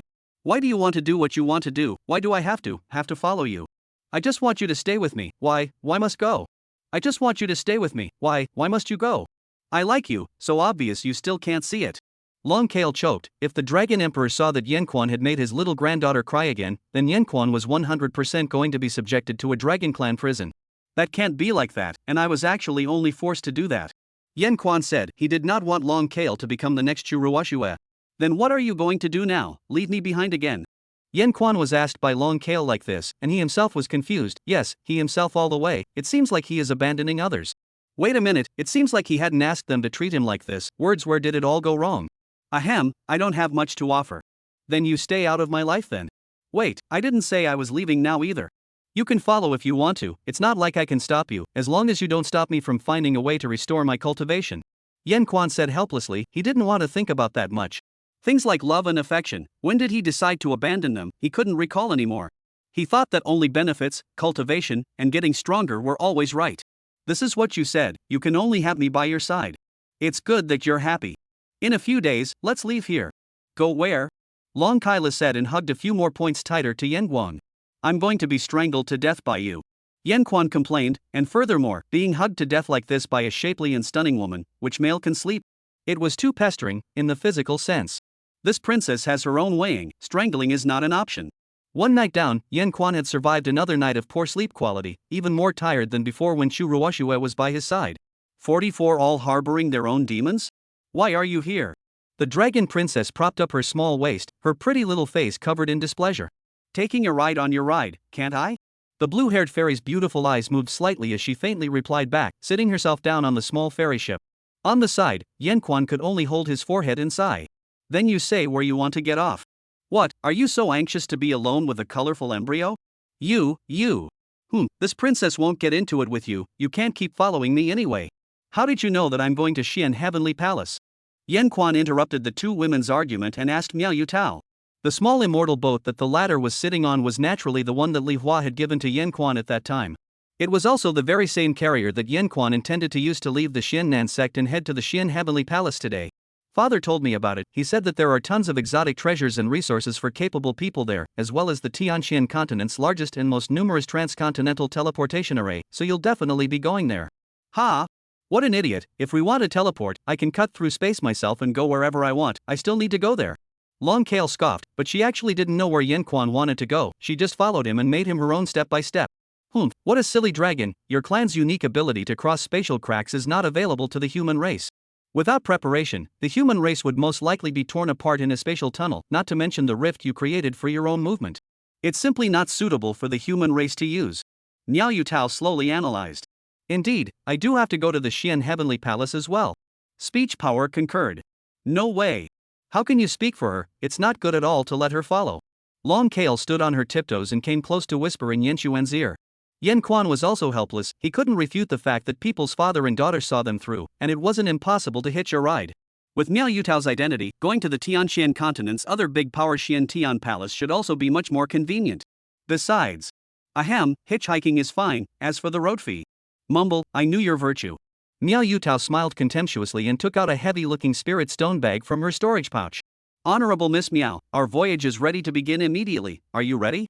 Yen Quan turned into service mode as soon as he saw the full spirit stone bag, smilingly taking it from Miao Yutao's hand. Well, I'm already ready. This trip to Xian Heavenly Palace is also mainly to find some materials needed to save my mother. That's why my father asked me to go with you guys. Miao Yutao said and looked at Long Kale. No matter what, if this method can save my mother's life, count me as owing you a favor. This princess doesn't care. Long Kale grunted and followed closely by Yen Quan, who also boarded the immortal ship. Get out of the way, this is this princess's place. Long Kale towered over her, trying to make Miao Yutao give up her good position at the front of the immortal ship, as this position was closest to Yen Quan, who was maneuvering the airship. I've paid my traveling expenses, how can you still ask me to change my position? Isn't there more in the back position? Miao Yutao said, pointing to the spirit stone bag in Yen Quan's hand. Cough cough, Long Kale, I didn't even charge you for the road fee, so don't grab a seat with someone, look there are still so many seats. Yen Quan hurriedly pocketed the spirit stone bag and opened his mouth to excuse Miao Yutao. Isn't it just a little spirit stone? This princess has as many as she wants. Long Kale suddenly remembered in the middle of her sentence that her pocket money had been confiscated long ago, so she could only stop talking. To be honest, she probably wasn't rich in speech rights right now. Well, you're bullying me again. Since there was no way out, she had to resort to what wasn't a way out. Just want to sit here so badly? Then let's join together, we should be able to sit down. Miao Yutao hurriedly said. She really simply thought that Long Kale was about to cry. I don't care, if you don't want to sit down then find your own way, I'm going to start the immortal ship. On the other hand, Yen Quan had a look of seeing through as he turned around and went to start the immortal ship. After the immortal ship was activated, it soon flew high into the sky, and they passed through several borders of the Xian Nan sect under the operation of Yen Quan. After that, Yen Quan then maneuvered the immortal ship to accelerate a few times, and the immortal ship soon turned into a white light and sailed towards the distance. After traveling on the road for dozens of hours, Yen Quan turned back to take a look and didn't expect the two women to snuggle together and fall asleep. The fact that two people could sit down in one seat was also thanks to the fact that both of them were relatively petite. How is it that they both clearly look tiny, but their tempers are both so big? Yen Quan sighed helplessly. Moreover, generally people who cultivate immortals traveling outside don't dare to casually put their guard down and rest, even if they are from the same clan, they still have to be on guard against each other. Just so unguarded against me? Or is it because I'm no threat now that I've lost all my cultivation? Yen Quan laughed to himself and turned around to continue operating the immortal ship. Time flew by, and it took nearly 3 months for Yen Quan to bring the two girls to follow the direction of Xian Heavenly Palace on the map before they entered the boundaries of Xian Heavenly Palace. With Miao Yutao on the road, it was much easier for Yen Quan to deal with Long Kale. Miao Yutao didn't know if it was because Long Kale provided a way to save her mother that her attitude towards the latter improved greatly and made several attempts to get closer. Long Kale wasn't any arrogant little princess by nature, and as long as she didn't rob her of anything, such as her man, she wouldn't be too bratty. In this way, the two even inexplicably relationship gradually rose. Especially when it came to the bad things that Yen Quan had done, the two women simply had endless common topics to talk about. Miao Yutao was curious about Yen Quan's past, and Long Kale was also happy to hear more about Yen Quan's deeds. It was only that both girls were unspecifiedly a bit unhappy when they heard about the intimacy with Yen Quan inside the other's experience. But that didn't stop them from coming to a common conclusion within their respective hearts. That was that they had fallen in love with a bad guy whose interests were paramount, and that this bad guy definitely had more than just these few experiences. There was also the fact that this guy inside his head would definitely not give up cultivation and would leave them behind if necessary. Speaking right at the side originally could still interject a few words to prove his innocence. But at the back, the two of them sometimes directly went behind Yen Quan's back to other parts of the immortal ship to secretly discuss and exchange information. It was as if Yen Quan himself had been isolated. However, he didn't think much about it, at least these two were not a high level of threat, and he was also sure that he would be able to retreat in one piece. That's right, of course he wouldn't let these two conspicuous celestial immortals follow him all the time. Wanting to recover his cultivation quietly and steadily, he naturally wanted to be alone for the long haul, so he had also been planning his actions behind him.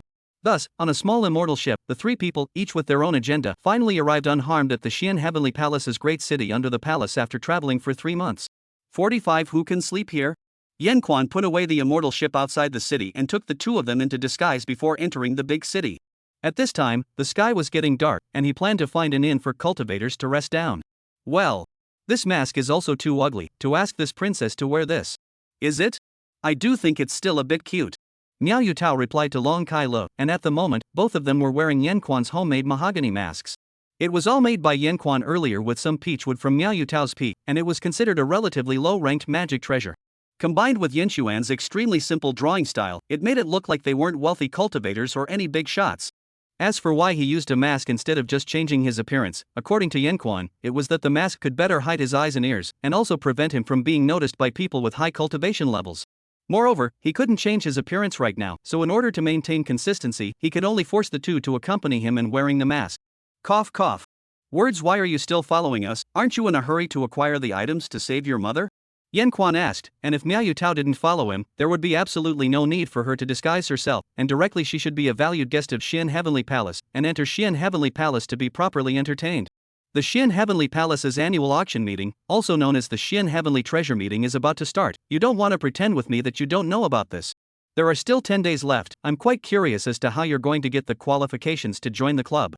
The things I want can only be found in the auction. As for these days, naturally, there is nothing to do. Following you is only to prevent you from doing something bad again. Miao Yutao slowly said, while at the same time buying some food for Long Kale from a vendor on the side. Delicious. Yan Quan looked at the Long Kale, who was eating happily, also had a headache. Forget it, this way he didn't have to spend spirit stones to feed this dragon princess. Then you can listen to my arrangements. Yan Quan said, continuing to walk forward alone. What arrangement? I'll tell you, I won't let you. Do whatever you want now. Miao Yutao suddenly froze for a moment, thinking of those arrangements that Yan Quan had made for her in the past, and suddenly her face was colored with another layer of scarlet. What are you thinking about?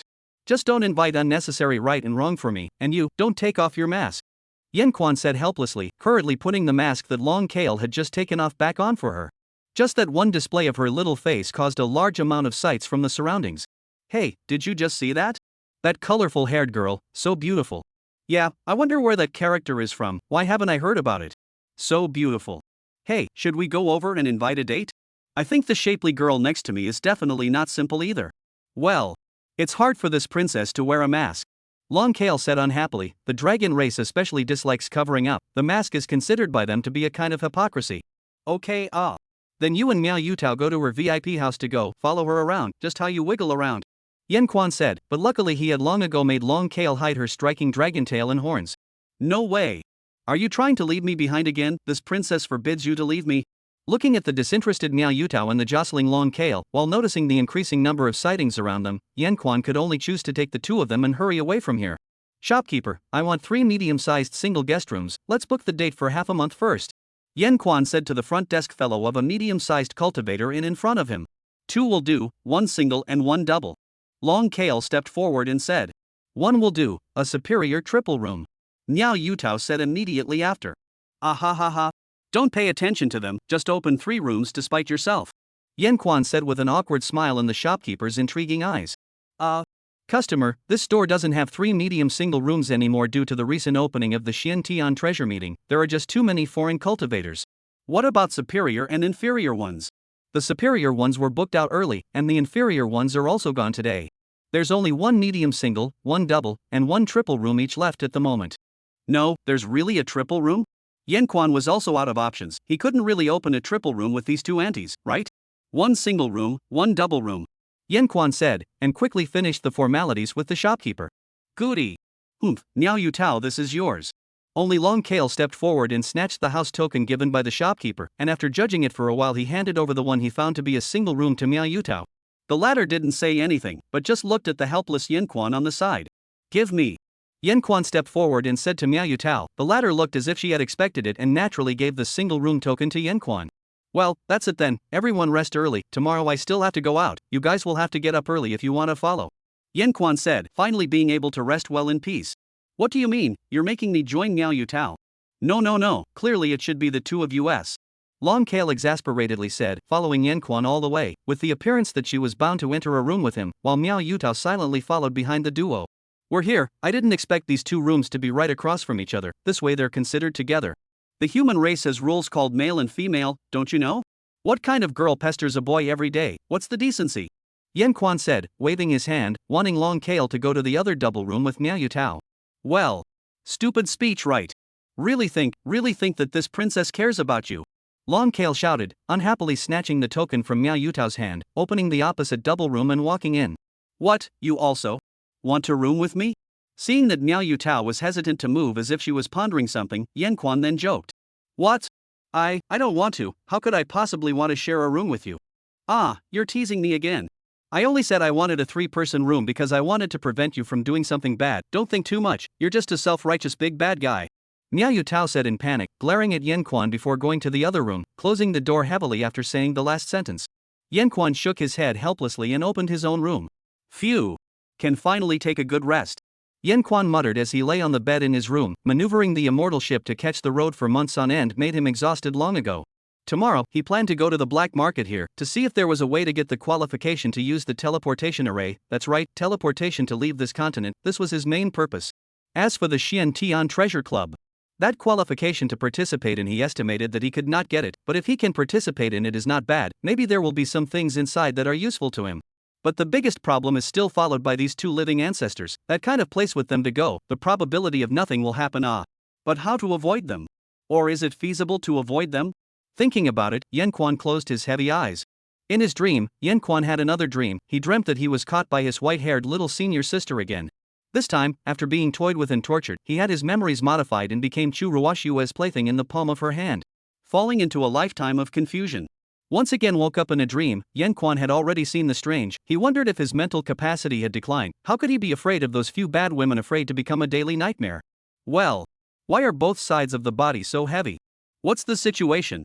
Yanquan suddenly realized that his two sides of his body became very heavy, so he hurriedly wanted to find out the situation. Since the room was pitch black, could only smell the 2 cents clearly, as well as feel the soft touch on both sides after calming down. Still coming? Still 2 this time? Do you two not have your own bed? No, how did they get in? You two, did you sleep in the wrong room? After greeting the security of this in countless times in his heart, Yanquan opened his mouth and said, it's only the middle of the night. Long Kale was even. What was going on with Miao Yutao on the other side? I want to ask you something. After a while, Yan Xuan's ears came from Miao Yutao's soft voice, while the other side was still breathing peacefully. When you left me behind, was it to draw away the pursuit of the Feather Clan for me? No, purely just because I had more than you. Words power returned, but he felt that Miao Yutao already had her own answer. Well, then take it as such. Miao Yutao said softly, moving a few more points closer.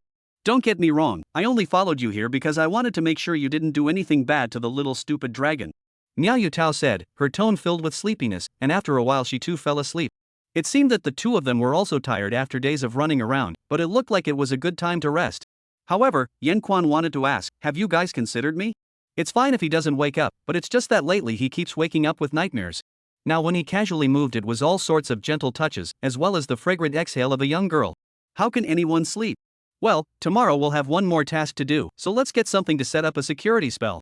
46 Strange Stone Sculpture. The next day, when Yanquan woke up from his sleep in a muddle, he realized that the two women had long disappeared.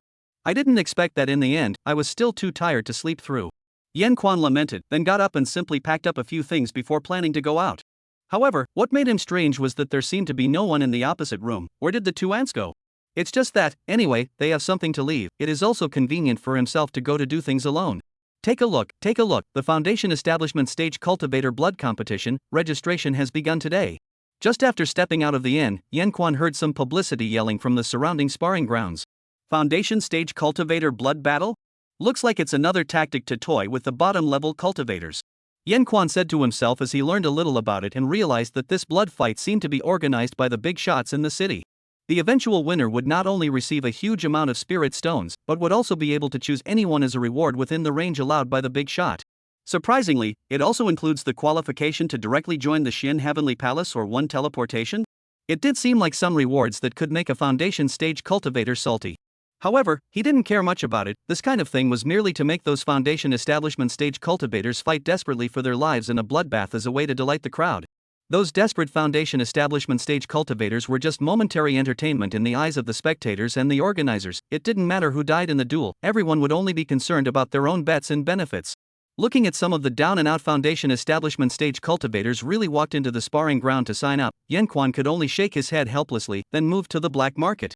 After a bit of fumbling, Yan-Quan relied on his experience to finally find a black market on the outskirts of the city in the late afternoon.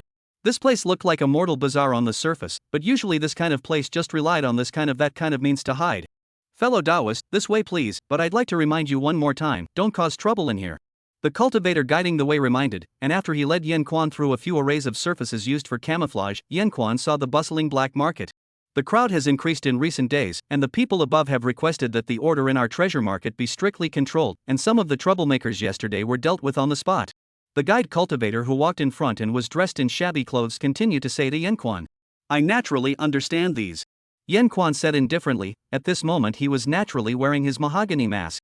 Alright, then I'll send it here, I hope that you, Taoist, can find what you want. After the guiding cultivator finished speaking, he returned the same way.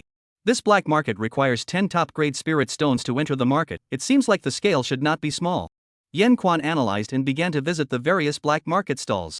Hey, fellow Taoist, do you want a foreign slave? I've got all the top-grade Fey slaves here, sparring types, those that aid in cultivation, and those of that kind, there's everything. Halfway there, Yan-Quan was pulled by a short old man. The old man smiled as he introduced his Fey slaves, but as Yan-Quan looked towards his stall, he realized that there weren't really many people. Who keeps Fey slaves these days, fellow Taoist? What kind of money-losing business are you here for? There's no need to pester me if there's nothing else. Speech Power laughed. Fellow Taoist, there really is a particularly good deal. Old man, I really don't lie to you, you come with me, come. The old man pulled Yan-Quan and said mysteriously. Yan-Quan was also speechless, this old man had probably annoyed a lot of people already, but he thought about it and still followed the old man into his tent. Ha, fellow Taoist, look. The old man led Yan-Quan to the end of the tent, where there was an iron cage covered by a tattered cloth. With his wrinkled hands, the old man slowly lifted the tattered cloth.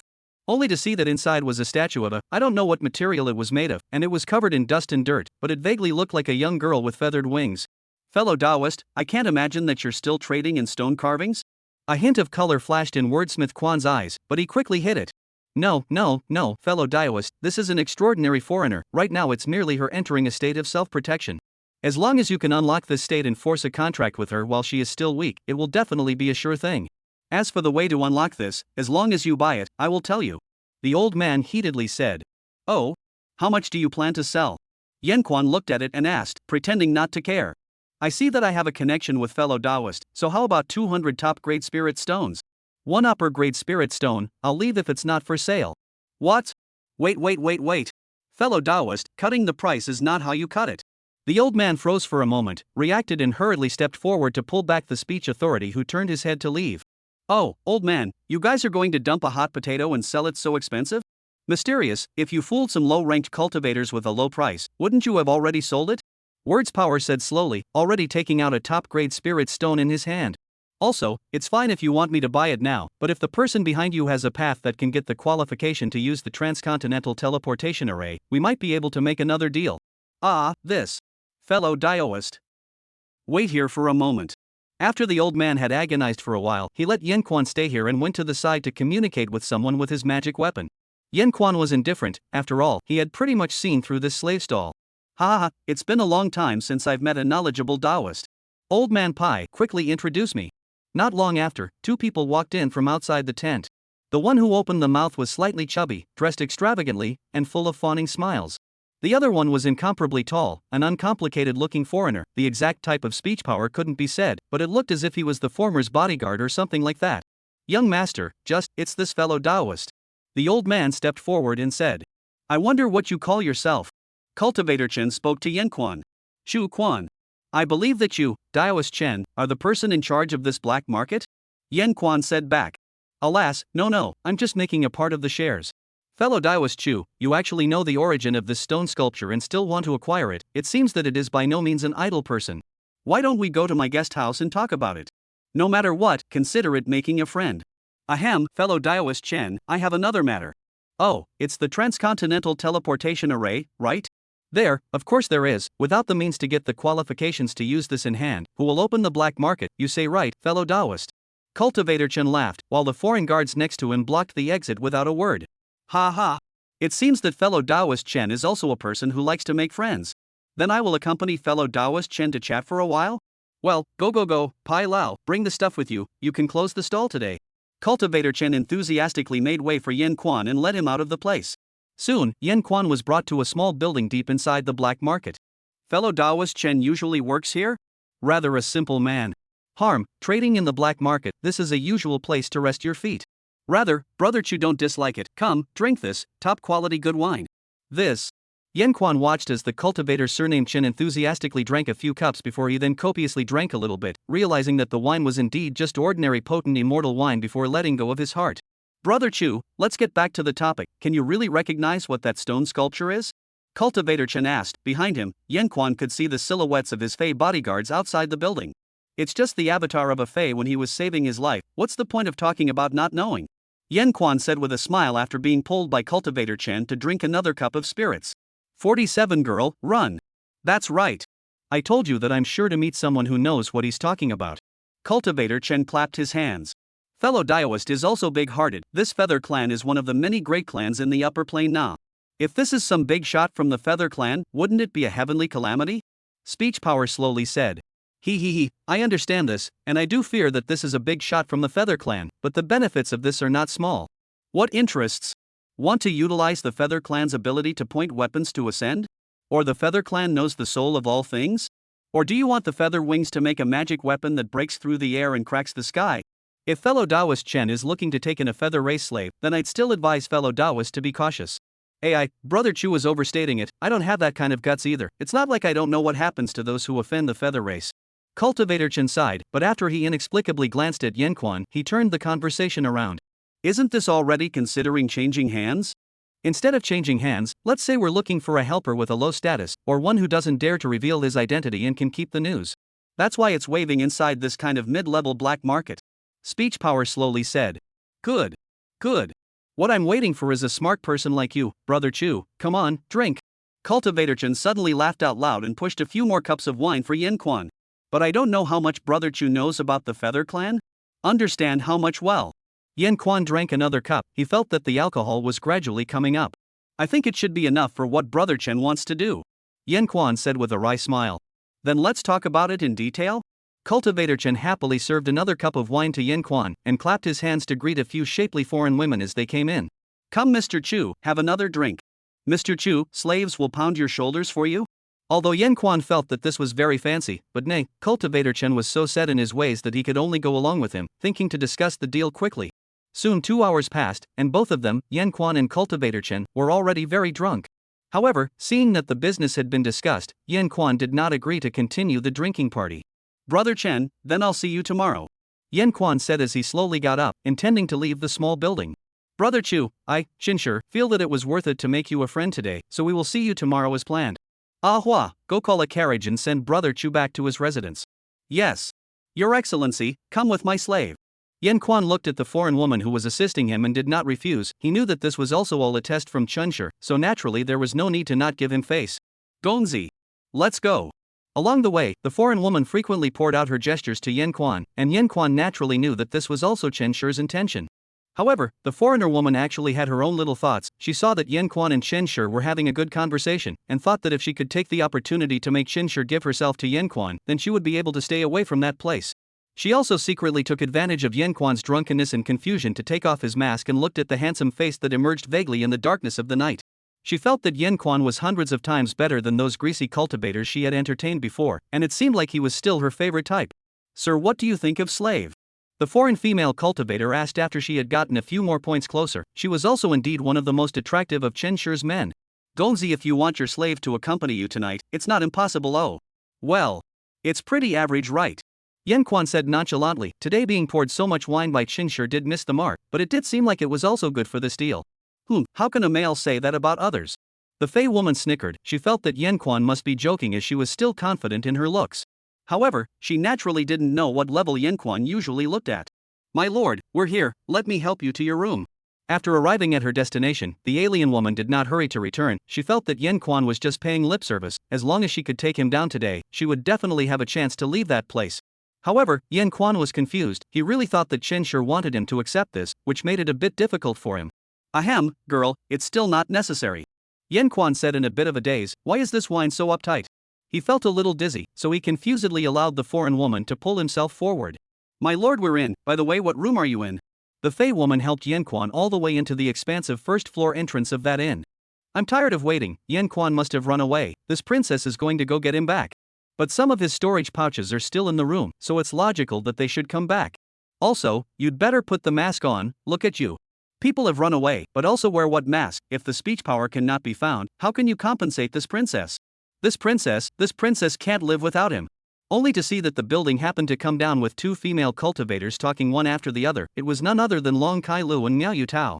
The alien woman looked at the two heavenly fairy-like women and directly just froze in place. At this moment, for the first time in her life, she realized that she could have such a big gap with other women, simply heaven and earth. Moreover, there were two such heavenly fairies at a time? And also each had their own distinctive features.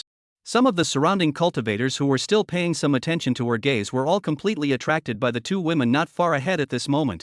Isn't that the Xian Nan sex fairy Miao? Why did she appear here? I'm not dreaming, right? It's really Fairy Miao, and the one next to her, she's also as beautiful as a heavenly fairy. Ah. Fairy Miao actually lives in the same place as me. Do I have a chance? Opportunity what? Quickly go and report to those great princes. Maybe you can also get some benefits. Makes sense. The alien woman looked at these also can only silently sigh. Life is like this, some people born as the pride of heaven, the stars, how can she and people to compare? She only hoped that she wouldn't be a slave anymore, she could live well and just go and do something she wanted to do. If the eunuch was talking about comparing herself to the two of them, then she was indeed quite ordinary. However, she felt that she herself wasn't competing with those two heavenly fairies for anything. They had their heavenly Jiaozi sons to match them, like those few gentry from the great houses. They definitely couldn't look at themselves anyway, but it would be nice to have this Duke Chu beside her. After all, radish green vegetables, each to their own. If she could follow Duke Chu, she also felt very satisfied. Duke, give the room token to slave. Slave will take you back to your room. The foreigner woman flirtatiously said, pulling Yan Quan to lean towards her side, and began to feel around his waist, trying to find the location of the token. Suddenly, she felt the eyes of the people around her move to her side. So she reacted and raised her head to look ahead, and all of a sudden, she saw that the two heavenly immortals from just now were currently less than 2 meters ahead of her and Yan Quan. Among them, the colorful-haired fairy's pupils stood erect as she looked at the two of them dead on, a pair of small fists clenched tightly with so much force that faint traces of blood had already begun to appear on her palms. The blue-haired fairy was still staring at them with a face of disbelief and disorientation at first, and gradually her eyes began to carry a huff that was hard to hide, as well as inexplicable dislike and disgust. Gongzi, we seem to be in the way? The alien woman said with a bit of fear, trying to pull Yan Quan aside. What ah? Yan Quan muttered, raising his head in a daze to survey the situation. Girl, run. Speechwright suddenly turned his head and said to the alien girl with a serious face. 48 getting out of the trap again. Listen to me. Explain. Cough.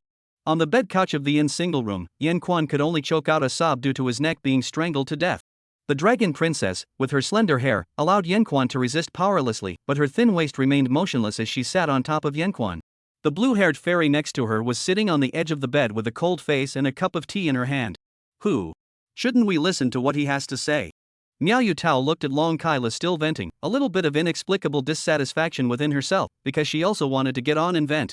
Are you kidding me? You just went out for a little while and just went up to that kind of place? She was still drunk? What the hell were you doing? It's unbelievable. Naturally, Yan Quan recognized his own bad luck, and he originally thought that he would not be controlled by these two little girls even if he did something. In other words, he didn't really have any Dao couple or anything like that with them, so why would it become like this? What more explanation do you need? How dare you protect that vixen and let her run away? It must be that kind of relationship. Long Kale droned, the force on his hand increasing a few more points. But anymore, it's not good if you hurt someone in public, right? Miao Yu Tao analyzed, although she also felt that that foreign woman's kind of dress was obviously that kind of industry. That kind of thing, obviously I can do it too.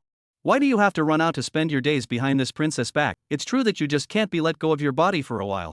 Then, that kind of thing? Miao Yu Tao froze at hearing this, and then her small face turned red. Anymore, that kind of thing, that kind of. No matter what, that kind of thing should be done after marriage. She clenched her hands to sell it, while Yan Quan was internally confused by these two people. First of all, not to mention other things, this Long Kale has been controlling the force. When he is about to pass out and then let go, let himself slow down for a while, so repeatedly, so on who can stand it? I just went out today to confer with someone. Cough. You're covered in the stench of those women, what are you still sophomoric about? Well, so to speak indeed, there is a lot of rouge dust at the corner of the clothes. Miao Yutao said right after, pointing out the places on Yen Quan's clothed body that had been touched by those foreign female cultivators. For his part, Yen Quan was speechless. Being served by those fey women was indeed something he had gone against the grain as well. This can't be defended, however, he also really didn't do anything wrong. These two Nyezi reaction, how so big? That person's foreign slaves. He had to call up. That is to admit it? Long Kyla said grimly, the strength of her hand increased a few more points. The idea of completely abolishing the speech right and then bringing it by her side for the rest of her life appeared inside her. Yeah. What are you doing?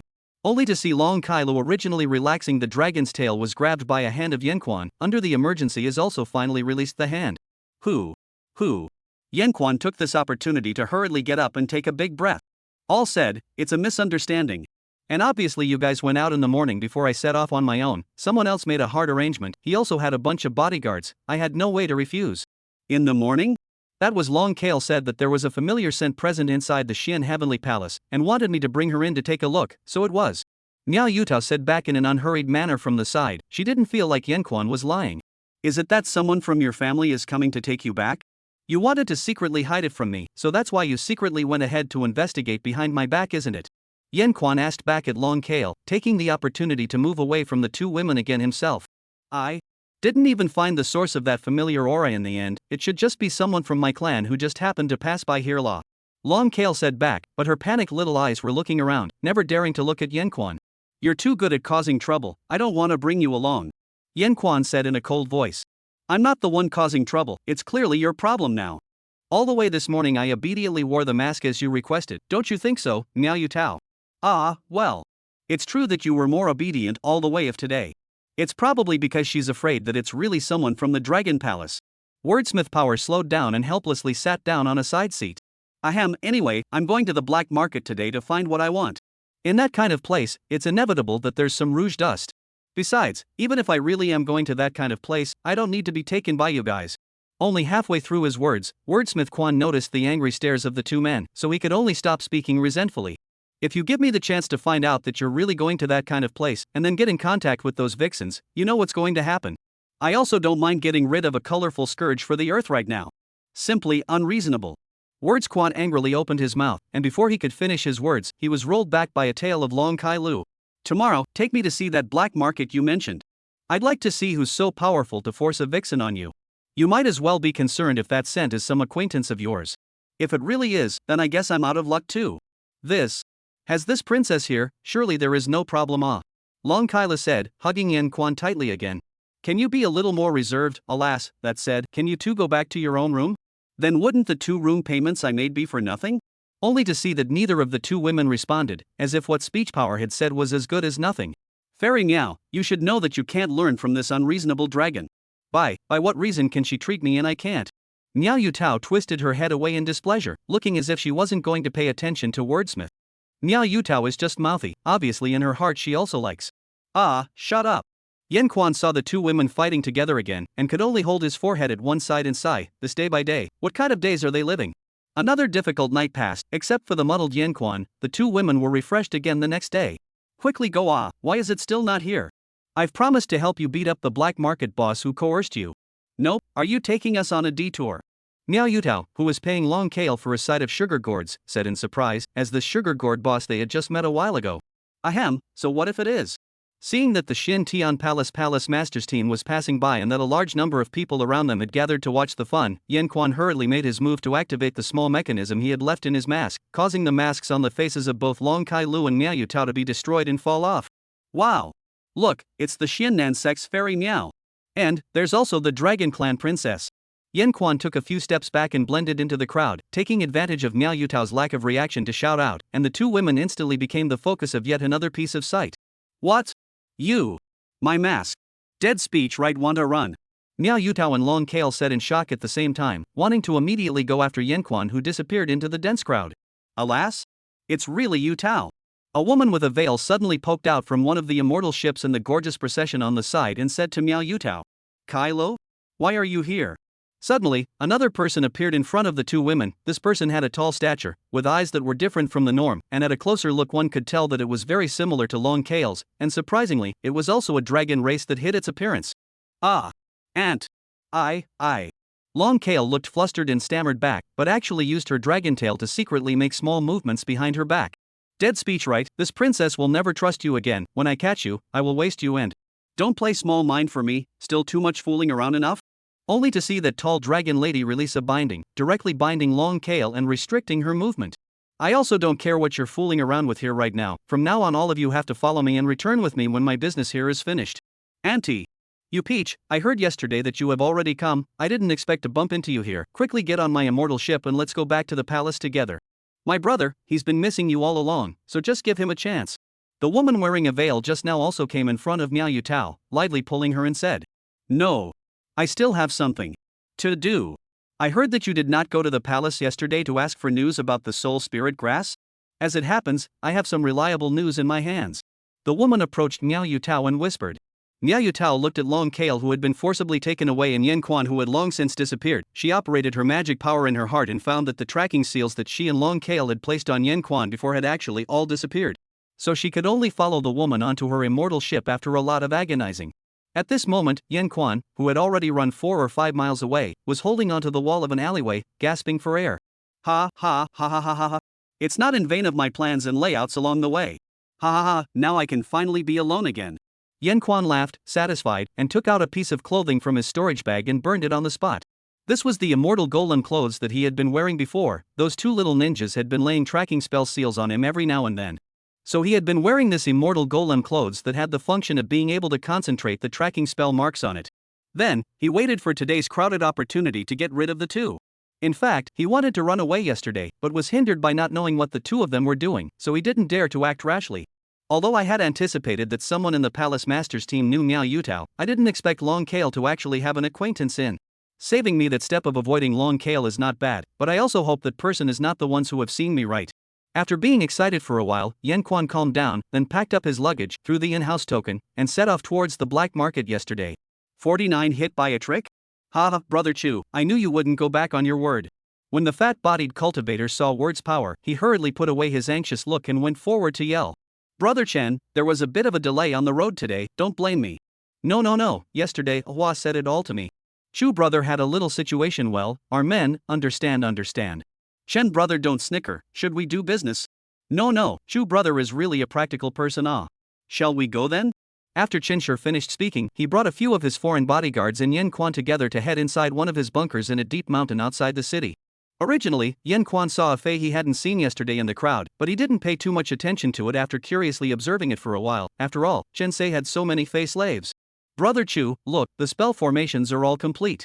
Chen Sei said as he brought Yen Quan into a small room. Brother Chen, although using this spell formation with the forgetting memory stone can make this Fei lose his memory. But isn't this thing we're about to do a bit too risky if it's exposed? Yen Quan pretended to think and said in a worried tone. Don't worry, as long as Brother Chu truly and honestly knows where the Feather Clan's lifeblood is, we'll have a way to sign a contract with her. At that time, an amnesiac feather race slave, aren't we rich? In the end, it's still about taking in slaves this slave trader who isn't afraid of death. Brother Chen, what I want, I don't know. Ha, Brother Chu, where is this person of yours? Also, I will give you a precedent. Bring it. Chenshur greeted a few slaves behind him and quickly got a dark black sign. Brother Chu only needs to take this token and go to the gladiatorial arena that is hosting the blood battle of the Foundation Establishment Cultivators and look for the Goldfield Master to exchange for a transcontinental teleportation opportunity. Surprisingly, we're all going to travel far, so Brother Chu doesn't have to worry about the karma of this, just go all out and leave the latter to me, he. That's not bad either. Yen Quan said, reaching out to take the token, and also tidied up the immortal golem clothes he used to camouflage his cultivation in the process. Good, then let's get started. Shinsei said as he spread his hands, and a few of the Fey bodyguards stood around the spell formation as they obeyed the order. As the spell formation began to catalyze, the stone sculpture of the feather race that had been in the center of the spell formation early on also began to emit a faint glow. Shenshur saw that the spell formation was successfully opened, then also went up to operate it. The job that he had arranged for Yen Quan was to probe into the lifeblood of this feather race girl and take advantage of her newly awakened and weakened state to forcibly sign the master-servant contract. Anyway, I don't know why this feather race miss has become like this, anyway. It's none of my business, right? Speech right muttered in his heart. Brother Chu. Seeing the appearance of the stone sculpture gradually falling off, the snow-white appearance of the young girl began to slowly reveal itself. However, Chenshur sensed that the formation was gradually becoming unstable, so he shouted at Yanquan. Ahem, it's better to go on the forgetfulness stone first. Yanquan calmly said. Oh, yes. Chenshur hurriedly took out a transparent blue stone from his pouch and cast a spell to hit the stone sculpture of the feathered maiden. Brother Chu, do it quickly now. Chenshur hurriedly said. He felt as if something was wrong with this spell formation, but couldn't tell where it was wrong, so he could only hurriedly urge Yanquan to do it. After hearing this, Yanquan slowly raised his hand, and with the help of the immortal golem clothes, he struck out a spell into the young girl's life gate. Boom! With a loud bang, the stone sculpture suddenly exploded and the center of the spell formation was instantly surrounded by stone dust. Cough cough. Brother Chu, what is this situation?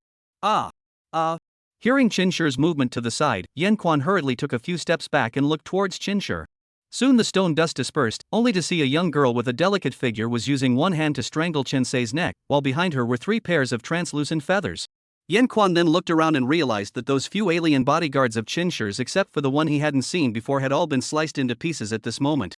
Good familiar feeling, ha ha ha ha ha. Did not expect, there are unexpected gains?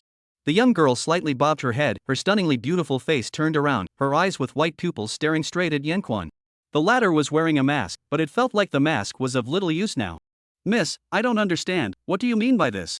The foreigner who was still alive at the side opened his mouth, and then his body also began to change tremendously, and in the end, what was actually revealed was the appearance of a feathered race with a pair of feathered wings. Of course it's an honored guest of our feather clan from a few hundred years ago, did I say it right, Hakujin Yen? This damn Chenshur, his own people mixed inside the spies are not clear, the spell formation is definitely tampered with, given to deceive for so long, those greed in the end are in the end to give people to do the graft Yanquan in her heart slandered, at the moment can only first stabilize. Uee, I didn't expect you to have the same mind skill as always but our grudges should all be over after so long, and even though it was rather hasty just now, I still wrote the destructive spell inside your fate. So that defense you prepared is useless. What? You weren't going to make a master-servant contract? The male feather clan member was surprised and looked at Uee at a loss for words. Also, how many of those who can be my feather clan's guest ministers are incapable? Uee said, her tone still very much at ease. Only to see that she loosened her hand, letting go of Chenshur who was about to have his neck pinched by her. You like making slaves of the foreigners so much, from now on be a slave yourself. Uee teased, punching out a spell seal and forcibly destroying Chensei's Dao root before giving a wink to the henchman at the side, who then pulled Chensei out of the small chamber. When did you see it? Uee said softly, the texture of the immortal dress on her body was crystal clear, swaying slightly along with her delicate body. Since you have already gotten out of the trap, I don't want to cause more trouble, you let me out of here, I will naturally lift the destructive spell formation after I am safe. Words Power backed up a few steps and said. Ha ha ha ha ha. Laughing at this lady. What? Still pretending to be serious? You can't do much damage to me even if you catalyze the spell formation in your current appearance, right? Why don't you come back as this young lady's steward, how about it? Uee laughed, her feathers moved slightly, and after Yanquan reacted his neck was pinched by a delicate hand. Alas? By the way, where's that by your side? Didn't you always protect her? Where is she? She won't be able to run away when I get my big revenge. Uee said, the force in her hand increasing a few more points. 50 Shell Feather Clan's great miss. Ha ha ha. What? Is that your discard too? Abandoned? I knew it, people like you, sooner or later will have this day. Uee looked at Yanquan and said contemptuously. Let go of me. Yanquan stammered, raising his hand and leaning on the immortal golem clothes to slowly release the mana. Only Uee's belly began to gradually light up, and a warm sensation gradually came from the depths. You, what the hell did you do? Uee said in shock, releasing her hand that was choking Yanquan. He. Yanquan gasped for a few breaths before slowly opening his mouth. Actually, it's either destroying the spell formation or the master-servant contract, only, it's me who made the contract with you. The method used is also mine, and it's different from that guy Chenshur's. Just now, it was just a reprieve, and now it seems that the contract has finally stabilized, and it's already too late for you to change it. After saying that, speech power continued to control the contract, causing Uee's power to be gradually sealed. You dare? You shameless person, even if you are lucky today, lucky to escape, in the future, you will still be infinitely hunted down by my clan. Uee's beautiful eyes contained anger, her silver teeth clenched, and she stared dead at Yanquan. Tisk, fairy you, are you talking to me now? Is this the tone that should have for me? Yanquan laughed and used the contract to give Uee a little more punishment. Bastard. You dare to do this to me. See if I don't tear you apart and make you. Ha ah. Let you not die well. Yen Quan looked at this scene was also helpless to the extreme. How can this big miss be so stubborn? Why is her self-esteem so high? It's even harder to convince than Long Kai Luo ah. Not ah. You fairy, I have said, hundreds of years ago grudges that are past how long? You and I should both have pressing matters to attend to now, can't we just accommodate each other? Yen Quan lowered his body and said as he approached Yue. Otherwise, I can only make the first move. Yen Quan threatened, forcibly pulling Yue's hand and yanking her up. As a result, she didn't expect Yue to be paralyzed long ago and directly fell into Yen Quan's arms. Well, you dare to move me, try. You know what the end is. Yue reprimanded, and after clinging to Yen Quan, she only grasped Yen Quan with a death grip in an attempt to resist. This soft and hard dead girl. Yen Quan was inwardly speechless. If she waited for that henchman of hers to come back, at that time, he didn't know if he could still cope with it. Oh? Fairy you, I'm afraid you don't know my methods, right? Did you think that henchman of yours would come to save you? Yen Quan said indifferently, picking up Yue and placing her in a corner to the side. You, what are you doing? Looking at Yen Quan staring straight at her chest, Yue said in panic. Don't worry, not doing anything. Yen Quan said slowly and started to take off his clothes. What? You're not going to lighten me up. If you dare to do that, when I get out of this, I will definitely thwart you. Yue gritted her silver teeth and viciously threatened, but she was unable to move her body under the control of Yen Quan. However, Yen Quan's expression remained unperturbed, and when he had almost removed his own clothes, he went up to take off Yue's clothes. Yeah. You really dare to do this. I won't let you go even if I die. Even if you lighten me up, I won't admit it. Ah, come on, this young lady doesn't care. Just think of it as a mosquito bite. Don't be complacent, even if there is a child. I also won't recognize him as. Stop. Didn't know before that you have so many messed up thoughts in your heart. Ah. Yen Quan really couldn't listen anymore, so he hurriedly called out to stop Yue. If he let her go on, he guessed that he would really have to lose his identity as a good young man in the immortal cultivation world. I say you obviously are afraid into this, why just cannot concede a little? Yen Quan said as he looked at Yue, who had tears in her eyes and was starting to tremble slightly. I will not bow down to you, this kind of person. If you want to do it, I will definitely not let you go. Words Quan held his forehead inside, putting aside the outer skirt that he had taken off from Yue, and then draping the immortal golem clothes that he had taken off. What is this? Giving up? Count on your sagacity, this young lady knew that you definitely can't, don't dare. Not? Why do you still have to keep blabbering in this situation? Is it can't wait for me to really do something to you? Words Quan kind of knew why those villains in his previous life couldn't help but do those things. If they really met a master like this, they would have to be called incompetent even if they did or didn't do it? Humph. Yue still glared angrily at Yen Quan, her stunning face bulging with two small pockets of exasperation. You'd better stop talking. As he watched the immortal golem clothes being set up in place, Speechwright borrowed a spirit stone to change the immortal golem clothes into the appearance of Yue's outer skirt from before. After that, Speechwright imposed a command on the contract so that Yue couldn't speak. To be honest, with Yen Quan's current ability, although the contract was there, relying on the magic weapon to drive it was ultimately limited in how much it could do. If Yue found out and forcefully fought to the death, he might actually lose control. Get up. Speech power ordered. Only to see the immortal golem clothes receive the order surprisingly directly maneuvered Yue to move. The latter was also shocked to see herself get up, and could not speak, but could only continue to angrily glare at speech power. How is it, fairy you, it still fits, right? Yen Quan laughed, changing himself into another piece of clothing that was the same as before. Soon after, another Feather Clan member walked in, and what Yen Quan didn't expect was that he was followed by 7 or 8 other Feather Clans. Surprisingly, there are still so many people? But fortunately, they are all of one pair of feathers, not high-ranked feather race, and there are no ones that have chased me before. Yen Quan analyzed in his heart, fortunately there was no fish to die for. Miss, the outside is also all packed up, Chenshur has been taken as a slave, his power is still not small and can be utilized for us. Next, do we first return to the clan to inform the news and carry out your 8-wing advancement, or do we seek revenge on that person? That leading Feather Clan kneeled down and reported. Miss? Is there something I did wrong? But he could only see Yue, who had closed her mouth and was full of anger, and it seemed that her face was still a little scarlet. Miss has an order, settle down first, then we'll think about it in the long run. Words Power stepped forward and slowly said, at the same time, he also controlled Yue without waiting for the reaction of the crowd of Feather Tribe, he walked forward. What are you all waiting for? Clean up the scene, collect all the useful things and dispose of all the rest. Then camouflage it again, first control Chenshur, infiltrate his territory forces little by little and take possession of it. Finally, tally up the identity information of all the hibernating feather race for me. Ahem, and give it to the young lady for her eyes. Speech power opened his mouth and commanded. This. Speech guest minister, you are still. Now. HM? I am now accepted as a steward by Miss. From now on, what I say is Mrs. Words. Are you guys unable to understand? Yen Quan threatened, controlling the present immortal puppet clothes to fake Yui's angry appearance, smashing a boulder on the side. Ah, yes, quick, do as Steward Yen ordered. Yes. Right, there's also everything that can be searched inside the Chenshire guy's base camp. His specific identity and power intelligence should also be given to me, cough, for Miss to go through. Yes. Watching the crowd of feathers go down to do their work in unison, Yen Quan was also satisfied with controlling Yui to leave this place, and the back was back to one of Chinsei's mansions in the city. I didn't expect this one to be so rich, a partial mansion of this size. Now this can only be a self-inflicted consequence, right, too greedy. But well, that's how humans are, don't you think so, Fairy Yu? Yen Quan sat on the main seat of the mansion's living room and said to Yui who was beside him. He had been here for the past 2 or 3 days giving orders to those feathered races, handling everything with great efficiency, arranging the feathered races into Chinsei's power, and perfectly keeping that power running. As for those seized supplies, they naturally came into his pocket, but he wasn't greedy, he only took a portion of what he wanted for his future escape.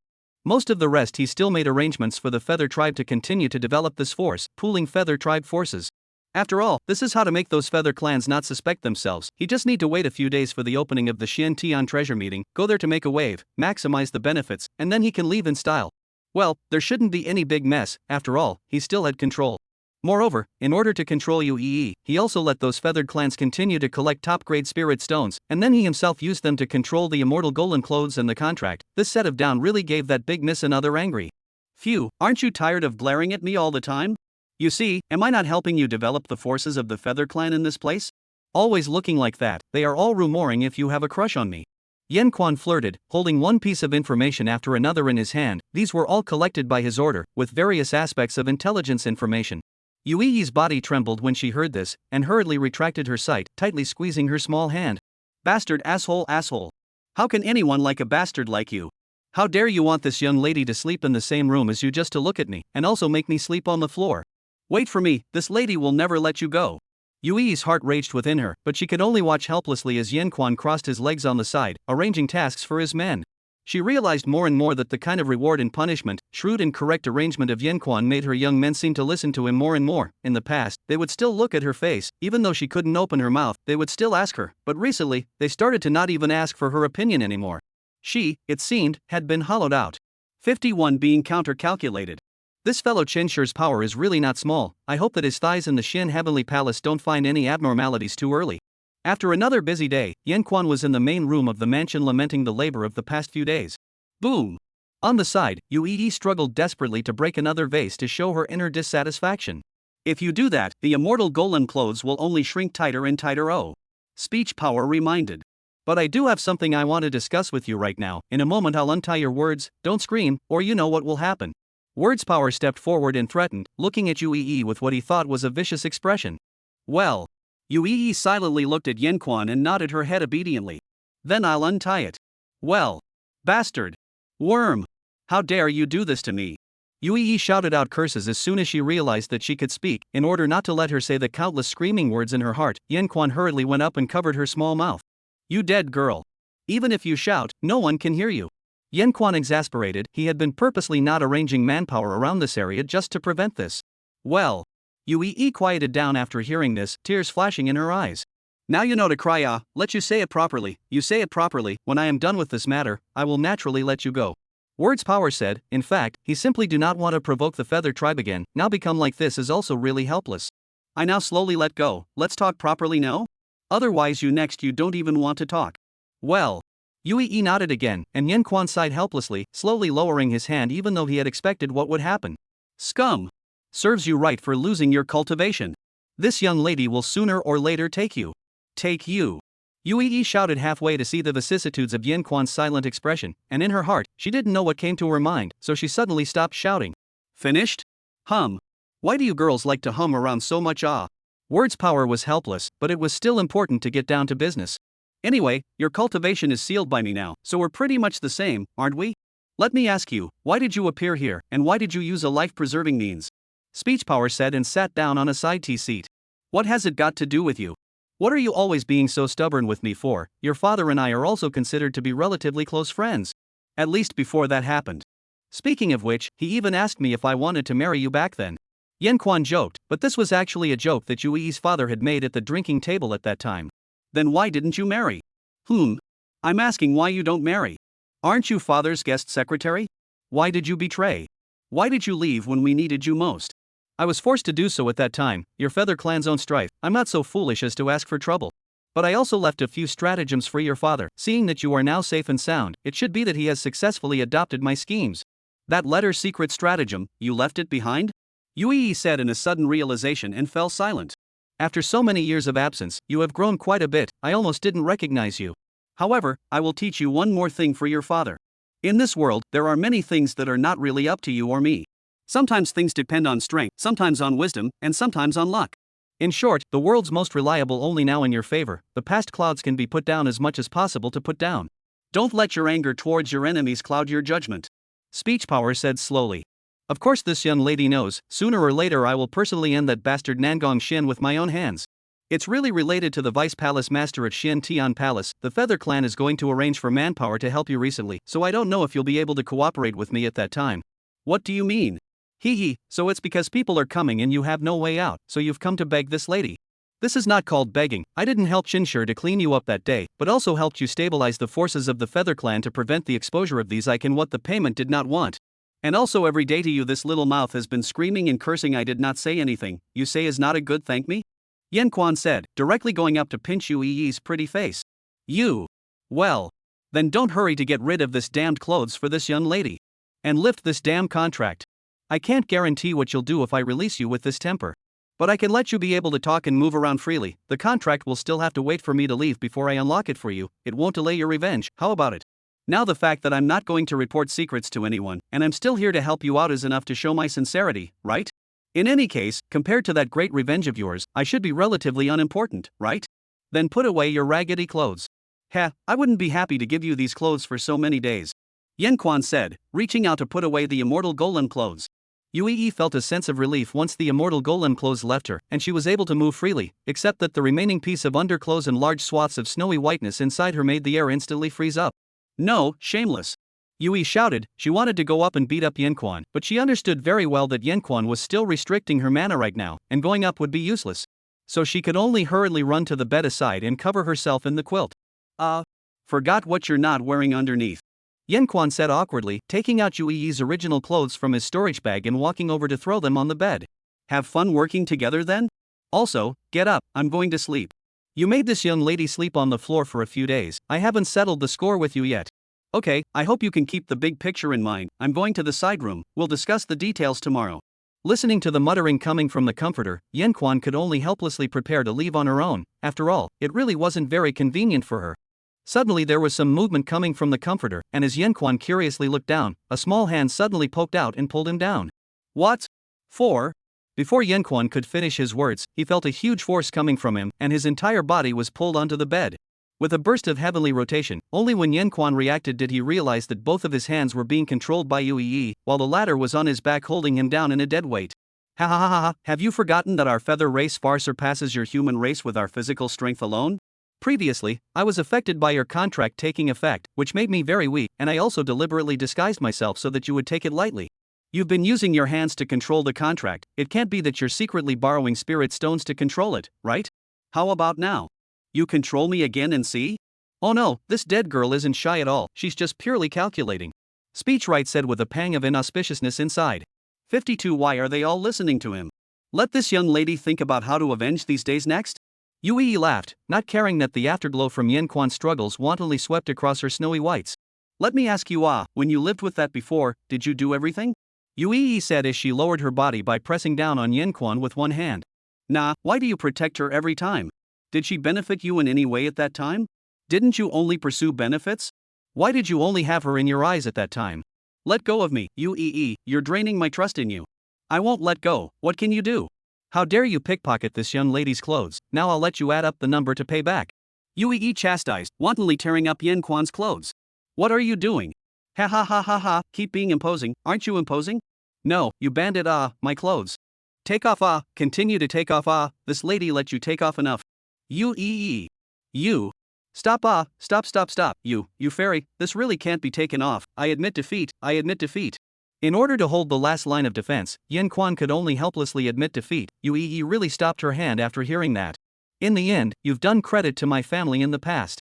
Although you are still a wanted criminal to the Feather Clan, but if you can help this young lady take revenge this time, I will give you a chance to reform.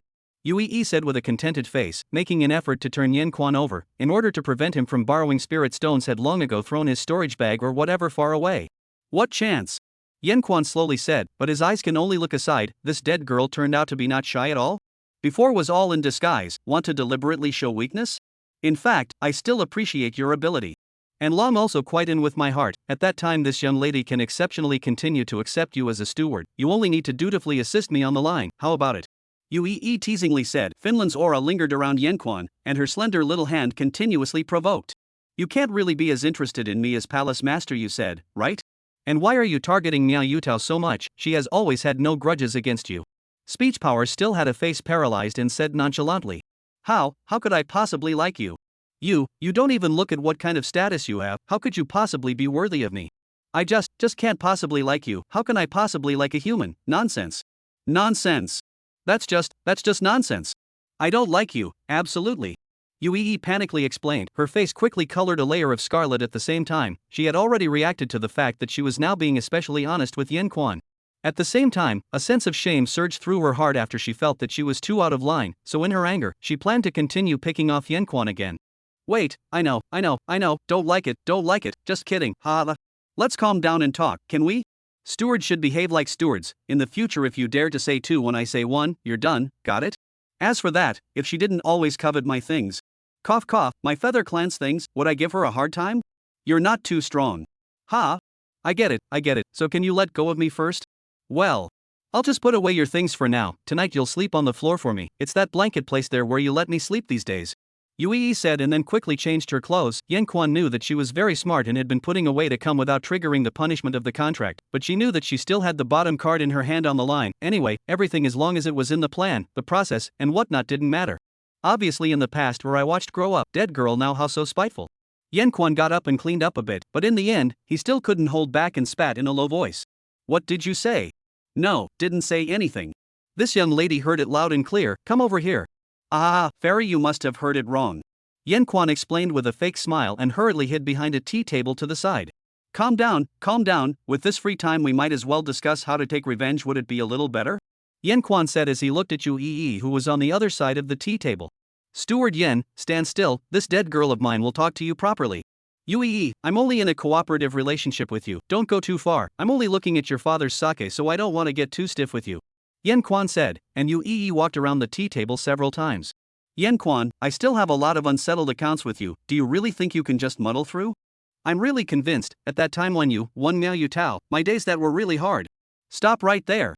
Steward Yen, are you not resting well yesterday? In the mansion's office lobby, one of the Feather Clan's consulars small youth asked. Cough cough, small matter no harm, a few days after the Shintian treasure will be prepared how?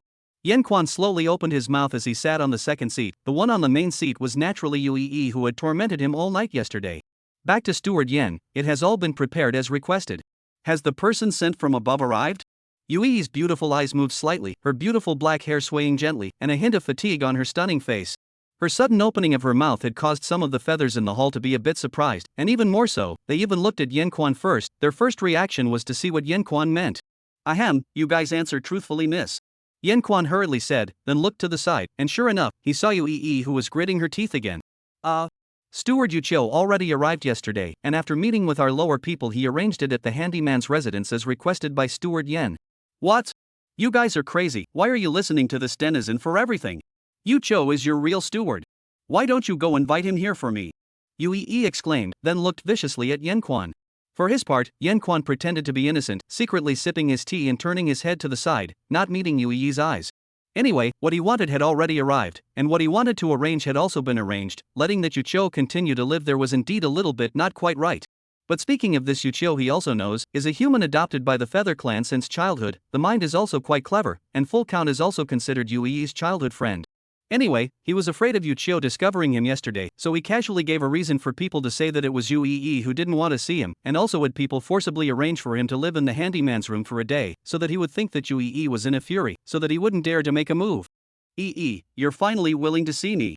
It's also true that I didn't go down to the realm with you, causing you to almost be poisoned, and it's my fault that I didn't protect you, so it's only right for you to be angry with me.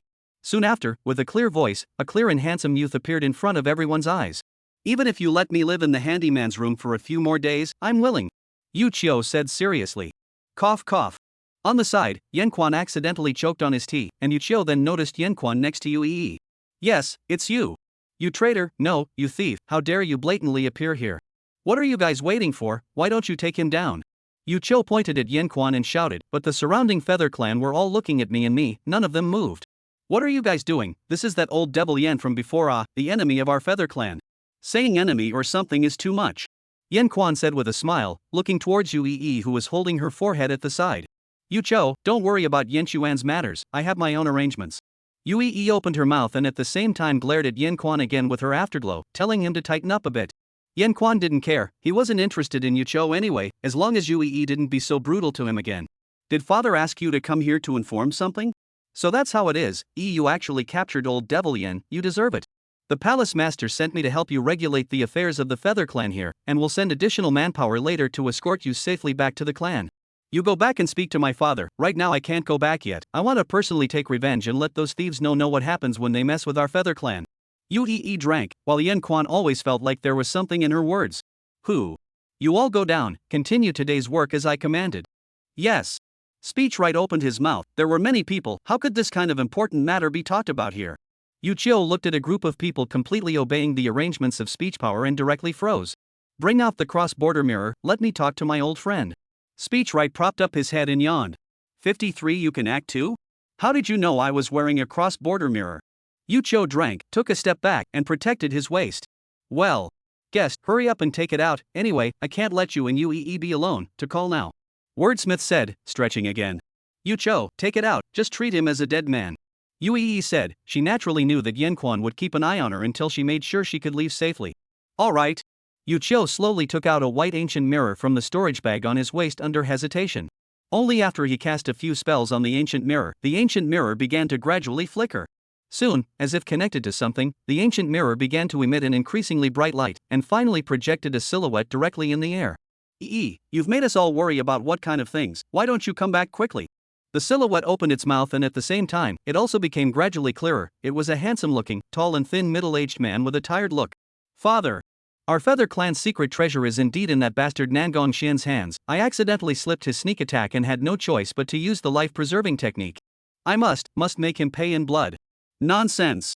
Our feather clan's entry into this interface is already restricted, and the higher-ranked clansman's entry into this interface will be even more greatly suppressed. In his territory, how can you possibly fight him? Hurry back, this matter should be discussed in the long run, don't let your mother and I continue to worry. Yu Yi said, then clenched her fists and lowered her head. It was also true that there was originally such a restriction between interfaces, and the feathers who were here now were not of a high level and were subject to less suppression, so they could stay longer. But Yan Quan has always been very strange. When he traveled across the border before he seemed to have no restrictions at all. Could it be because he was originally even a cross-border reincarnation person, not in line with the rules of this world? To be honest, he had also been searching for such a person, and although he had never found one, he always felt that he wouldn't be an exception.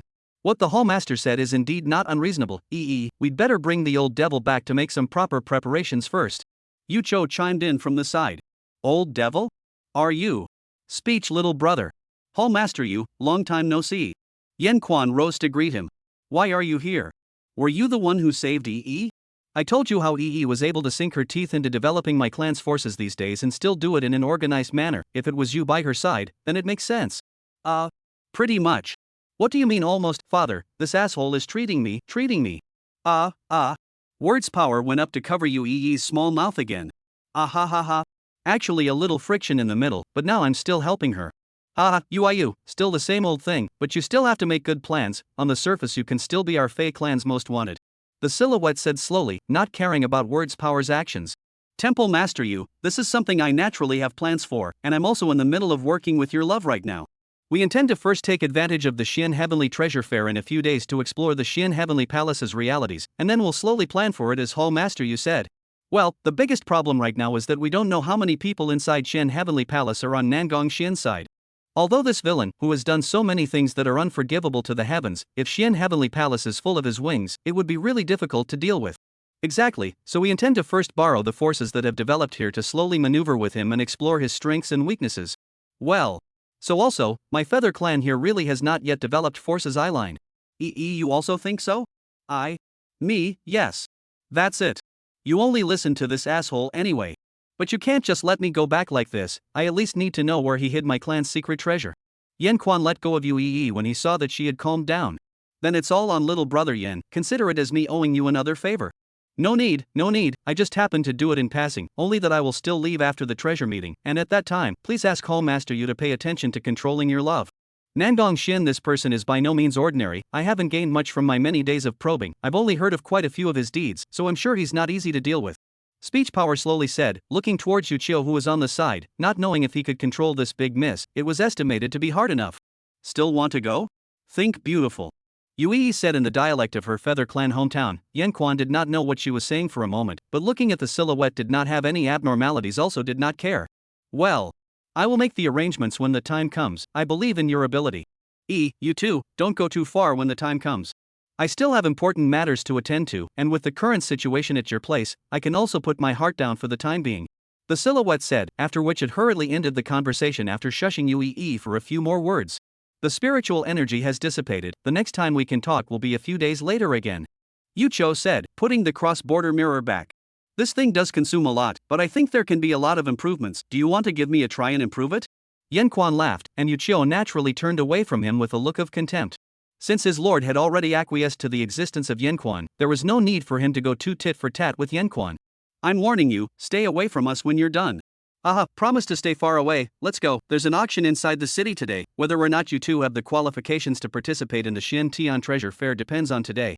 Yen Quan said, taking out his own imitation of a mask that Chen Shi often wore. He was also wearing Chen Shi's clothes now, so Chen Shi's spot to participate was naturally already taken exclusively by him.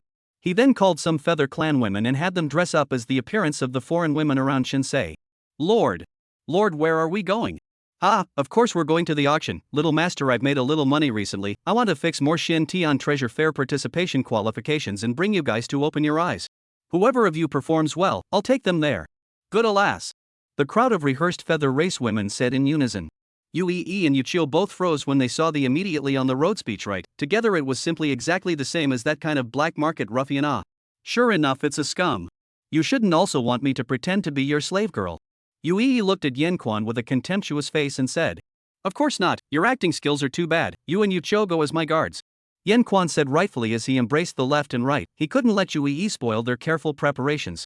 Yes, miss, it's better to let us do this kind of job. Right, the Lord has said it, this is the way to keep people from suspecting Chen Shi's identity. A few Feather Clan women said, sticking close to Yen Guang. All give me. Down.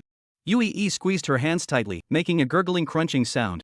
Going in and out of that kind of place usually doesn't bring too many people, right, me, I can fit too. And just me alone is enough. Yue gritted her teeth and hardened her teeth, and this sentence came out from her mouth. At this moment, somewhere on a busy street in the great city, the surrounding sights were focused on the two stunning fairies. Xin Ling, don't follow me. I really don't have that thing. Nonsense. I said, why would you suddenly want to follow my brother and I here? I thought you would be interested in the Xian heavenly treasure. It's actually to come and find that bastard master of yours, right? And I've long heard that you've asked for that guy Yenshuan's broken innate immortal plaque in the sect over there. What belongs to my master, naturally belongs to me, so it's naturally fine for me to come. Tong Lara's willow brows furrowed, and her two clear, wolfy eyes were set like jewels on her peerless face. The arts that you have recently practiced are all tracking type forbidden arts, the clan's manpower you have also intentionally gotten rid of, you are not afraid of the clan. Li Xinling said, and Tong Lara cultivated these forbidden arts. Cultivation is extremely difficult. She had previously thought that Tong Lara could not repair, did not stop too much, did not expect the latter cultivation talent is really amazing. I'm not afraid, I just need master, no one can stop me.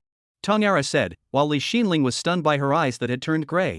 In the past, the Tong Lara she knew, even though her birth was deplorable, she was still naive, kind and pure. But since the absence of the power of speech, Tong Lara seems to have become more and more strange. Not long ago, she alone swept away a devil's cave without leaving a single survivor. 54 First cut first? Xin Xiao, your seat has been arranged, inside please. Not bad, I brought some men with me, should be fine. It's fine, they're all old customers, our auction will begin soon, please take your seat early, young Chen. Looking at the warm hospitality of the fellows of this medium-sized auction, Yen Quan's right hand tightened a few more points around the dainty alien slave girl in his arms. You bastard! Yue grit her teeth and whispered, but her body didn't resist anymore, only a faint layer of pink coloring her face. Hey! Old devil Yen, don't go too far. Yu Cho, who was pretending to be a guard behind him, warned in a low voice. However, Yen Quan didn't care about him and instead looked at the group of people who were walking over. Isn't this Chen Shi, young Master Chen? Why is he still wearing a mask today? Alas? Going out today with just this many people? Especially how come you brought a little beauty with you? Didn't you say last time that you were going to share some with the brothers? A lavishly dressed young man who was the leader of that group spoke up. Of course, only that everyone is here today for business. It's not appropriate or proper to talk about these flirtations, so let's change to another place at that time to slowly spend our time. Yen Quan mimicked Shen Shi's tone and said with a harumph. Tisk, Jin Xiao, how do I feel that you have changed today? Changed? What? Why have you gotten thinner? Is it with this little beauty with a veil in your arms that you don't know what's going on in heaven and earth? Ha ha ha ha. Why don't you also give this little beauty to us brothers to amuse ourselves? The group of people laughed, only Yen Quan was pulling hard on Yue who was about to get angry. Kill them all. Yue in her arms raised her head indifferently and whispered to Yen Quan. No? Who the hell are you? If it wasn't for me pulling this living hell for you right now, you already don't know how many times you've died. Yen Quan was helpless for a while inside, but there was nothing he could do about it. But it's just that I've been busy with work lately and overworked, it's not enough. You also know that the Xin Tian Treasure Club that is, we all have to act according to the order. Today I just come to casually look, all brothers and sisters we come in the day in a good get together. Words power hurriedly perfunctory, pulling the bosom is about to burst the time bomb to leave. Wimpy. Arriving at the VIP seats, Yue disdainfully opened her mouth. How much effort did I put into pulling you along the way? Didn't you say you could fake it? Also, there's no need to stick it to me when you're already here. Wordsmith returned, reminding Yue who was sitting on top of him. Ha! You didn't say so earlier. This journey's account will be counted back by this lady sooner or later. Yue gasped and hurriedly got up and stood aside. Alas, each and every one of them don't let me worry, forget it, then let me see what tricks those few wanted to pull just now. Yen Quan muttered to himself, looking down to the auction that was about to begin. Ladies and gentlemen, welcome to this auction at this treasure pavilion. Today, in addition to the grand finale of the 3 Xian Heavenly Treasure Meeting participation slots, we have also prepared many secret treasures to be auctioned together, so without further delay, our auction will begin immediately. The auction went on as scheduled. The front was taking some treasures that were more useful for middle-ranked cultivators, or scarce things were being auctioned, and placing the Xian Heavenly Treasure Meeting slots at the end. It was clear that it was meant to be a big clearing out for the things in front of it. Although Yen Quan couldn't raise his interest in those things, but in order not to be discovered for his too obvious purpose, he still symbolically auctioned some treasures, only they were all for escaping to save his life. Ha, look at that Chen Shi, how he auctioned all those life-preserving things. The higher-ups even asked us to come and scout him out. I don't think there's really a need for this kind of loser to let us come in person. In the other VIP room, another frivolous man who was beside that man earlier spoke up. With this amount of time, it would be better for Little Master to continue having a good time inside my black market. The higher-ups sent us here to probe his recent actions. They must have found something. Just act according to the order. Could it be that you dare to disobey that lord? The man who had all spoken before, his face had long since changed into a serious expression. But if anything unusual is found, execution on the spot is also allowed. At that time, won't you and I be able to split his share of the spread? Oh. It's like this, this kind of opportunity doesn't come around very often. You mean, execute him first and then kill him later? Soon, the auction came to an end. 3 participant spots, the first one everyone was definitely testing, so Yen Quan directly shocked the 4 parties with a big hand and took one in the chaos. The second began to have a few began and Yen Quan dead bite. Yen Quan looked at this situation, can only change the strategy. Soon, the auction ended with the last spot being auctioned off as well. What's the situation? How did you only get one? Yue was dissatisfied. Then wouldn't it just be me and you? Don't be in a hurry, let's go first, I wouldn't dare to bring in just you. Yen Quan said lightly, his eyes signaled Yu Qiu to leave first with a few people. Hey, why did Yu Qiu and the others leave first? What did you just say to him? I said that you are not reliable, it is not as good as this young lady personally.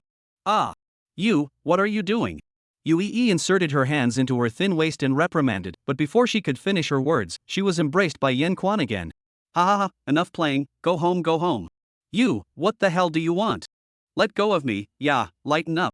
Along the way, Yue kept whining in her arms, but Yen Quan remained painless, pulling her along slowly. This alley, we didn't go here when we came? Yue stared up with her beautiful eyes and asked after observing a less crowded side alley they came to. Brothers and sisters, I wonder if following me, Mr. Chen, all the way here is something important? Yen Quan stopped his steps and spoke. Chen Shi, you are secretly communicating with other clans, hiding your new spread from the higher-ups. You can't blame your brothers for your own death. Oh? It seems that brother and sister have even thought of my charges? Aren't you guys afraid that that lord will find out about your nonsense? Haha, brother Chen, that lord asked us to probe you. Could he not know the pissiness of those of us who do this? You definitely hid what you did from the top. Good times are over, brother Chen. Only to see that the few men from before had brought their majestic guards along to block the front and back of the alleyway. By the way, that participation token you guys shot, do you still have it with you? Words Power asked. He had deliberately maneuvered to let them auction one as well before. Oh? You mean this one? But I remember if you also auctioned one, just in time, so we have two now, ha ha. And that little beauty on your side, TSK, even though it's through a veil, I've never seen one with this kind of posture before. I'm going to have some fun with it when the time comes. Well, that's not right, it's me who has two now, and I have to thank all of you brothers and sisters for the free tokens off. As for this little beauty, you guys see for yourselves if you have the ability to get along with her. Speechwrite slowly said, and then temporarily lifted Yui's cultivation seal. So you've been planning to do this for a long time, so be it. This young lady was not happy with them. But the next time you dare to hide it from me, the end will only be worse than them. Yui heckled, her 6 wings appearing. This is the feather race. How can? Ah. The few strongest guards that those 2 men had brought with them were sliced into pieces in an instant. One of them hurriedly let his guards escort him to escape, while the other one directly sat down on the ground. Where do you guys want to go? At both ends of the alley, Yuchio with a cadre of feathers also appeared to block the way. A massacre ensued, and by the time Yanquan slowly took the token in the shattered piece's hand, the scene had already been pretty much cleared. There's a good boundary shielding, right? Of course, I know even if you don't tell me. That's good, make sure to deal with it cleanly, and send someone to disguise these people. First stabilize the people who are connecting from above. Words Power returned, turning his head to Yui who walked over with a smile. Put away your bloodied feathers, we should go back. Oh? You still want to be the head now? Good thinking. Ugh. How come, so quickly sealed again, dead speechwrite? Before Yui finished her words, a sense of weakness surged up, and then she had no choice but to put away her feathers. Yuchio, who didn't notice the specifics on the side, just looked over curiously. What's wrong with you? She's fine, only this heart really needs to be honed, don't you think so, miss you? Yanquan laughed, holding the weak Yui and wrapping her in his arms again. Let's go, I reckon that there might still be eyes on the road, all of us shouldn't show any abnormalities, let's return the same way. Yanquan said, leaving behind a part of the people to make good. The rest of the people followed Yanquan to return. After a few quarters of an hour, Yanquan led a few people to the mansion, but he suddenly realized that the crowd at the back was inexplicably stirring, so he planned to turn back to find out what was going on. Just in the next moment, a small hand pulled him down, and the surrounding Yuchio and the others were shocked as they looked at the young girl in front of them who had appeared without God's knowledge. Master. Is this the plan you said? It turns out that it's just to hang out with other women and live a life. Nah, master. Tell me, master. What exactly does this mean? 55. It's acceptable if it's not the master's wife. Where did the little female cultivator appear from? What master teacher, you're recognizing the wrong person. Yui opened her mouth, curiously sizing up Ton Lara, realizing that she was really cute looking, very much in line with her aesthetic. If you want to find someone, this young lady can help you. She said after her tone calmed down a lot. What is your relationship with master? Ton La's small hand still dead pulling on the speech power, looking straight at Yui asked. What Yui muttered in disbelief. She felt that it was unlikely that Yanquan had such a lovable disciple. Why are you here? How did you find your way here? Are you fooling around again? Yanquan looked at Ton Lara through her mask and chided in cold words. I. Ton Lara lowered her head, not daring to answer that she was the one who practiced the forbidden art. She looked at Yui again, the woman who was still in her master's arms, the woman who could be by his side. And what about her? Why did master teacher not want her anymore? She felt that she hadn't done anything wrong, yet she had to be deprived of the right to be with her master. It was simply too unfair. It's not fair, she said softly as tears began to flow and drip onto the ground. So it's here, finally. Another familiar delicate voice came from the back. Yanquan looked and realized that Li Xinling had appeared not far from the back. Why are you guys stopping me? Do you know who I am? Quickly get out of the way. Lara, are you alright? Li Xinling could only shout from the spot after being stopped by a few feathers. Die Yanquan, you heartless bastard. Big asshole. She shouted anxiously. Well. This point this young lady does agree. Yui agreed with a look at me attitude. Alas. Hurry back to the mansion and bring her along. Yanquan sighed as he held his forehead and let go of Yui. Don't cry, it's not your fault, let's go inside and talk. He helplessly wiped away Ton Lara's tears and pinched her little face and said. Master. Soon the group returned to the mansion, and after arranging affairs for the others, Yanquan detached all the feathers except for Yui and Yuchio. Humph, when you met him, what else would you be besides crying? Li Xinling said heartily as she looked at Ton Lara, while the latter always kept her head lowered, looking at her stitched-up natal immortal plaque, the very same one that Yanquan had broken in the clan before, with some of his own mana aura on it. At this moment, the two women were sitting on a side seat. Yue, you go with Yuchio to arrange your feather clan's own affairs. Speech Power took a sip of hot tea and said to Yue, what? Want to sidetrack this young lady? I'm not going to follow your wishes, but it's really unexpected that a person like you even has a disciple who is also so delightful looking. What about the other one? It wouldn't be your disciple as well, would it? Both of you, please use the tea. Yuchio thoughtfully served hot tea to the two of them, and at the same time, he couldn't help but look at Ton Lara a few more times. He felt that there were going to be two people who might be number one in the beauty ranking in his heart now, and one of them was naturally Yue, who was arguing with Yanquan. Nosy. Yanquan said indifferently. In fact, he did not know what to open his mouth to say. That little ninny holding something in her hand seems a bit familiar. It can't be his own previous in the sex native immortal card, right? So he thought about it again and again. He still felt that he had to start with Li Xinling. Li Xinling, why are you here? Well, you really are a speech power. The latter grunted. My brother and I came to participate in the Xian Heavenly Treasure meeting. Our family's business has always been somewhat associated with the Xian Heavenly Palace, and we basically send people to participate in every session. Oh? Li Hua also came? Well. No, now you should deal with this fool first. The clan's people are all still looking for her. Li Xinling pointed at Ton Lara, while the latter looked at Yanquan in fear. I don't want to go back. I sure as hell still want to be with Master Teacher all the time, together. Ton Lara gathered her courage and shouted. This young lady has made a promise. From now on, you can just follow me. Anyway, Yanquan is also my steward, so just follow this young lady. Yue stood up and said confidently. Really? That's really too good, thank you pretty sister. Ton Lara similarly stood up after hearing this and replied with a serious face, but her eyes still carried the tender redness of having just cried. Anyway, if the master is her steward, it means that this woman won't be the master's mother. Well, then she can accept it. Yanquan on the other hand didn't reply. He was simply unaware that Ton Lara was so capable of finding even this place, presumably using some bad means. If the clan found out, it was indeed a bit bad. If you insist on giving up your great future, there is nothing I can do. Yanquan said helplessly. Yes, Lara, you are now the sex holy maiden, your future is unlimited, and you are already gifted. How can you just give up this great opportunity now? Li Xinling anxiously said. This Ton Lara, once she saw the speech power heart without her as a close friend, it really makes her a little sad. Xin Ling. Is fine, I will often go back to see you. If it is convenient for the master. You. Humph, I don't care about you either, you just live your whole life with that asshole. Li Xinling was so angry that she turned her back, intending to leave. Wait, you also don't go back first, to avoid the clan inquiring, more right and wrong. I'll write a letter to Li Hua later, just tell him, you wait until the day of the Xin Tian treasure meeting and then go back. As for Lara, you should reconsider these days, you probably won't have this kind of environment in your life. If you go on with me again, the odds are that the future will be a bumpy ride. Yanquan put down the teacup, said faintly, nowadays don't spoil his plan on the line, with a Ton Lara, barely acceptable, after all, in the past has always been still very well behaved. I'm not afraid. That. Master, you don't get angry. Rara to give you a whack on the shoulder. Ton Lara said in what she thought was a firm tone, but seeing that Yanquan's face was still cold, she could only resentfully go up and pamper herself. I want it too. Little Lara, come and give me a hammer, sister will give you something nice. Yue watched as Ton Lara gave Yanquan a shoulder whack, and Yanquan still didn't give her a good face, so she felt bad for Ton Lara in her heart. And she inexplicably liked Ton Lara's well-behaved appearance, so she suggested that Ton Lara come and give her a shoulder whack. But don't worry, what he says doesn't count, what I say now counts, he won't dare to drive you away until I let you stay. Yue inserted her waist and said. Yanquan naturally did not know why she suddenly showed off again, under speechlessness, but also did not reply. Good. Ton Lara hurriedly went up to give Yue a shoulder punch. Yue was in a good mood and then gave Ton Lara a lot of her magic weapons and jewelry.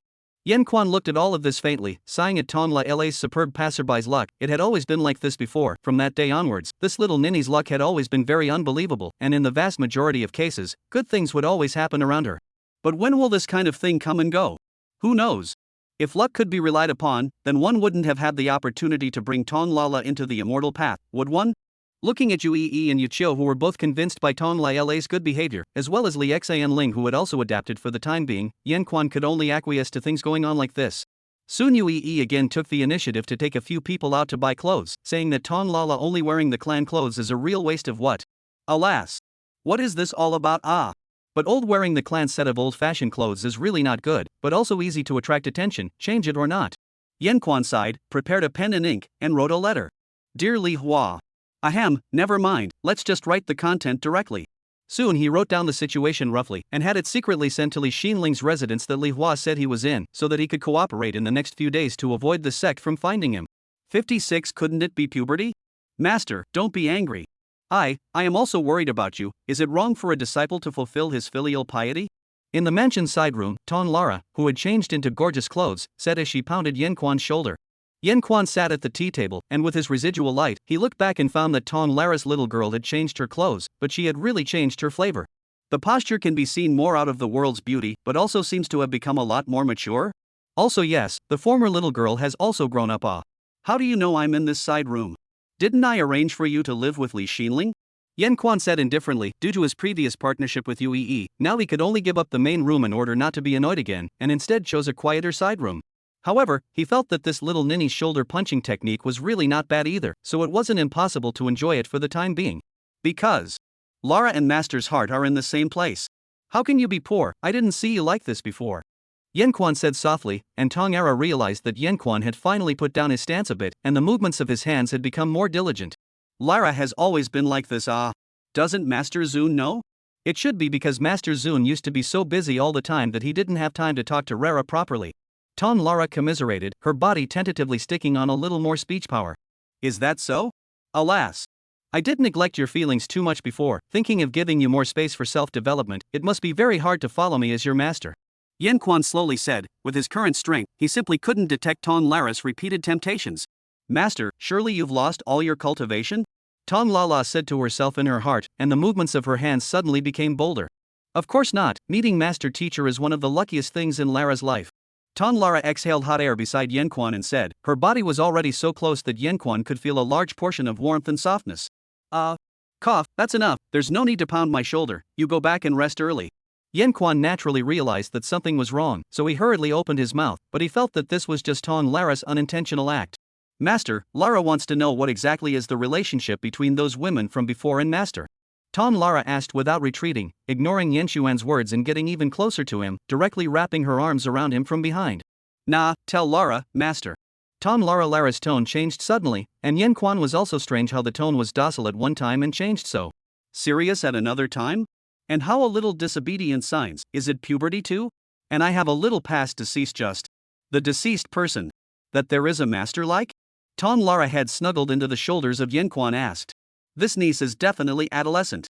Yen Quan also knew in his previous life, little girls and whatnot, in puberty is that they will be more rebellious, and there will be the first heart-butting and whatnot. Could it be that she has met someone she likes? To come to him to ask for advice in this regard? Words power in the heart. Crazy thinking finally came to a conclusion, that is, although he simply cannot give any advice in this regard, but cannot lose the master's share. Favorite person. Well, in the past there was also a pain, what's wrong with you? Yen Quan opened his mouth just a few sentences before he realized that Tong Lala suddenly hugged him tighter, already to the point where he could hardly stand it. Who is it? Tong Yara asked mechanically after she eased her grip a bit. Yes, it's a sister in the village who used to take care of me when I was immortal. Yen Quan said in pain, what the hell is wrong with this little ninny? The posture is far less than Yufari's, but has always given me a lot of help and is kind and gentle. But the back was killed by the evil cultivator, and the soul was taken away to refine the weapon. Before the death of the dying me pushed off the cliff, may be intolerant of me also be extracted soul refining it. But I did not expect that I also accidentally survived, so many wonderful people. Why I survived it. The latter, although the evil cultivator thwarted the bones, but also long cannot let go. Speechwright recalled the past, the mood cannot help but a little lost said. Love this kind of thing. I have always felt before that it would be a burden, but with my current situation there is no qualification to say that I am right. What Master wants you to understand is that everyone will have their own path to walk, many things actually can't see right or wrong, in life, must do well for yourself, so it's good. So it's like this. Master Teacher, I'm sorry, did Lara hurt you? Tong Lara suddenly changed her tone and said, pretending that she had just been careless. What the hell is wrong with you? Don't go back and rest early. Yen Quan said helplessly. But I still want to stay a little longer. Lara hasn't spoken properly to Master for a long time. Again disobedient? Master Teacher, don't be afraid, Rara will always be with you in the future. At least Master Teacher still has me now, and I also have Master Teacher, neither of us will be alone. Tong Lara said to herself inwardly and hugged Yen Quan tightly again. She could feel Yen Xuan's emotions as he recalled the past. Although Yen Quan had gotten used to being alone, he still carried the fear he had when he became alone. His Tao heart had been uncertain, but he didn't know it, so he would fail, so his luck and calculations were a few points worse that day. Hiss. Really can't do anything about you, take this. Words Power sighed and took out a small mirror from inside his storage bag. The sect's holy maiden has great significance to the sect. If you leave without authorization, you and I will both become enemies of the sect. Moreover, Master Ancestor personally promised me that he would cultivate you into the next generation of the sect's successor, and originally I was thinking of secretly leaving in a few days. But seeing as you won't give up even if you're like this, then take this little mirror of the Feather Clan with you so that as long as I'm still in this interface you'll be able to talk to me at any time in the future. Tongara silently looked at the small mirror and didn't say anything. She knew that Words Power had a point. However, if she could talk to her master at any time, she could indeed accept it. Moreover, she now had the means to be able to track speech right. This way later on, when she became strong enough, no one would be able to stop herself from being with her master, not even the master himself. Then can Rera sleep with Master Teacher today? Tongara whispered. Ahem, how old are you? It's time to avoid suspicion. Otherwise, you'll be at a disadvantage in the future. Speech Power said casually, and in response to him was Tangara's gray eyes. I said, I want to sleep with Master Teacher today. Isn't that not very good? I said, I want to sleep with you today. How many times do you want Lara to say it again? LOL? This isn't right, is it? Is this the tone of voice one would use when talking to a master? Why does this feel more like a threat? How did this little ninny become like this? Yen Quan was confused by this situation, and for a moment, he could only stare at Ton Lara's beautiful gray eyes, not knowing what to say. Boom! Suddenly, the door to the room was opened, and Yen Quan was startled and hurriedly looked at the door. Hey, Yen Quan, do you know where little Lara went? Only to see you Ee sticking her hands on her hips and standing outside the room, she said. Sister Ee, are you looking for me? I'm chatting with my master. Tongara said from beside Yen Quan, with an unusual smile on her face, very different from the threatening expression she had just looked at Yen Quan. 57 Master Teacher, I'm the only one who's good to you all. Ah, you're really here. Originally went to ask Li Xinling where you were, and she huffed and puffed that you must be in the Yen Quan room. Yue went forward and pulled Ton Lara's hand and said. Yen Quan, on the other hand, breathed a sigh of relief at the side, never imagining that there were times when Yue could help. Sister Ee, you're looking for me, what's the matter? Ton Lara returned, a hint of dissatisfaction and regret in her tone. You left in too much of a hurry, why didn't you bring the hair accessory I bought for you? Yue said, taking out many gorgeous hair accessories from her storage bag. Sister Ee, the set you gave me is already very expensive, I can't take any more. Just accept it, she's always wanted to have a younger sisters, so I guess she's really rejoicing in you as well. Words Power said lightly, taking the opportunity to get up and walk a little farther away. This young lady is not. Only for the sake of being your disciple, I have to pay attention a little bit to prevent being brought down by people like you. Yue hummed, shoving all the hair accessories in her hand into Ton Lara's hand. Ahem, why don't we let Ton Lara stay in the main room with you tonight? Yen Quan hurriedly took the opportunity to suggest. He felt that there was definitely something wrong with this little disciple of his, but once a teacher, always a father, she couldn't really do something to herself. Yen Quan thought about what he did wrong in his heart, and really couldn't understand why Ton Lara wanted to sleep with him. This is also too that what spread out his cultivation world 3 good young man's name is really going to lose. Master, Rera is not willing to fulfill me even with such a small request? Tongara tilted her head and asked, her slender hair falling to the side of her face. What main room? Shouldn't I live wherever you live? Isn't this what you requested before? Yue said doubtfully, she thought that Yen Quan was testing her, she now had a handle and Yen Xuan's hands naturally knew to do what Yen Quan asked first. No, that was before when we hadn't talked about it. Yen Quan hurriedly said, a small hand had already quietly pulled on his sleeve. Master originally wanted this No wonder don't want Rera anymore, anxious to drive Rera away? So it's like this, so it's like this, so it's like this, so it's like this. This look is definitely not right now. Yen Quan retreated backward in fear, and realized that Ton Lara's force was unexpectedly strong, pulling him back with a deadly grip. No, it's not like that, you're mistaken, Master and her are just a bit of special business to take care of, so. That's why, ahaha. Words Quan returned, tugging at his sleeve again realizing that he really couldn't move. Then why can't Rera? Hey, what are you two doing? Not doing anything, ahem, Rera, you have to trust Master. Yen Quan said, going up to touch Tongara's head. Trust you? Anyway, Master Teacher just wants to go find all kinds of women, right? What variety of women And aren't they all those troublesome ones that find themselves? Yen Quan now suddenly realized that his luck since he lost all his cultivation was a little too strange. The world of immortal cultivation was so big, why would he keep meeting those deceased people? This situation. How to feel as their own destiny was moved. Who did it? When? Word's power suddenly realized, but at present there is no way to prove his conjecture, can only wait for the follow-up as soon as possible to find the opportunity to verify. What variety of women, huh? Little Lara, you also think too highly of your master. How could this careful I have a woman like him? No, there was indeed a who was more suspicious before. Yue said back. She was furious when she recalled that Miao Yutao who pretended to be innocent every day. Yes, master, I actually really don't have much womanhood. Yan Quan hurriedly concurred. As for those, they could be considered as enemies. What kind of womanhood is that? Then sister, do you like master teacher? Ha! How can I like him? What are you talking about? What are you talking about? Yue stammered back, her flustered eyes darting around. So that's how it is. Ton Lara said as she turned back to stare at Yan Quan dead in the face and began to take a step closer to him. Let you sleep here, let you sleep here. Yan Quan said sharply, it shouldn't be ashamed to be afraid of one's disciple, right? Well, that's it, good night, both of you.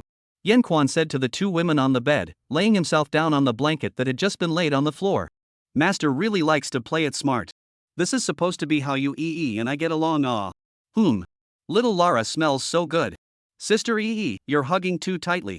Yan Quan didn't pay attention to the two girls jostling, he only knew that the bad side of losing all his cultivation was one more thing, that is, it was easy to be ridden by his disciples. The next day, Yan Quan had wanted to set out on his own to get the transcontinental teleportation to the qualification at that dueling arena from before, but it turned out that no matter how much he hid, Tong Lara was able to pinpoint him. I say, are you becoming more and more disobedient? Rara has agreed to return to the sect, is that not being obedient? Ton Lara replied back. At the moment she was holding Yan Xuan's hand and walking down the street with Yan Quan with a mask on. Isn't that all for your own good? It would be for Rara's good if master could attract less peach blossoms. What do you mean? Yan Quan was puzzled. Why does this little ninny dare to say anything, disliking herself for causing too much trouble? Forget it, you can stick to me if you want to, wait until the day of the plan, just return to the clan properly as I said. If master teacher encounters any danger, remember to talk to Rara, don't try to be strong alone again, okay? If master teacher wants to be good to Rara, then just take care of yourself. Your master's father is not that bad, don't worry. Those women before, they were all bad people, don't go near them, master teacher, got it? Only Rara is the one who was good to you. If it's the current master teacher, those women will definitely do something terrible to you. Ton Lara said seriously. She substituted herself into those women for a bit and realized that her master's father would end up in a terrible situation. Although she had just started cultivating not many years ago, with her talent, she believed that one day she would be able to catch up with those women and protect her master teacher in name only. At that time, it shouldn't be too much to ask for a bit of due payment herself, right? What women? You're so young, nonsense, those women. Cough cough, and Master Zun just had a little entanglement, don't have to worry. Words right in front of Ton Lara naturally want to make big things small, small things small, let her not to think about their own things, good cultivation, but also to save themselves a little heart. It is also that Master Zun even has the ability to run here, which means that it also got rid of those two women from before. Master Zun always manages to impress Rara. Ton Lara said back, to be honest, as soon as she thought of her master's father falling into the hands of Chu Ruoshua and Su Yao before, and thought of what they might do to her master's father, she couldn't sleep at night. Every time after struggling, she could only cultivate up forbidden arts to mess up her mind in order to be able to calm down. Cultivating forbidden arts was prone to heart demons, and Tongera was naturally no exception. Only that she unexpectedly reconciled with her heart demon, because she found that the things that her heart demon wanted to do, except for killing all the evil cultivators and taking revenge and whatnot, the rest were all to the right of speech, and even though it was a bit of a treasonous thing to do, she unexpectedly recognized it silently. So she and the heart demon gradually fused, mutual acceptance, cultivation of forbidden arts began to be comfortable, cultivation continued to soar, personality above also began to gradually change. When the time comes, she herself will have to guard against her master's escape, so what should she do? Ton Lala inwardly pondered, or else just lock him up, or say, "What are you thinking about, we're here." Word Square said, looking towards the tall outer doors of the gladiatorial arena. 58 Well, water does not interfere with river water? Take me to your arena master. Yan Quan stepped forward and said to the gladiator boy who was yelling, while taking out the token that Chen Shi had given him. "It's young Chen's man? You guys wait a moment, I'll go report it." The little his saw the token and went back to the arena to correspond.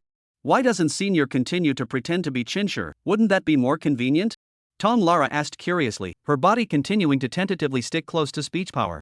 Why is everything prying into you? Shinsei's identity has already been suspected, so it's better to keep quiet these days. Besides, if I take this to find someone, it can also show that Chinshur is still actively running the spread and disrupting those people's spying. Speechwright said slowly, helplessly leaning his body slightly to the side. Is this little niece not treating herself as a man? Leaning so tightly, she felt everything. I see, then which continent does Master wants to teleport to next? Tongera continued to ask, pulling the power of speech back. If Master Teacher doesn't say, then I won't go back. The Black Cloud continent, there is a hidden divine doctor there that I knew before. I want to go and see if he has a way to repair or replace my Dao root for me. Well, the Black Cloud continent, I remember it's quite far from this continent. But these self-proclaimed divine doctors, don't every continent have them? Is it necessary for Master to go to such a faraway place? Ahem, a bit of other reasons. Well, what about the other reasons? That said, did Master Teacher come here alone? Before bumping into Yi's sister and the others. Silence once again. Words Quan felt that if he said any more, he was going to give this little ninny something to know. Fortunately, that little boy appeared again at this moment. Both of you, the field master has an invitation. Yen Quan nodded and hurriedly followed the boy's directions into the gladiatorial arena. Tom Lara didn't pursue the question too much. After all, she had already been satisfied that she hadn't been curbed even though she had tried to test Yen Quan again and again. Anyway, even if Yen Quan said it, she didn't intend to listen to it. Today is not what it used to be, it's time to make some changes. Stop, who are you people? Yen Quan. Two people followed the boy to the top floor of the gladiatorial arena. Outside a room was a few dressed in black guards stopped. This is? Yen Quan looked at the boy in confusion. Ah, didn't a few of you just come yesterday? What is the reason for coming again today? The boy's servant stepped forward and said. These two are the field master's guests. Today there is something to find my field master. Something? That also have to wait until the sub-priest master command finish things. Still not fast to me roll. A guard shouted, stepping forward to drive away the two. Put your dirty hands far away. Ton Lara's tone was gloomy, and she pulled out a small white jade sword from somewhere, pointing it straight at that guard. And before that guard could even react, the sword was only a few centimeters away from his neck. You, what do you guys want to do? That guard said sharply, and all the other guards surrounded him. Hey, what are you doing? Yen Quan hurriedly asked in a low voice. How come this little ninny got stressed out as soon as she saw someone who looked like an evil cultivator? Look at the dress, is not a good person. How about killing all of them, master? Where are the good people here? This person may also just look like it? Words Power helplessly said. Now this kind of sword and crossbow scene is the last thing he wants to appear. Stop. Don't cause trouble. A dainty cry came from the crowd and they looked towards the entrance of the room, only to see a woman in red wearing a strange mask was commanding the guards at the entrance. Let's go, there's the next place to go. Yes. Yen Quan looked curiously at the woman in red through the mask and always felt a sense of familiarity again. Forget it, with past experience, this kind of feeling would be better not to look deeper into it. As Yen Quan pondered, those people left the place. Both of you, the field master has an invitation. The boy watched those people leave and then went into the room to inform the situation. Soon after, the two of them were invited into the room. You two are Chen Xiao's honored guests? Inside the room, a middle-aged scar-faced man sitting on the main seat spoke. Precisely, young Chen promised us an opportunity for transcontinental teleportation, so we have come here to honor it. Speech Power said, taking out the token from before. Well, the token is not false. A few days ago he also did send someone to inform me that there is a person who will come to ask for something. Only well, the higher-ups have just notified that from now on, we have to strictly control the distribution of the transcontinental teleportation quota in our hands. All those who want this thing, in addition to having to pay the previous price, will now have to check their identities. Scarface said nonchalantly, but the expression on his face could show that he was still somewhat dissatisfied with this regulation. You guys have to check your identity now for this kind of avenue of transaction? I see that you guys are trying to cut yourselves off. Wordsmith Quan said, turning his back and making a gesture to leave. Little brother, we are also genuinely unable to. Scarface said in a sorry manner. That's just it, I'll offer twice the price, give me one of the spots you have on hand in a hurry. This. 3 times, I won't say that I got it from you, besides, you'll just say that it's just an oversight, the people above won't be very difficult for you. Well. Scarface contemplated for a while, and gave Little Hiss a wink. The latter then hurriedly went to the compartment and took a piece of jade out. They only came to inform us today, and I gave this to you before today. Scarface said, and at the same time took the payment for the right to speak. This I naturally understand. Speechwright said, similarly putting away the jade token. Those rewards were all collected for him by manipulating the Feather Clan over the past few days, and to be honest, he had actually prepared 10 times the amount of rewards, only that he hadn't expected that this gladiator arena owner wasn't as greedy as he had thought. Well. Master, you just give Rara a look. Well, that jade card. It hasn't been labeled on it to go to which continent. I guess I have to take it to the relevant teleportation array office before I can choose which continent to go to. On the way back, Yen Quan interrupted Ton Lara, who had been thieving around his waist, and said, this little ninny, it really is going to be lawless. Hoof. The day after tomorrow is the Xin Tian treasure meeting. You get ready to go back and think up any excuses. If you continue to be so unreasonable, I'm really going to get angry. Yen Quan seriously said. Master is a fool. Tongera said softly, letting go of Yanquan and walking forward on her own. Yanquan shook his head helplessly and stopped in his tracks. Say, what have you been following me for today? How did you find me? Yanquan watched Ton Lara walk away and spoke. You're not Long Kale, there's no need for me to come looking for me when I'm gone, is there, Fairy Meow? Ha! A light drink came, and Yanquan only felt pulled by a small hand, and when he came back to his senses, he was in a deserted alleyway. Say, how did you get involved with the Feather Clan again? Miao Yutao's pink eyes were like flowers, and her stunningly beautiful face was currently approaching Yanquan to force her to ask. Say if you don't understand. Miao Yutao picked up one of Yanquan's hands and was about to go down on him. Wait.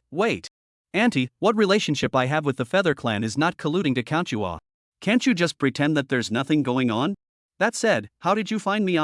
Yanquan said sharply, but was glared back by Miao Yutao's beautiful eyes. It wasn't easy to find you, you used the mask made from my peach wood, naturally I could locate it within a certain range. These days because of some things delayed, today is nothing so I came to see what you were messing up. I did not expect that you actually have a relationship with the Feather Clan again. So that's how it is. Yanquan suddenly realized, it seems that in the future, this kind of small advantage can't be coveted anymore. Ah! Miao Yutao, you're crazy, my hand off. Meow, Fairy Meow, have a word. Is it thinking of going back and destroying all the mahogany masks? Quickly answer my question. Why are you involved with the Feather Clan again, and why did the Feather Clan appear here? Anyway, this really has nothing to do with you. Wait, be merciful with your mouth. The Feather Clan has a great hatred to avenge, and there are people inside the Xian Heavenly Palace who want to subvert the Tianxian continent. I can only say so much to you. Yanquan looked at Miao Yutao about to drop her mouth again and hurriedly stopped her. He really felt that he should show those cultivators in Tianxian continent who adored Miao Yutao her true colors. Then what is your relationship with them? You're definitely plotting something bad again. Fairy Meow, I'm no longer related to you, can't we just stay out of each other's way? I've said all those things before that I was doing it to help you hopelessly. What else do you want from me, to really let you go and just let you die early? Words Power said angrily. You would do that, not because I was still valuable to you at that time. I don't care what happens to you, asshole. Don't let me see you again in the future, just do what you want, we'll never see each other again. Miao Yutao was first stunned, then after reacting she shouted with tears in her peach eyes and turned around to leave. Wait. Yanquan suddenly reached out and pulled back Miao Yutao who was about to leave. This matter, you don't say anything. Didn't you all say that I have nothing to do with you, so why should I listen to you, let go of me? Miao Yutao said back, but with her mouth saying that she wanted to release her words, her body did not take the initiative to break free. Alas. Fairy Meow, count me as owing you a favor this time, how about it? Don't. Just now it was me who spoke a bit louder, we can talk properly. Don't talk to me, our wells don't interfere with river water. Words Quan was speechless, he thought that Miao Yutao not breaking free meant that he could talk, but why was she so stubborn? One of you is really. I say, if you dare to say it, maybe your plan this time will also be affected, do you still want to save your mother? Yanquan leaned Miao Yutao's small hand towards the wall and the whole person threatened at Miao Yutao. You dare to threaten me with my mother? Bastard! Miao Yutao said sharply, her body slightly revolving her magic power, directly pressing Yanquan's hand back, and in a few clicks, she back-tackled Yanquan. Yanquan was naturally unprepared, Miao Yutao had not been breaking free, he thought that she understood what she meant and wanted to listen to her own analysis, now it seems as if it is not. Pain, wait, Miao Yutao, you misunderstood. Swish! A sharp sound came, and the surrounding air was cut into two streams of wind. In the next moment, a white jade sword appeared beside the blue-clothed fairy. The blue-clothed fairy could only instantly cast a spell to bring Yanquan to flash to a place more than 10 meters away when she saw the sword pushing straight at her. Master really just can't leave Rara. The moment you leave is when you will be grabbed by all sorts of women. 59 Actually, he couldn't understand. Let go of my master. The beautiful eyes moved slightly, and the shapely petite female cultivator once again raised her sword to stab towards the blue-clothed fairy. Hey, you too, give me. Stop. Come on. Yanquan was pulled by Miao Yutao to keep dodging, and in the process was even thrown around, unable to even say a complete sentence. Are you the holy maiden of that clan that day? I remember your immortal sword. Miao Yutao curiously opened her mouth and asked. Let go of my master. Tong Lara's tone remained low. No. You two listen to me properly. Vomit. Words Quan was pulled around due to being caught in the middle of the two people's quick fight, and at this moment, he was also a little guilty of nausea. Master? You even have disciples. Miao Yutao said, letting go of his speech rights. Also, after so many years down the line, I have so many disciples. Since you are his disciple, why don't you put down your weapon? Why should I put it down? What's your relationship with my master? Both of you, stop it. Wordsmith Power slowed down for a while before speaking. Senior, quickly come over and hide behind me. Yo, you're still really heartbroken for your master teacher? Do you know how he used to slight me? Miao Yutao said, reaching out and pulling on Yen Quan again. If she was asked to say what kind of relationship she had with Yen Quan, she naturally couldn't say one way or the other. However, he felt that just based on the things that Yen Quan had done to her in the past, it was enough for her to rely on him. Or, just let her call her master's wife? No, that would also be too cheap to die for Yen Quan. Under an inner meal of entanglement, Miao Yutao again held onto Yen Quan with a death grip, not intending to let him go. Lightly. Master only. 1T do that kind of thing. Ton Lala returned, but the tone was a little less firm. Hey, what does that tone mean? You have to believe your master teacher. Yen Quan was speechless inside. How long are you going to make a scene? Let's talk it out. Speechwright helplessly took Miao Yutao's small hand and slowly said. His intention was to remove Miao Yutao's small hand, but Miao Yutao pulled it very tightly, so it became him holding her hand tightly all the time. Just another woman who wants to rob Master Zun, covets Master Zun's body, and says something about being slighted by Master Zun. Tan Lala said as she looked at Miao Yutao, who had a scarlet face and was secretly fighting with Yen Quan. She put away her white immortal sword, walked forward, and forcefully pulled Yen Quan towards herself. What are you saying? In the past, it was clearly your master teacher who slighted me. I think you weren't even born then. Let go of master teacher is mine. Tong Era said sharply. I said it, so it's like this. It's true that with what kind of master, there's what kind of disciple.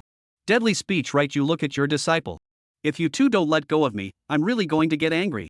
Yen Quan said seriously. Master is just a big flower vase. Ton Lara said with dissatisfaction, letting go of speech power.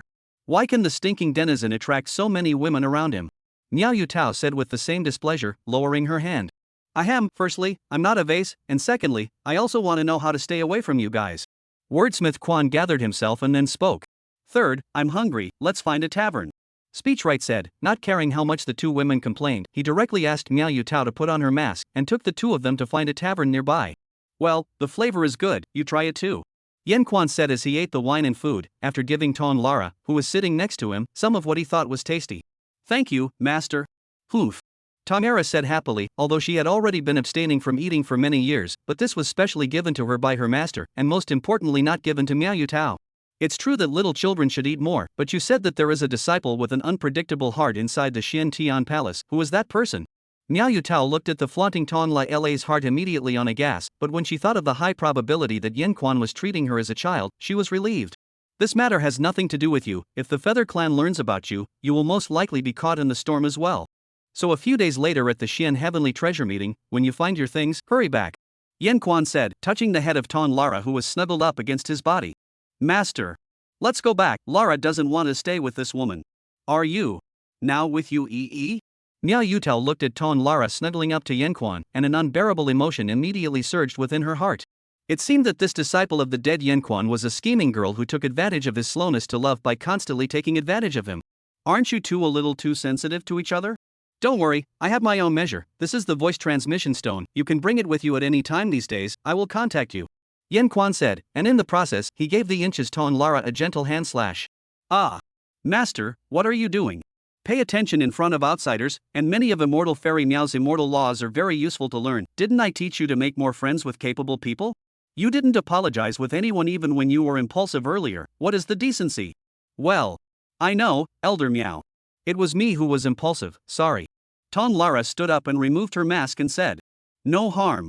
However, I observe that your talent and strength are indeed good. I think that perhaps when I have the opportunity in the future, I can teach you some of my immortal techniques. Miao Yutao said faintly, the implication naturally easy to be understood by Ton Lara is when Miao Yutao became a master maiden, she would be able to teach her immortal techniques. You don't want to. Who knows about the future? Seeing that Ton Lara was anxious, Miao Yutao returned contentedly. Why are you two like this again? Yen Quan said helplessly from the side. Nothing like that, this disciple of yours is really cute looking. Just as well, as a senior, I won't bother with her. This is a top-grade peach immortal wood, so consider it my reparation gift. Miao Yutao said, handing over the peach immortal wood to Ton Lara against her hostile gaze. Since you don't want to make it clear, then so be it, but with this voice transmission stone, you'll have to be at your beck and call when I page you. As long as you can help me find those things I need, as well as not harm the innocent lives here, I'll help you this once. Don't worry, I'll take care of myself. Where's Long Kai Lo? You're not going to tell him my location, are you? Speechwright returned, asking the question he was more worried about. This petulant princess would definitely not give herself a good time if they met again next time. No, I haven't seen her since the day she was taken away by one of her people. And these few days. What? Have you been pursued by Nangong Min these past few days? If you ask me, just take what he has in his hands and save yourself the trouble of having to look for it when the time comes. Yan Quan said back, the news that the son of Tianxian Palace's palace master like Miao Yutao was pretty much known here, especially with all the big money pursuits lately, it would be hard for him not to know about it. I'm not as brazen as you. I don't want his things if I don't like him, and as for those things, you're going to help me find them. I'll keep it a secret for you, and you'll help me find what I want, all of it. This niece is really a lion's share of the money. Why don't you want the resources that are delivered to your mouth for free, but instead come to oppress yourself off? Words power inwardly slandered, but he really couldn't say anything either. Small matter, leave it to me. After thinking about it, Yan Quan returned dryly. Shameless. Tom Lara naturally wasn't as mute as Yan Quan, and heard and understood that Miao Yutao just wanted Yan Quan to help her find what she wanted, to prove that the person she liked was more powerful than that Nangong Min's little mind. I'm sorry, oh little Lara, your master can't understand it. Haven't you been taking advantage of that too? I still have things to do, let's stop here today. Miao Yutao heartily put away the sound transmission stone, ventriloquized a few words to Ton Lara and cast a spell to leave the tavern, leaving only a few peach blossoms in her original position after the spell. Well, that's nice. What Ton Lara saw when she turned back around was Yan Quan, who was still eating his drink and food. She had a feeling that if she just let this wooden master teacher go, sooner or later, one day, one would only be able to eat the leftovers from other people's food off. How much would be left by then? I'm sure those women would have eaten him dry. No, it's true that I still need to keep more backstops. 60, another old friend? Where have you been? The stunning girl with gray eyes and black hair blocked the entrance, leaving the aisle only for Ton Lara, who was beside Wordsmith. TSK, what, now that I don't want you to follow me all the time, you're not happy about it instead? Yan Quan returned with displeasure. Several attempts to break through were rejected by the soft petite body. On you, there is that odor. Yui's pretty eyebrows furrowed as she cried out in dissatisfaction. Master, I'll go back to Xin Ling first. Ton Lara's tone was icy cold, and just after she finished speaking, she entered the mansion.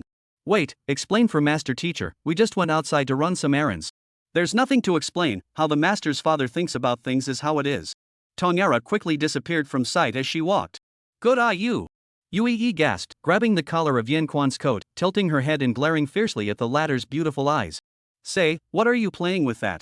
Your collar is too low. Speechwright expressionlessly stared at the large snow-white robe below. Ha! Mixed, asshole. Then, so what? Anyway, this young lady has already shown you the light. Quickly give me a truthful confession. Don't want to muddle through like this. Yui had all subconsciously had to hurriedly pull on the mouth of her clothes, but as soon as her grip on Yan Quan was loosened, she realized that Yan Quan was going to take advantage of the opportunity to escape. So she quickly reacted and forcefully pressed Yan Quan to the side of the door. Not. This knee strength is really big, almost compared to Long Kai Lu. Yan Quan ate a bit of pain, but it seems that now this situation is not good to mix through. You know that she is here, but still ask me why. I suggest you don't set your plans too ideally. If you go after Miao Yuto as well, the difficulty of things doesn't go up a bit. Oh? You're actually so worried about this, it seems like she's really important to you. I'm not worried about her, or being all on your side, I'm worried about you guys messing up my plans. Wordsmith said lightly. If she tells Nangong Shan about you, you guys will definitely be liquidated immediately. How do you know she won't say anything? I see that she hasn't gotten quite close to that Nangong Shan's nephew recently. There's no direct interest between them, and it's also questionable if the Xian Heavenly Palace Master knows about what Nangong Xian has done. Yan Quan continued, secretly making his hand pinch Yui's soft and thin waist. Yeah. What are you doing? Yui reacted fiercely and let go of Yan Quan. Of course it's for you to let go of me, one by one how the strength is so strong. Anyway, it was indeed my miscalculation that she was able to find me, but I've already solved it. She won't say anything about it. Remember, my deal with you is to make sure that you and my plans remain intact until I leave. After I leave, if you do anything else, the consequences will be on you. Yan Quan slowly said, walking into the mansion on his own. Yan Quan, you're finally back. You quickly go save my brother. Yan Quan had just entered the door shortly before he saw Li Xianling hurriedly walking towards him. Save your brother? Li Hua, what's wrong with him? It's not even your problem. He's been arrested by the Tianji Pavilion here and has put out word that he wants his old friend to go over and claim him.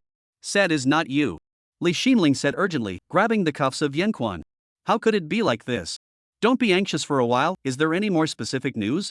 It can't be that bad rich woman again. This if she comes, then her plan will be all over. And the last time that thing, she said no more or less to give himself a set of amnesia spells package off. But this is not like Su Yao's style. If she would have followed the vine to find over. I don't know the specifics, I heard it was when he was receiving the guests of the Tianji Pavilion, and as a result, he just happened to receive your letter, and then he was locked up.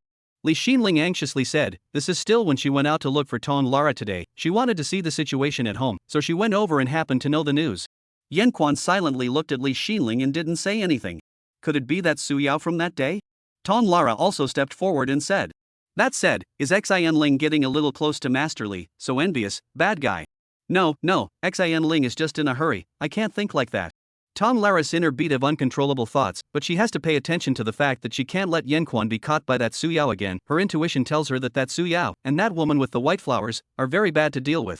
Senior, why don't Xin Ling and I go and check out the situation?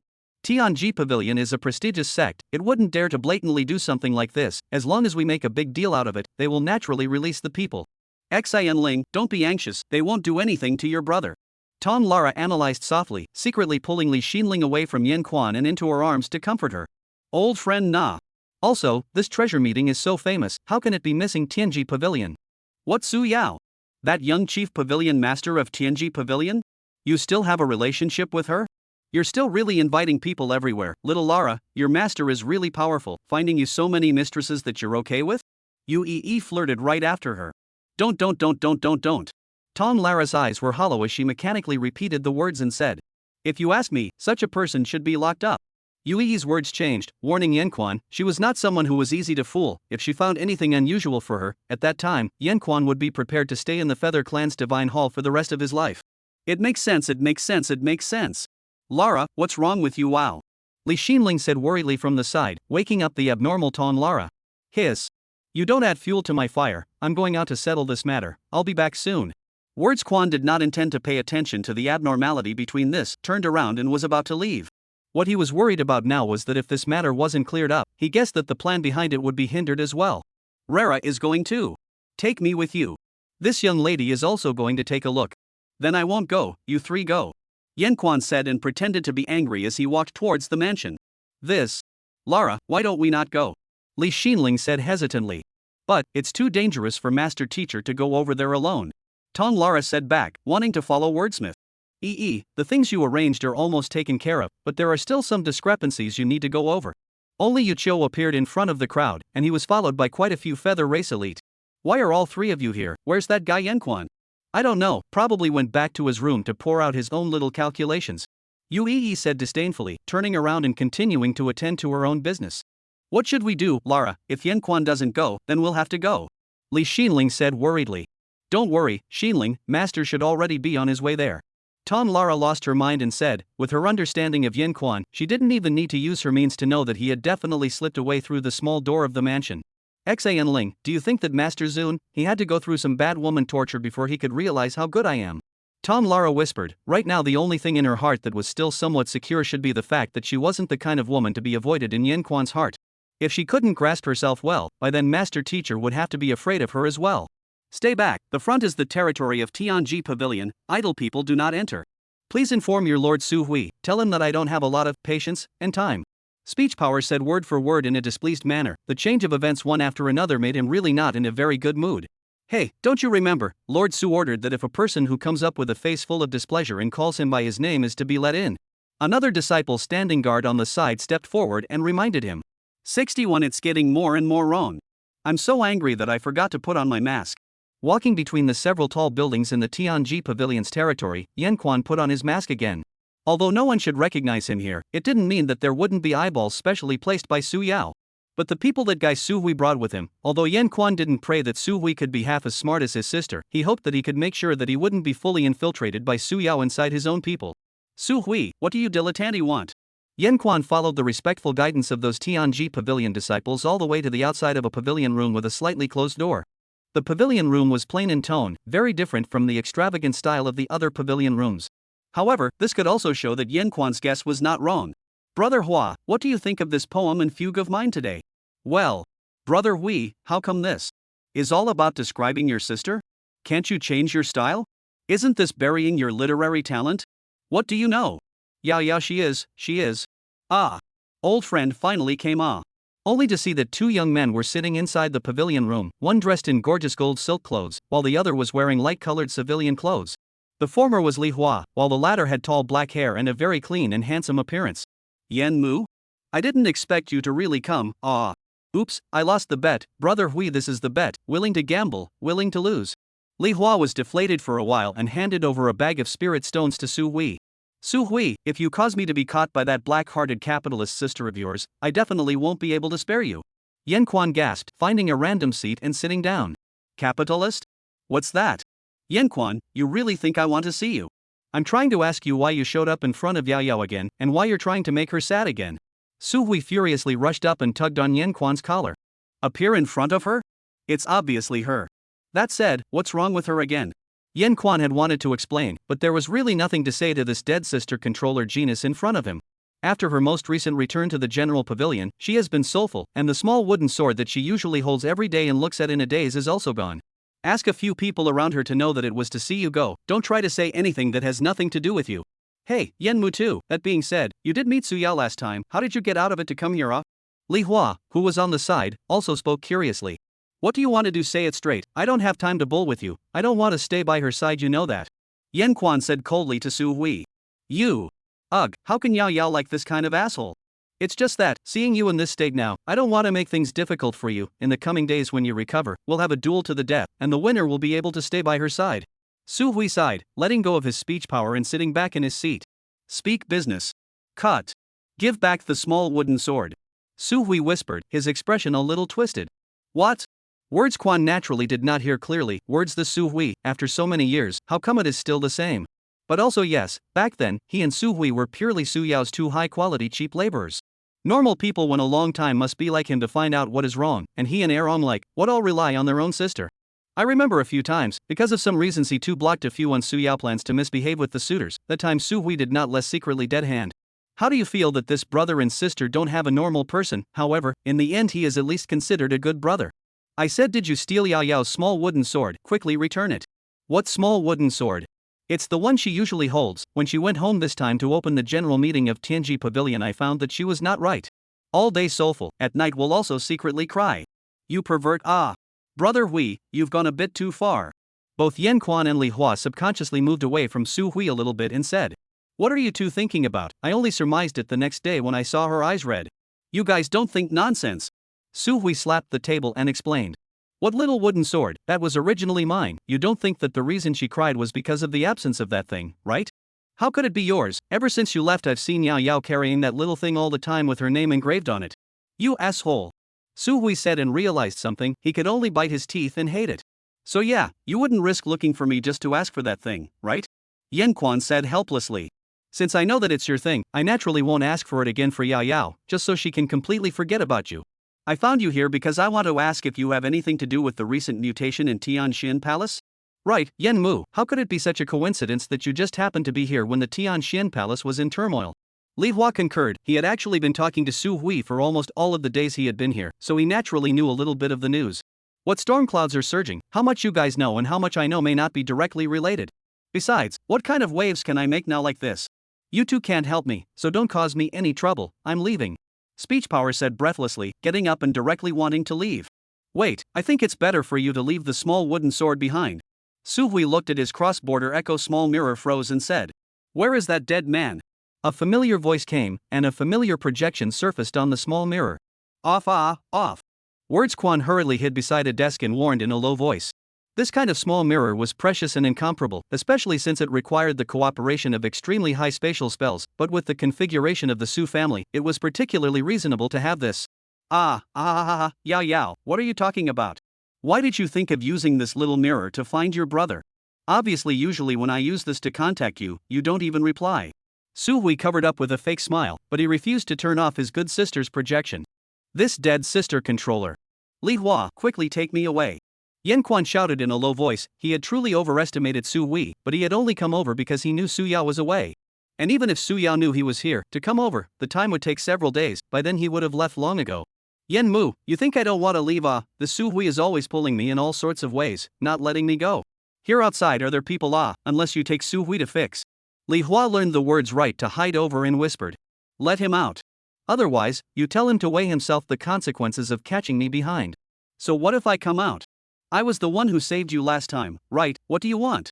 Yan Quan simply didn't hide anymore and went forward to embrace Su Hui and said, Su Hui, you talk to her and tell her not to waste her efforts, there's no way we can do what she wants.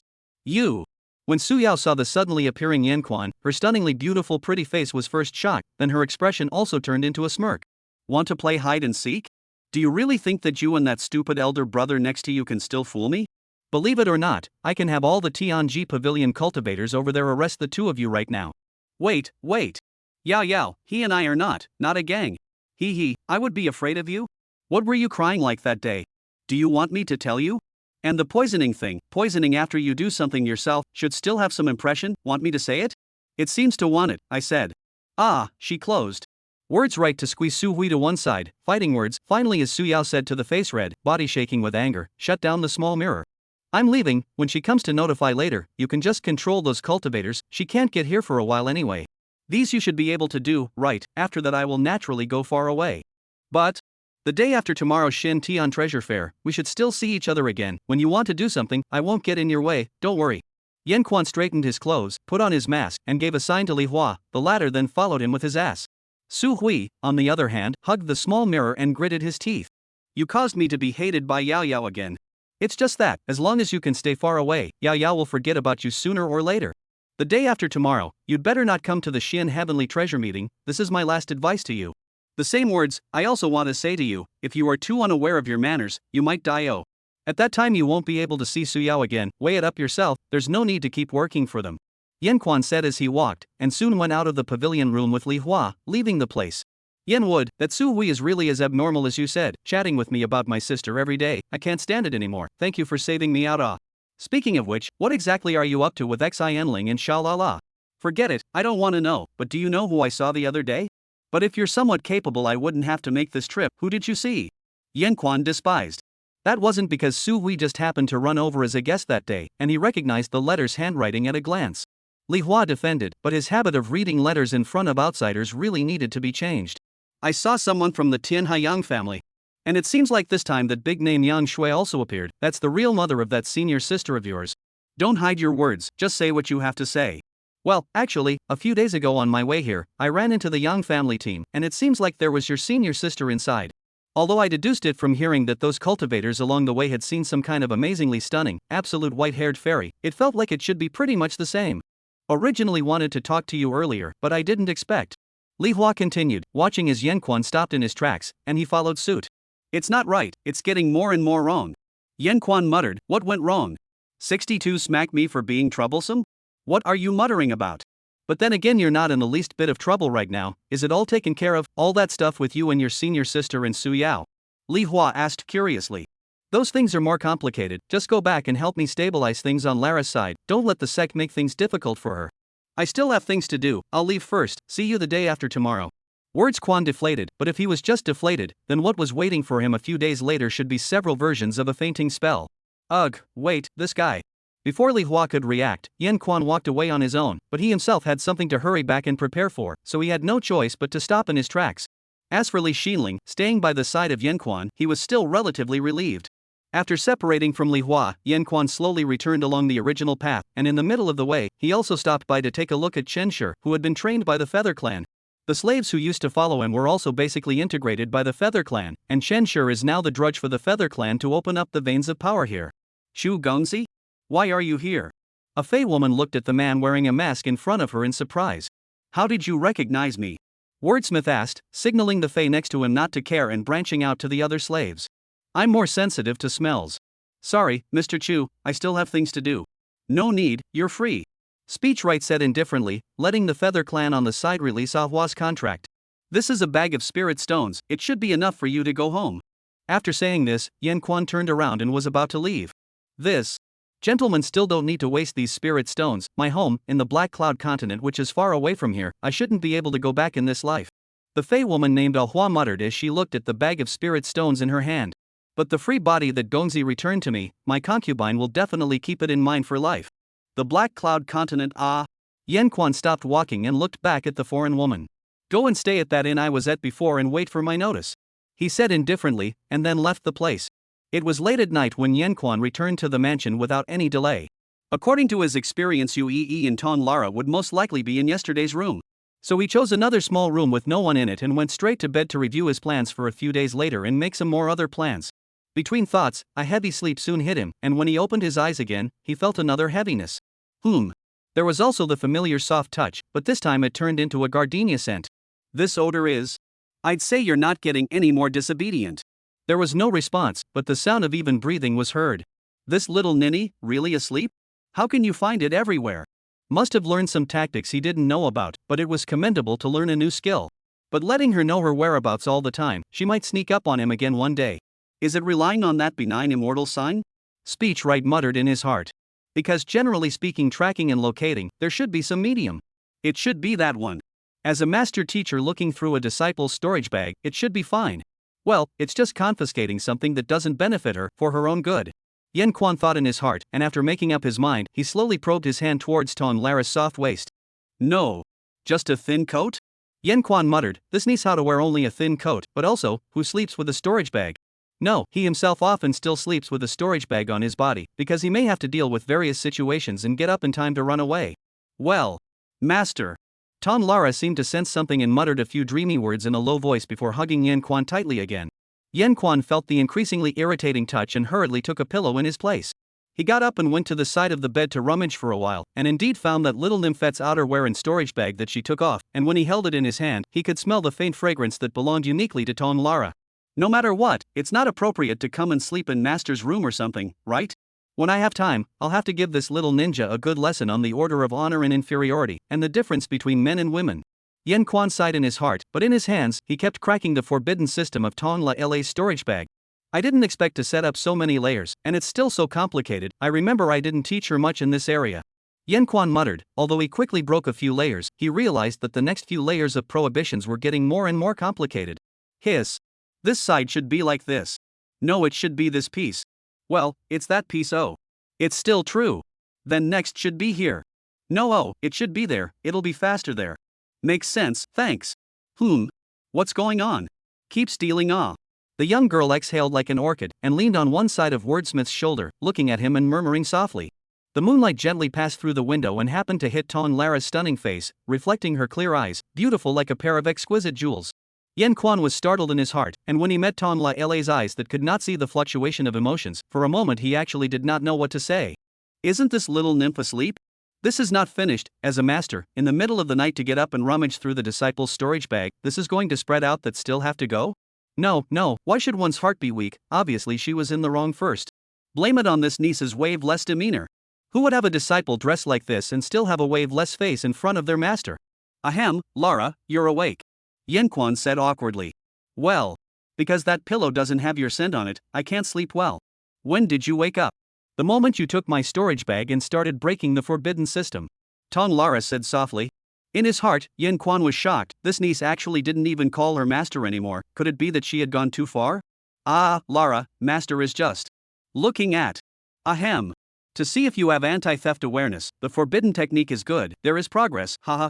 Yen Quan didn't know what he was talking about even after he said that, because he realized that Ton Lara had pulled out all of her storage bags and received them inside another storage bag of her own. You want to see my storage bag directly with me, not on the line, or that, want to steal that thing of mine. You don't want Lara to find you again, right? Sure enough, you've always resented my trouble, haven't you? Ton Lara came a few points closer, basically murmuring softly in Yen Quan's ear. 63 The eve of the storm. What are you talking about? How could master teacher dislike you for being troublesome? Feeling a bit unable to cope, Yen Quan could only resentfully turn his head to the side, not looking at Ton Lara, and then harumphed. Turn around and look at me. Ton Lara said softly. Anymore, you shouldn't come running to my room. Are you planning to abandon me forever? The tone was still low, but Ton Lara's behavior grew bolder. Lara, if you don't listen, I'm going to get angry. Obey? You're abandoning me, why would I listen? You, calm down, I won't look at the storage bag, just don't look at it.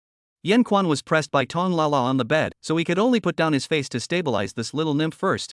It's true that I just can't let you go, or sooner or later I won't be able to find you. Ton Lara softly said, not paying the slightest attention to the words of speech power.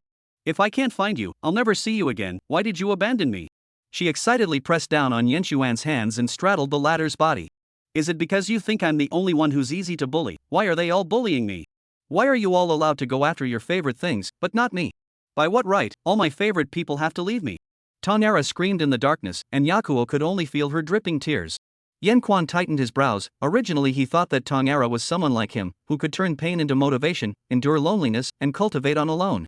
Now it seemed that he was still too forceful. In the end, it was him who hadn't done his duty as a master teacher. Alas. I'll go to the Black Cloud continent to do some errands and return to the Tianyu continent, okay? Speech Power said helplessly. Really? Tongyara opened her mouth, and Yanquan couldn't see her crying face. Really? Then when the time comes. Whatever you want, but the things of the clan can't be too slack, otherwise they will more or less have complaints. Words right back, is not to let her know their whereabouts. Well, casually she barred a time on. Well. She should want. Is this right? Really casually me? When the time comes? Tongyara asked, a hint of surprise in her tone, her mood obviously better. Well. Was it that pleasing to her? Following herself and all, it's really hard to understand a little girl's mind. Get off of me first. After saying that, Tongyara was silent for a while longer before slowly letting go of speech power. It turns out that Master Teacher is so good to Lara, while I am. Master Teacher is angry with Lara? After Yanquan got up, Lara slowly opened her mouth and asked. You little nymph, how dare I be angry with you? Yanquan teased, reaching out to flick Lara's forehead. Still don't give back the storage bag of the Master Ancestor. Where on earth did you learn so many ancient techniques? Some were taught by the Master Ancestors, some were learned from traveling outside, and some were learned from reading the manuscripts left behind by Master Teacher. But Master Teachers are the best, the best. Stop, there's no need to be like this, you've learned a lot of new spells, and that's a good thing. Words Power sighed as he held his forehead, and this little ninny's current dress is really a bit revealing. Usually just wear this to sleep? It's just that, I see that it's going to be dawn in a few more hours, so I'd better go and prepare the things needed for tomorrow's Shin Tian treasure meeting again, so you can rest some more. Yanquan said, not daring to look at this little disciple of his more than once. He got up and casually cleaned up a bit before heading towards the door. Senior, Rara accompanies you. Just as Yanquan was about to open the door to his room, he was pulled back behind him by Lara again. You? Dressed so quickly? Yanquan looked back and realized that this little ninny had taken advantage of the time he walked over to wrap herself up tightly with spells. Well, actually this dress inside was chosen by EE's sister, not what Rara herself wanted. And it's only worn for Master. What do you mean? Why did your face become so red? If you want to go along, just go along, it's just right to be a helper for me. Yanquan looked at the squirming Lara and snapped. Could it be that she wore too little and caught a cold? It was true that amongst immortal cultivators, there were also times when they would get some diseases similar to those of normal people, so they still needed to pay attention to it. No, it's nothing. Let's set out. Lara twirled her fine hair with her small hand, secretly pulled on the edge of Yanshuan's sleeve, and said softly. Hey! You explain to this young lady what exactly you went to do yesterday. How come you didn't come back all night? Looking at Yanquan, who was sitting on the mansion study leisurely sipping tea after a busy morning, Yue unhappily plugged her waist and drank. Went to prepare myself. How are things prepared on your side? Yanquan said nonchalantly, enjoying the gentle shoulder pounding of his delectable disciple behind him. Master, why did you let Xianling go back first? Well, I can't bring that many people tomorrow, at most I'll bring you in, so she'll go back and let Li Hua bring her in.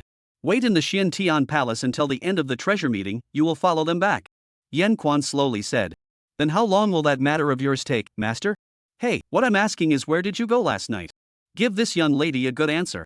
Yue saw that Yanquan ignored herself after her perfunctory answer, and she was irritated again. What's wrong again? Could it be that if I didn't go back to sleep in that house of yours that I was outside? Sister E, Master Teacher was sleeping in another house last night.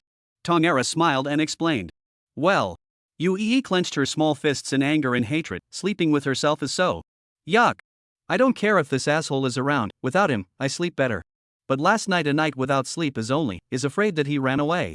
Don't think I care about you or anything. Even if you die, you have to give me this contract to be lifted before you die, know it. Also, little Lara, why are you so accommodating to this bastard? Come over to me, come and help me organize some of the magic weapons I'll be using to participate in the treasure fair tomorrow. But Master has just finished laboring. Tongyara hesitated. Go ahead, she'll probably still bring you something. Yanquan said indifferently, watching the two quickly leave the study. He felt like it would be nice to live these leisurely days. Unfortunately, these were just the calm before the storm. Only to see him take out a small mirror from his storage bag, the very same one he had given to Miao Tao earlier. What is it? Yanquan said lazily to the pretty shadow on the small mirror. Why are you responding so late? The pretty shadow heckled, her tone clearly a bit huffy. The small mirror is rather inferior. As soon as the distance is far away and separated by some interface boundary, it will malfunction or have a delayed situation or something. I think it's all your excuse. Tomorrow, besides helping me find materials, you have to help me with one thing. What is it? Fairy Meow, didn't we already have a deal? I'll pay you after the deed is done. I mean a show of hands. Fairy Meow, I wonder what it is that I still need my help for. You pretend to be my fiancé tomorrow and help me get rid of Nangong Min, and I'll give you 100,000 top-grade spirit stones after the deed is done. 100,000. You wait, let me think. Yen Quan looked at Miao Yutao, whose face was despicable, and thought about his plan, and felt that this matter was not something he had to help. Because he had already secretly earned so much by relying on the Feather Clan, it should also be enough to cost him for a long time. Moreover, he had a full schedule for those few days, so if something went wrong because of this, it would be too much of a loss if he lost out on a small amount of money. You think it's too little? Then No need, Fairy Meow, as long as you can listen to my arrangements properly, I can help with this small favor. Speech Power slowly said, breezing through another cup of tea. Well, anyway, it's already a mess, so one more helper is one more. 64 Come here and run into it? The Xian Heavenly Treasure Meeting, initiated by the Xian Heavenly Palace on behalf of the Heaven and Earth Business Alliance in the Tianxian continent once in 100 years, is a conference for high-end trading and collection of treasures. From ancient times to the present day, the Heaven and Earth Trading Alliance, which is composed of various forces from various continents including Xian Tiangong, has always been a reliable force for cultivators from various continents to trade and auction their treasures. The influence of the Heaven and Earth Trading Alliance is far-reaching, and even the Heaven and Earth Pavilion is a part of its alliance, and some small and medium-sized sects are even unable to climb the relationship. Master, this costume is so strange. At the entrance of the Xian Heavenly Palace, a petite woman in strange attire opened her mouth and asked to a tall man with sword brows and starry eyes beside her. Didn't I show you yesterday? Why didn't I mention my opinion earlier then? Well. But everyone is looking at me so strangely. Why is Master not using Chen Shi's identity again? There's something wrong with that guy's identity, it can't be used anymore. Just dress up as a foreign merchant and go in or fool around with his identity. Yen Quan spoke up. At this moment, he and Tong Lara were undergoing an identity check at the entrance to the northern palace of the Xian Heavenly Palace. Besides, the foreigners like to apply some paint marks on their faces, so it's possible to start a camouflage effect. But why do I have to paint so much on my face? It's not because you're just too recognizable. Without trying to spend some, it's all very recognizable. Yen Quan said as he looked at Tong Lara, who was following closely behind him and had already been painted by him as a small flower cat. Why didn't he realize that this little ninny looked so good before? If she only applied those 2 strokes on her face, the effect would be the same as a decoration, but instead it would look unique. To follow me you have to do this. A token can only allow up to 2 people to enter. Yu Chou and Yu Yi they have their own things to do, and the area they are going to is different from the one I want to go to, so the 2 of us will just pretend to be good, so that your master can save me some heartache. After bringing Tong Lara with him and utilizing his fake identity to pass through the inspection smoothly, he walked all the way towards the Northern Palace cultivator's residence. Those who had the qualifications to participate could choose their own accommodations in the east, west, south, north, and west palaces to facilitate their main purpose. Because the focus of the palaces differed, for example, the North Palace mainly gathered auxiliary-type treasures and magic artifacts and such transactions. And the reason why to organize this kind of treasure meeting, a big reason is to use this kind of means of screening to improve the quality of all kinds of treasures trading, attract big forces or some famous high-level cultivators, enhance the Shen Tiangong's soft and hard strength. Lara knows, but being able to be with Master, no matter what is good. Tom Lara happily walked in front and looked around, although the strange clothes of both she and Yen Quan would attract attention from time to time, but after the crowd grew, there were quite a few real foreigners among them, so that there weren't a lot of people who cared about the Yen Quan duo. It's been a long time since I've wandered around like this with Master Teacher. Hee, Master Teacher, are we going straight to our room next? Tom Lara said happily, bouncing around Yen Quan, the vigor and playfulness of a young girl all coming out at the moment. Looking at this outfield, there are already quite a few people who have started to open up their business, and the time is still early, so let's stroll around more. Yen Quan slightly laughed. This little ninny, today's mood is very good But one really doesn't need to be too nervous. After all, there are Xian Heavenly Palace people here to maintain law and order, so for now, one can still feel at ease to stroll around. Let's change direction. Yen Quan suddenly stepped forward and pulled Tong La's small hand to walk to the other side. Senior, didn't you say to go there and look in front? There are a lot of people there. Tong Lara didn't know why Yen Quan suddenly wanted to change direction, so her speed was a bit unable to keep up with Yen Quan. Looking at this little nymphette frozen a daze, He Quan directly picked her up and quickly ran to the other side. Yeah. Master, what are you doing, Master? Looking at Yen Xuan's flustered expression, Tong Lara asked curiously. But Yen Quan kept running with her for a while before stopping. Who? Yen Quan brought Tong Lara to hide behind a treasure stall that had already been laid out before he gasped softly in peace. It seemed like his current body was really getting overwhelmed. Master, what's wrong? Tong Lara asked as she stepped forward. No, nothing. Yanquan waved his hand and looked around for a bit and said. He couldn't tell her that he saw two women wearing masks from afar and was frightened, right? That said, with that hair color of the two of them, was wearing a mask really enough? Yanquan let out another breath of relief in his heart, although he dared to come here because he had made a foolproof plan, not afraid of really being caught. But this is also too early. Is it thought that he will definitely run to the North Palace where auxiliary-type treasures are dominant? I really don't understand anymore. Why target me so much? What's not good to do with a large amount of time set aside for?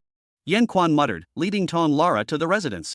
Master is tired, let's go back first to rest and relax, later when everyone is ready, we'll come out to take a look. Don't, I won't leave until you tell me why. Tongera exasperated, Yanquan had a ghost in his heart at a glance, and still didn't make it clear with himself. Did he really think he was so good at cheating? Cough cough. Reason well, I know, it seems that it is the old acquaintance of the master who has come. Well then, let's go back first. Ton Lara watched as Yanquan twisted and stammered for a few moments before guessing the matter pretty much, so she could only sigh and follow this face of her own master teacher back to her residence first. Yanquan, on the other hand, didn't care why Ton Lala was so uptight, because this was also something that couldn't be helped. Couldn't go up and throw herself into the net, and being able to hide for a while was a while. Not far away from the collection of treasure spreads, two shapely women can be seen in the crowd walking side by side. Shu Ruashue, didn't you say that whoever finds it first will return it to them? What do you mean now? Also, thanks to me treating you as a close friend before, you've been lying to me. The colorful-haired girl said unhappily. She seemed to have just sensed the aura of words' power, but now that it had disappeared again, she didn't dare to show it too obviously. So what if I told you? Can you catch him and keep him? You and I are nothing more than his tools, he won't care at all. And didn't you say you could grab it? Did you forget? The white-haired girl returned, her pleasant voice and shapely figure drawing a lot of eyes along the way even with her mask on. He's definitely not here. Do you think he would be that stupid? Coming here isn't the same as throwing himself into the net.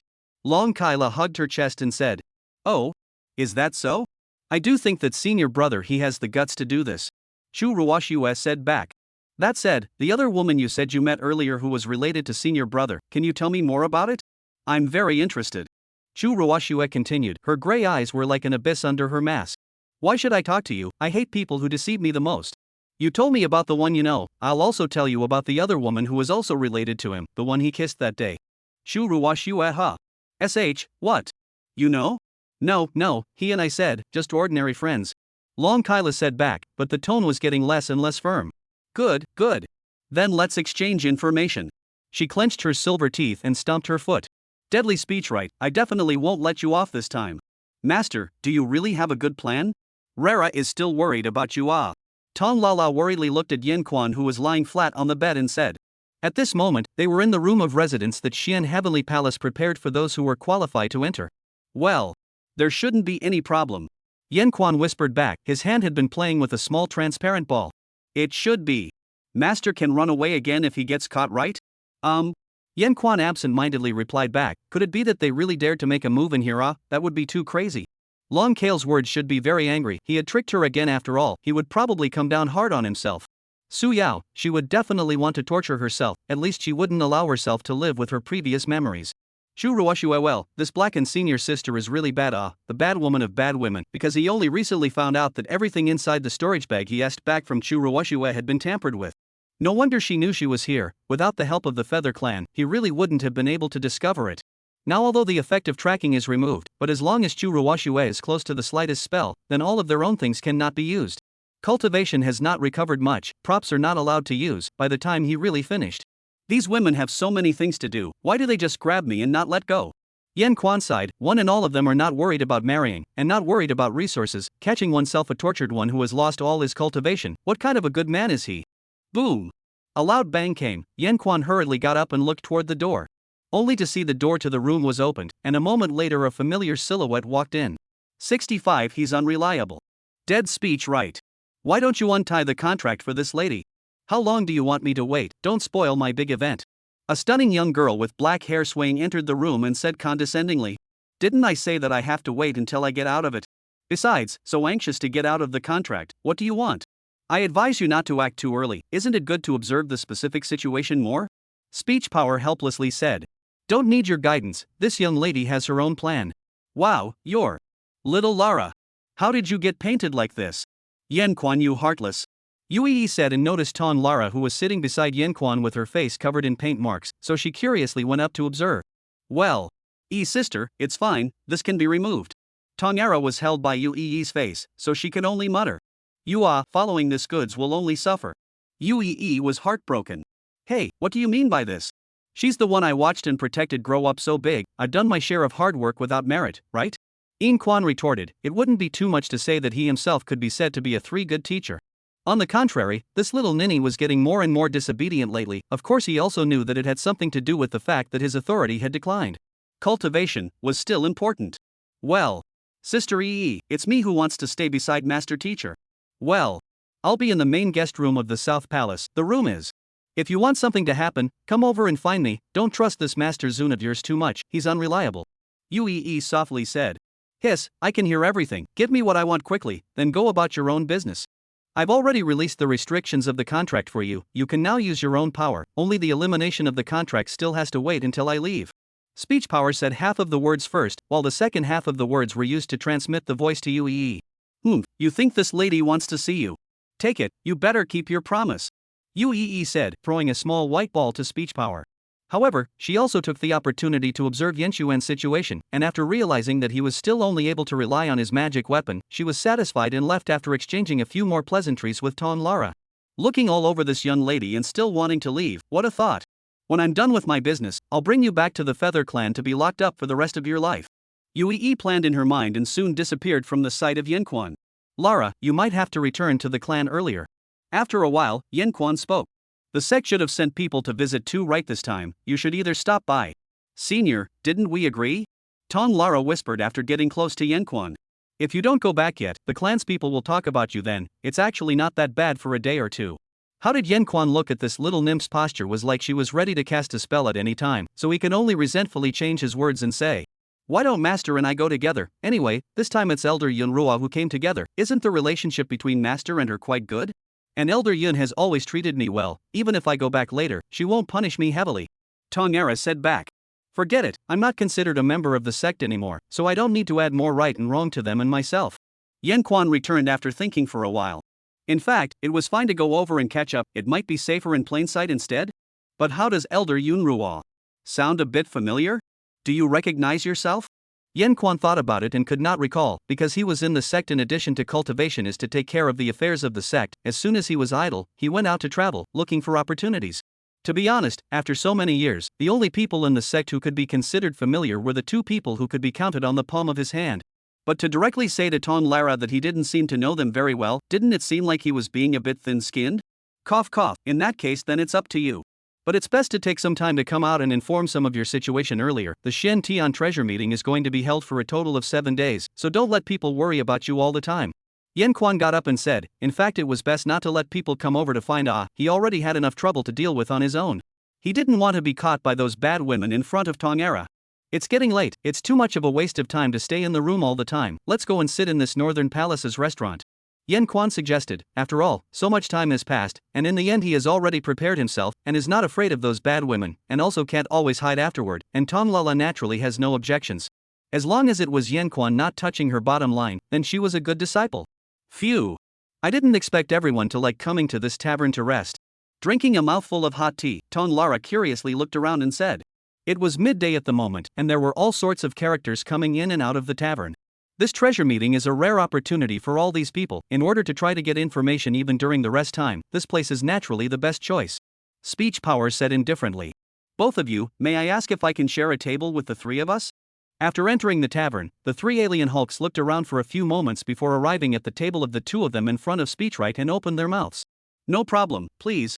Yanquan slowly said, presumably because he looked at the way the two of them were dressed and felt that the success rate of sharing a table with them would be a little higher. Yoho, this little sister's dress is so special. One of them spoke up. Yes, but the little sister looks like the posture should also be good. I do not know if there is a marriage. Another bald youngster spoke excitedly. You dusha bag, pay attention to me. The person who was at the head of the group who proposed to share a table knocked the little young man and said. No harm, no foul, a few of you use tea? Yanquan hahad, making a cup of tea for each of the three. Many thanks brother, in my place Mao Hon, this is Mao Yen, then this one who talks out of turn is Mao Yu, please forgive me brother. My name is Chu Quan, this is my disciple Lara, I see the dress of a few of you, you should not be a cultivator near this place either. Yes, a few of us are from the northern Mao barbarian clan, and as representatives of my clan, we have come here to do some business. Mao Hong spoke up. Well, the two of us are also entrusted by our clan. Fellow Taoist Chu, I don't know if you have what that human cultivator is called. Mao Yu staggeringly interrupted the speech right to say. Dao couple. Mao Yan, who was on the side, coldly reminded. Right. That's Dao couple. I don't know if you have a Dao couple, if not my family's sister hasn't gotten married yet. Ahem. My master is not here for a match. Before wordsmith Quan could say anything, Ton Lara on the side interrupted Mao Yu and looked at the other party with a hostile face. You brat. Settle down for me. I'm sorry, Brother Chu, his family's sister has been single for a long time, so she wants to find a cultivator with a good temperament and high status to marry, so. No harm no foul, I really haven't had a Dao couple yet, but for the time being, I'm not considering these things either. Speech Power helplessly said. Ah. Pity. I said we came to this North Palace for what? Beautiful women are in the South Palace, I want to go to the South Palace. Originally wanted to come out this time to bring a beautiful daughter-in-law back to let them see my power. Mao Yu sighed. You dilettante, you have a face like you've never seen the world. Wait until you see Miao Yutao, Nangong Yu, then you'll know what a true heavenly fairy is. Really? Is it even better than that high-flying beauty I saw today? If I bring one of those kind of fairies back. Yo, isn't this Mao Yu of the Mao barbarian clan? Still full of women as usual. Ha ha ha ha ha. Just as Mao Yu was expressing his ambitions, the shouts of a table of several young foreigners came from not far away. 66 really have a fiancé? You bunch of assholes. Calm down, we're here on business, don't cause trouble. Mao Yu was immediately agitated after being ridiculed by a group of people and was about to go up to the front to theorize, only to be immediately pulled back in his footsteps by the stoic Mao Hang. Ha ha ha, look at this goon, you guys, you still want to covet a level like Fairy Miao, Fairy Nangong. I think it's just a toad wanting to eat swan meat. Ha ha ha ha ha ha. Mao Yu. Looking at Mao Yu, whose veins were bulging with anger, Mao Hong hurriedly pulled him tighter. If he fought here, he would definitely be invited out by Xian Tian Palace, and then he would also be banned from participating in the next Xian Tian treasure meeting, in which case the impact on the family's interests would be huge. And Mao Yu seemed to still have a thread of sanity as well, eventually just gritting his teeth and sitting down again. Ha ha, you guys look at that table of wimps, this life is just like that. Little master, we are just coming out from the opening ceremony of the Inner Palace's treasure meeting today, TSK. Fairy Miao is really of national color, you guys are just worthy of conjecture here, ha ha. Seeing that Yan Quan and the others were silent, the youths at the next table who had already drank to their heart's content were getting more and more interested in mocking. I'm sorry, Brother Chu, we're the ones who got you guys into trouble. Mao Hong apologized. It was obvious that the group of youths were most likely attributed to forces that had some rivalry with their clan. This is harmless. Yan Quan faintly returned, no, what's there to mock, just because you can't see Miao Yutao? Please make sure you teach me how to not see her. He actually really wanted to learn how to not see these fairies who were so beautiful looking but had bad hearts to the end. Ugh, what a nag, Brother Mao, why don't you take us to your clan store? I have the idea of purchasing some treasures. I wonder if I can take a look at the treasures your clan has prepared this time in advance? Of course we can, let's get up here, don't let these people ruin our good mood. Good. Yutao, even if you don't want to be with my brother, you shouldn't find such an exaggerated excuse. Saying something about having a fiancé, I've known you for so many years, and I haven't seen any particularly close men around you. How is it possible to have a fiancé? On the main street of the Northern Palace Treasure Guild, a young girl in purple glazed clothing spoke to the blue-haired, pink-eyed young girl beside her. The purple-clothed maiden wore a golden crown on her head, her black eyes and red lips, her knitted brows and smile showed the beauty of the earth, and her stunning face had an indescribable playfulness. Look, it's Miss Nangong. It really is. The one next to it, so pretty, better looking than all the women I've seen in my life. Hey, watch your eyes, and drool. Is that Xian Nan Miao Yutao? I didn't expect to be able to see it here. So yeah. I'm going to get angry if you keep following me. I didn't want to tell you the purpose of my coming here this time, but I ended up secretly talking to you and you told Nangong Min. I'll never talk to you first about anything in the future. The blue-haired fairy didn't pay any attention to the increasing number of eyes gathering over, only to see her beautiful eyes contain anger after she finished speaking and continued to start walking. Aya, Yutao, what's wrong with my brother? Not handsome enough? Not enough status? Or not good enough for you? If you marry into our family, won't I be able to be good friends or even relatives with you for the rest of my life and be together all the time? Besides, he has almost collected all the materials for you, wouldn't it be a waste if you don't take it? Nangong Yu said right after Miao Yutao, also not caring at all about the sights around her. Because she had grown up being star-studded like this since she was a child, this kind of situation was very usual for her. Moreover, this was within the Tianxian Palace, and although it might cause a certain amount of minor commotion, it was actually justifiable for them to show up here to patrol the treasure meeting for a bit. Well then, if I find my fiancé out for you, will you help me convince your brother? Miao Yutao gasped, pulling on Nangon Yu's small hand. That's good. What you said about your fiancé being in the neighborhood of this northern palace, if you can find one out, I'll help you get rid of my brother. But if you lie to me, you'll have to accept my brother's things and try to get along with him. Nangon Yu hesitated for a moment and then spoke. No one would have thought that Miao Yutao would have a fiancé and still be able to hide it so deeply, and that this place in Beigong had traditionally been the group of people with the relatively lowest status amongst all the attendees. Miao Yutao can turn out a fiancé here? Anyway, Nangon you do not believe, even if really find out a estimate is also received benefits, deliberately pretending. Wow! Brother Mao, this furry beast armor of yours, it's too handsome. On the other side of a specialty store, Yan Quan held a defense-type beast fur coat and praised it loudly. Ah, this is the characteristic armor of my Mao barbarian clan. There is no need to say much about the defensive power, but with this kind of likeness, it is very unlikely that any other outerwear under the same defensive power will be able to compare to ours. Mao Hong said confidently. Brother Mao, please make sure to sell me one when you start opening up tomorrow. Yan Quan said seriously. It seemed like he could upgrade his immortal golem clothes again. Senior, look at this little ball. On the other side, Tong Lara also found a strange thing. Oh, this is the raw egg of a hairy moth. Eating it can stabilize your mana and repair damaged immortal roots. The effect is amazing, but the average person won't be injured that badly, so it hasn't been selling very well. Mao Yu, who was at the side, came forward and introduced himself. He was already calm at this moment. It seemed that the family had chosen him for some reason and wasn't a mindless, reckless person. I see that there is a destiny with you. How about giving you one, little sister? I don't want it. Too, then I'll thank you for the little apprentice. By the way, I don't know how many of these eggs you still have, especially the high-quality ones? Yan Quan said as he hurriedly went up and took the small egg and examined it carefully. Fellow Taoist Chu, we didn't bring much with us this time, but we still have quite a lot collected within our clan. If you're willing to go back with us, especially about my sister. This speech power said with a bit of hesitation. Hey, master, this kind of thing, Rara can find it too. You go back with Rara, and whatever you want, Rara will surely give it to you. All you have to do is stay in my residence and just every day. Thank you for your kindness then.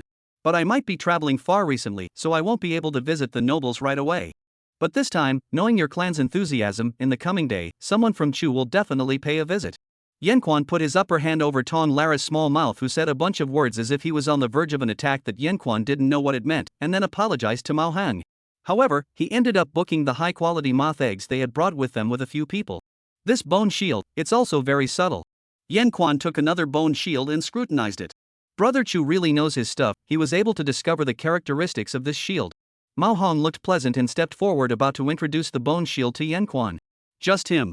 Suddenly, the door tent of the spread was open, and two sinister shadows then walked in. May I ask if you two are? Seeing the two stunning fairies suddenly visiting, Mao Yu directly froze in place. Only the composed Mao Hong stepped forward and asked. Fairy Miao, Fairy Nangong. You two, why are you here? Mao Yan, who had just finished packing up and coming out, stammered.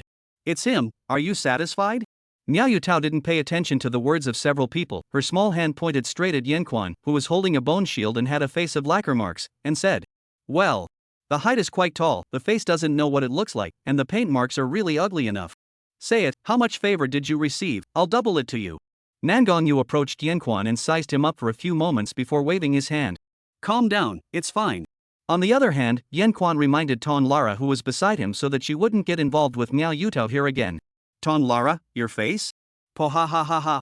Miao Yutao laughed out longingly at the sight of Tong Lara, who had been painted as a kitten by Yan Quan. This made Nangon Yu, who hadn't seen Miao Yutao laugh in the past few days, freeze. Yutao, this doesn't seem to be in our plan. Yan Quan gritted his teeth and fake laughed. Fortunately, he had spoken to Tong Lala in advance about Miao Yutao's situation, otherwise this little ninny would have definitely rushed up again. But what is this Miao Yutao up to? Didn't he say that he would let her notify him first and then make the arrangements? Don't joke, how could he be your fiancé? Yutao, I won't force you, don't scare me. Nangon Yu, who thought that Miao Yutao had found a low-level foreigner to fool herself, said sharply. If Miao Yutao were to cater to such a low-grade foreigner just to fool herself, then she would still be too heartbroken. You didn't inform me even when you brought Lara here to hang out. Had I known, I would have come earlier. But now it's also the right time to introduce you to my good friend, Nangon Yu. Miao Yutao said breezily, stepping forward and wrapping her arm around one side of Yin Xuan's hand. Let's talk somewhere else then. Yan Quan said with a fake smile. He could feel the small gas tank on his other side about to explode, so he hurriedly proposed. Everyone, see you tomorrow. Speechwright said to Mao Hog and the others, and then hurriedly left the place with his group. Hey, I'm dreaming, right? Mao Yu muttered. No, it's that Brother Chu is deeply hidden and absolutely extraordinary. Mao Hong similarly muttered. When did Fairy Miao have a fiancé? Mao Yan similarly froze. 67 Everybody's happy? What's your name? Where are you from? How did you and Yu Tao meet? See how you look like this is not worthy of her, be sensible and leave by yourself. Still in the same restaurant from before, inside a high-class compartment, Nan Gongyu droned at the speechless Yan Quan. Ah, Yu Tao, this friend of yours is really something, but this is another price huh? Yan Quan faintly said, his body leaned back, away from Nan Gongyu who came up. What another price? Nan Gongyu asked immediately after. Ahem, it's Xiaoya who wants to see my fiancé, that's why I brought her here, it's not my intention to disturb you, don't blame me. Miao Yu Tao pretended to be pitiful. Shameless woman.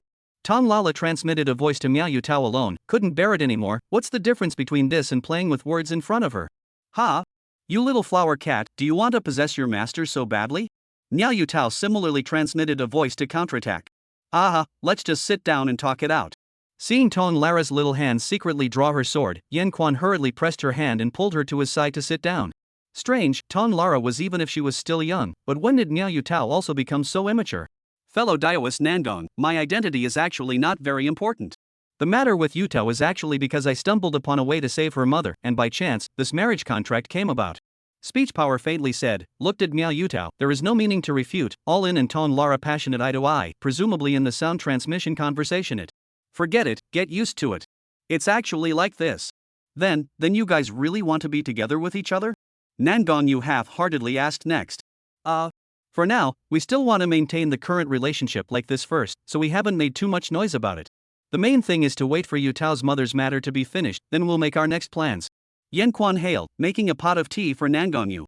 I wonder if fellow Daoist Nangong has any more questions? Well, what is your name? My name is Chu Quan. Hey, fellow Daoist Nangong, that small ball on your chest, I wonder if you can show it to me. Words Quan looked at Nangong Yu's undulating and rippling chest and said, This? It's the divine mechanism treasure ball that my father sent me, but something went wrong, and I haven't been able to find anyone who can fix it. I don't know if some powerful people will appear at this treasure meeting. Nangong Yu said, removing the small ball and handing it to Yan Quan. Well, it's really this thing. Yan Quan said to himself, not caring about the faint warmth and aroma on the small ball. Let's see. With the help of the immortal golem clothes, Yan Quan gradually poured mana into the precious ball, and the small ball doubled in size from its original bland appearance, and the complex mechanisms inside emerged, and began to float in mid-air in a fast and subtle movement. Wow! Nangong Yu and the two people fighting on the side all looked over at this moment, only to see Yan Quan leaning his hands against the treasure ball, rapidly operating the mechanisms within the small ball. Soon, the small ball suddenly shook violently, and then several shadows were projected, all of which were some variously colored magic weapons. I didn't expect to put in so many magic weapons. Yan Quan muttered, in the past he would have probably just shunned the treasure ball, but now. Fellow Daoist Nangong, see if this is right? Yan Quan laughed, and with a wave of his hand the little ball activated one of the defense-type magic weapons, creating a protective shield around the crowd. There's still this kind of magic weapon? Yan Quan muttered, removing the shield with a casual movement of his hand before transforming into a pile of flower petals that floated down inside the compartment. Fellow Daoist Chu, you really fixed this? Quick, what else is there? You quickly use it for me, I'll take a look. Nangong Yu excitedly moved closer to Yan Quan and said with a face of adoration. Cough, what else do you want to see, fellow Daoist Nangong? But the ones in here are all the magic weapons that were put into the little ball for assimilation before. You should have an impression of all of them. Well, it was broken when I got my hands on it, and I don't really know exactly what's inside. But since it was a birthday gift from my father, I've always wanted to fix it. Nangong Yu said, her tone a bit low, as if she had recalled something unhappy. Why don't you do it yourself, fellow Daoist Nangong? We'll just show some ordinary magic weapons, forget about the ones that are too powerful. Yan Quan said indifferently, reaching out and directly pulling up Nangong Yu's slender little hand, then placing the little ball on her hand, the whole person leaned behind her. Wait. Nangong Yu's pretty face was covered in a layer of blush as she said. Fellow Daoist Nangong, please focus on the small ball. Yan Quan reminded, why are this little girl's eyes drifting around? Wasn't she the one curious about how to use this precious ball? Yan Quan simply squeezed Nangong Yu's small hand tightly and led her to drive the treasure ball by her own lead. only to see the treasure ball in Nangong's shocked eyes gradually glowing vibration. The next moment speech right and she directly disappeared in the original place, appeared in a few meters away from the table. How's that? The space magic weapon placed in here doesn't seem to be very good. The control of the teleportation distance is a bit of an error, but it's justifiable. Speech power analyzed, not noticing Nangong's blushing cheeks and the two pairs of grudging eyes on the side in the slightest. What's wrong with you guys? After releasing Nangongyu, Yan Quan sat back down. After all, his purpose of wanting to study the treasure ball had already been achieved, so he incidentally let Nangongyu hold the treasure ball by herself. Senior is just a big vase. Tonyera opened her mouth. If you dare to lay your hands on little you, I won't be able to spare you. Oh. Miao Yutao narrowed her eyes and threatened with a smile. What do you two mean? Yan Quan said in disbelief. I'm just helping your friend to fix something. See, isn't it a happy ending for all? Fellow Taoist Nangong, don't you think so? We shouldn't have to be so tense in our relationship now. Yan Quan continued. Ah, yes, thank you fellow Taoist Chu. Nangongyu reacted and hurriedly sat back down, but kept her head down, not daring to look at Miao Yutao. Yutao, is there anything else you're looking for me for? I see that fellow Taoist Nangong should be quite busy, so why don't you just let someone go back earlier for good? Then when are you going to collect materials with me? The day after. Tomorrow. Good, that I'll come to you the day after tomorrow. Let's go, Xiaoye. Oh. Nangongyu reacted only after Miao Yutao got up and walked to the door, hurriedly getting up and looking at Yan Quan before following, still holding the treasure ball tightly in her hand. Right at the same time she looked at Yan Quan, she realized that Yan Quan was also staring at her dead on, and his gaze was very burning. She recalled back to how she felt just now when she was held tightly by Yan Quan, and immediately her little face blushed as she hurriedly sped up her steps. Senior, is that little ball good? After seeing that both of them had left, Lara opened her mouth. Well, it's a good thing. Yan Quan returned. He really wanted that precious ball. He had just been staring at it, just thinking about how he could get his hands on it, but with the current situation, planning such things would only add to the chaos. It's a pity that. Words power sighed in his heart and helplessly touched the head of the little ninny who had stuck up on the side. Stick too close. Didn't Master just stick up closer to Nangongyu? It dawned on Yan Quan that he hadn't really lost his temper just now. It's over. That's Nangongyu. It seems like I have to avoid her as much as possible in the back. The fact that she didn't get angry should be due to the fact that she helped her fix things. Alas, just now it's just that Master was too focused and didn't notice. Let's go, it's getting late, let's go back and prepare for tomorrow. Rain Peach. On the road, Nangongyu still pulled Miao Yutao under a bout of squirming and opened her mouth. What's wrong? You can't back out, you said you'd help me get rid of your brother. I know la. Yes, it's that when you look for Chu Quan the day after tomorrow, can you bring me along? I don't mean anything weird, it's just that I want to thank him for helping me fix this treasure ball. Of course, I'll also help you find materials. Looking at the squirming Nangongyu in front of her, Miao Yutao seemed to see her previous self. The self that first met that asshole. No way. She said on the spot. 68 caught again and again and again? The next day, a light drizzle fell on Xian Tian Palace, but it didn't affect the treasure meeting in full swing. Today was the first day of the Xian Tian Treasure Fair. Early in the morning, Yan Quan tiredly woke up from his sleep, only to find that his body was heavy and heavy again. When did this little ninny get into my bed? Yan Quan wondered, shaking Lara who was sleeping on his side. Obviously there were two beds in the room, and he himself still confirmed that she slept over before sleeping yesterday. Don't pretend to be asleep, I know you're awake. Yan Quan gasped and lightly bounced Lara's head. Lara, on the other hand, turned on her side, revealing her stunningly beautiful and exquisite side face after removing her paint marks. She lazily rubbed against Yan Quan before slowly getting up, rubbing her sleepy eyes, not intending to explain anything to Yan Quan. You this. Yan Quan was just about to open his mouth when he saw Lala change her clothes on the spot with sleepy eyes, so he hurriedly stopped talking and turned around. Why is she so skillful? Yan Quan was helpless, but teaching this rebellious little ninny a lesson now was really asking for trouble. Ahem, Master is also a male, so be careful to avoid suspicion. Ha! Lara changed into her clothes then lazily hugged Yan Quan Dao from behind. Master, let's go back to sleep if you keep talking nonsense. Ahem, that's right, it's getting late, we have to get going. Yan Quan hurriedly got up and said, casually packed up a few things and left the door. He. Lara looked at the anxious and flustered Yan Quan and laughed softly for a few moments before she unhurriedly followed. This little ninja is getting more and more unlike words. Yan Quan sighed as he held his forehead, but still waited outside the door for a while for Lara who had restained her paint marks. After that, the two of them went all the way to Beigong Bao Hui Street.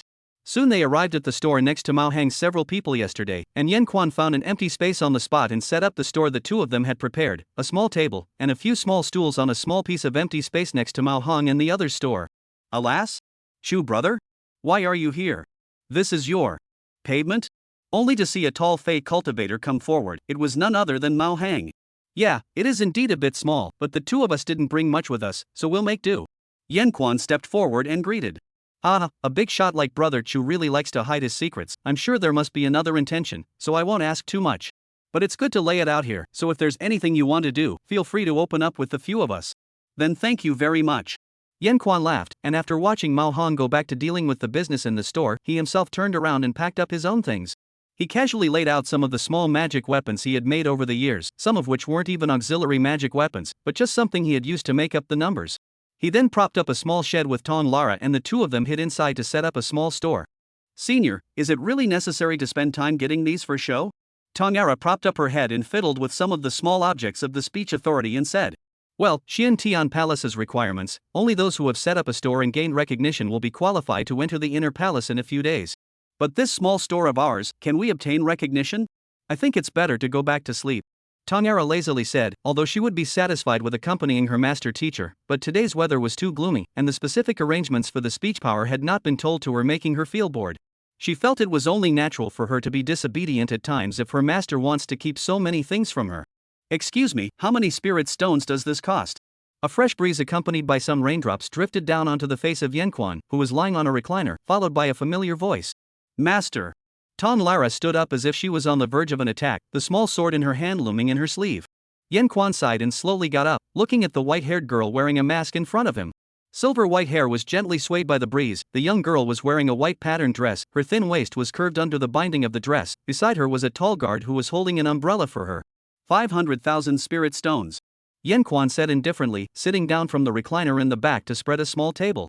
A small wooden sword is that expensive? Is it something you would give to a negative person if you buy it? The white-haired girl laughed softly.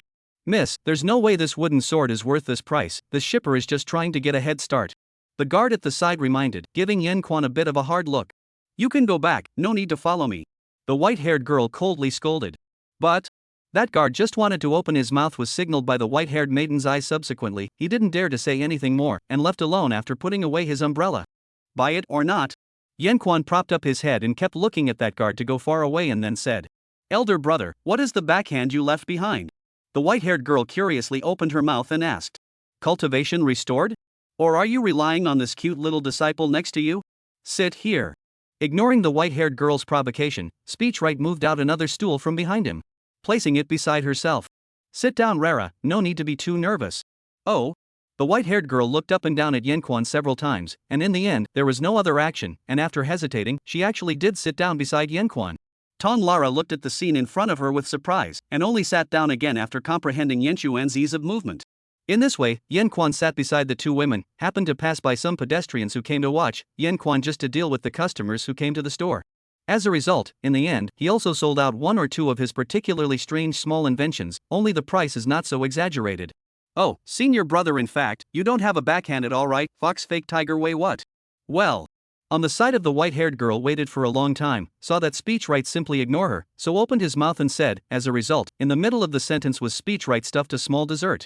This was brought from the hotel there, it's quite the Xian Tian Palace's specialty, come on, Lara, you try it too. Yan Quan opened his mouth, his own body was not as good as before, sometimes he needed to rely on mortal food to replenish it, and these tiny desserts were a good choice. Hey, you're not going to follow me behind you as well, are you? Speechwright asked if he had nothing else to say. Well, following you? Where else do you want to go? What the hell are you being so arrogant about, don't you know you're done? Let me wait any longer and I'll. The white-haired girl finally couldn't hold back and pulled on one side of Wordsmith Quan's sleeve and said, No, so what? Speechwright said, without a hint of panic. So? The white-haired girl said doubtfully, she was a bit confused by Yan Quan, could it be that he really kept a backhand? Otherwise how could he be so arrogant? Yesterday, listening to Long Kyla said his another windy past let himself angry again, it seems that he wants to be taught a hard lesson. But in the end why, he's so leisurely there is definitely a ghost. One can't be careless anymore, or this time he will run away again. Chu Ruoshua's gray eyes stared straight at Yan Quan, not uttering a single word for a moment. This paint mark, paint one for me as well. After a long time, Chu Ruoshua pointed at Tong Lara's flowery face and spoke. 69 You can put together a table of mahjong. Alright, take a look. At the back of the small store, Words Power skillfully colored paint marks on Chu Ruoshua's face. Oh, it's really not merciful at all. Chu Ruoxue looked at her own face full of paint marks in the mirror compared to Ton Lara's ever laughed, pulling back on Yanquan and letting him lean against her body, not letting him go. Hey, wait, this is not what you asked for. Yanquan helplessly said, took away Chu Ruoxue's small hand, got up and took a few steps back.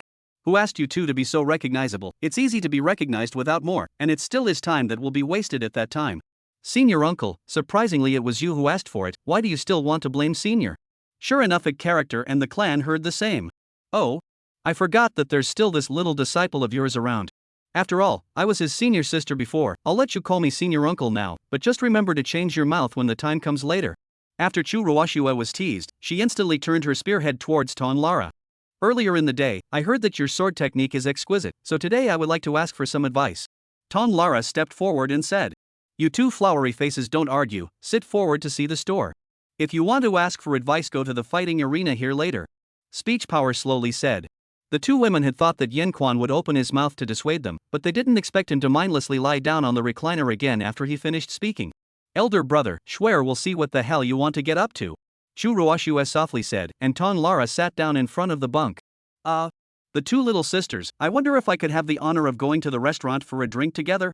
Just as the two women were looking at each other, there were quite a few men loitering around who came up to invite them. But they were all drank back by the two who were in a bad mood. What's going on, with you two like this, things definitely won't sell. Yanquan, who had taken a nap, went up to hold his forehead and said, it's all her fault, master, please let her go back. Ton Lara squealed. Chu Ruoxue had always carried a cold aura on her body, which would indeed cause ordinary people to avoid her. Fine, I'll see what exactly you two are capable of to drive me away. Chu Ruoxue? Why are you messing around here? Your face, don't you keep looking. Suddenly, another colorful-haired young girl wearing a mask appeared in front of the small store. The young girl looked at the flowery-faced white-haired girl in front of her and wondered, then immediately looked at the man behind the white-haired girl. The paint marks on Wordsmith's face weren't much, while his body relied on special means to hide his odor.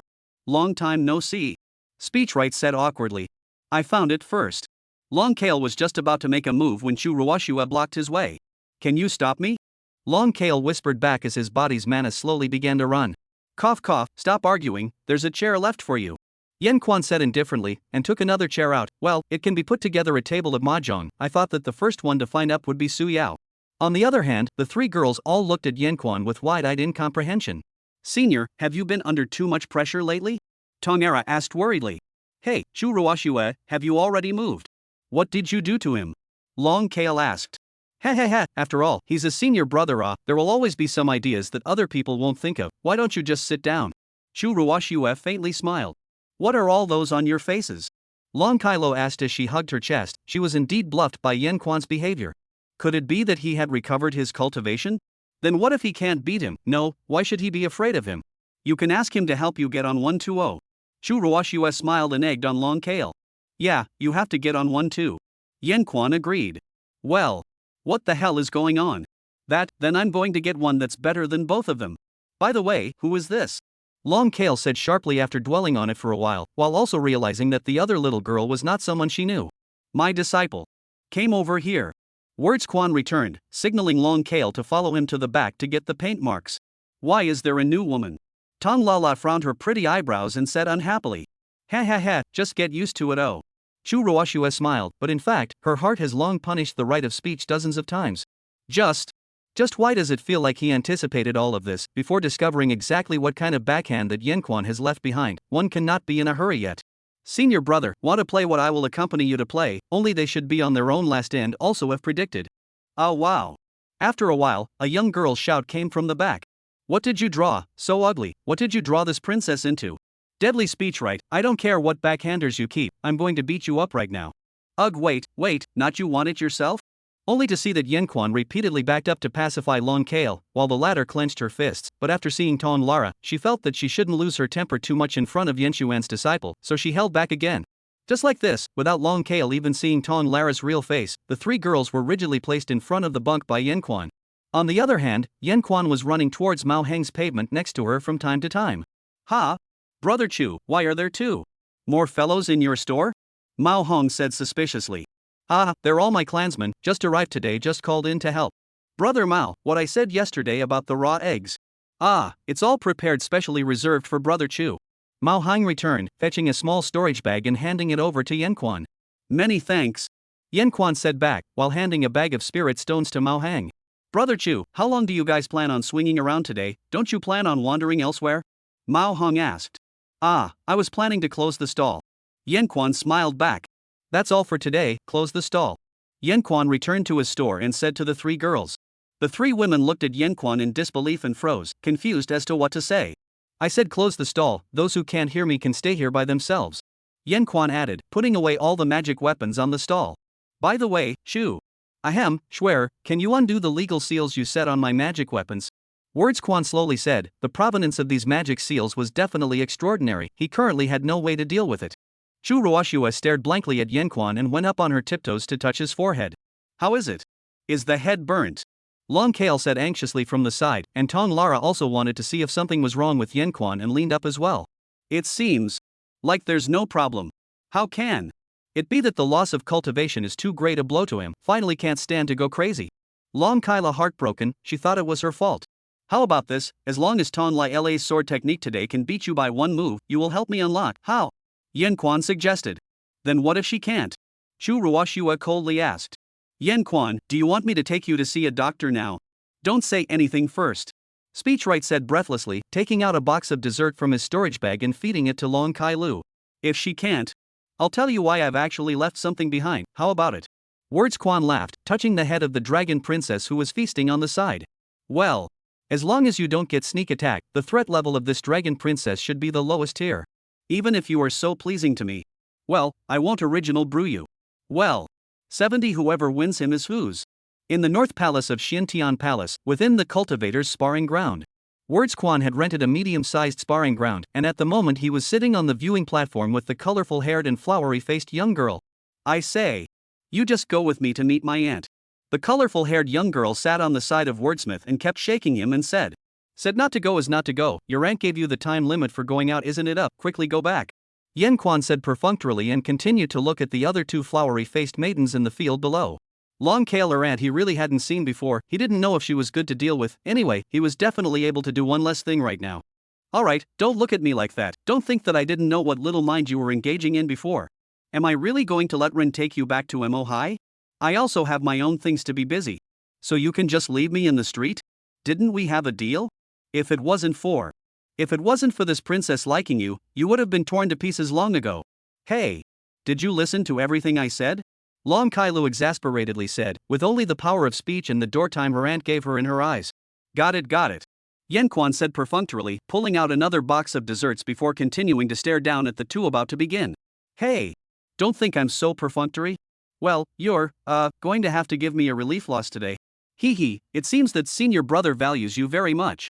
Do you need me to control my cultivation to a small segment below you and let you? Senior uncle, if you ask me, senior and you have long since had nothing to do with each other. Why can't you just stay away from us? On the sparring stage, those two shapely and pretty flower-faced women were standing opposite each other conversing. Us? He's just your momentary master teacher, do you really think he'll accompany you for the rest of your life? What are you? Or are you putting yourself where you shouldn't? That wooden head of his, he doesn't know any of this, I see that these days down the line hasn't let you take less advantage of him, right? The white-haired girl faintly returned, the reason she was clear was actually because she had also relied on this sneakiness to gain a lot of benefits before. However, when she noticed the scuffle between Yen Quan and Long Kale on the stands, she frowned slightly again. Hey! You don't have to give in to her, just reserve it until you're competing at the same realm as her. Yen Quan looked at the two people standing still on the sparring ground, and after a long time, he didn't want to wait any longer, so he stood up and opened his mouth to yell. And this bottomless stomach dragon princess next to him, as long as her mouth was idle, she was going to come and annoy herself. Or the up and down kind, this is really. Seeing that the desserts he had brought with him were about to bottom out, he couldn't just keep dealing with this one-track-minded dragon Kale later on. Please enlighten me. Tom Lara's beautiful eyes were cold as she politely bowed and revealed her white jade sword. Then it will be lowered to the same rank as you. Chu Ruoshua coldly snorted, controlling her cultivation to the same stage as Tanyara. Only when she raised her small hand, a crystal-clear ice sword appeared in her hand. Come on. Chu Ruoshua softly said, signaling for Tangara's match to begin. Boom! Fierce sword light instantly filled the practice field, too fast to blurring shadows of light were simply comparing with their sword skills. TSK. I can't watch such fast movements right now. Yen Quan muttered, he was now like most of the ordinary bystanders who were attracted to the scene, and could only see two blurred shadows of light constantly colliding, pulling apart, and colliding again on the practice field.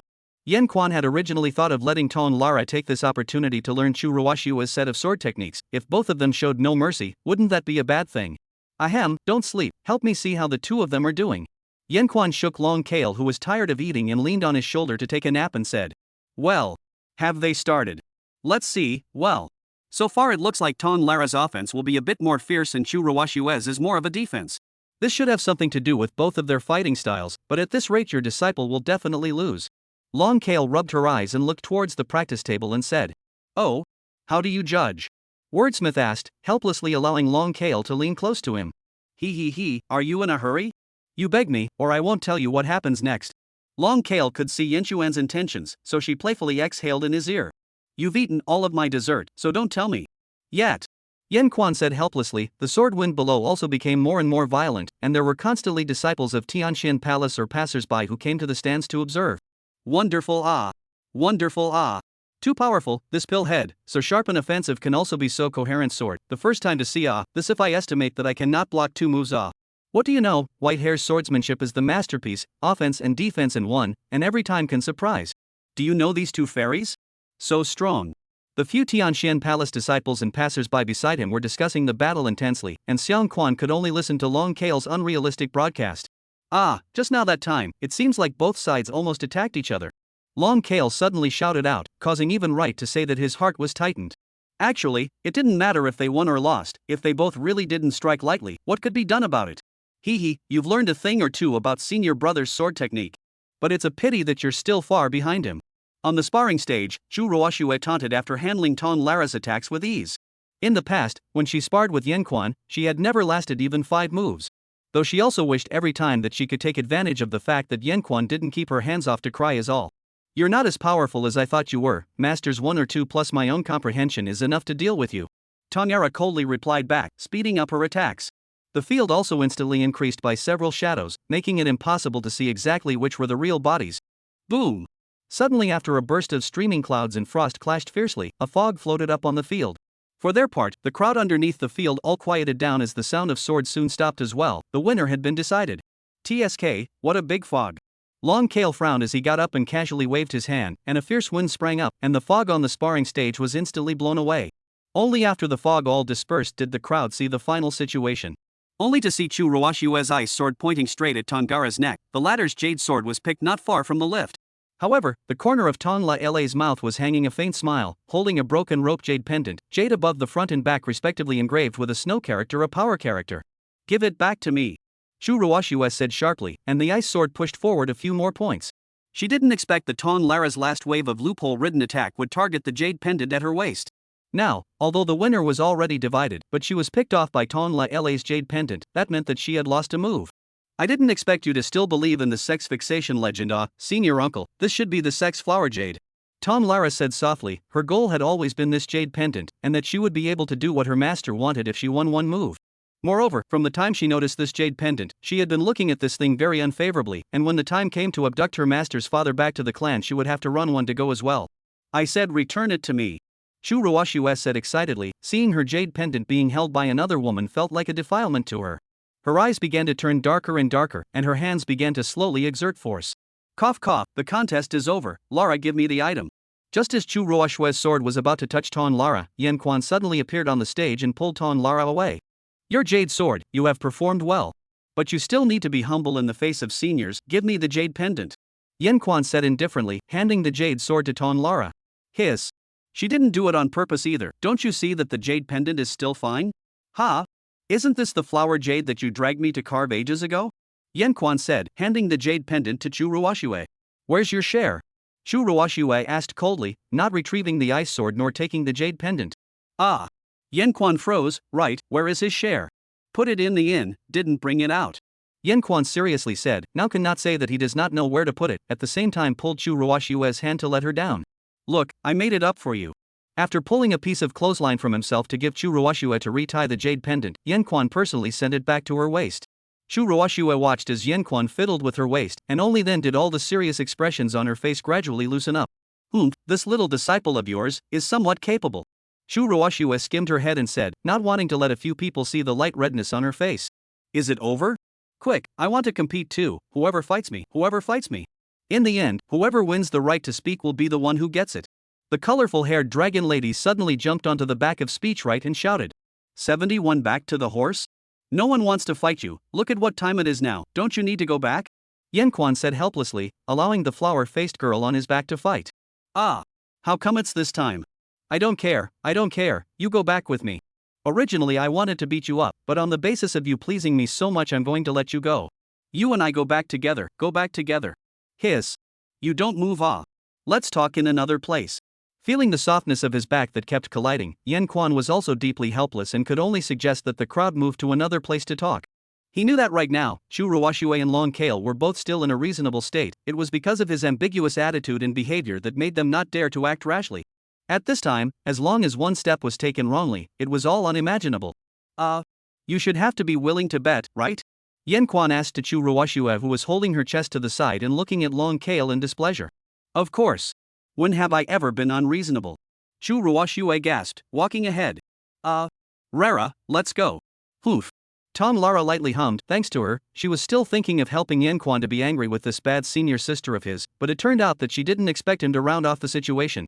Ha ha ha, both of them are ignoring you. You just go back with me, just I care about you the most, nah. Long Kyla happily said, lying dead on Yen Quan's back. Only you are the most pestering. Although Long Kale's weight is very light, but Yen Quan really can endure this niece's words plus body's double torment. Simply carry her on her back to follow the two women walking in front of her. Well. The room number is. Good, I remember. At the Xian Tian Palace's North Palace Guest Inn, inside a two-person room, the colorful-haired girl was tilting her head to recall the route she took when she came over. Remembered? Then hurry back.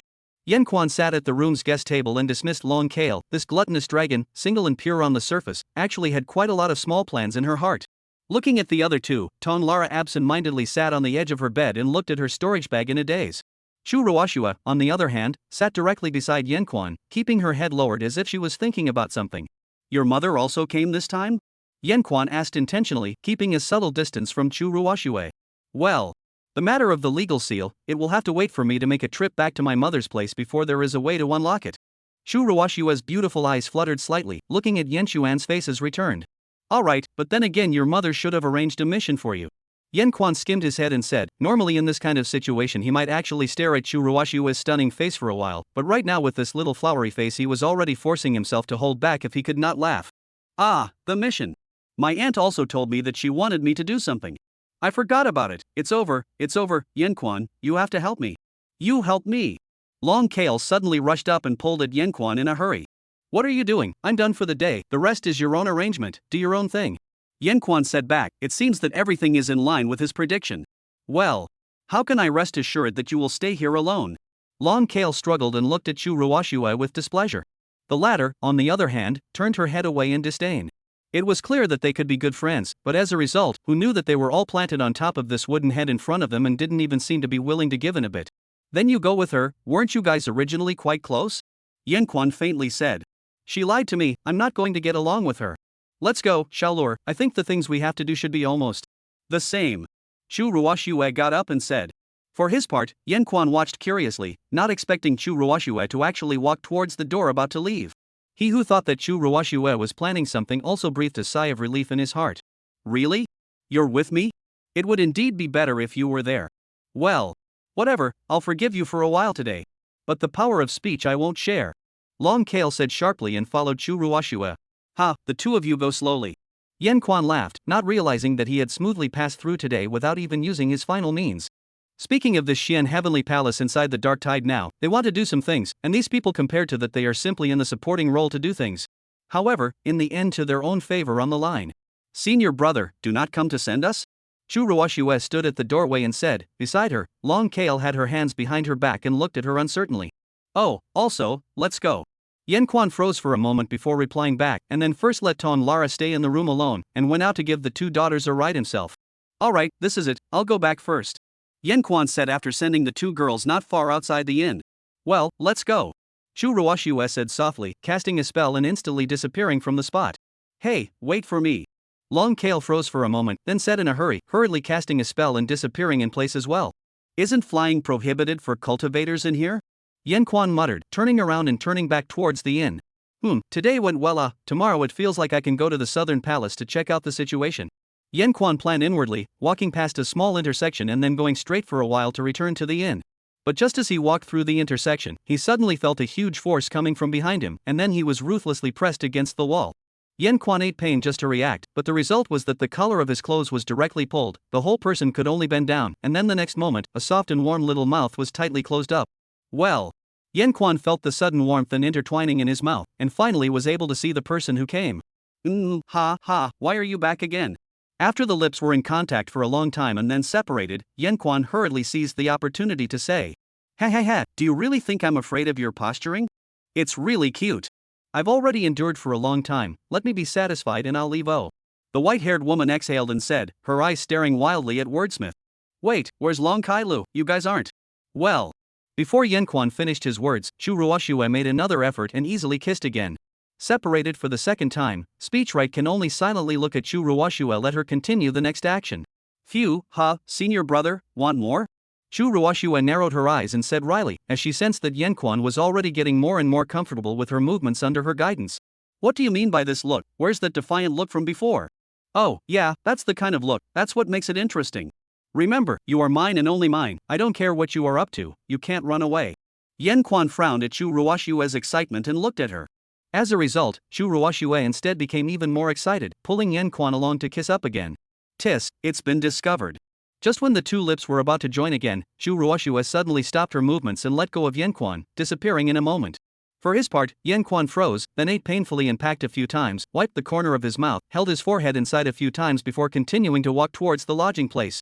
Chu Ruoxue was indeed a bad woman. She didn't care what backhanders she had, if it wasn't for the crowd today, he wouldn't even dare to think about what would happen to him. But he had a way to get out in one piece when he had no choice at all. It still seemed like a bit of a miscalculation today.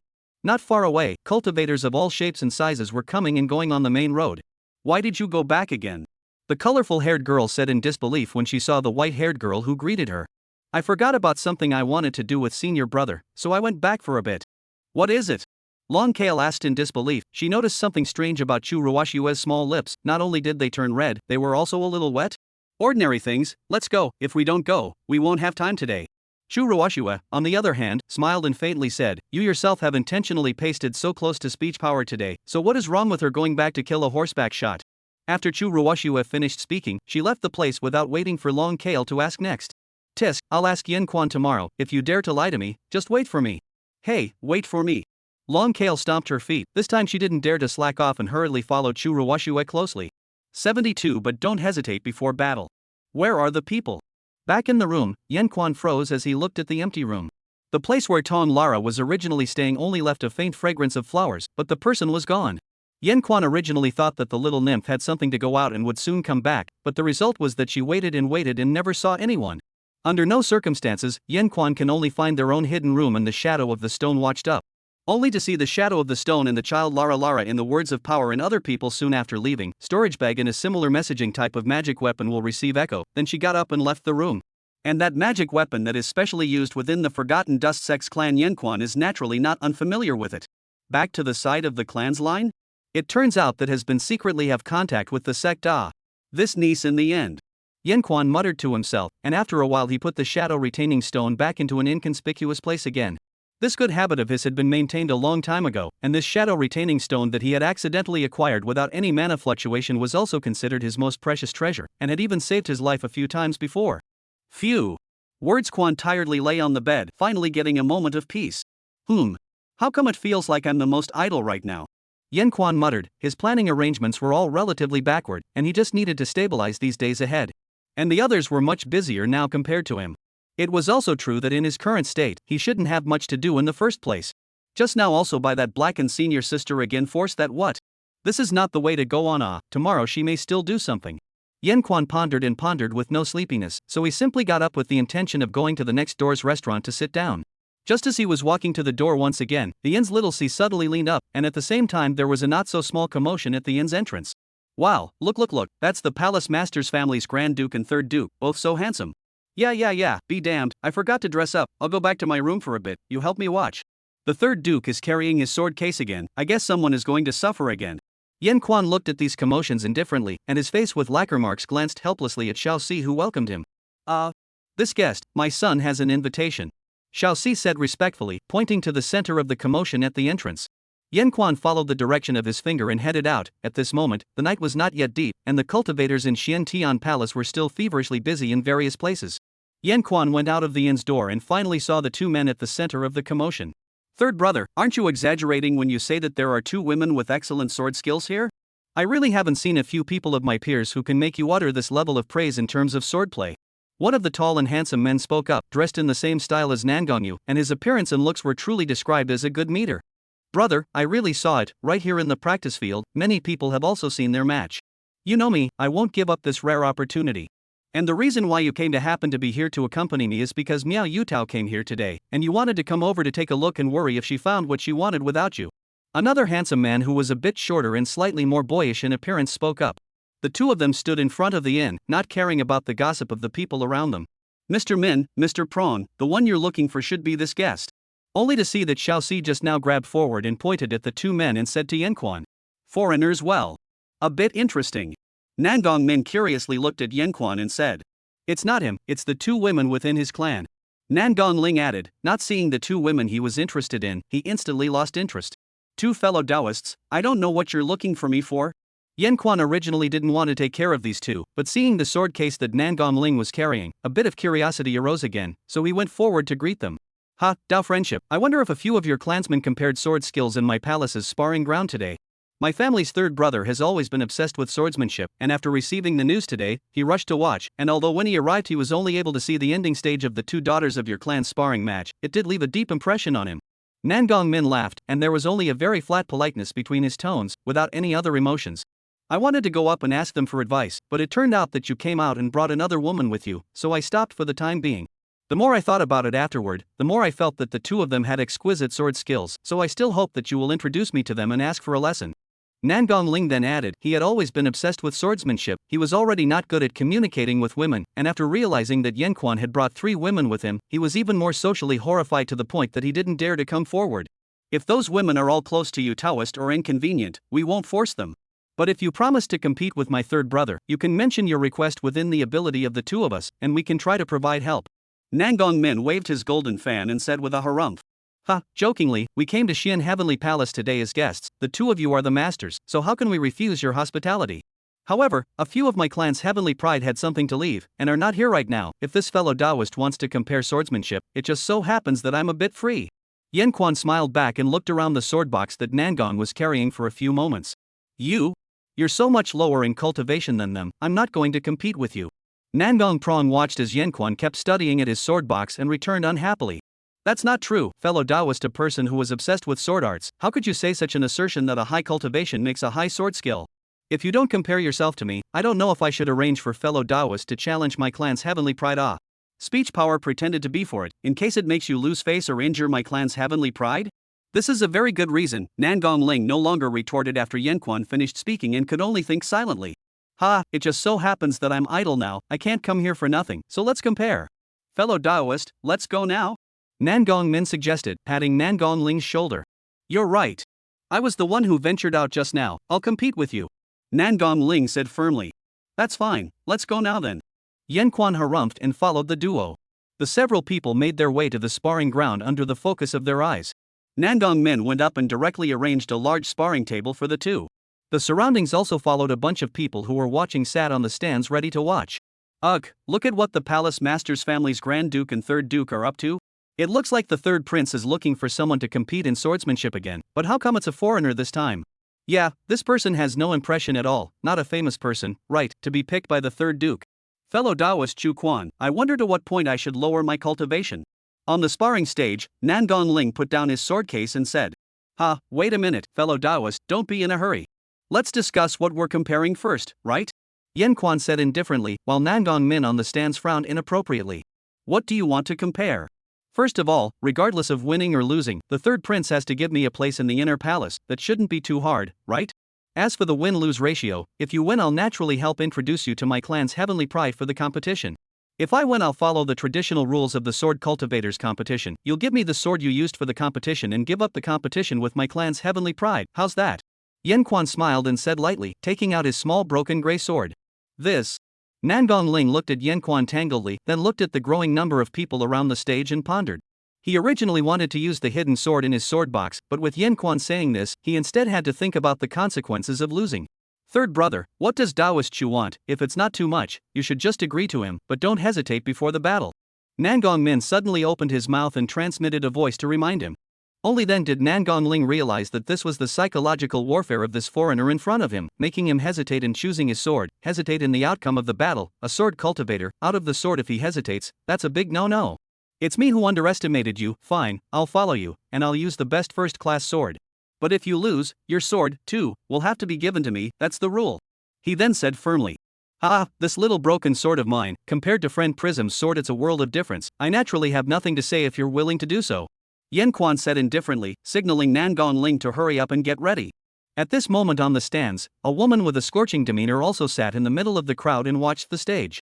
She had a graceful figure, her face was veiled, and she was dressed in the same style of sect clothing as Tong Lara had worn earlier.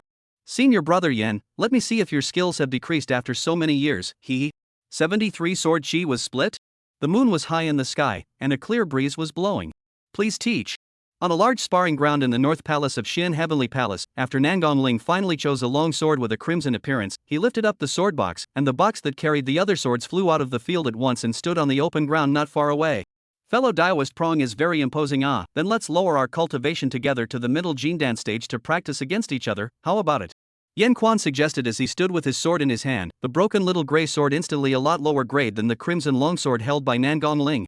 But Yen Quan didn't care, but silently debugged his immortal golem clothes to the middle stage of Jindan, a stage where the immortal golem clothes were able to exert an effect basically similar to his own level at this stage. The surrounding spectators, on the other hand, were in an uproar. What is it? In the end it is a middle Jindan stage. That's right, but also the third prince's own cultivation level. I feel like this is not much to see. Alas, I think it will not be so simple. You win to see the three males have beaten the mediocre generation. Also, then come to bet not, I bet the three males win. Then I'm not betting with you. Just between the crowd's verbal discussions, Nangong Ling also quickly lowered his cultivation level to the class required by the right of speech. Is this alright, fellow Daoist Chu, how do you plan to compare? Nangong Ling asked as he raised his sword, and Yen Quan could tell that he was completely serious at this moment. It seemed like a real sword nerd. Fellow Daoist Prong, we are just in normal competition or don't hurt the peace, let's see who beats who first by 3 strokes. Nangong Ling froze, what do you mean who wins 3 moves first? Shouldn't the one who can't beat the other side not be able to win even 1 move? Unless evenly matched, wouldn't that be his own underestimation of him? Good, according to you, prepare. Nangong Prong still thought it was the psychological warfare of the right of speech, so after thinking for a while he didn't intend to dwell on it too much, agreed to do so and then immediately commanded the surrounding area to set up a boundary in the field. Well, so formal I last time in People Than Sword still do not know how many years ago it. Then I hope that you, Taoist friend, will recognize it more often. Speech power returned, similarly setting up a sword stance. Right in the middle of the preparation process between the two of them and Yen Quan, a stunningly beautiful woman who was standing in a pavilion came up to the main seat directly opposite the practice table. Brother, what are you two up to here? Quickly go back, father is going to get angry. The purple-clothed girl exasperatedly said to Nangong Min, who was on the main seat. Little sister? Your third brother is having a sword match with someone. You also know his temperament, there's no way, but it should be quick, wait a little bit. Again? With what person? Then why do you have the free time to accompany him? I say you just want to come here to see what you Tao came here to do today to come. This is. The purple-clothed girl said back, while noticing the speechwrights on the sparring ground below, she then widened her eyes, the small ball on her chest swaying slightly for a few moments. What? Do you recognize this fellow Daoist Chu below? He's Rain. No, don't recognize. It's about to start, right, then I'll stay here with you guys for a while, and hurry back together when it's over. The purple-clothed girl stammered and hugged her chest as she explained, but her eyes were anxiously locked onto the black-clothed man on the stage. I didn't expect him to know swordsmanship? As the young girl pondered in her mind, she thought of yesterday's scene where Yen Quan was sticking behind her, and her small face was instantly colored with another layer of faint scarlet. What's going on here? Nangong Min looked at this abnormal state of Nangong Yu and was also curious. He had never seen his little sister like this before. However, the sparring ground below had already set up a boundary, and the competition was about to begin, so he didn't care too much, and also looked down along with the crowd's gaze. Fellow Daoist, please. Bang bang bang. Only to see Yen Quan and Nangong Ling after making a salute to each other, the two of them instantly powered up, and wherever the sword blades passed, intense collisions and impacts instantly covered the entire field. Good, so intense. Nangongyu said in a low voice after watching for a while. She had seen his third brother's swordsmanship, but how did Yanquan's swordsmanship look the same as his third brother's to her now? Or rather, Yanquan was completely mimicking Nangongling's attacking style of attacking and defending style of defending? Fellow Taoist still doesn't show his own skills, it's scary to make people laugh. In comparison, Nangongling knew that both himself and Yanquan were testing each other. The immortal sword in his hand wasn't even activated, while Yanquan was the same. The immortal sword was in a completely ordinary state. Both of them were just using their sword techniques and body techniques to fight and slash, waiting for the other party to make a real move first. The first to move the bottom of the card out of the person, will naturally have a certain information disadvantage. However, Yanquan, this is completely imitating his own pace sword art. Is this looking down on himself? Isn't this kind of competition quite good? Why hurt the peace? Yanquan had constantly retreating, swimming, and counterattacking under Nangongling's fierce offense. Boom! Right after a fierce collision, the two retreated to the two sides of the sparring ground. Fellow Daoist Prong's sword skills are truly extraordinary. His pace is steady and his sword moves are overflowing with killing energy. Yanquan said with a harumph. It's your turn to attack. Since you can learn my sword style, so can I. Nangongrong raised his sword and said seriously, with no intention of using his mana for a sword fight. Well then, I'm coming. Yanquan said softly, his sword brows crossed, his hand instantly powered up, and in the next moment, he was in front of Nangongling. Fellow Daoist Prong, look at the sword. Yanquan reminded with a smile, swinging out an extremely fast sword, the grey immortal sword blending into the night and air at an extremely fast speed. Surprisingly, it was made invisible. What? Nangongling was shocked. In the flash of lightning, he couldn't sense the position of the word's power sword at all. There was no mana, there was no killing intent. Where was the target of this sword? What was the result? Weapon. Broken hand? No, it would kill. Boom! Suddenly a burst of blazing fire surrounded Nangongling, and the crimson longsword in his hand emitted a gust of fiery whispers. Yanquan could only retract his sword under the impact of the tremendous temperature and sparks, and retreated away from Nangongling in a few steps. Good. That blow just now will be considered a win for you. I recognize the level of your pure swordsmanship, and of course, I also recognize my gullibility. Next, let me seriously ask for advice. Surrounded by blazing fire, Nangongling gradually condensed a gust of red sword chi and said, Good, come on. Yanquan still said indifferently, only condensing a faint layer of protection around him for resisting the heat. I'll see when you're going to get real. Nangongrong said in a cold voice, instantly waving out several heat waves. Not only were these heat waves huge, they were also very fast and contained temperatures and sharpness that made people avoid them. Only Yanquan's figure flickered quickly, but the several heat waves completely covered the entire field. All of this happened in a flash of lightning. It's over, it's impossible to dodge. The purple-clothed girl stroked the bar and said sharply. Boom! When the heat wave was about to hit the half of the field of speech right, everyone held their breath as they saw the heat wave change. The heat wave, Nangongling's sword chi, was actually split apart. Sword chi could also be split apart? It turns out that sword chi could actually be cleaved apart from being eliminated by collision? The crowd looked at the black shadows flickering in the air. All of them were shocked in their hearts, and then they looked at those heat waves, which after being torn apart by a few slits did indeed land solidly behind Yanquan, scorching large chunks of the sparring ground. Fellow Daoists, this is also too heavy-handed. We're just competing in practice, there's no need for this. I wonder if this will count as another win for me? Speech power didn't attack once he landed, but instead opened his mouth and whispered. I knew you would be at peace. I saw it all. Okay, this counts as another win for you. You have one move left to win. Come on, I know that's not what you want. You and I can really get real now and compete. Nangongling's eyes were wild, not at all like the blandness at the beginning. Oh? Fellow Daoist Prong, not really, I just haven't held a sword for too long, so I wanted to get used to it first. But now I do have a bit of a feel for it, so I'll accompany fellow Daoist for a little while. Yanquan laughed. Although it was more troublesome to drive the immortal golem clothes and it would take some of his energy to control the golem clothes, he still mobilized his mana. Look, it's fog. No, it's more like a cloud. The crowd discussed curiously again after seeing that the sword chi that Yanquan had condensed was a puff of white gas that surrounded his body. After a while, fellow Daoist Prong, this is my self-tampered sword technique called flowing cloud. Enlighten me, fellow Daoist. Yanquan said. He naturally wouldn't use the sect set of sword techniques and cause suspicion. Come on. Nangongling replied back, completely mobilizing the ability of the crimson red sword. His surroundings were instantly surrounded by fire, silhouettes in the fire, and the sword light drifted and flickered extremely fast. In an instant, several silhouettes quickly greeted Yanquan at the same time, as if they wanted to devour him whole. Third brother, this is also too serious. Big brother, you quickly let him stop.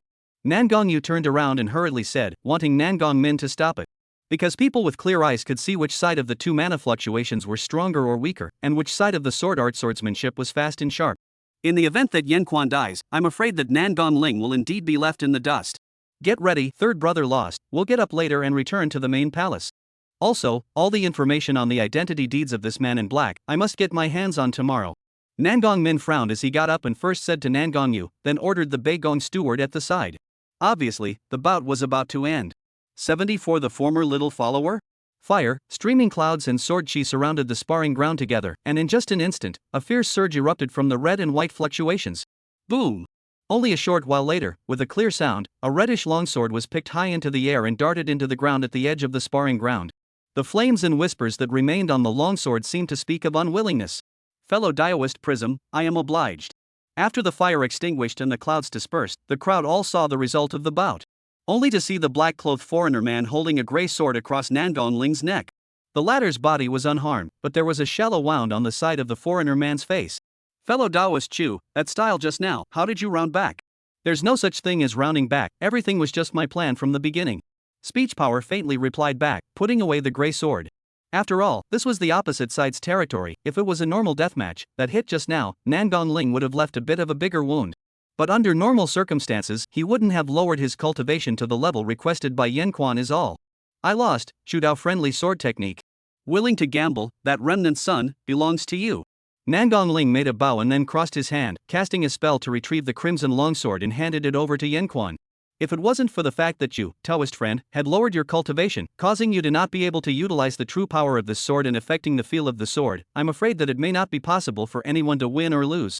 How about this, I'll sell this sword again to fellow Daoist, it's not my style to take away someone's favor. Yan Quan pretended to be modest and returned the sword back to Nangong Ling. In the hands of cultivators below Yuaning, this sword was not even comparable to his grey sword, thanks to which Nangong Ling was still willing to use it for a competition. Fellow Daoist Chu, it seems that I really misjudged you. Since this is the case, I will purchase this sword back from you at the highest price in the market. Nangong Ling cleanly put away the long sword and handed over a heavy bag of spirit stones to Yan Quan. Third brother, Chu Quan. Just as Yan Quan was holding the bag of spirit stones and weighing it in a daze, a purple-clothed fairy suddenly arrived in front of the two from behind him. Well, third brother, look at you, what have you done to the sparring ground? You really don't know what's important. Chu Quan, are you alright? Your sword technique is so powerful, where did you learn it? Can you teach me? Fellow Daoist you, why are you here? Looking at the stunning fairy that was continuously approaching, Yan Quan unkindly dealt with a half-step back and said. Finished, if she set out the matter that she was Miao Yutao's fiancé, wouldn't she have to deal with that Nangong Min again? Little sister, don't fool around, fellow Daoist Chu, I've already granted your clan's inner palace entry privileges. Today, we still have important matters to attend to, so we are not in a position to accompany you more. Daofran's sword skills are extraordinary. If you have any thoughts of coming to Xin Heavenly Palace to develop, I will definitely introduce you. Nangong Min also quickly followed suit and said. I will consider it, this fight is also because you, Daoist Prism, let me win by a fluke, besides, my cultivation is low, it seems that it is not enough to serve your palace. Let's leave it at that for today, I will negotiate with a few of you some other time when I have the chance. Words Quan returned, smoothly pinning the spirit stone pouch to his waist. Ah! Chu Quan, you take this and come to the Shigong Innisfree house to find me tomorrow, I have something to say to you.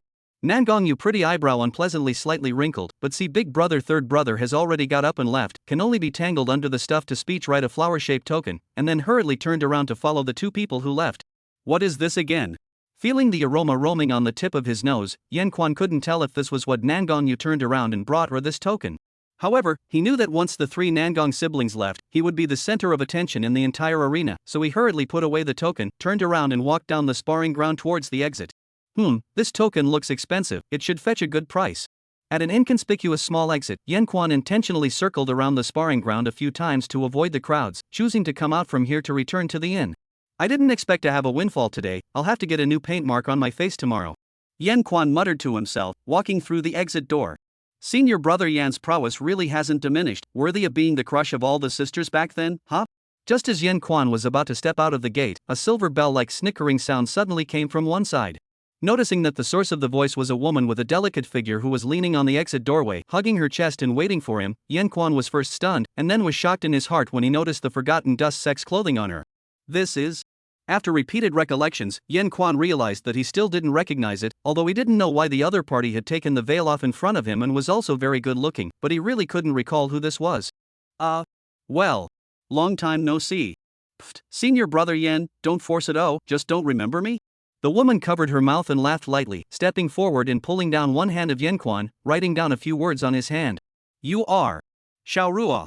Yanquan said in shock, recalling a small follower from a long time ago when he had just started fighting within the sect. But wasn't that a gray-headed little boy? Pfft, so senior brother Yan still remembers me? My real name is Yunrua. At that time I didn't have the chance to tell you before I left the sect, and I haven't been able to see you since I came back as an elder in recent years. Today, looking at little Lara's appearance, I guess that you must be here, huh? Oh. You really have changed a lot, ah? Ahem, so the elder that Rara said has been taking very good care of her is you, then I still have to thank you. Speech power returned, retracting the hand that had been pulled. Rara, her ability is destined to be the core of the sect. I'm just doing my duty, it's nothing. Rather, it is you, senior brother Yen, who actually happened? Yunrua felt an emptiness in her hand and asked with a bit of loss. It's just a momentary frustration. What exactly is the clan's purpose here this time? What happened today? Speech power asked rhetorically. This is a sect secret, I have to keep it to myself, this is what senior brother Yin taught me. Yunrua said with a hefty smile, avoiding the topic with a snicker. You brat, why do you feel like you still haven't changed?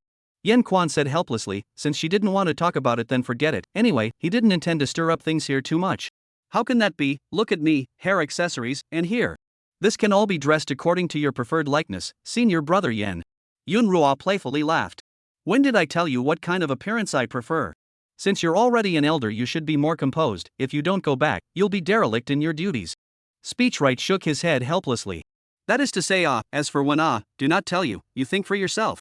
I came here this time to say goodbye to you on behalf of Lara, and by the way, I also want to see you again. Yunrua carried her hands behind her back and walked in front of Yanquan and said softly. Is the clan leaving so soon? Rara is going to go to the Forbidden Land to cultivate when she returns? Yanquan walked calmly and spoke faintly. It's meaningless, nothing can be hidden from you, senior brother Yen. Yes, everything is arranged, it seems like something bad will happen in here, it's good that the clan's mission to come here this time is also completed. Honestly, originally thought that you would leave with Lara.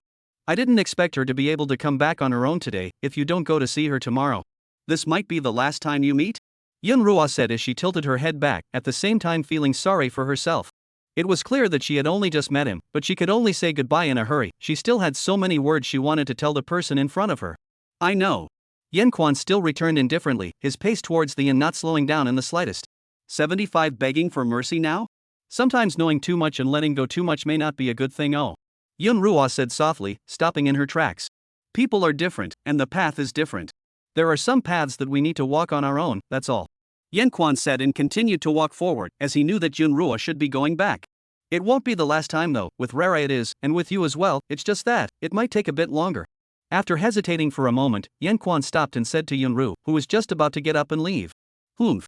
Senior brother Yan's words, I have to remember them all the time and take them seriously all the time, oh. Yunrua laughed, and in a few moments a light breeze blew by, and her figure disappeared.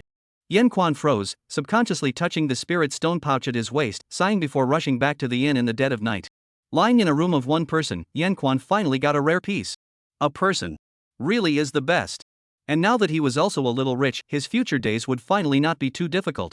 Soon he turned his exhaustion into sleepiness and drifted off to sleep. Time passed without realizing it, and Yanquan had the familiar nightmare again, experiencing the heaviness pulling him full awake again. But this time, how did it feel cold by the bed? The body was wrapped in a burst of warmth, but the side of the bed was piercing cold. How can this sleep?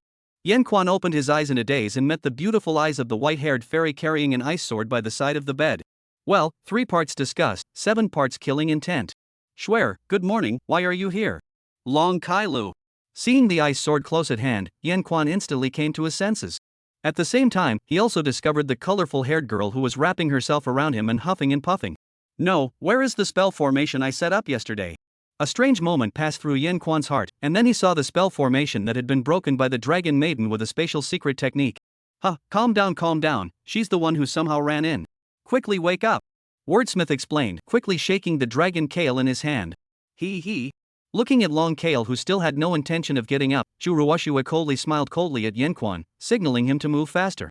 Feeling that Churuwashua's patience was nearing its limit, Yanquan could only hurriedly pinch the tail of this little stupid dragon on his body with force. Oh wow! Long Kylo instantly woke up and stared at Yanquan with wide, mesmerized eyes. Well. What the hell do you want? It's been said that the tail won't work, it's very, very sensitive. she said with a scarlet face, exhaling hot air and tightening her legs. TSK. A more displeased voice came from the white-haired girl on the side, while Word Square hurriedly took the opportunity to get up and go down the other side of the bed. Whoa! Chu Ruashua, why are you here? What do you think, little kinky dragon? You, what did you call this princess? Say it again if you have the ability. Long Kale was instantly provoked by Chu Ruashua's words, her face turning red with a burst of shame. However, this appearance of hers towards the power of speech was indeed the first time she had been seen live. This called herself how to defend. No, what does this have to do with Chu Ruashua? It's still so early at this hour, what is she doing over here? Unless, she was also thinking the same as herself. And the reason why she came over now was only that she was busy even later with yesterday's matter. Why are you here? I see that you don't harbor good intentions either. Long Kyla said as she hugged her chest, pretending not to care as she changed into her outerwear. Hee, so what if I am? Senior brother was originally mine. As for you, you crawled into a human cultivator's bed in the middle of the night. What would happen if I told Elder Longyu? Chu Ruashua disdainfully said, this stupid dragon. She was really too lazy to get angry at her. She was more interested in getting angry at Word's power, who had nothing to do with the matter on the side. Ah! You foul! Don't play like that. I'll fight me all you want. No tattling. Otherwise you're just scared. Long Kale said sharply, pulling up Chu Ruashua's skirt. At first glance, it looked more like pleading instead. Stand still! Chu Ruashua suddenly drank in a cold voice, startling Long Kale who was shaking her skirt. The latter turned her head to look, only to see that Yanquan had opened half of the door and was planning to sneak out through the doorway. What, can you blame me for this? Speechwright said helplessly, putting one foot out. Dang! A sharp and slender piece of ice crystal instantly nailed onto the other side of the door, only a few centimeters away from Speechwright. Ah, I looked, it's just dawn, the doors of the other palace shouldn't be open, huh? Yanquan harumphed and closed the door back up. He had no choice but to retreat back into his room. It was indeed too early in the morning anyway, and he had nothing to do.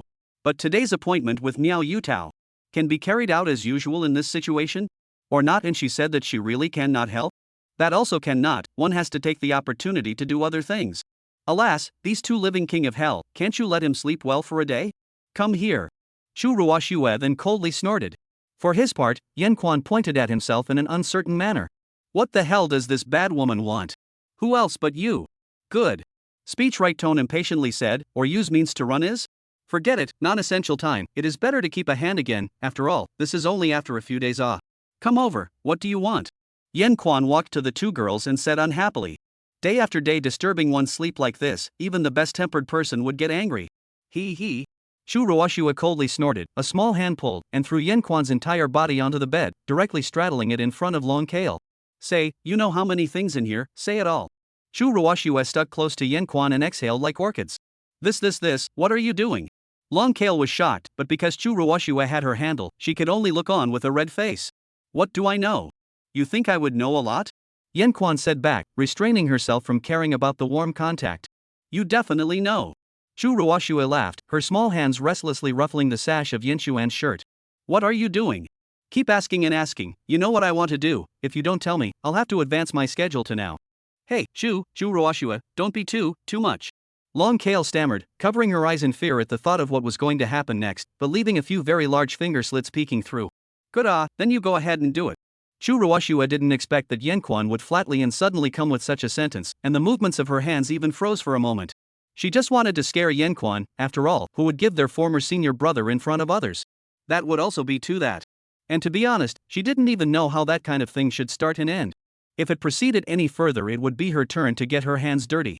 But why was Wordsmith so comfortable with this? Was he already familiar with this? It's already been shortchanged by someone else. Heh, what's wrong? Speechwright smiled. You. Are you with someone else already? Already? Chu Ruashua said with a red face and shame, her eyes flustered as she looked at the little stupid dragon on the side, first ruling out one option. Su Yao? Or Miao Yutao?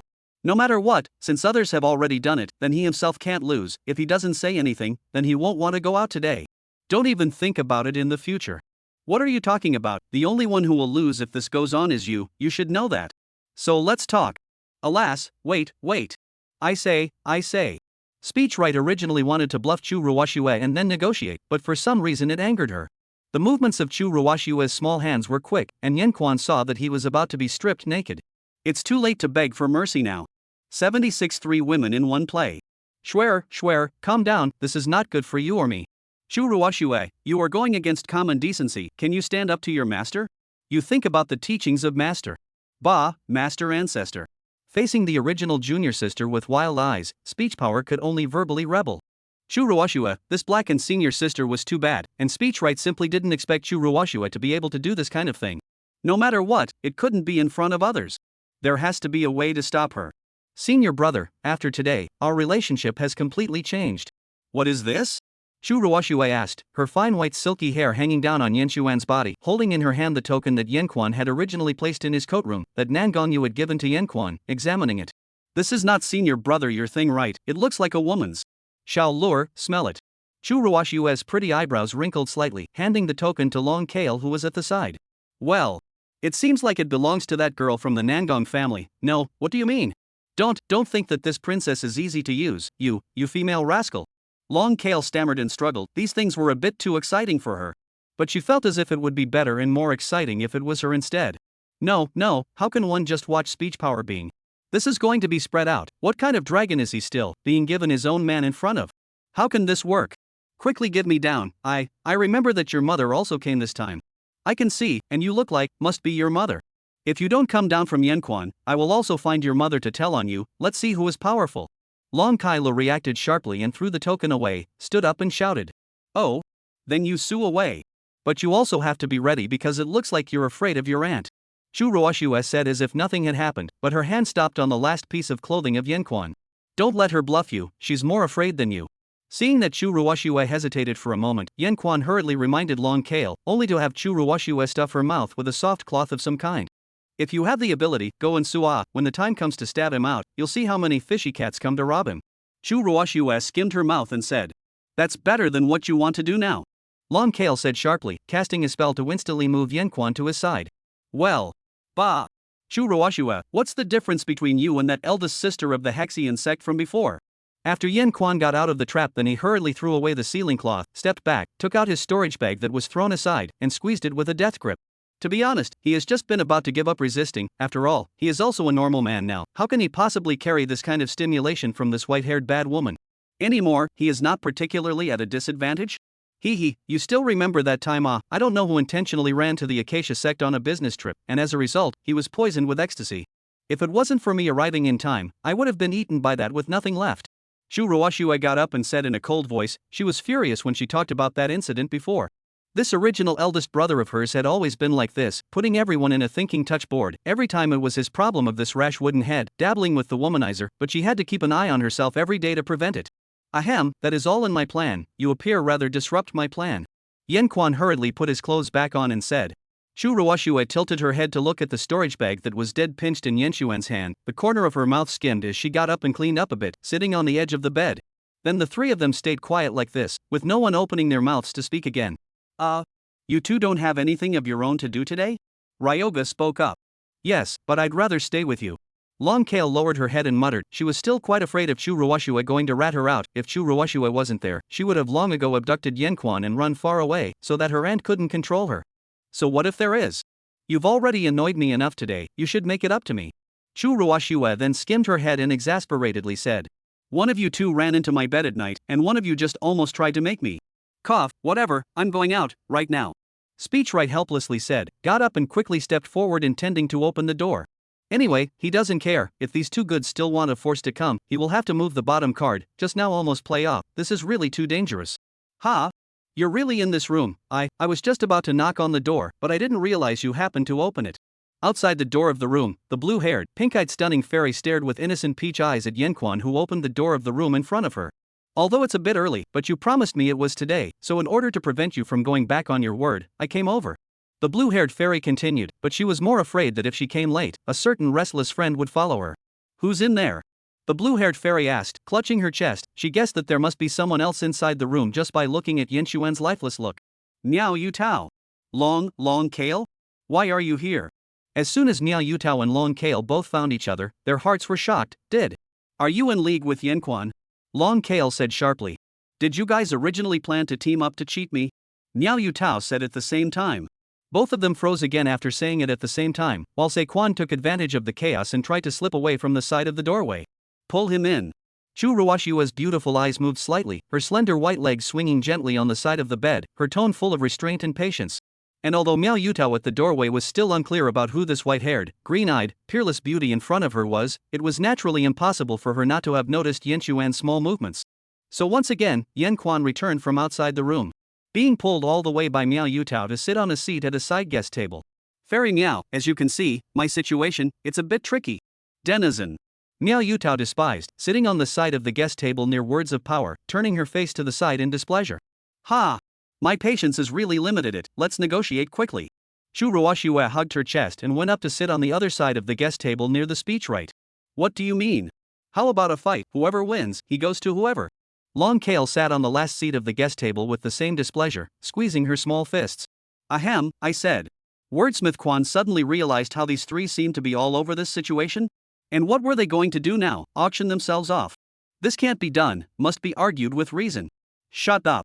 You'd better not talk now. Dead speech, right? There is a good explanation for you later. The three women opened their mouths at the same time to interrupt speech, right? But in this situation, how could they not be angry?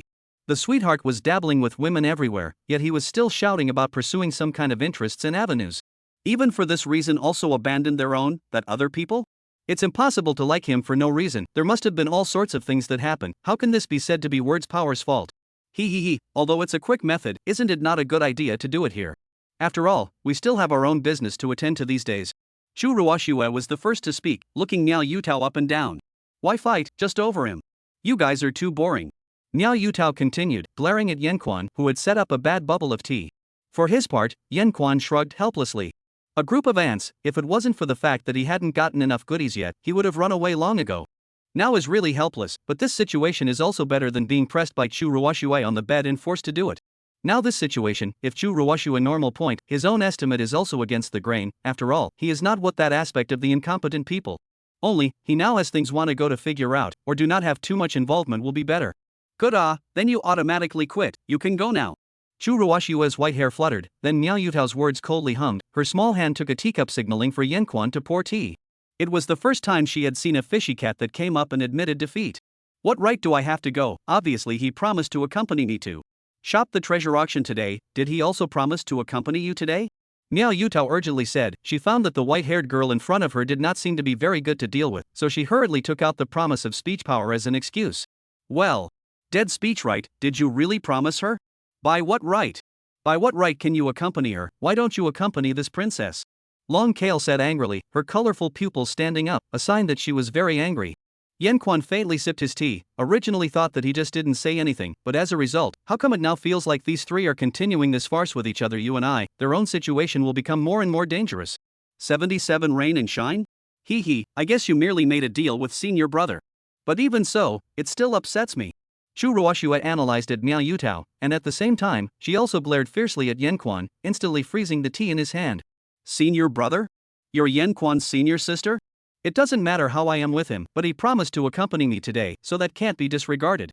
Miao Yutao said with a cold face, not knowing why, she had great hostility towards Chu Ruoshua as soon as she saw. Miao Yutao, you traitor, thanks to me also telling you so many things. You and Chu Ruoshua are the same. Did you all think that this princess is easy to bully? Long Kale slapped the table, originally she was already annoyed when she was woken up today without even getting enough sleep. Now she just wanted to roll up her sleeves and do a fight to fight for a man, in the dragon race is also quite common, after all, the dragon race is about a winner owns everything. I don't care, the denizen promised me. Miao Yutao hugged her chest and said, she was too lazy to argue with the others, it would only waste her precious time. I don't care either, he must accompany me today. Chu Ruoshua learned Miao Yutao's tone and said, now it was inconvenient to use strong arm tactics again, then she could only try to arrange Yen Quan within sight, and immediately lock him up when these few days were over. I don't care even more. Wherever deadly Yen Quan goes today, I'll go. Long Kai Lo was unaccountably energized by the desire to win, so he proceeded to slap the table and shouted. Ahem, let me say something. Wordsmith Quan cleaned up a bit and got up. What do you want to say? Long Kylo looked at Yen Quan's sudden look of ease, his heart immediately had a bad feeling. I just secretly notified my friend here, if I don't give him news in a while, he will tell Senior Long Yu and Senior Yang Shui about what you and Chu Ruoshua did today. Speech Power slowly said, taking out his own shadow retention stone and transmission small mirror in his hand. What? You dare. Say it if you want to die, you will definitely be beaten to death by my aunt at that time. Long Kale said sharply. I naturally have a way to run away first, and now I'm still staying here to annoy you all, simply because I still have things to do. Yanquan shrugged and said, finally able to turn over a new leaf. Although it was a lie to them, and he hadn't even passed out the stuff himself, but this was already the optimal way right now. Just bet that they would be afraid. Otherwise, they would really be tossed around by these few nymphets this morning. What do you say? My good senior sister? Want to show those things that happened today to senior Yang Shui? Yanquan laughed, reaching out and forcefully pinching Chu Ruoshua's snow-white delicate face. Put aside Miao Yutao and Long Kale looked frozen in place, both of them in their hearts felt that Yanquan would be miserable next. Bad senior brother, you're just going to bully me. Chu Ruoshua was pinched a few times by Yanquan and originally still had a sulky and questioning expression. But Yanquan's power was getting bigger and bigger, and his eyes revealed a threat and fish out of water seriousness. As a result, Chu Ruoshua stayed as she was and looked at Yanquan for a few moments before tears began to well up in her eyes. Yanquan saw Chu Ruoshua began to fall tears, can only resentfully stop this niece a few minutes ago but also forced to do their own, now how to pretend to be pitiful. It seems to be really afraid that her mother knows these things. No matter what, since we are going to punish, it has to be fair and just. Long Kale, it's your turn, stick your face out. Ha? Me? Why? This princess didn't do anything wrong, you pinch her more, don't punish me. Long Kale hurriedly covered both of her faces with both hands and said, looks like you are not afraid? That's good, I'll call someone. Yanquan picked up the transmission mirror and said, Don't be like this. I'll just pinch it for you. Long Kale's erect eyes had long since turned into pleading large round beads at this moment, and her body trembled so much that she stretched her pretty face over. Well, that's more or less the same. Let you pester people like this every day. Words Quan was not soft at all, his hands pinched both sides of Long Kale's pretty face. Well. Oh wow. Dead Yanquan. This princess hates you the most. Long Kale ate the pain and burst into tears, and immediately cried out as well. Because she knew that this way Yanquan would not continue. Her and Chu Ruoshua's attitude towards this aspect of things in terms of speech rights was accidentally seen especially accurately. Hey, you two just weren't like this. What's the point of pinching a face? Yanquan looked at the two heavenly color fairies crying in front of him in disbelief, then looked meaningfully at Miao Yutao. What for? Miao Yutao looked at Yanquan's sudden power, and for a moment, she was at a loss for words. After being glanced at by Yanquan, she hurriedly stepped back after feeling bad. Miao Yutao, did I ask you to come to me so early? Didn't I say to wait for me to find you? Yanquan questioned, reaching out and signaling Miao Yutao to bring her face over herself. The first two had been pinched, and this one would look like he was biased if he didn't. I was afraid you'd break your word. You broke the agreement first. If I want to break my word now, it's justifiable. Yanquan said without changing his face, making a gesture to withdraw his hand. I know, quickly do it, denizen. Just at the last moment when Yanquan intended to retract his hand, Miao Yutao still stretched her little face over. For his part, Yanquan naturally had no qualms about going up to his hand and giving it a squeeze. It definitely had to be raining on his parade anyway. This aspect was something he had worked hard on recently. Denizen. Well. Clearly you promised me first, you can't go back on your word, you can't go back on your word. Miao Yutao was pinched on her little face and grunted in defiance. On the other hand, Yanquan sat down in a good mood after pinching the three girls once. Stop crying and help me thaw out. Yanquan pushed the teacup that was frozen all the way to Chu Ruoshua, who was dropping small teardrops on the side, and said, I know, don't tell my mother, especially about this morning. Chu Ruoshua sobbed, pulling on the hand of the word power, dissolving the freeze. Early, this is not good. Yanquan laughed, taking a bit of effort to pull his hand back, and looked at Chu Ruoshua a few more times with a bit of worry. Was she that afraid of her mother? One really didn't know before. Or is it? No matter what, one can't hesitate now, no good days for taking a wrong step.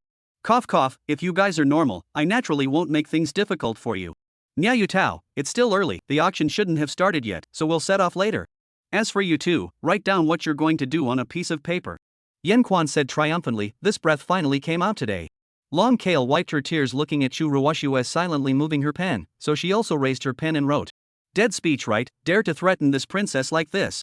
Sooner or later I will double back. Long Kailu wrote while ruthlessly torturing Yanquan inwardly, her mouth grunting from time to time. What are you thinking about? Are you trying to get back at me? Yanquan walked to Long Kale's side and saw her slowly writing, so he pinched her pretty face again and said, Ooh. This princess didn't. Long Kale gasped and sped up, quickly handing over the paper to Yanquan. Infiltrate the treasury and observe Nangong Xian. Yanquan looked at the simple few paragraphs of words and phrases on the paper, and was helpless in Long Kale's expressive writing. But it was pretty much what he expected. What about yours? Yanquan then walked over to Chu Ruoshua's side and said, Here. Chu Ruoshua said, a pitiful look, handing the paper to Yanquan. Yanquan took the paper, his hand still could not help but pinch Chu Ruoshua's snow-white soft little face. After all, this opportunity was not many. But when he saw the last paragraph on the paper, he instantly froze in place. Only to see Chu Ruoshua in front of the normal written his own task, and the last paragraph is, "You forget I have not even given you to unseal the magic weapon?" After seeing this, the strength of Yanquan's other hand instantly became weak and feeble. "Senior brother, can you destroy those images? Schwer begs you." Chu Ruoshua, on the other hand, did not change her color and still pretended to be pitiful. She had wanted to see what Yanquan would retaliate for when he suddenly gained power, but it turned out to be like this, really disappointing her. "And me, and my ones. I'm begging you too." Long Kale followed closely. "Senior sister, this small mirror is not my original magic weapon." Yanquan leaned over and said. Chu Ruoshua naturally wouldn't have thought that if this small mirror wasn't Yanquan's, then how was it possible for him to be able to get such an expensive magical artifact based on these days alone? So she had always defaulted to the fact that this small mirror was what Yanquan had always had, and as a result, now. "Elder brother, if you want to keep it to secretly look at it, that's fine, but I hope it won't be given to others. Schwer is afraid of being shy." Chu Ruoshua bowed his head and said, "If you act normal for me, I won't even open it." Yanquan helplessly said, in his heart, he took a long breath. "But you just reminded me of it. Quick, take all the spell seals from those things I had earlier." 78. A new plan. "I forgot." Chu Ruoshua whispered in aggravation. "What do you mean? Didn't you just tell me yesterday that you'd be able to unravel it after a trip back? When did you become so forgetful? Obviously, you even remembered what happened in the Acacia sect so many years ago. You're just doing it on purpose, aren't you, my good senior sister?" Yanquan said with a fake smile, reaching out to pinch Chu Ruoshua's delicate face. "I didn't do it on purpose, it's just that I need you to go with me to see my mother. The thing that solves this spell seal is with her." Chu Ruoshua looked at Yanquan with tearful eyes and pretended to be pitiful. "You're not allowed to follow me today. Let's go, Miao Yutao, Long Kale." Yanquan said in a cold voice, signaling the two of them, Miao Yutao and Long Kale, to get ready to depart. "You dare! I really didn't lie to you. Originally I wanted to secretly bring out that thing to unseal you. As a result, it was discovered by my mother, and if I hadn't found an excuse, I would have been grounded today." Chu Ruoshua, no longer disguised, directly pulled the sleeve of the speechwrite to say urgently, "Your mother would ground you? How can I not believe it? Anyway, I definitely won't go with you to see Elder Yang." Yanquan coldly said, the Chu Ruoshua in his eyes should be treated as a treasure in the family, saying nothing. So why doesn't this bad senior sister go back to being her big miss properly? Come here and waste what time with yourself. Then if you don't go with me to see mother, how can I help you unravel? Chu Ruoshua's beautiful eyes stared back, and she returned with a hint of anxiety in her tone. She was really afraid that Yanquan would not take herself and these two females out. If Yanquan dared to force himself to do so, then she was already prepared to burn with jade and stone. Today, she would do it to this wooden senior brother, and no one would be able to say anything at that time. After all, the limits of her patience had been put very wide. "Forget it, let's go." Yanquan looked at Chu Ruoshua's eyes that were full of threats and resistance. The idea of forcibly getting rid of her in his heart could only be dismissed. Only to see that he took out a black mask for guards from his storage bag and put it on himself. Well, where to go? Long Kale saw that Yanquan didn't try to leave himself behind, and her mood got a little better again. After seeing Yanquan put on the mask, she hurriedly gently shook her dragon tail and went up to ask. "Today I'm going to help Fairy Miao with an errand, so naturally I have to disguise myself as her guard," Yanquan said indifferently. "So we don't want to draw flowery faces," Long Kale said happily, her dragon tail swaying faster. "You guys use your own identities, just don't involve me," Speech Power said. Through his mask, his voice had become muffled. What's the point of pretending to be mysterious?" Long Kale said unhappily, looking at Chu Ruoshua, who unexpectedly had no opinion. The two of them followed. Miao Yutao frowned her pretty eyebrows and said she didn't want the two of them to follow herself and Yanquan, but she was afraid of being told that she wanted to be alone with Yanquan. "Don't worry, the two of them following might be good for you," Yanquan said back, mainly because if there was a way to make these two not follow him, he would definitely be very happy to do so. "Also, I'm going to change my outfit. Can you guys go out for a bit first?" Speechwrite added. After all, this current alien costume was too conspicuous and a bit inappropriate. Only to see that the three women did not move at all, each one of them looked at Speechwrite very flatly. "I said I need to change my outfit. Can the three of you go out for a bit first?" Yanquan reminded. His hands had already taken off his outerwear. I'm not in your way. Besides, in the Feather Realm in the past, didn't you still force me to help you change every day?" Miao Yutao red face back, but the voices more and more whispered. It's not like I haven't seen it before." Long Kale hugged her chest and said, staring at Yanquan without moving a muscle. "What? Elder brother turns out to be afraid of being shy as well? Chu Ruoxue laughed, looking at Yanquan with a playful face. At the Xian Heavenly Palace's central Heavenly Palace, 3 distinctive features and stunning earthly fairies were walking together at the entrance of today's auction at the Xian Heavenly Palace's central Heavenly Palace building. Behind them was only silently followed by a black-clothed guard, all the way to the focus of sight of the 3 women. The presence of this guard was too abrupt, also made it particularly conspicuous. Niao Yutao, so just admit that you've been staring. The colorful-haired girl snickered at the blue-haired girl on the side. Ha! You haven't been staring too. And she got on top of it. Why don't you say something about her?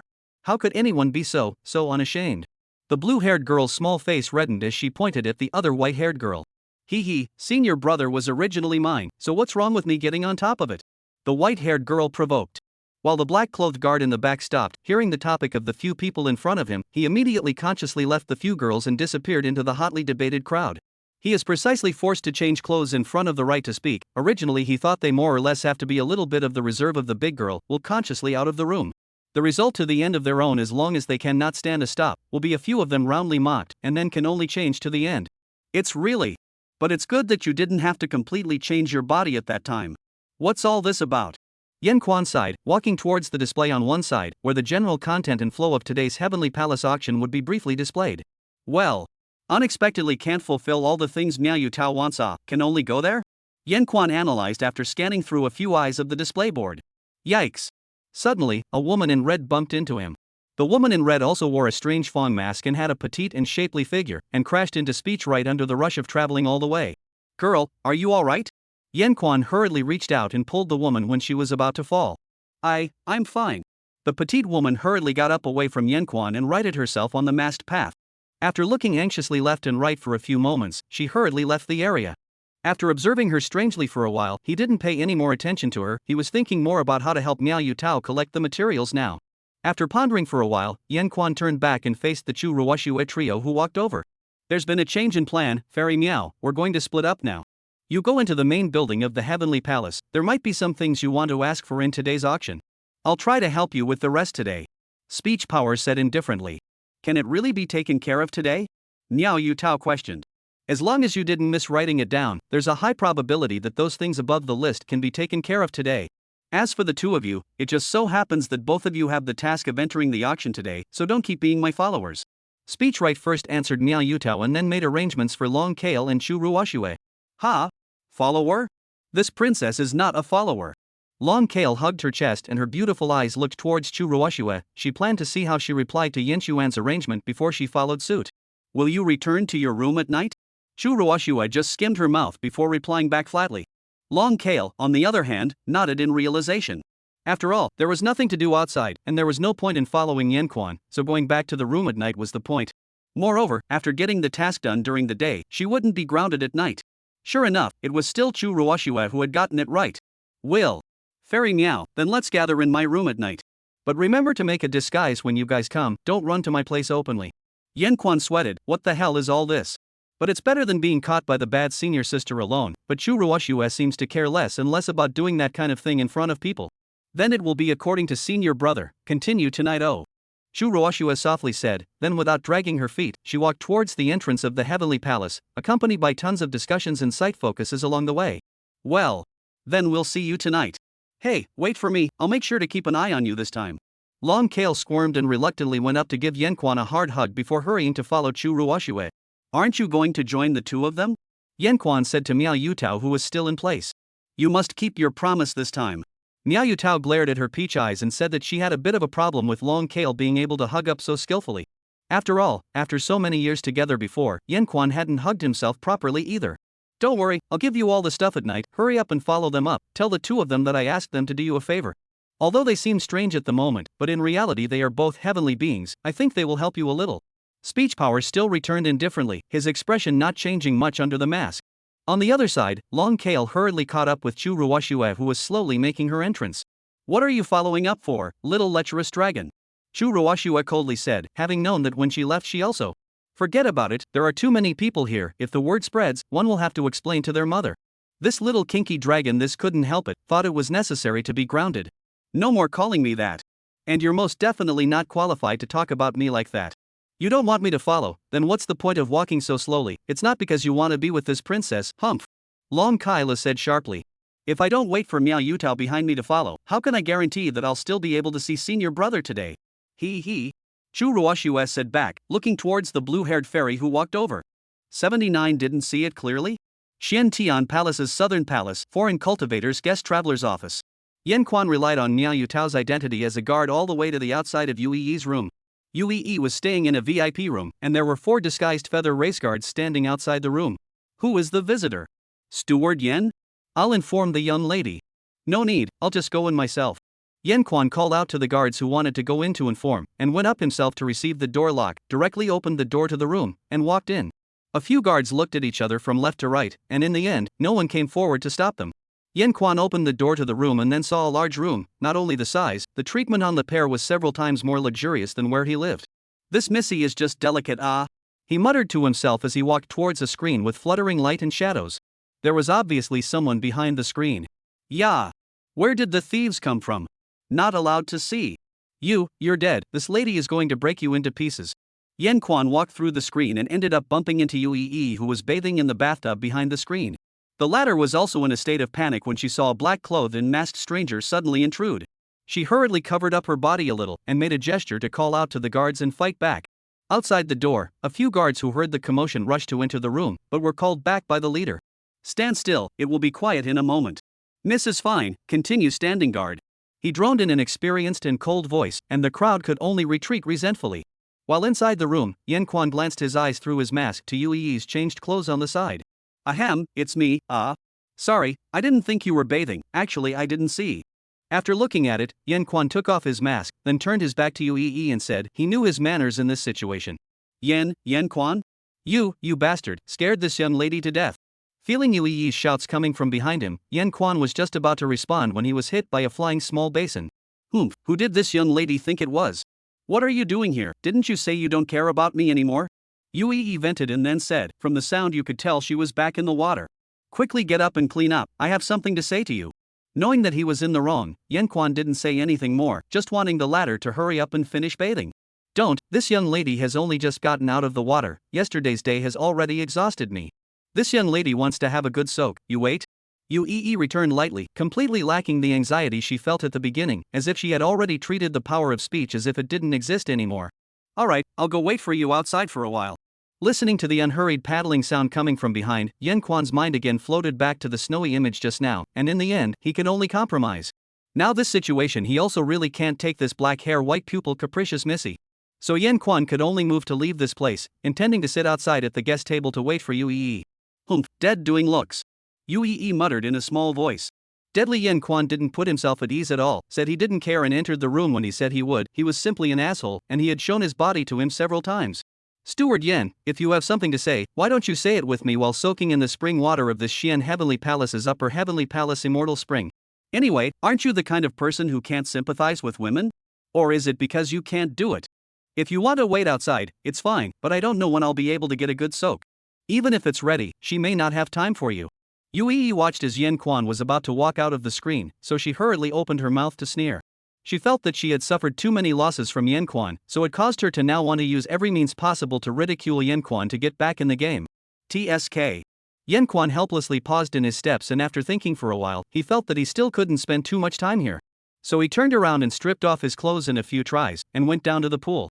Anyway, if it really was immortal spring water, it would be good for himself. I really don't know why on earth Yue felt that he would be defeated this way he didn't lose out in any way.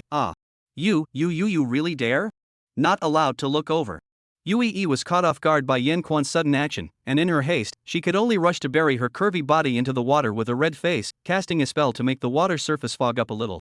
Phew, it's really immortal spring water, Missy just doesn't treat herself well. I've come to discuss some of the latter with you today, and then there's one more thing I'd like to ask you for a moment. I'll end up unlocking your contract further, leaving the last layer of the contract I'll unlock for you when I actually leave. Yan Quan said slowly and comfortably, not caring about Yue's panic. Want you to care. Bastard. What's the matter, say it quickly. Yue slowly sat squarely back down opposite of Yan Quan after seeing the mist fill the air, and then droned out in a delicate voice. First, Nangong Xian has found helpers. I don't know if he found you guys or if he's looking for helpers to help him refine and sacrifice that thing, but it could be that he's trying to arrange some other action. Secondly, your action is a bit hasty. First let other forces to spy the water muddy, you finally close the net and then do it on the line. Third, give me a copy of the Outer Palace treasure vault key, I have something to go over today. Yen Quan looked at Yue, staring curiously at herself and didn't care too much about it, she just lightly made clear what she was going to say. But Missy, why did you make a water mist that only covered your half of the pool? Pfft, ha ha ha, Yen Quan, I told you that you are dead set on saving face, but as a result, you still ended up wearing a cover-up cloth and it's also printed with such a hilarious pattern, ha ha ha. Yue laughed, as if she didn't even listen to what Yen Quan said. Oh, you're not shy, but you're not wearing a single piece. Yen Quan shot back breathlessly. Well, ahem, you really did see it all. Bastard, who knew you would barge in here? What are those guards for? Yue laughed and suddenly choked on Yen Quan's words, then said angrily. Business is important, did you listen to everything I just said? I also have important matters to attend to today, and will be leaving later, that key should be in the storage bag next to your clothing. Yen Quan returned with a helpless face. Of course this young lady knows what you said. I don't need you to remind me, I also intend to do as you said next. The key to the Outer Palace treasure vault. How did you know that we had already gotten our hands on it? Obviously this matter is completely kept secret from you. Yue grunted, reaching out to draw the storage bag into her hand. Like I said, there's no need for you to hide it from me or anything, it could be bad for you instead. The ones you got are pirated imitations anyway, right, so show them to me and maybe I can help you improve on them, so you can take less risks. Then when will you return it? Tomorrow. Today. Tomorrow morning. This evening, come to my room to return it, if you don't come you're dead. Yue said, taking out a locket from her storage bag, she threw it to Yen Quan. Alright then. Yen Quan said back after raising his hand and catching the locket. Wait, I see that also came here, did you make contact with her yet? It seems like you guys haven't made contact since you left the Feather Realm, right? Just as Yen Quan got up and intended to leave, Yue called out to him again and asked uncertainly. There was no contact, we were originally just casual acquaintances and had no contact after leaving the Feather Realm. Yen Quan returned with a flat face, he really couldn't figure out why Yue and Miao Yutao hated each other so much. Oh, yes, is that so? That's good. Quickly go away la, what are you looking at? It's impossible to show you a little something again. Yue muttered as if she was talking to herself, and finally threw a few more small objects over to drive away Yen Quan.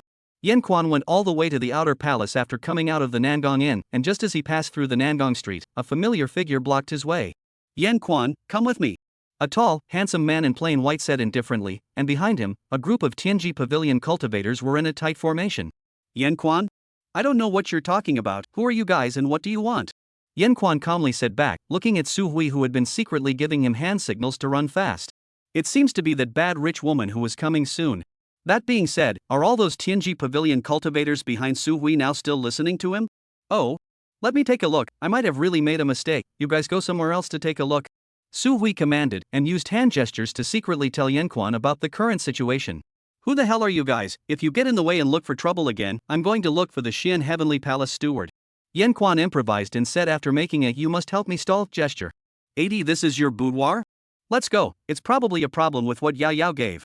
Su Hui said expressionlessly, while returning a gesture to Yen Quan that he could no longer do anything about it, and then left with a group of Tianji Pavilion cultivators behind him. Yen Quan froze, and without much hesitation, hurriedly left this place, traveling all the way to the outer palace treasure trove.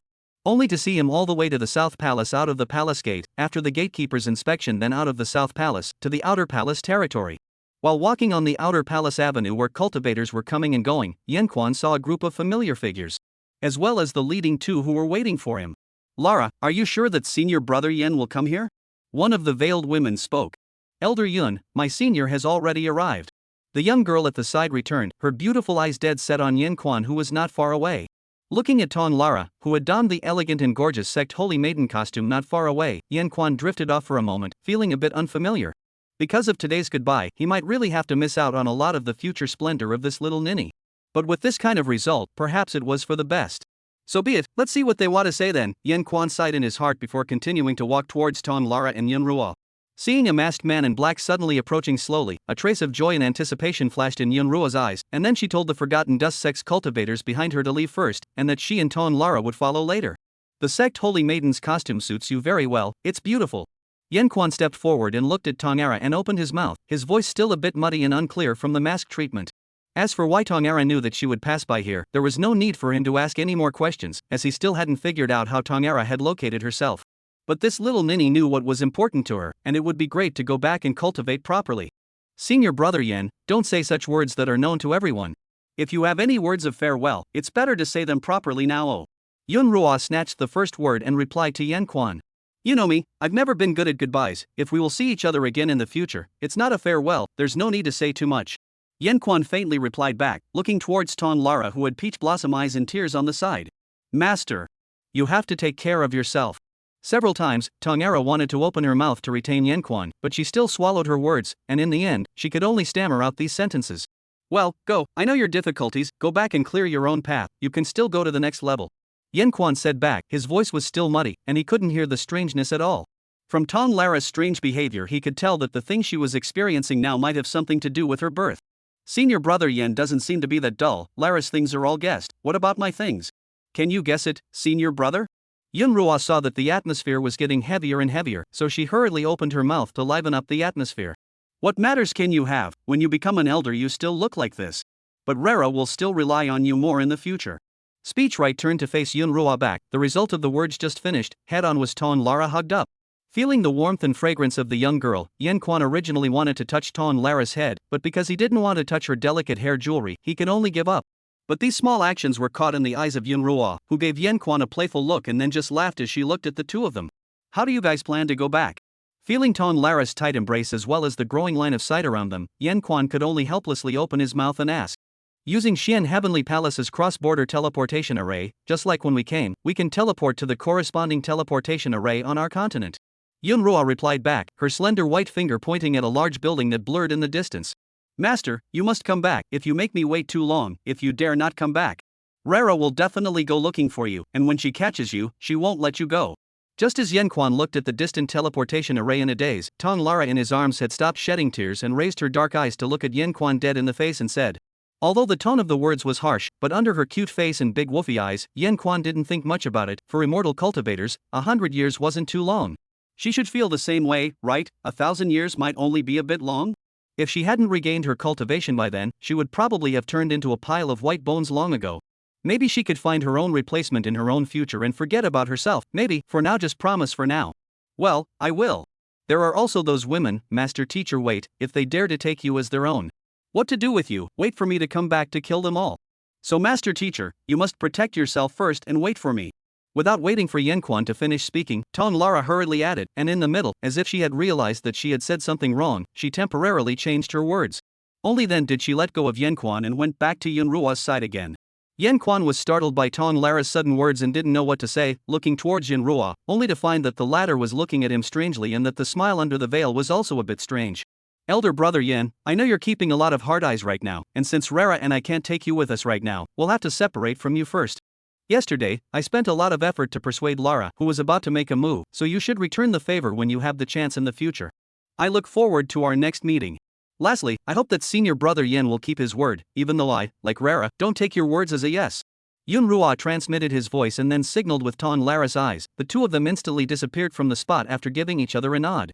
Are these two really here to say goodbye? Yan Quan looked at the distant teleportation array and froze. Why do you feel like you've been placed under some kind of tracking spell seal again? However, since he still had important matters on his mind right now, he simply could only sigh and put the matter down first, speeding up his steps to the location of the Xian Heavenly Palace's outer palace treasure vault. After arriving at the treasury, he quickly borrowed the Feather Clan's inner and outer call to take away the things he wanted from the treasury.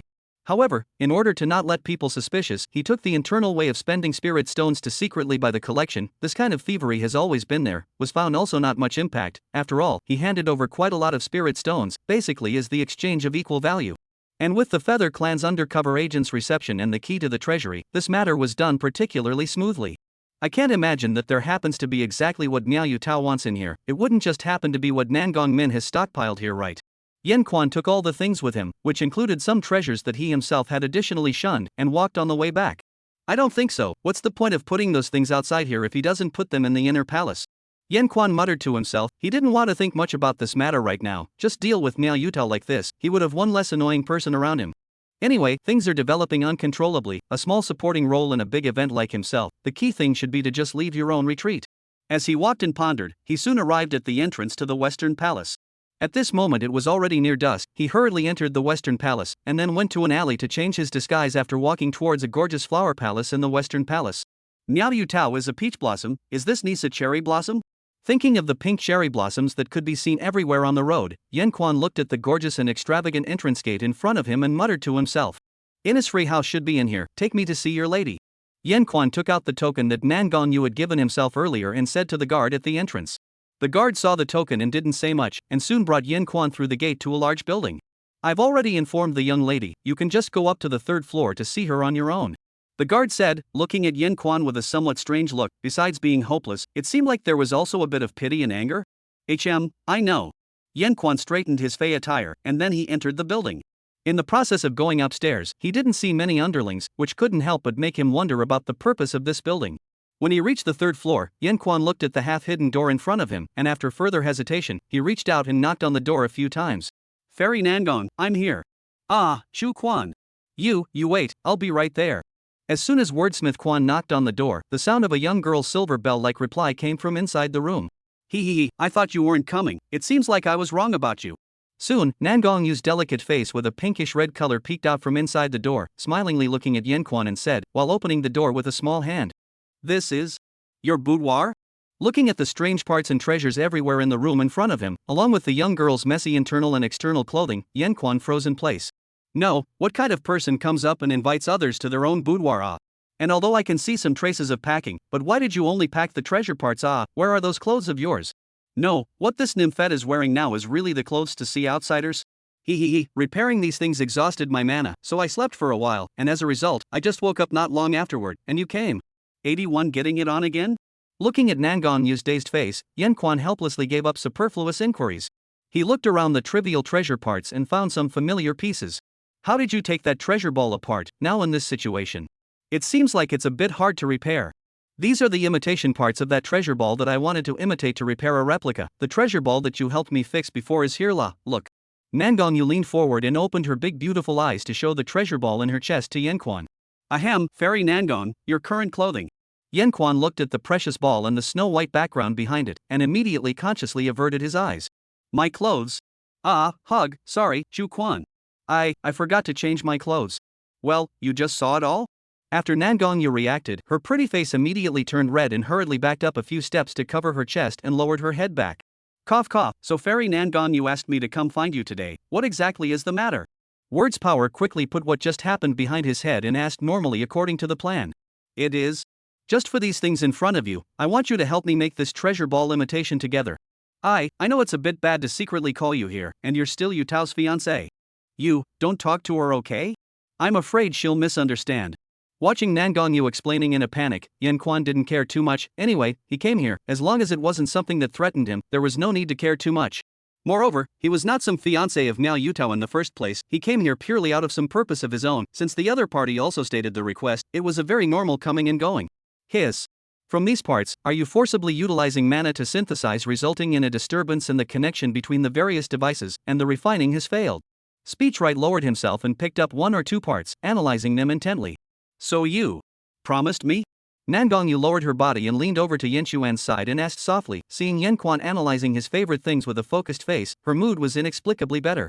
I'm the guest, you're the host, coming to this Xian heavenly palace, how can I spoil Miss Nangong's fun?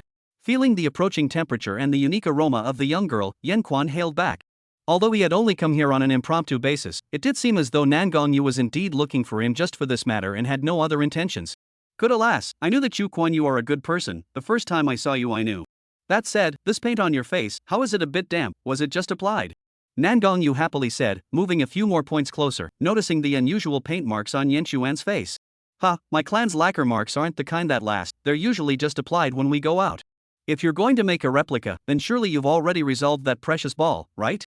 Yan Quan was shocked in his heart, looked at Nangongyu's absolute face, met the other party's large eyes that curved up like a crescent moon, and only after realizing that Nangongyu was only joking, did he put his heart down and said back. Yeah, you helped me fix it the other day. I went back and used my mana to penetrate through the veins of the treasure ball and parsed out its constituent mechanisms. I knew you were also an expert in this area, and knew to analyze this kind of imitation weapon technique. Nangongyu lightly laughed as a piece of golden paper appeared in her small hand at an unknown time. Well, I'll take a look. Quite detailed. You should have practiced in this area for a long time. Yan Quan took the golden paper and said while looking at the construction diagram of Nangongyu analyzing the treasure ball down above. Yeah, I've always been majoring in the direction of refining and building artifacts. Didn't Yu Tao introduce me to you? Why is she like this?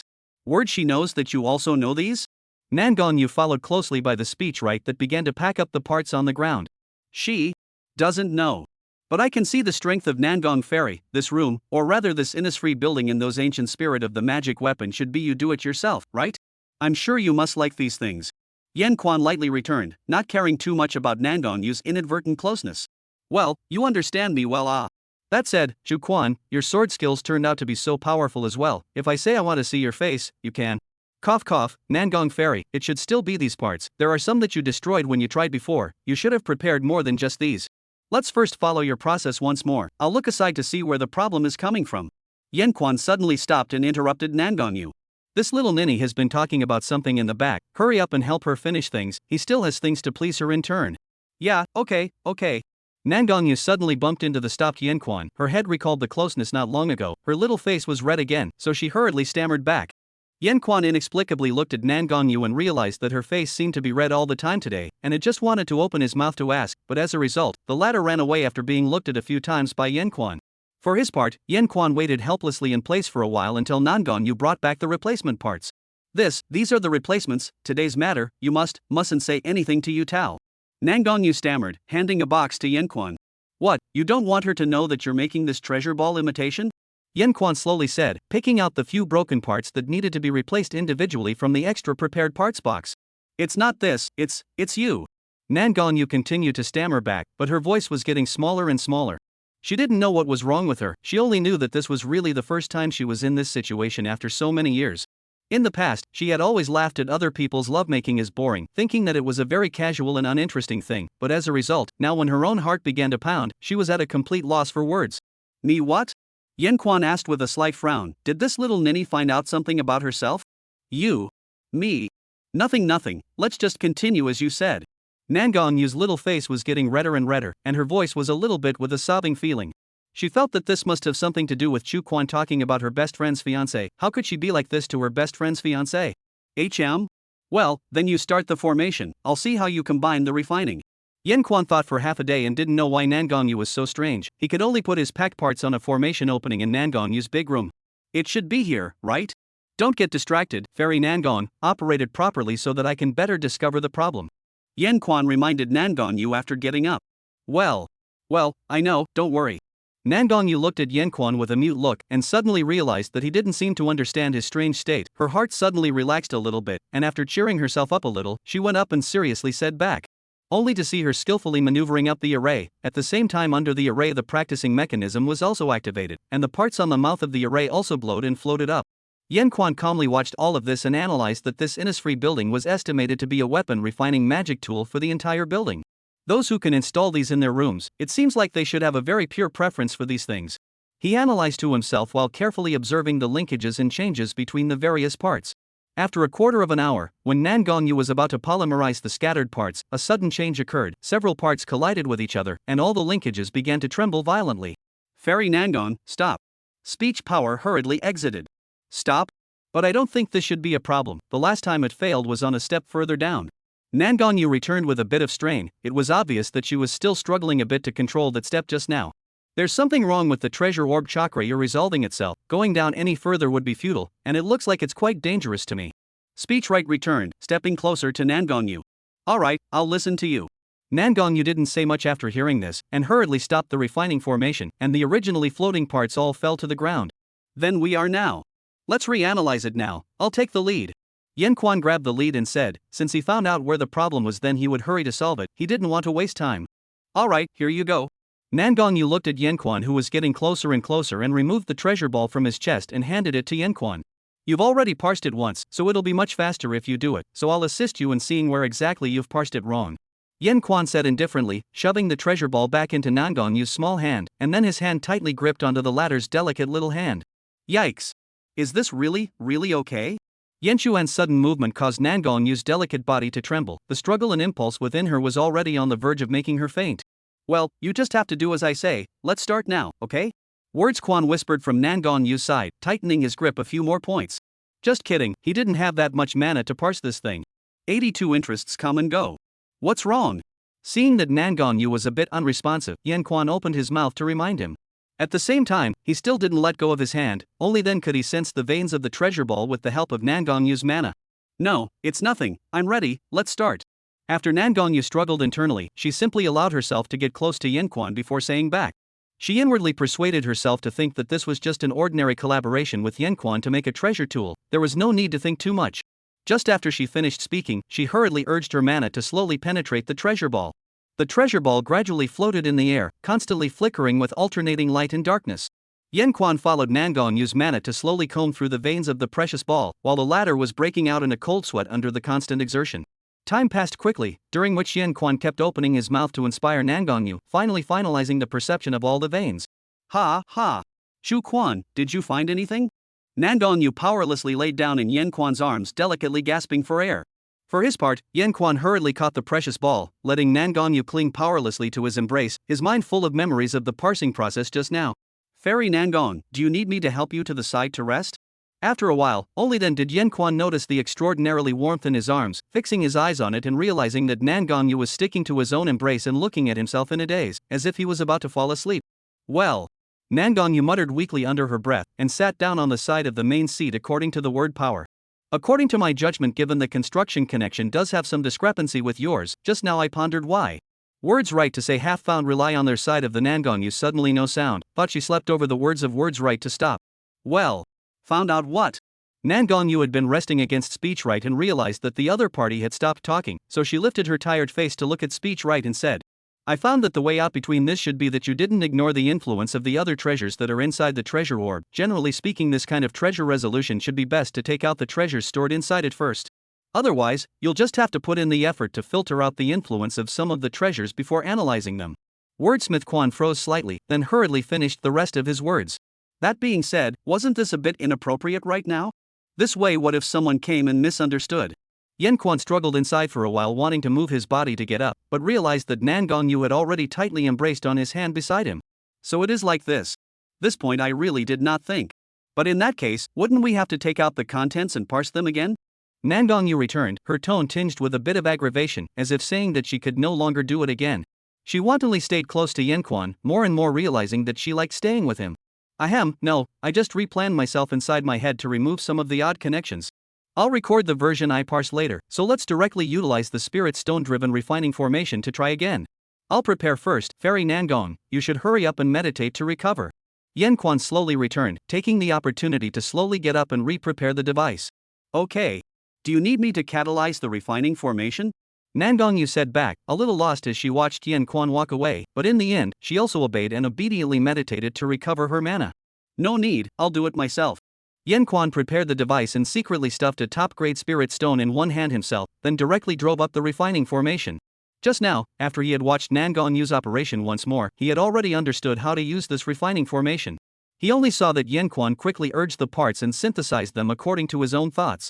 Nan Gongyu, on the other hand, was hanging on to look at Yin Quan, no matter how much more she knew that Yin Quan was extraordinary. This is not surprising, after all, it is Miao Yutao's fiancé. How could he marry Xuannan's #1 beauty without talent? If it was this kind of talent, wouldn't father also agree to him being his son-in-law? If he and Yutao didn't make it, wouldn't it be? Watching Yin Quan refining without any mistakes, Nan Gongyu's mind was filled with random thoughts, and by the time he reacted, Yin Quan had already stopped refining the array.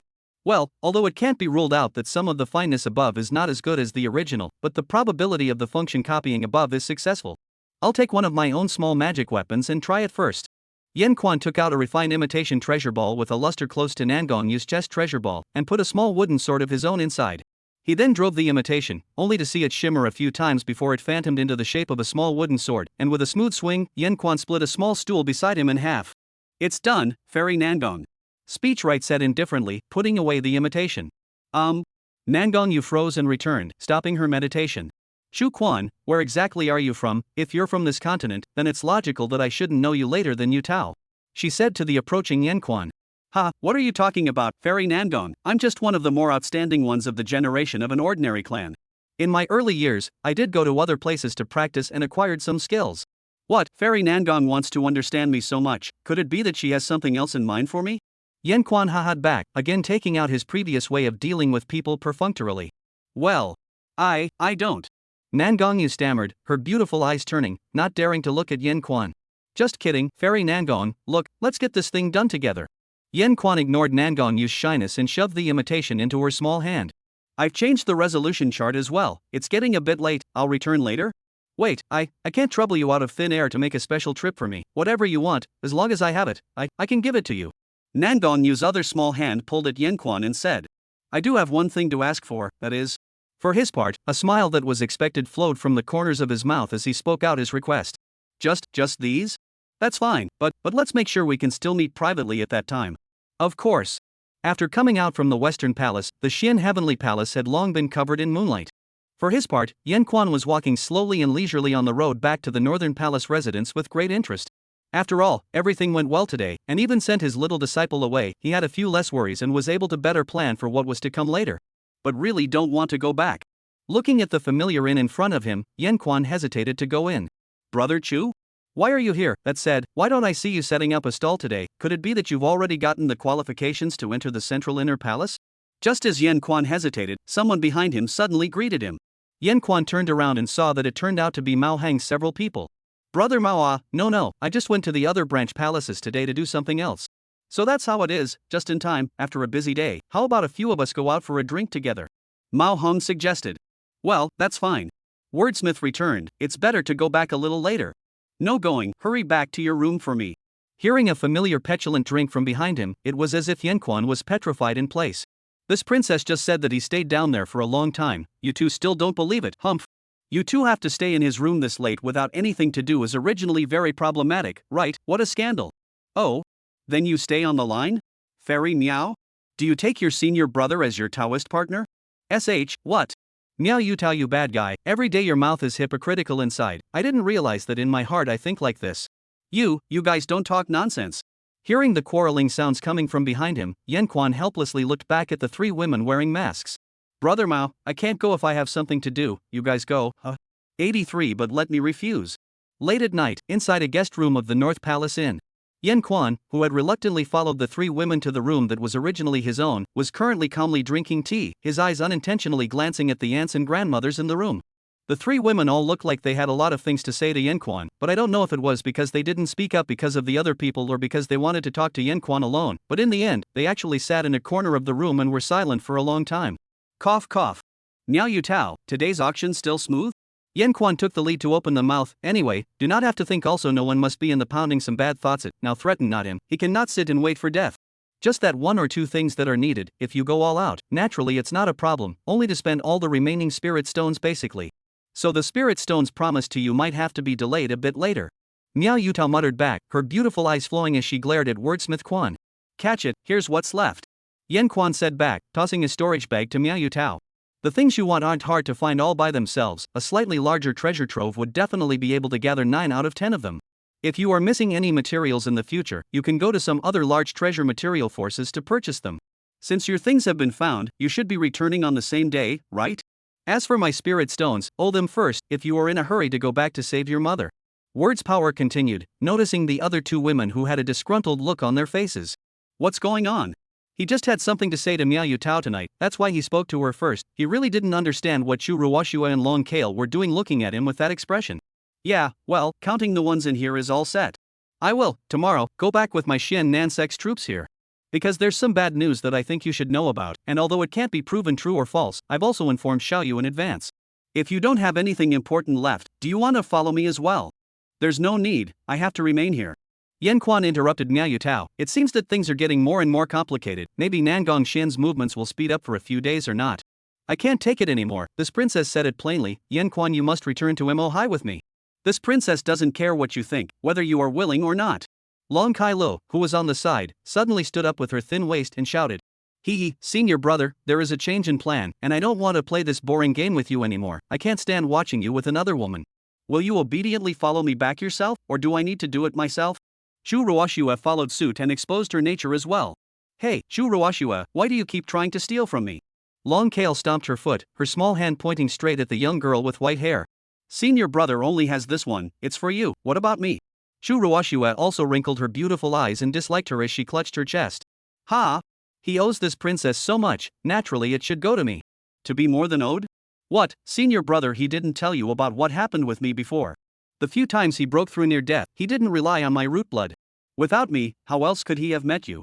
If I were to say that, then Yen Quan also owes me a lot, then he also has to make it up to me. Miao Yutao originally didn't want to interject, but seeing the other two start to climb up the experience of being used by Yen Quan, he himself had a feeling of injustice in his heart, so he still opened his mouth to argue together. Yen Quan looked helplessly at the several people who were in a sword fight, and could only sigh silently himself. His top priority was to consider his own cultivation recovery. How could he possibly go back with these few ants? Besides, was he that indebted to them? Didn't he also do a lot of things for them, so isn't this all a matter of mutual interest? At best, it did seem a bit bad to just walk away sometimes, but now that they were in this situation earlier than they had expected, it seemed that they might have to bring their plans forward. I'm not going with either of you, I have my own business to attend to. Wordsmith said slowly, stretching calmly. Ha! This princess didn't ask for your opinion. Long Kale said unhappily.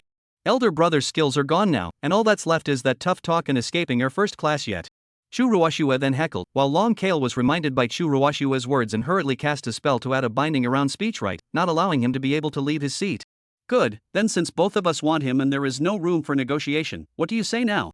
Long Kylo asked with her arms crossed, automatically ignoring Miao Yutao who wanted to open her mouth and hesitated to shut up on the side. There is no what to do, senior brother can only be mine.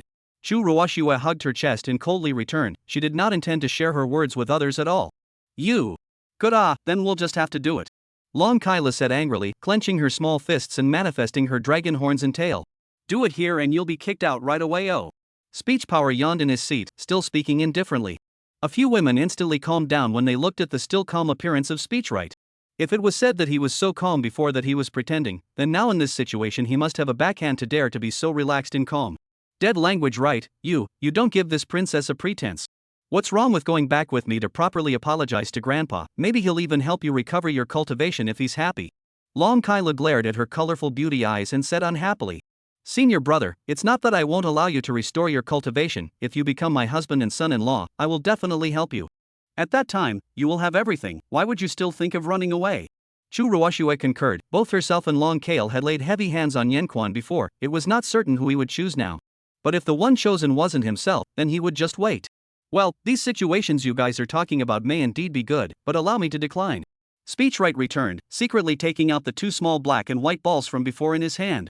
Only a few fluctuations of his rising figure saw him emerge unharmed from his bonds. Sure enough, I still had to bring the plan forward.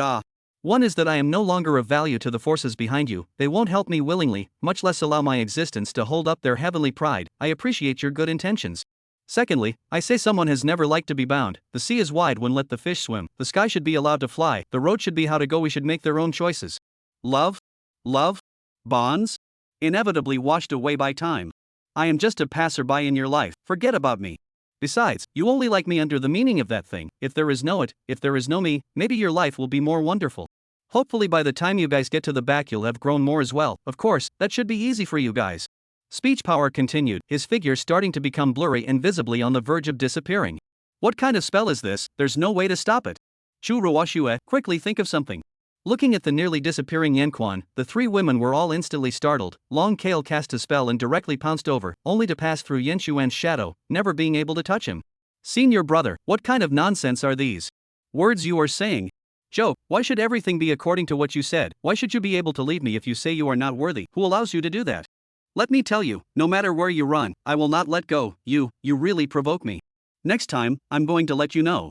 Yen Xuan's figure gradually disappeared, and the last image he saw was his white-haired little sister glaring angrily at him with tears streaming down her face and her whole body trembling, her hands clenched hard, and the slightest hint of light red oozed out of her hands. No, don't, Yen Quan, you give this princess back, you give me weight, why do you want to abandon me again and again, you give me back. Phew. The spell casting ended, the surrounding petulant voices disappeared, and Yen Quan completely left the North Palace Inn and came to a familiar place. Looking at the black-haired, gray-eyed girl in front of him, who was just about to go to bed and rest with a shocked look on her face, Yen Quan stretched his muscles and put away the two small balls again. Notify everyone to get ready, the plan has been advanced, and the final plan will begin tomorrow. Yen Quan said lightly, putting on his mask of a Feather Clan steward. 84 can't take it anymore? Is this what you're doing with the pair of shadow pearls? What do you want to do in my room in the middle of the night?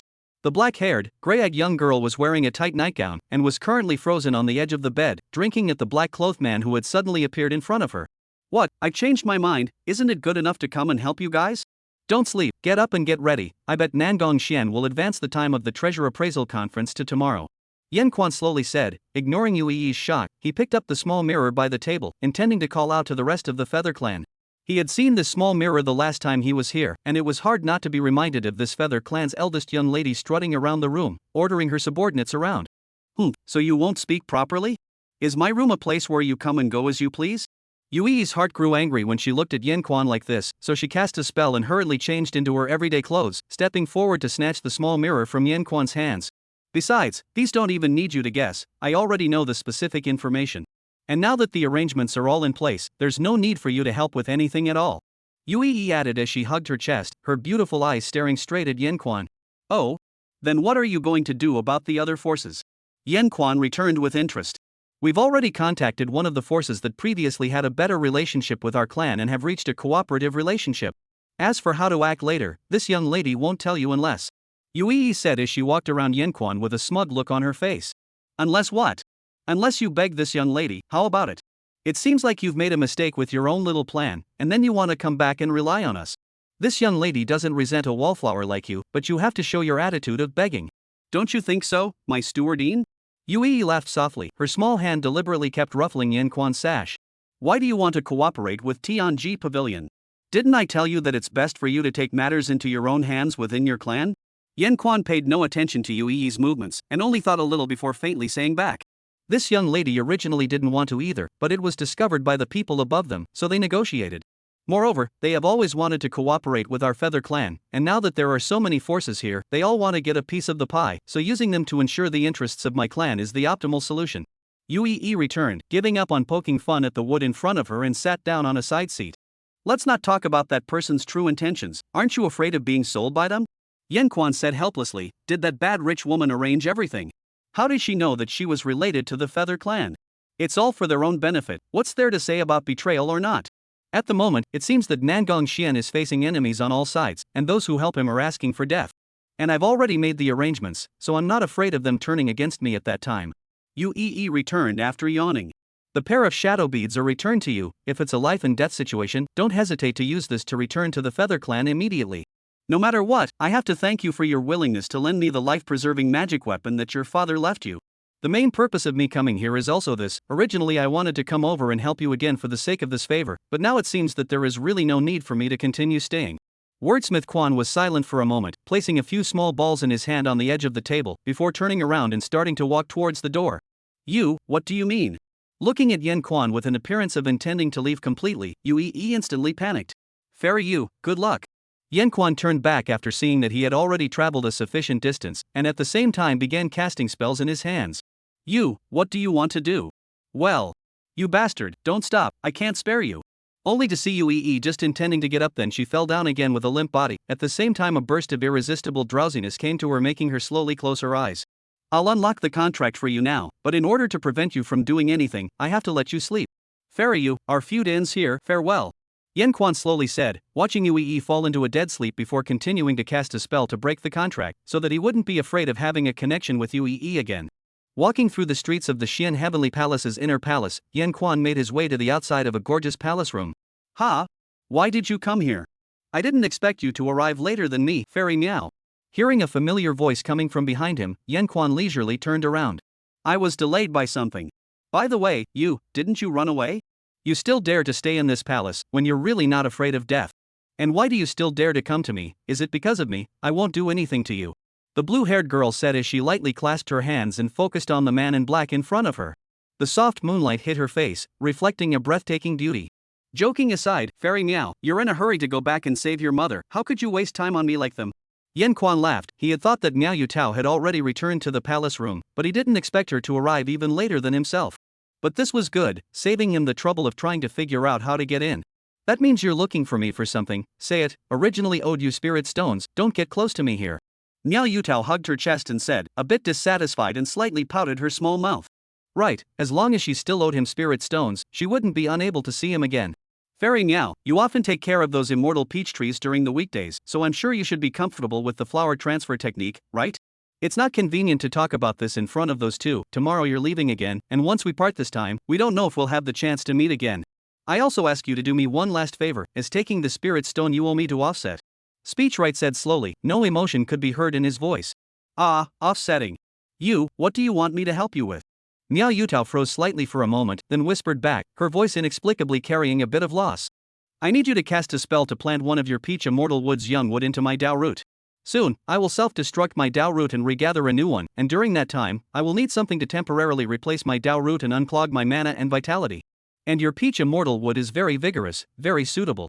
Yan Quan continued, signaling Miao Yutao to return to the palace room with him first. What?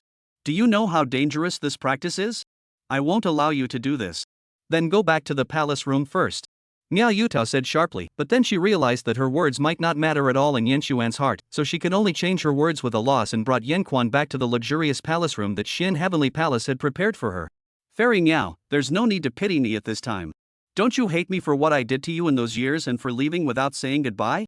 Whether you hate me or pity me, there's no need to hesitate, this is the path I've chosen for myself, please. As soon as he returned to the palace room, Yan Quan took Miao Yutao's small hand and opened his mouth. Do you know what will happen if you fail? You crazy, stupid fool. Why don't you understand, why are you playing dumb? Listening to Miao Yutao's whimpering cries, Yan Quan still did not change his face, his hand pulled Miao Yutao, silently waiting for her to finish venting. Can we start? Looking at Miao Yutao finally calmed down, only then did Yan Quan open his mouth. Now. It's already so late. Right now. Yan Quan firmly said, and Miao Yutao's pink eyes looked at Yan Quan for a few panicked moments before nodding feebly. She then led Yan Quan to a larger open space within her palace room and quickly wrote the spell. I'll just sit here, right? Fairy Miao, don't be burdened, but please choose a better peach young wood. Yan Quan sat in the formation and looked at Miao Yutao outside the formation and joked. It will hurt a lot later, let's see if you can still be poor. First things first, you're not allowed to die for me, if you're going to die, you're going to die in my hands. Got it, come on. Yan Quan smiled and closed his eyes. Miao Yutao on the other hand didn't continue to pick up the conversation and soon cast a spell to start a formation to slowly drive the young peach wood into Yan Quan's broken Dao root. The entire process was naturally painful for Yan Quan, but fortunately the process went smoothly, the broken Dao root basically didn't have much resistance, causing Miao Yutao to complete the task very smoothly. Is it ready? Watching the spell stop, Yan Quan was already soaked to the skin, and he fainted after finally muttering a few words.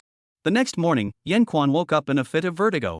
He looked at the blue-haired fairy who was exhaling hot air in his arms in a daze, and realized that he had actually slept on the bed in Miao Yutao's palace room for the whole night. That said, was this the only bed in such a large palace room? Yan Quan pondered in disbelief, allowing his tired body to continue lying down and resting for a while. Fairy Miao? Looking at Miao Yutao, who was still sleeping soundly in his arms, Yan Quan opened his mouth and reminded her. Well, you're awake? Hearing someone call her, the blue-haired fairy finally rubbed her sleepy eyes and slowly got up a little from Yan Quan. Well, I felt it just now and Momochi is stable, thanks, your spells have refined a lot. Since the current scene was too awkward, Yan Quan could only glance over his head and open his mouth to flatter. Well, I will leave later, after that. You can go wherever you want by yourself. Not allowed to give me dead, and you are not allowed to forget me. Listening to Miao Yutao's murmur, Yan Quan then glanced at his head and perfunctorily nodded in response. It wasn't until he felt the warm breath getting closer that he realized something was wrong. With the hot little mouth fitting perfectly onto his own, Yan Xuan's head froze instantly. The alternation of sweet breath and softness made the whole process seem like he was in a state of delirium. He was used to a bit of churuashua, that bad senior sister's forceful kisses, but Miao Yutao, this kind of innocent girl's version of not knowing what to do and boldly fooling around, he couldn't eat again.